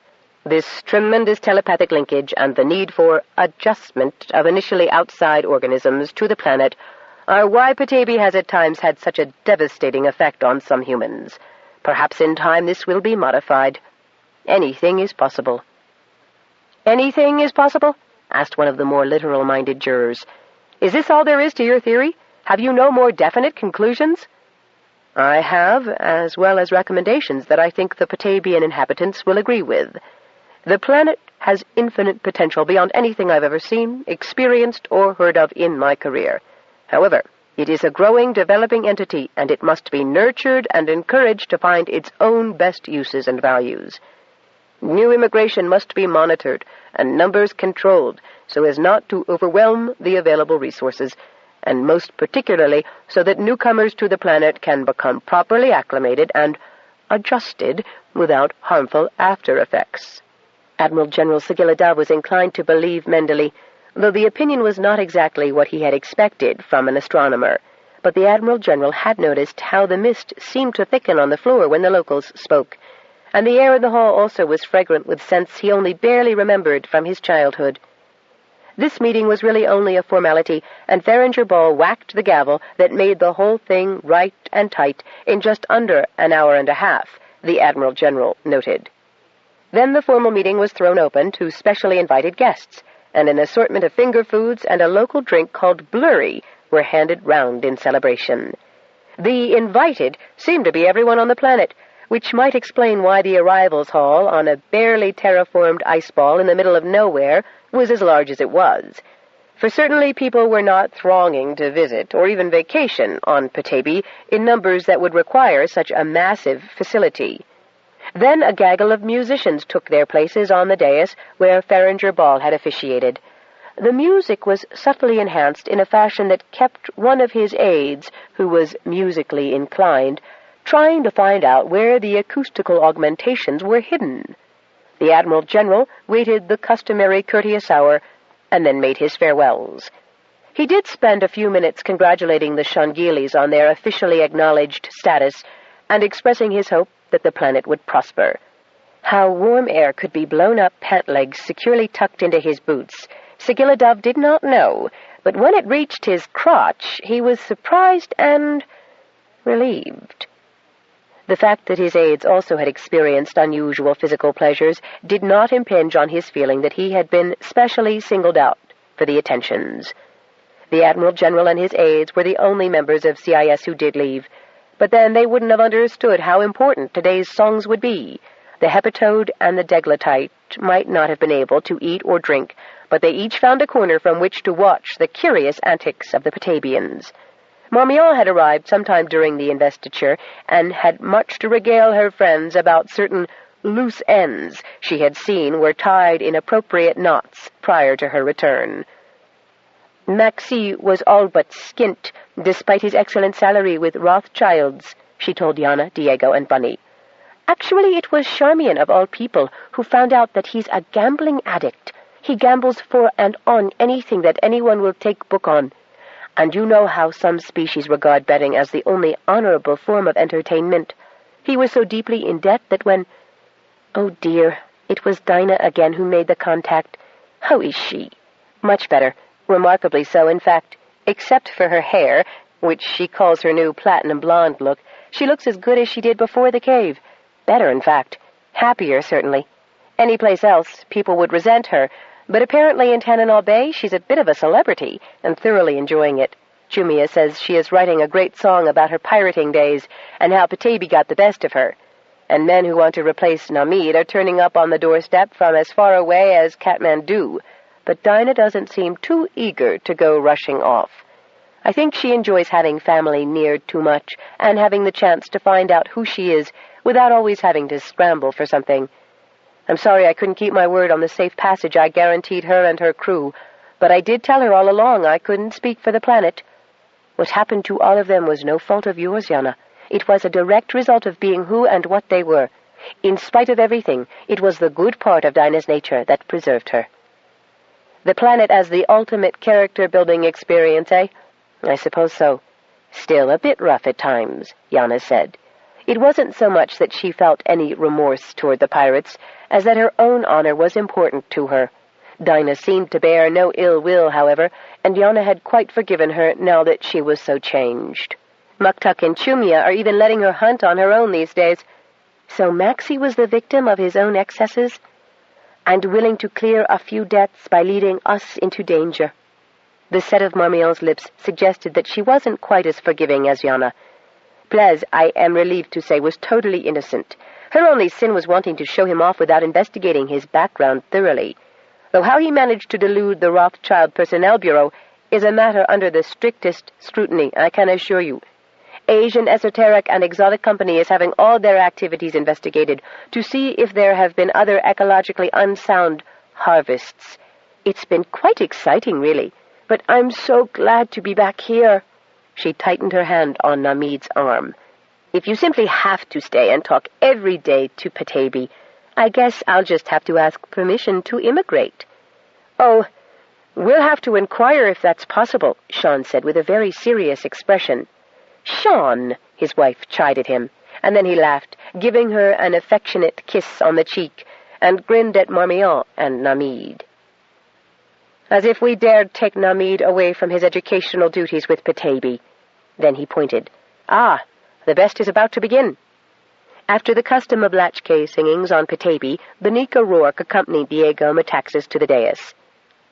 Diego has a song to sing, she said with more than her customary dignity, and the assembled Petaybeans settled down to listen. Diego's song was different from any other Petabean song.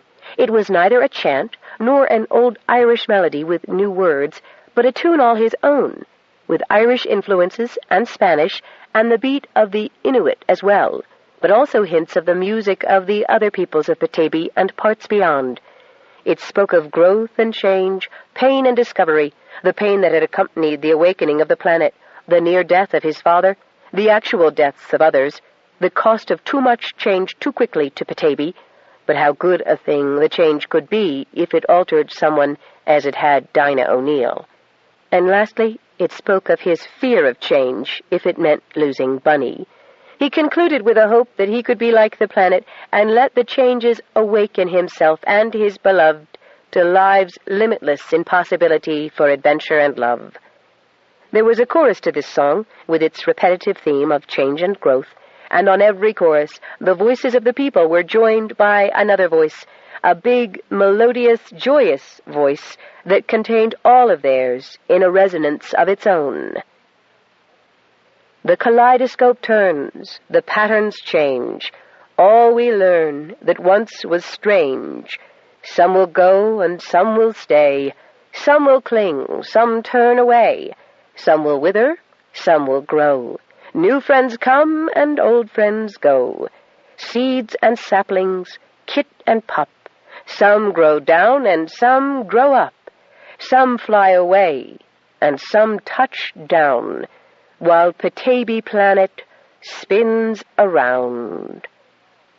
The around echoed particularly long and happily throughout the rest of the latchkey. Epilogue. Oddly enough, it was the word come invading her dreamless sleep as an undeniable imperative that woke Yana, and the rumbling purr of the orange cat, Marduk, unexpectedly sitting right beside her head on the pillow.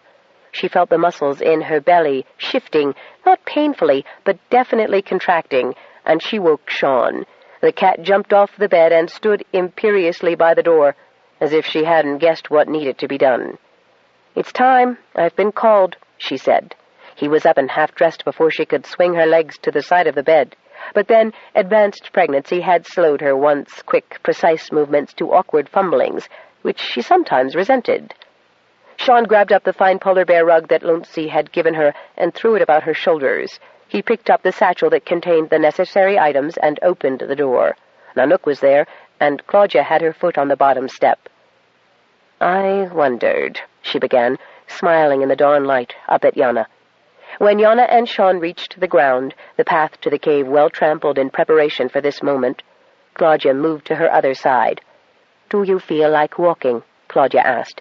"It's good for me." "Yes, but is it what you feel like doing?" "Well, I have to walk as far as the cave, don't I?" "Yes," Sean said. "That you must do." Looking sideways, Yana saw that Sean's lips were tight against the anxiety he was feeling. "It's okay, Sean," she said gently, patting his hand. "It's really okay. Hell, we know I've never been fitter." "But you are not, so Sister Iggy Rock says, in your first youth." "Iggy Rock has learned a great deal," Claudia said with a chuckle. And then they were in the cave, which began to glow, a soft lambent shine, welcoming, soothing, and the little twitch of apprehension that Yana had so vocally denied eased. "I believe in you," she told the planet. "I believe in you." "I believe in you," the planet echoed reassuringly. "Oh, I believe," Sean said beside her. He must have thought the planet was speaking to him, she reflected. They reached the spot that had been previously picked, and the bedding and other necessities were there. They had no need of the extra lights, for the cavern was radiant. Claudia helped Yana slip out of her flannel nightgown, and then the first of the strong contractions caught her. "Breathe as you've been taught," Claudia said, waiting until the contraction had eased before she led Yana to the water's edge. Sean dove in and broke the water as a selkie, coming to the two women, both of whom were now in the warm comfort of the water. Yana slipped down into it and found the ledge that seemingly had been created to cushion her, while Claudia made herself secure just below Yana. The mist began to rise then, but only on the ground behind them. Yana inhaled deeply of the scented, comforting, moist air. The next contraction was harder, yet she didn't feel it as hard, only as a working of muscles. She could relax. Petaybee was all around her, and her husband was as he wished to be at this propitious moment in his life, this miraculous moment of hers, and Claudia would see to everything healing, as she always did. A furred face stroked hers from out of the mist, and she laughed when she realized that it was Nanook. Yes, and there was Marduk, too, and the gods knew how many more purring mightily in the cave, for it echoed of purr. Another massive contraction came, which Yana, for 1 second apprehensive, thought much too soon in a normal delivery. Then she found herself wanting to push, and panted as she'd been taught. "It's much too soon for this stage," she said between pantings. "Well, you never know," Claudia said comfortingly. "We've been here longer than you might realize." "But we just got here." Claudia chuckled again, and then was very busy between Yana's legs under water. The water itself was bright, so Yana was able to view her upheld legs on Claudia's shoulders and know that the woman was submerged.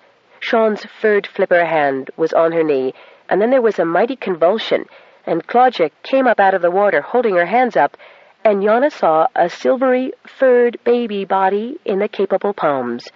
"Your son, Shangili," Claudia cried, and the cats gave voice to the most musical caterwaul possible. "Oh, my God!" Yana's body wanted to repeat its previous confusion. A naked, furry, wet body was thrust into Yana's hands as Claudia ducked under the water again, while Yana, consumed with a second mighty pushing, realized she was delivering a second Selkie child. "How did that happen?" she exclaimed as Claudia surfaced with yet another squirming baby, this one already squalling at its lack of precedence. "You've a fine family all in the one go," Claudia said, water sheeting off her smiling face. "Did you know I'd be having twins?" Yana exclaimed, half of her appalled that information had been withheld, while the other half of her was marveling at the perfection of her Selkie son, who, minutes old as he was already altering his form to human now that he was out of the water. Claudia gave a snort, hauling herself and the baby out of the water. "And you as big as a whale and didn't guess?" "How could I guess? I've never been around pregnant women." "Oh, he's gorgeous. Oh, oh." Suddenly Yana realized her son was completing his alteration to a totally human baby. Then Claudia was holding her Selkie daughter out of the water, and the same phenomenon was occurring on that precious body. Sean Selkie was embracing her and the children, his silver eyes wide with wonder and blinking water. They made a tableau then, mother, father, children, and midwife, Selkie and human. Then all were totally human as Sean lifted himself out of the water. Now Yana realized why the planet had insisted on this birthplace, and how easy it had made what could have been a very difficult session for her. Petaybee was learning too. Namid said the thing to remember about a planet only a bit over 200 years old was that it too was a baby. Every time it had a conversation or experience, it learned, grew, expanded its potential. As he probed for its secrets, it had questions of its own for him on the nature of what lay beyond it.